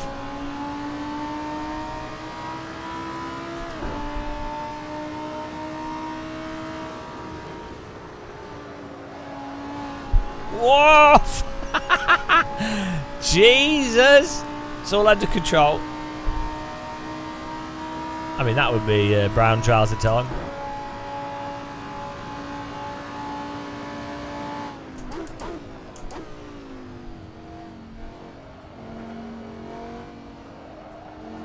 Oh shit, it's gonna be pretty tricky. It wasn't 22.5, that's well hard.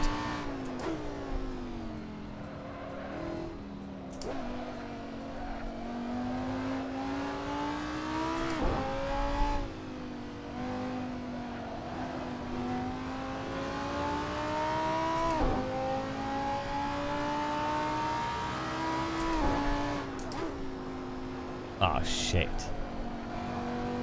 Well, I might be in a spot of trouble then. Oh no, we might be okay. We'll see.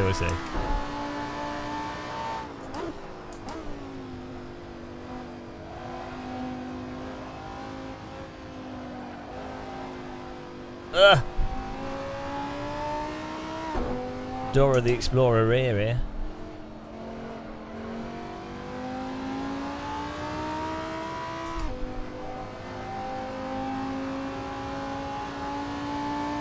Ah, yeah, we'll be alright actually. Yeah, we could do. I don't know what the cameras are like in Wreckfest for motion sickness.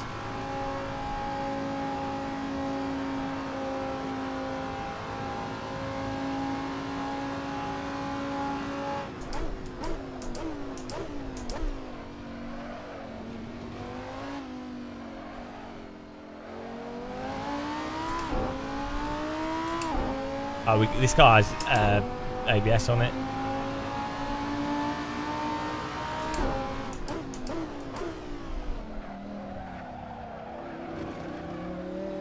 We drive this actually a lot more aggressive than I've been.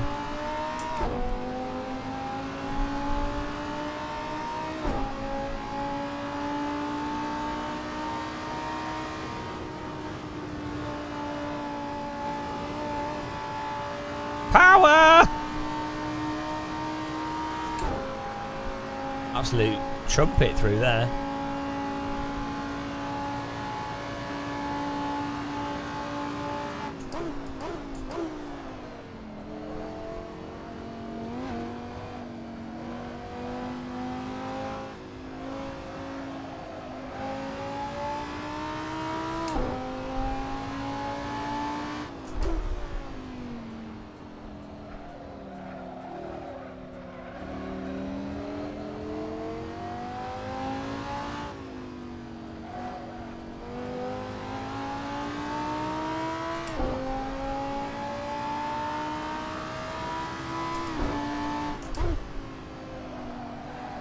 Oh! Oh God! Imagine just doing that in iRacing. I mean, you know, not supported.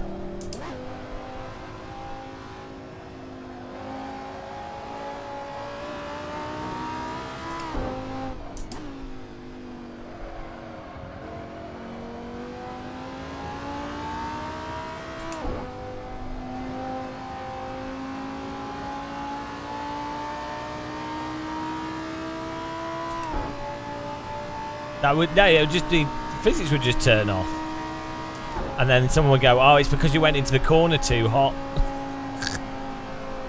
Oh my God! Like rear's overheated now, but we're still driving.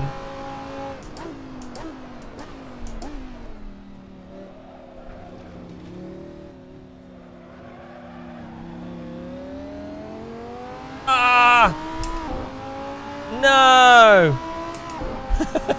It's close. This is actually one of the physics issues in AC.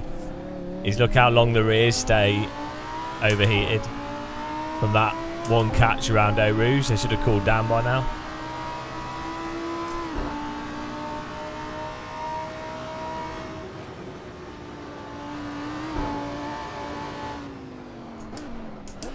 So like in iRacing we'd have binned it in the corner. In AC the tyres just stay super cooked for ages.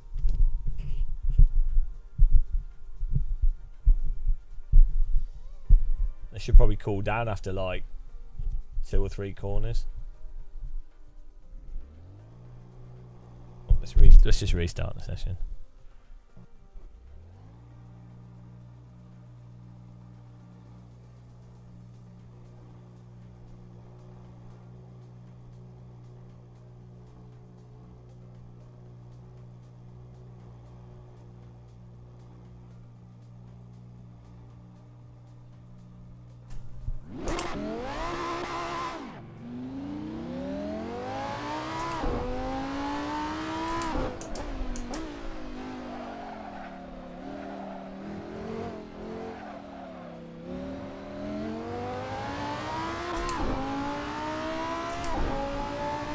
Should be able to do this pretty easy.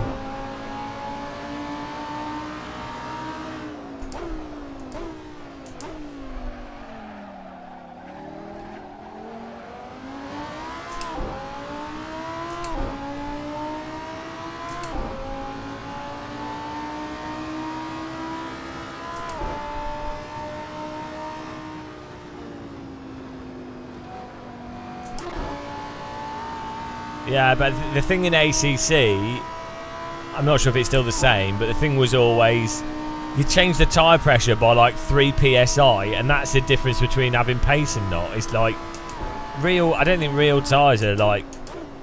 Well, tyre pressure does make a huge difference for sure, but real life there's more variability in everything that's going on. So, you know, they might not even know what the absolute ideal tyre pressures are, and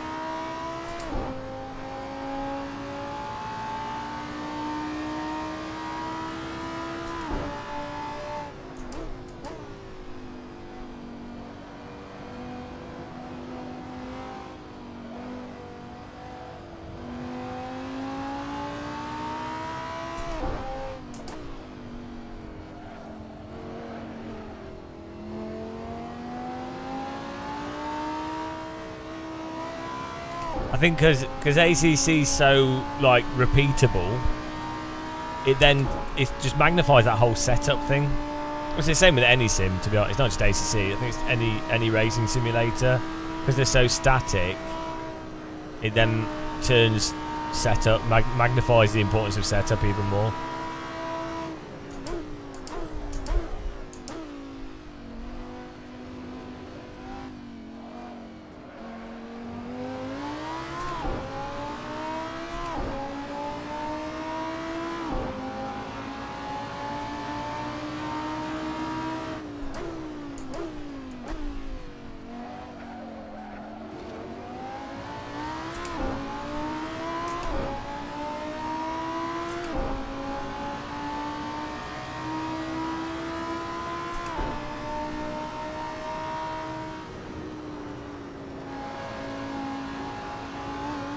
What did I need to do at 22? What was the time I needed? Can't remember. 22.5. Okay. In the bag. No worries.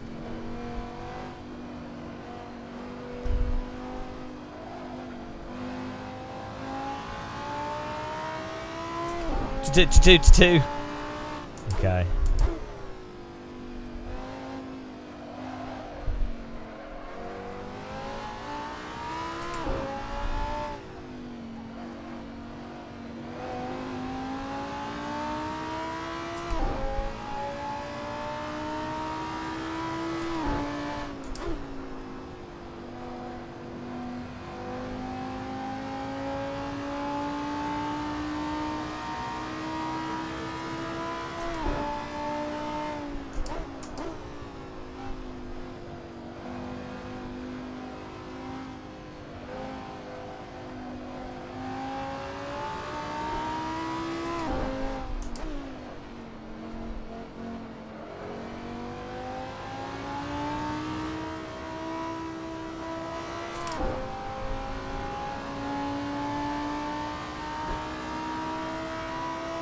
You bet me a fiver, but we're already on a 22-1. Not very good at betting, are you?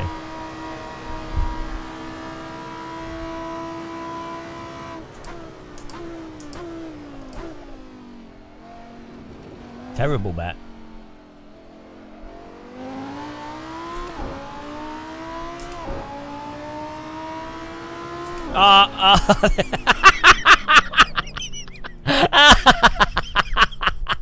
Did it? Well, I mean, you know, I told you we just instantly have performance. Motorsports capitalism. I won't hold you to that £5 bet, but you know, we won. I don't need the money. I won. I'm psychologically £5 richer. Thank you. Instant. As soon as you typed it, the delta went down instantly. Oh, that's so funny. Right. Next. We've got to get 50% done today. Ah, what are we on? 47.4.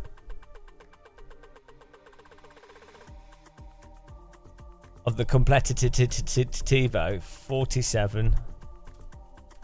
47.4. I've got some chicken that should be cooked as well. What's the next one? McLaren hot lap at Silverstone. Yes. Oh no, A86 at Nordschleifer. No, oh, no, that's going to be tomorrow, guys. Jesus Christ. Right, we got to do this.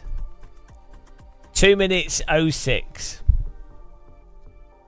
Wow, we're blitzing through this. 69 viewers on Twitch. Nice.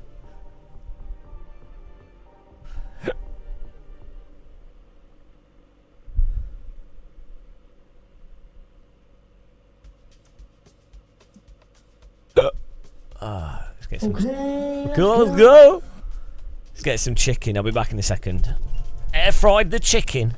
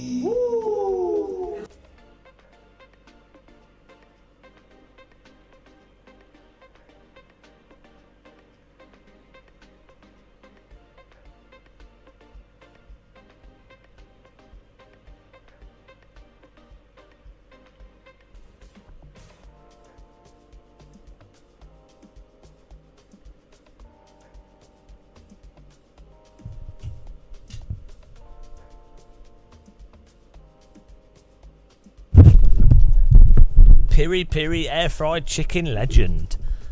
The chicken legend. Sounds like a McDonald's.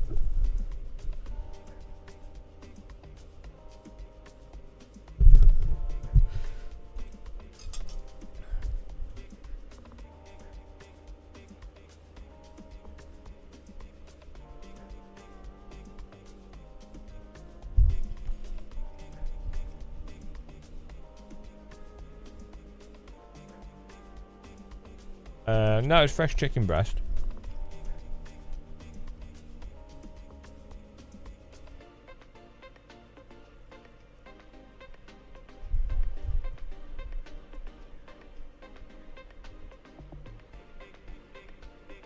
Air fried cooks chicken well good.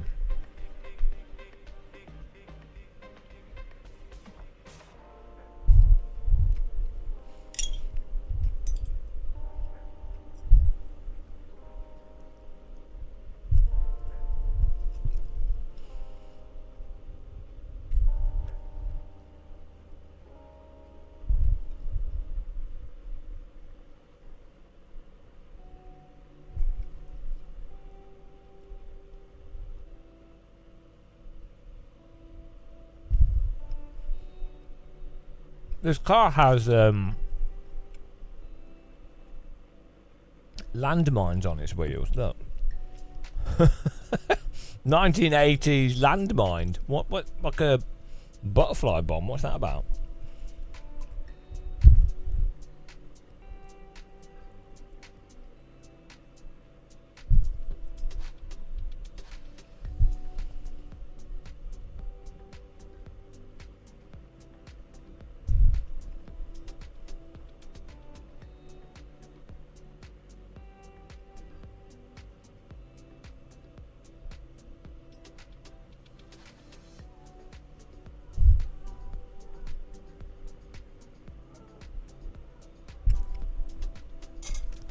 What on earth?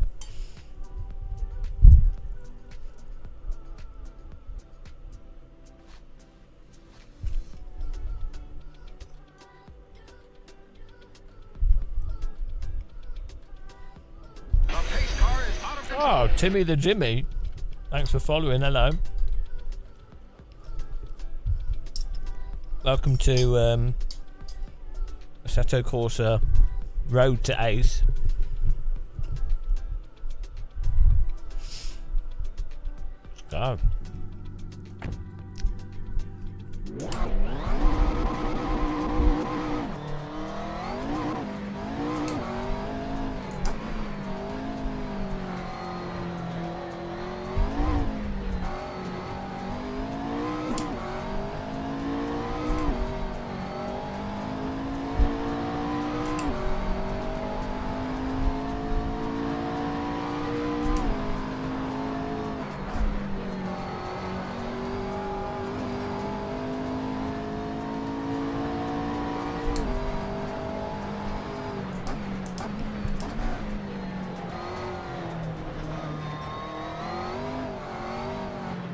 Where are we going? Oh, it's full track, full track.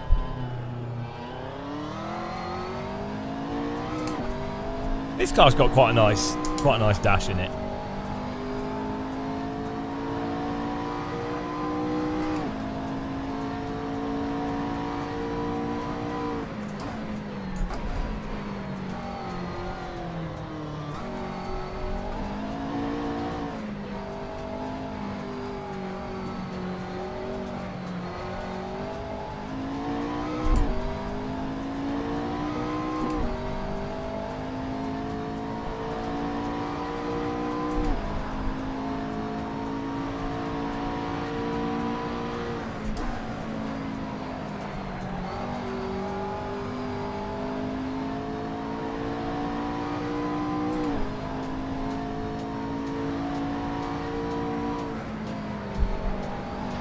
Ooh, let's go.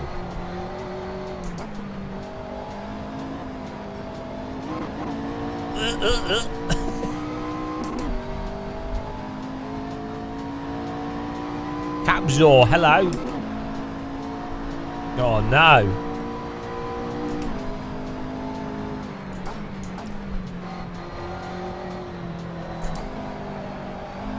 Ooh.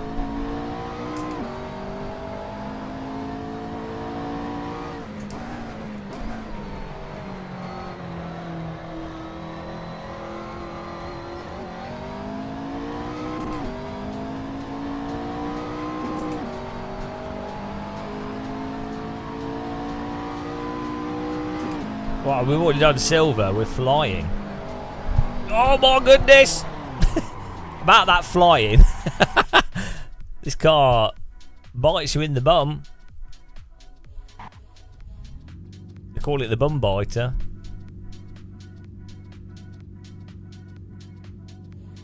I'm sponsored by the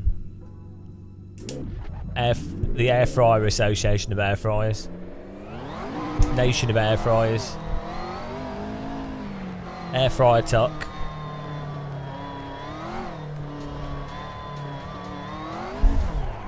Bloody hell. Cold tyres, guys. Cold tyres.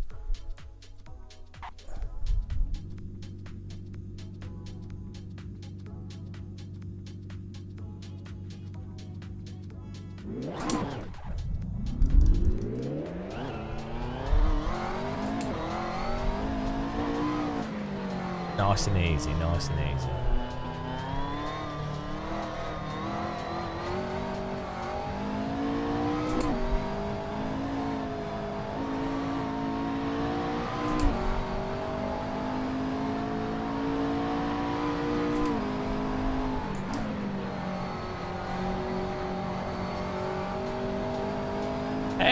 If you've got an air fryer, you're basically a king. Just think, no like kings and queens back in the day had air fryers, so we're living the life of like gods. They didn't even have microwaves. Henry VIII would have been like, cook me my dinner on the fire. I'd be like, I've got a microwave, mate. What is this microwave you talk of? Like cooked food, well quick. Just think about that. Henry VIII didn't even know what a microwave was. He didn't even think about it. What a noob. just put food in the conservatory.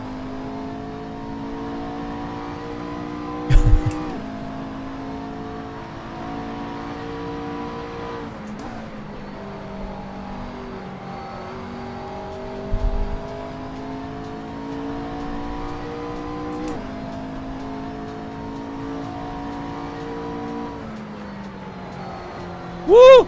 This car's brutal. This is like almost iRacing.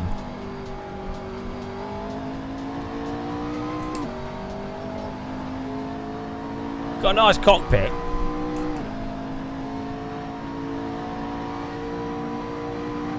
Well, that's not sure. You can't say that, Josh. World War III might happen, and all the people in the future might live in like bomb shelters with radiation poisoning. So you don't know. It depends which future. And maybe humanity wipes itself out. We could be on the limit of humanity.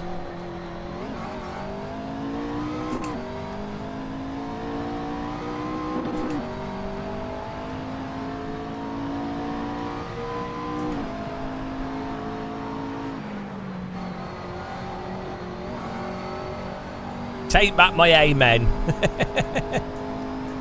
Praise the Lord.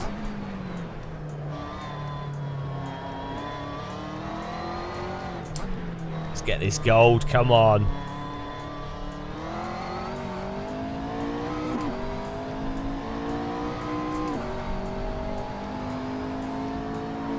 Error.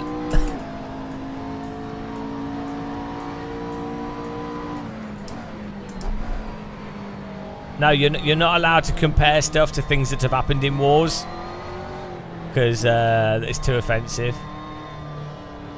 The joke police will come after you. That's the rule. I'm so offended.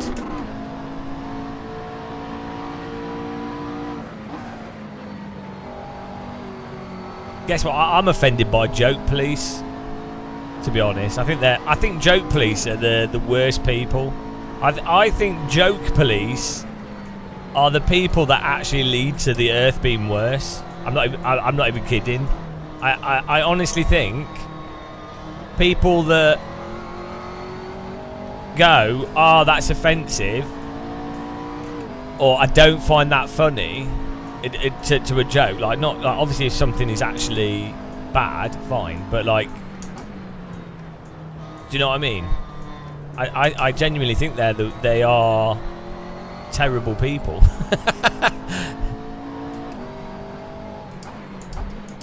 If you look at like through history, the least able to laugh people, like the least humorous people, are always the worst. Like they're always the dictators. They're always like the gold. Look at which places are worse to live in. They're the ones where if you took the piss out of like a poster with like the leader on it, that you would get arrested. Like if you're in some countries and you make jokes about certain things, you get arrested. Well, guess what? That's not good, is it? Here we go. But you know what I mean. The irony of people that go, "Oh, I don't find that funny," or "Oh, no, that's offensive to XYZ group of people." It's like, well, as long as a joke isn't attacking a specific person or isn't like, do you know what I mean? It's like, well, like, like the Little Britain stuff that's been like, they've had to take it off BBC because they're like, "Oh, it's too offensive." Or like episodes of Faulty Towers, or like, if anything, when you have comedians on programs and the jokes and they're genuinely not really funny jokes, they're like the joke, the butt of the joke is actually offensive. Keeping the comedy and then being able to go, "Oh yeah, no, look, back in the day." So like you have stuff like outright racist jokes, like in old cartoons. They were racist. They were just racist. I am the champion of the ninjas. Povey1, thanks for subscribing. James, how come anytime I join your channel, You're talking about everything but racing that MKEKW. Oh, thank you. Yeah, so like Mickey Mouse stuff or whatever that's genuinely racist, or like there's that thing in Dumbo that's genuinely racist. Keep it and let people know that it's racist, and you go, look, this is what people thought was acceptable back in the day. And, you know, you look at it and you go, yeah, well, that is actually ridiculous, isn't it? Like, what, getting rid, just deleting it and pretend that it doesn't happen? Oh, my goodness.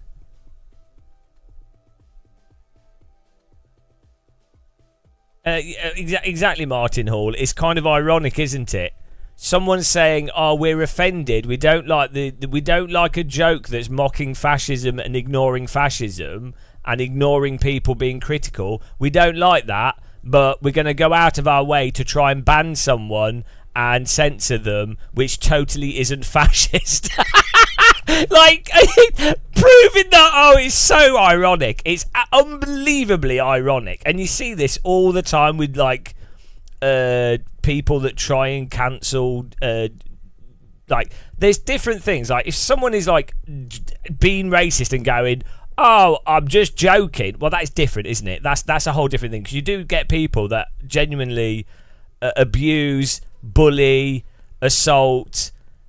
You know, like they are like you'll be around people that make jokes about trans people or something, and they're not trying to be funny, and they're not making a genuine joke. They're just ripping on trans people. That's different to what, you know. It's important. The context of it and what's being said and what's being done is important. The problem is you have people lumping everything into the same category of I'm offended. It's so crazy, isn't it? The irony of it.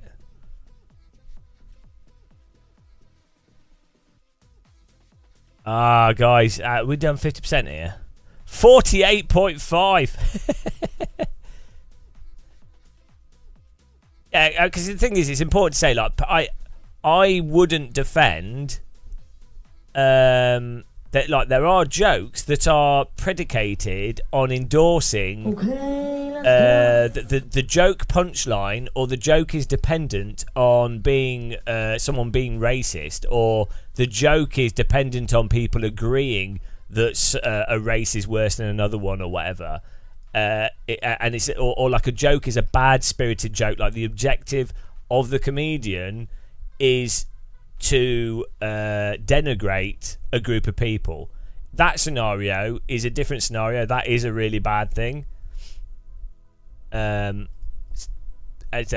people will go, oh, I'm just joking, as a defense, you know, when they know they're being racist. But this is why normally you'd expect. Normally, you think if you were a streamer and you knew another streamer and you know what they're like, you then wouldn't. You would know that person's not actually, not actually attacking people. So it'd make you a bit of a cock, wouldn't it? To clip stuff and then repost it. That would be a bit of a dickhead move. I mean, it's fine. I'm over it. I don't. It doesn't. No, I'm not. It's not. I'm totally over it, guys. Oh dear. It's just a prank, bro. Yeah, like stuff like that's just shit, isn't it? Like water under the bridge.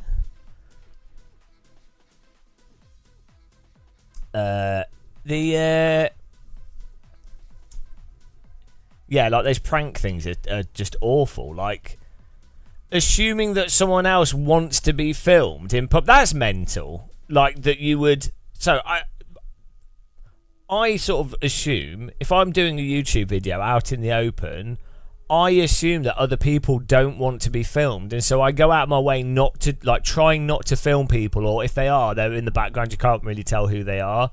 And if I accidentally film someone, normally I'll be like, "Oh, I'm sorry, I didn't mean to film you. I'll delete it or whatever, or I'll ask them." Unless if you're at an event and the focus is the event, and it's pretty obvious that people, you know, it's quite likely that people would be filming at that event, that's different. But you know what I mean? In general public, if you're just out in a shopping centre or something...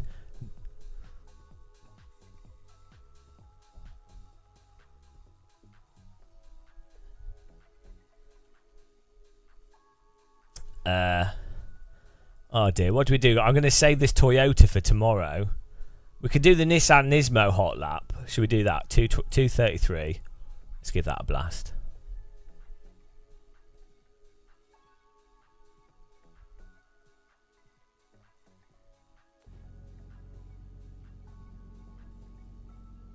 $2:33. Let's go.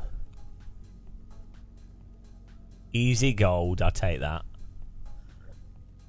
It's good that these people have done these setups and shared it for free without you having to pay for it.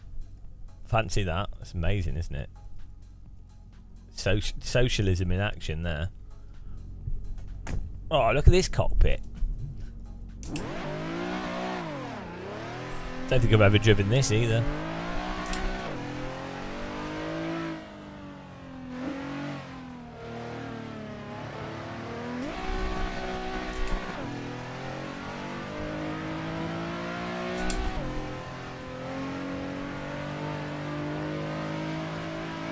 God, he's well big.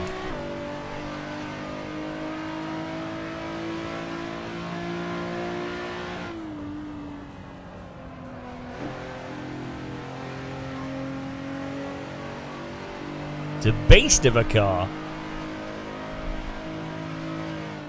Oh, it's quite a lumber chumber. Chumba lumber wumber.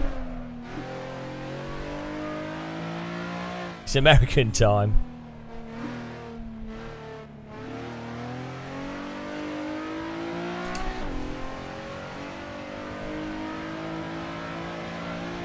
Whoa!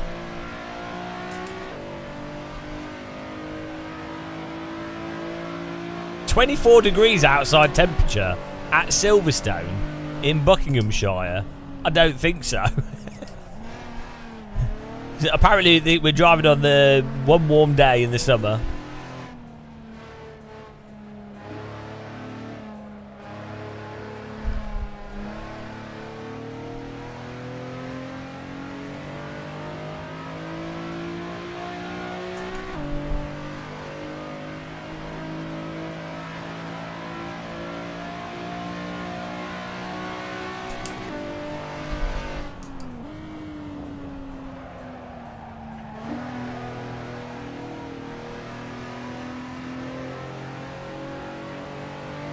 The RPM goes to 9,000!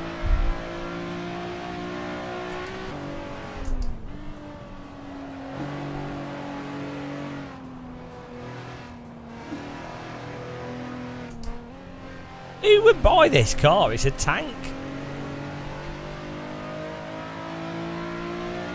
How much is one of these?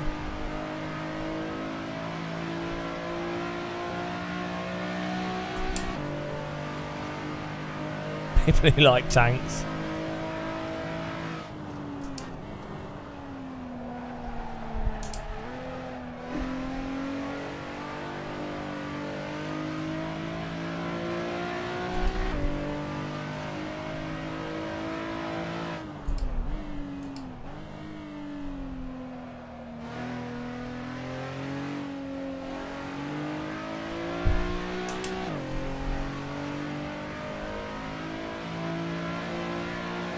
$70,000 dingles.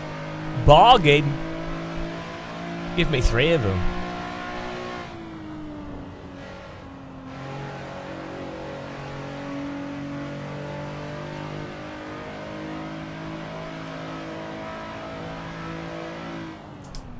I don't think I'd want to spend more than £10,000 on a car. Unless I'd spend more if I know the car's going to hold value. But on a car that's just going to lose value, guaranteed, I'd be like, what's the point?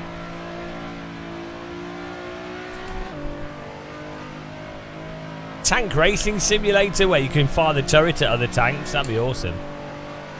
Extreme tank racer. Oh, that's a good game. Like extreme drift tank racing. That would be well good. And you have like you drive, but you also have to aim the turret. But the turret's quite slow to aim, so you use the drifting to aim as much as you do the turret, and then you can defend yourself by shooting rockets and stuff. Oh my god, that's a good game idea there. We've just come up with a great game idea. And then you can design your own tanks as well.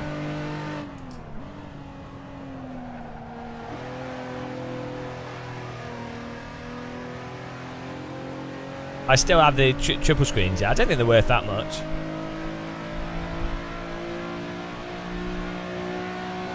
To be honest, VR is better than triple screens anyway.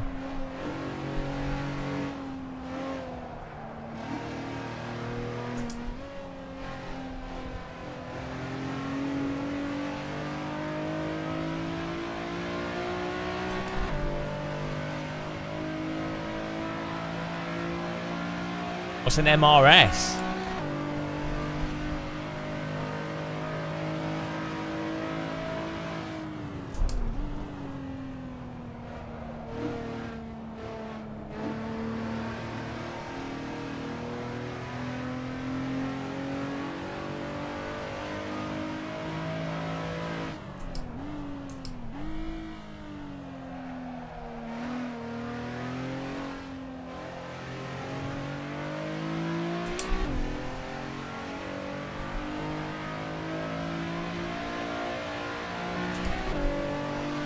Man who spends more on sim gear. Yeah, well, you know. Surely that's the type of person that you want talking about sim accuracy.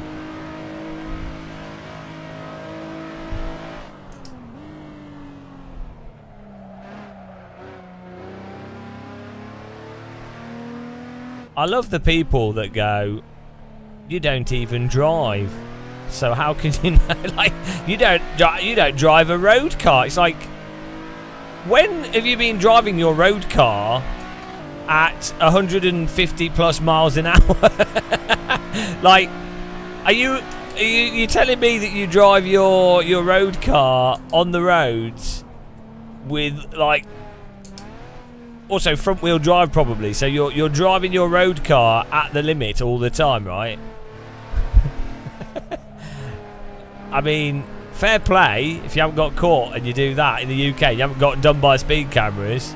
Fair play to you. It's pretty skilled.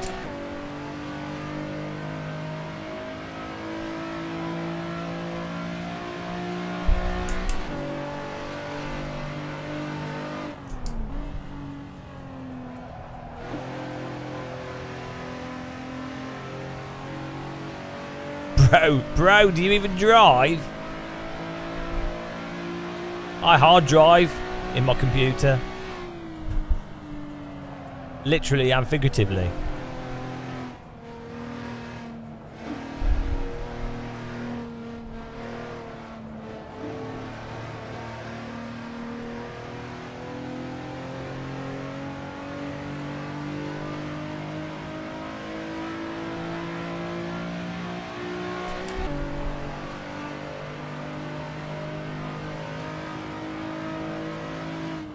I have NVMe drives. Oh, come on. This car's so tankish. I live in the UK. I just stream in the afternoon. I like to pick the worst time to stream just for shits and giggles.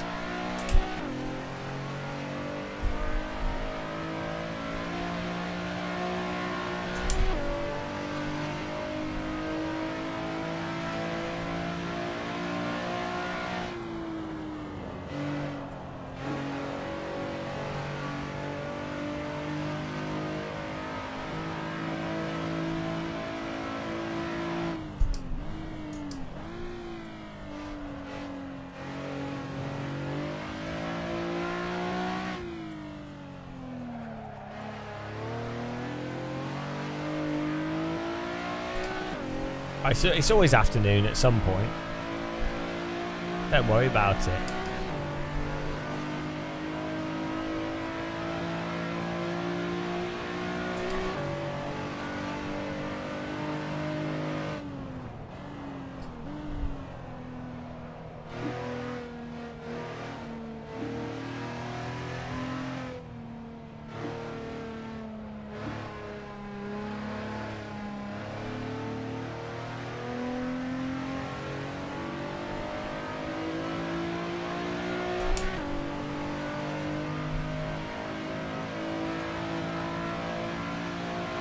I don't know. Like the Quest 3 is so much better than the PlayStation VR headset's all right, but the Quest 3 is so much better. It's because they've not played AC with the. It's because they've not played PC sims in VR, so that it's more like, oh, VR, wow. But they're like 10 years behind. But you know, they'll catch up eventually.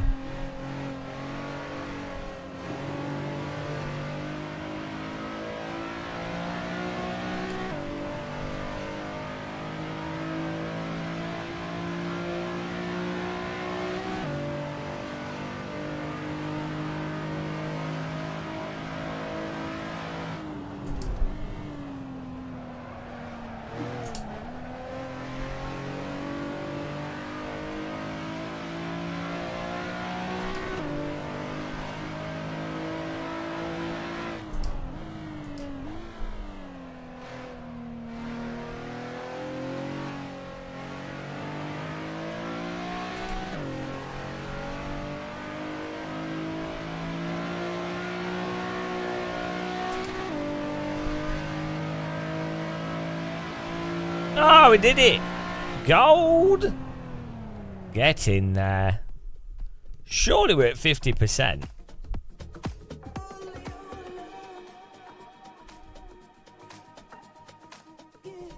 I think so. Yes, well, also their lenses are particularly good, not just that they're pancake lenses.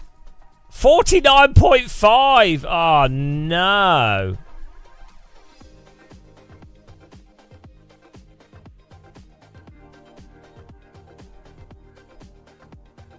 Yeah, the Quest 3 is better than the HP Reverb G2.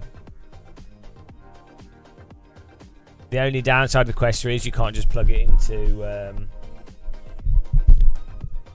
You can't just plug it into the PC directly. You have to use like a link cable. We need to do one more. We need to do one more, so we're at 50%. Nürburgring Sprint in the what will be easy? No, they won't be easy. I mean, maybe we'll just wait till tomorrow. It's fine. We're at 49.5. That's pretty good. 49.5.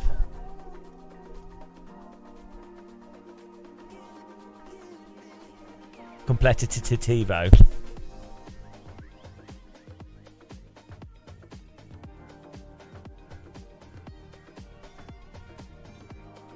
Yeah, Rift S is alright. Quest 3 is just really nice. Unacceptable! What a progress though for the first day of this challenge. 10 hours and we're you know, beautiful. Absolutely fantastic skills. Incredible. Look at all that. Look at all that. Look at all that accomplishment. Right in your face. Pure skill. Emotional. But yeah, thanks guys for supporting us in this stream. I have to promote my subscribe button more because we get less viewers when we play AC. Well, actually we had good viewers on YouTube. We get less viewers on Twitch.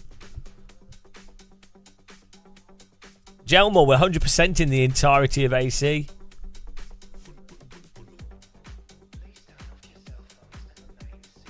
What does sync progress do?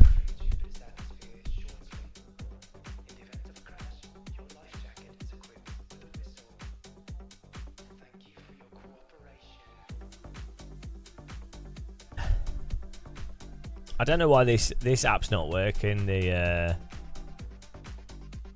medal times app's not working for some reason. Well, 10 hours to get this far. We had some already done, but not many.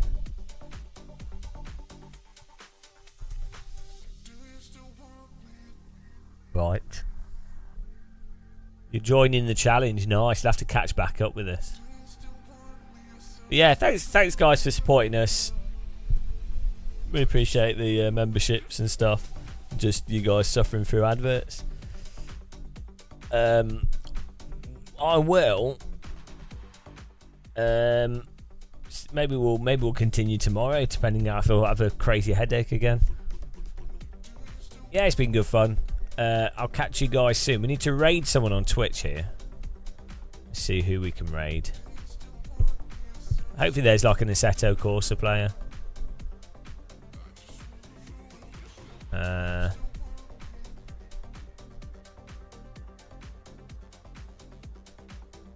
Let's see.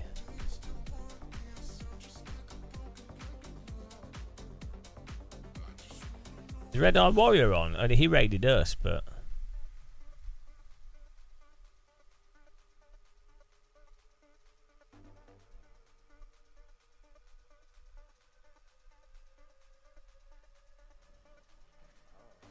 What's this guy? Good version of this. Is that like a deep Okay, got a guy doing crazy drifting here. Oh god. Yeah, let's raid this guy. He's playing with a T300 on like some crazy rig.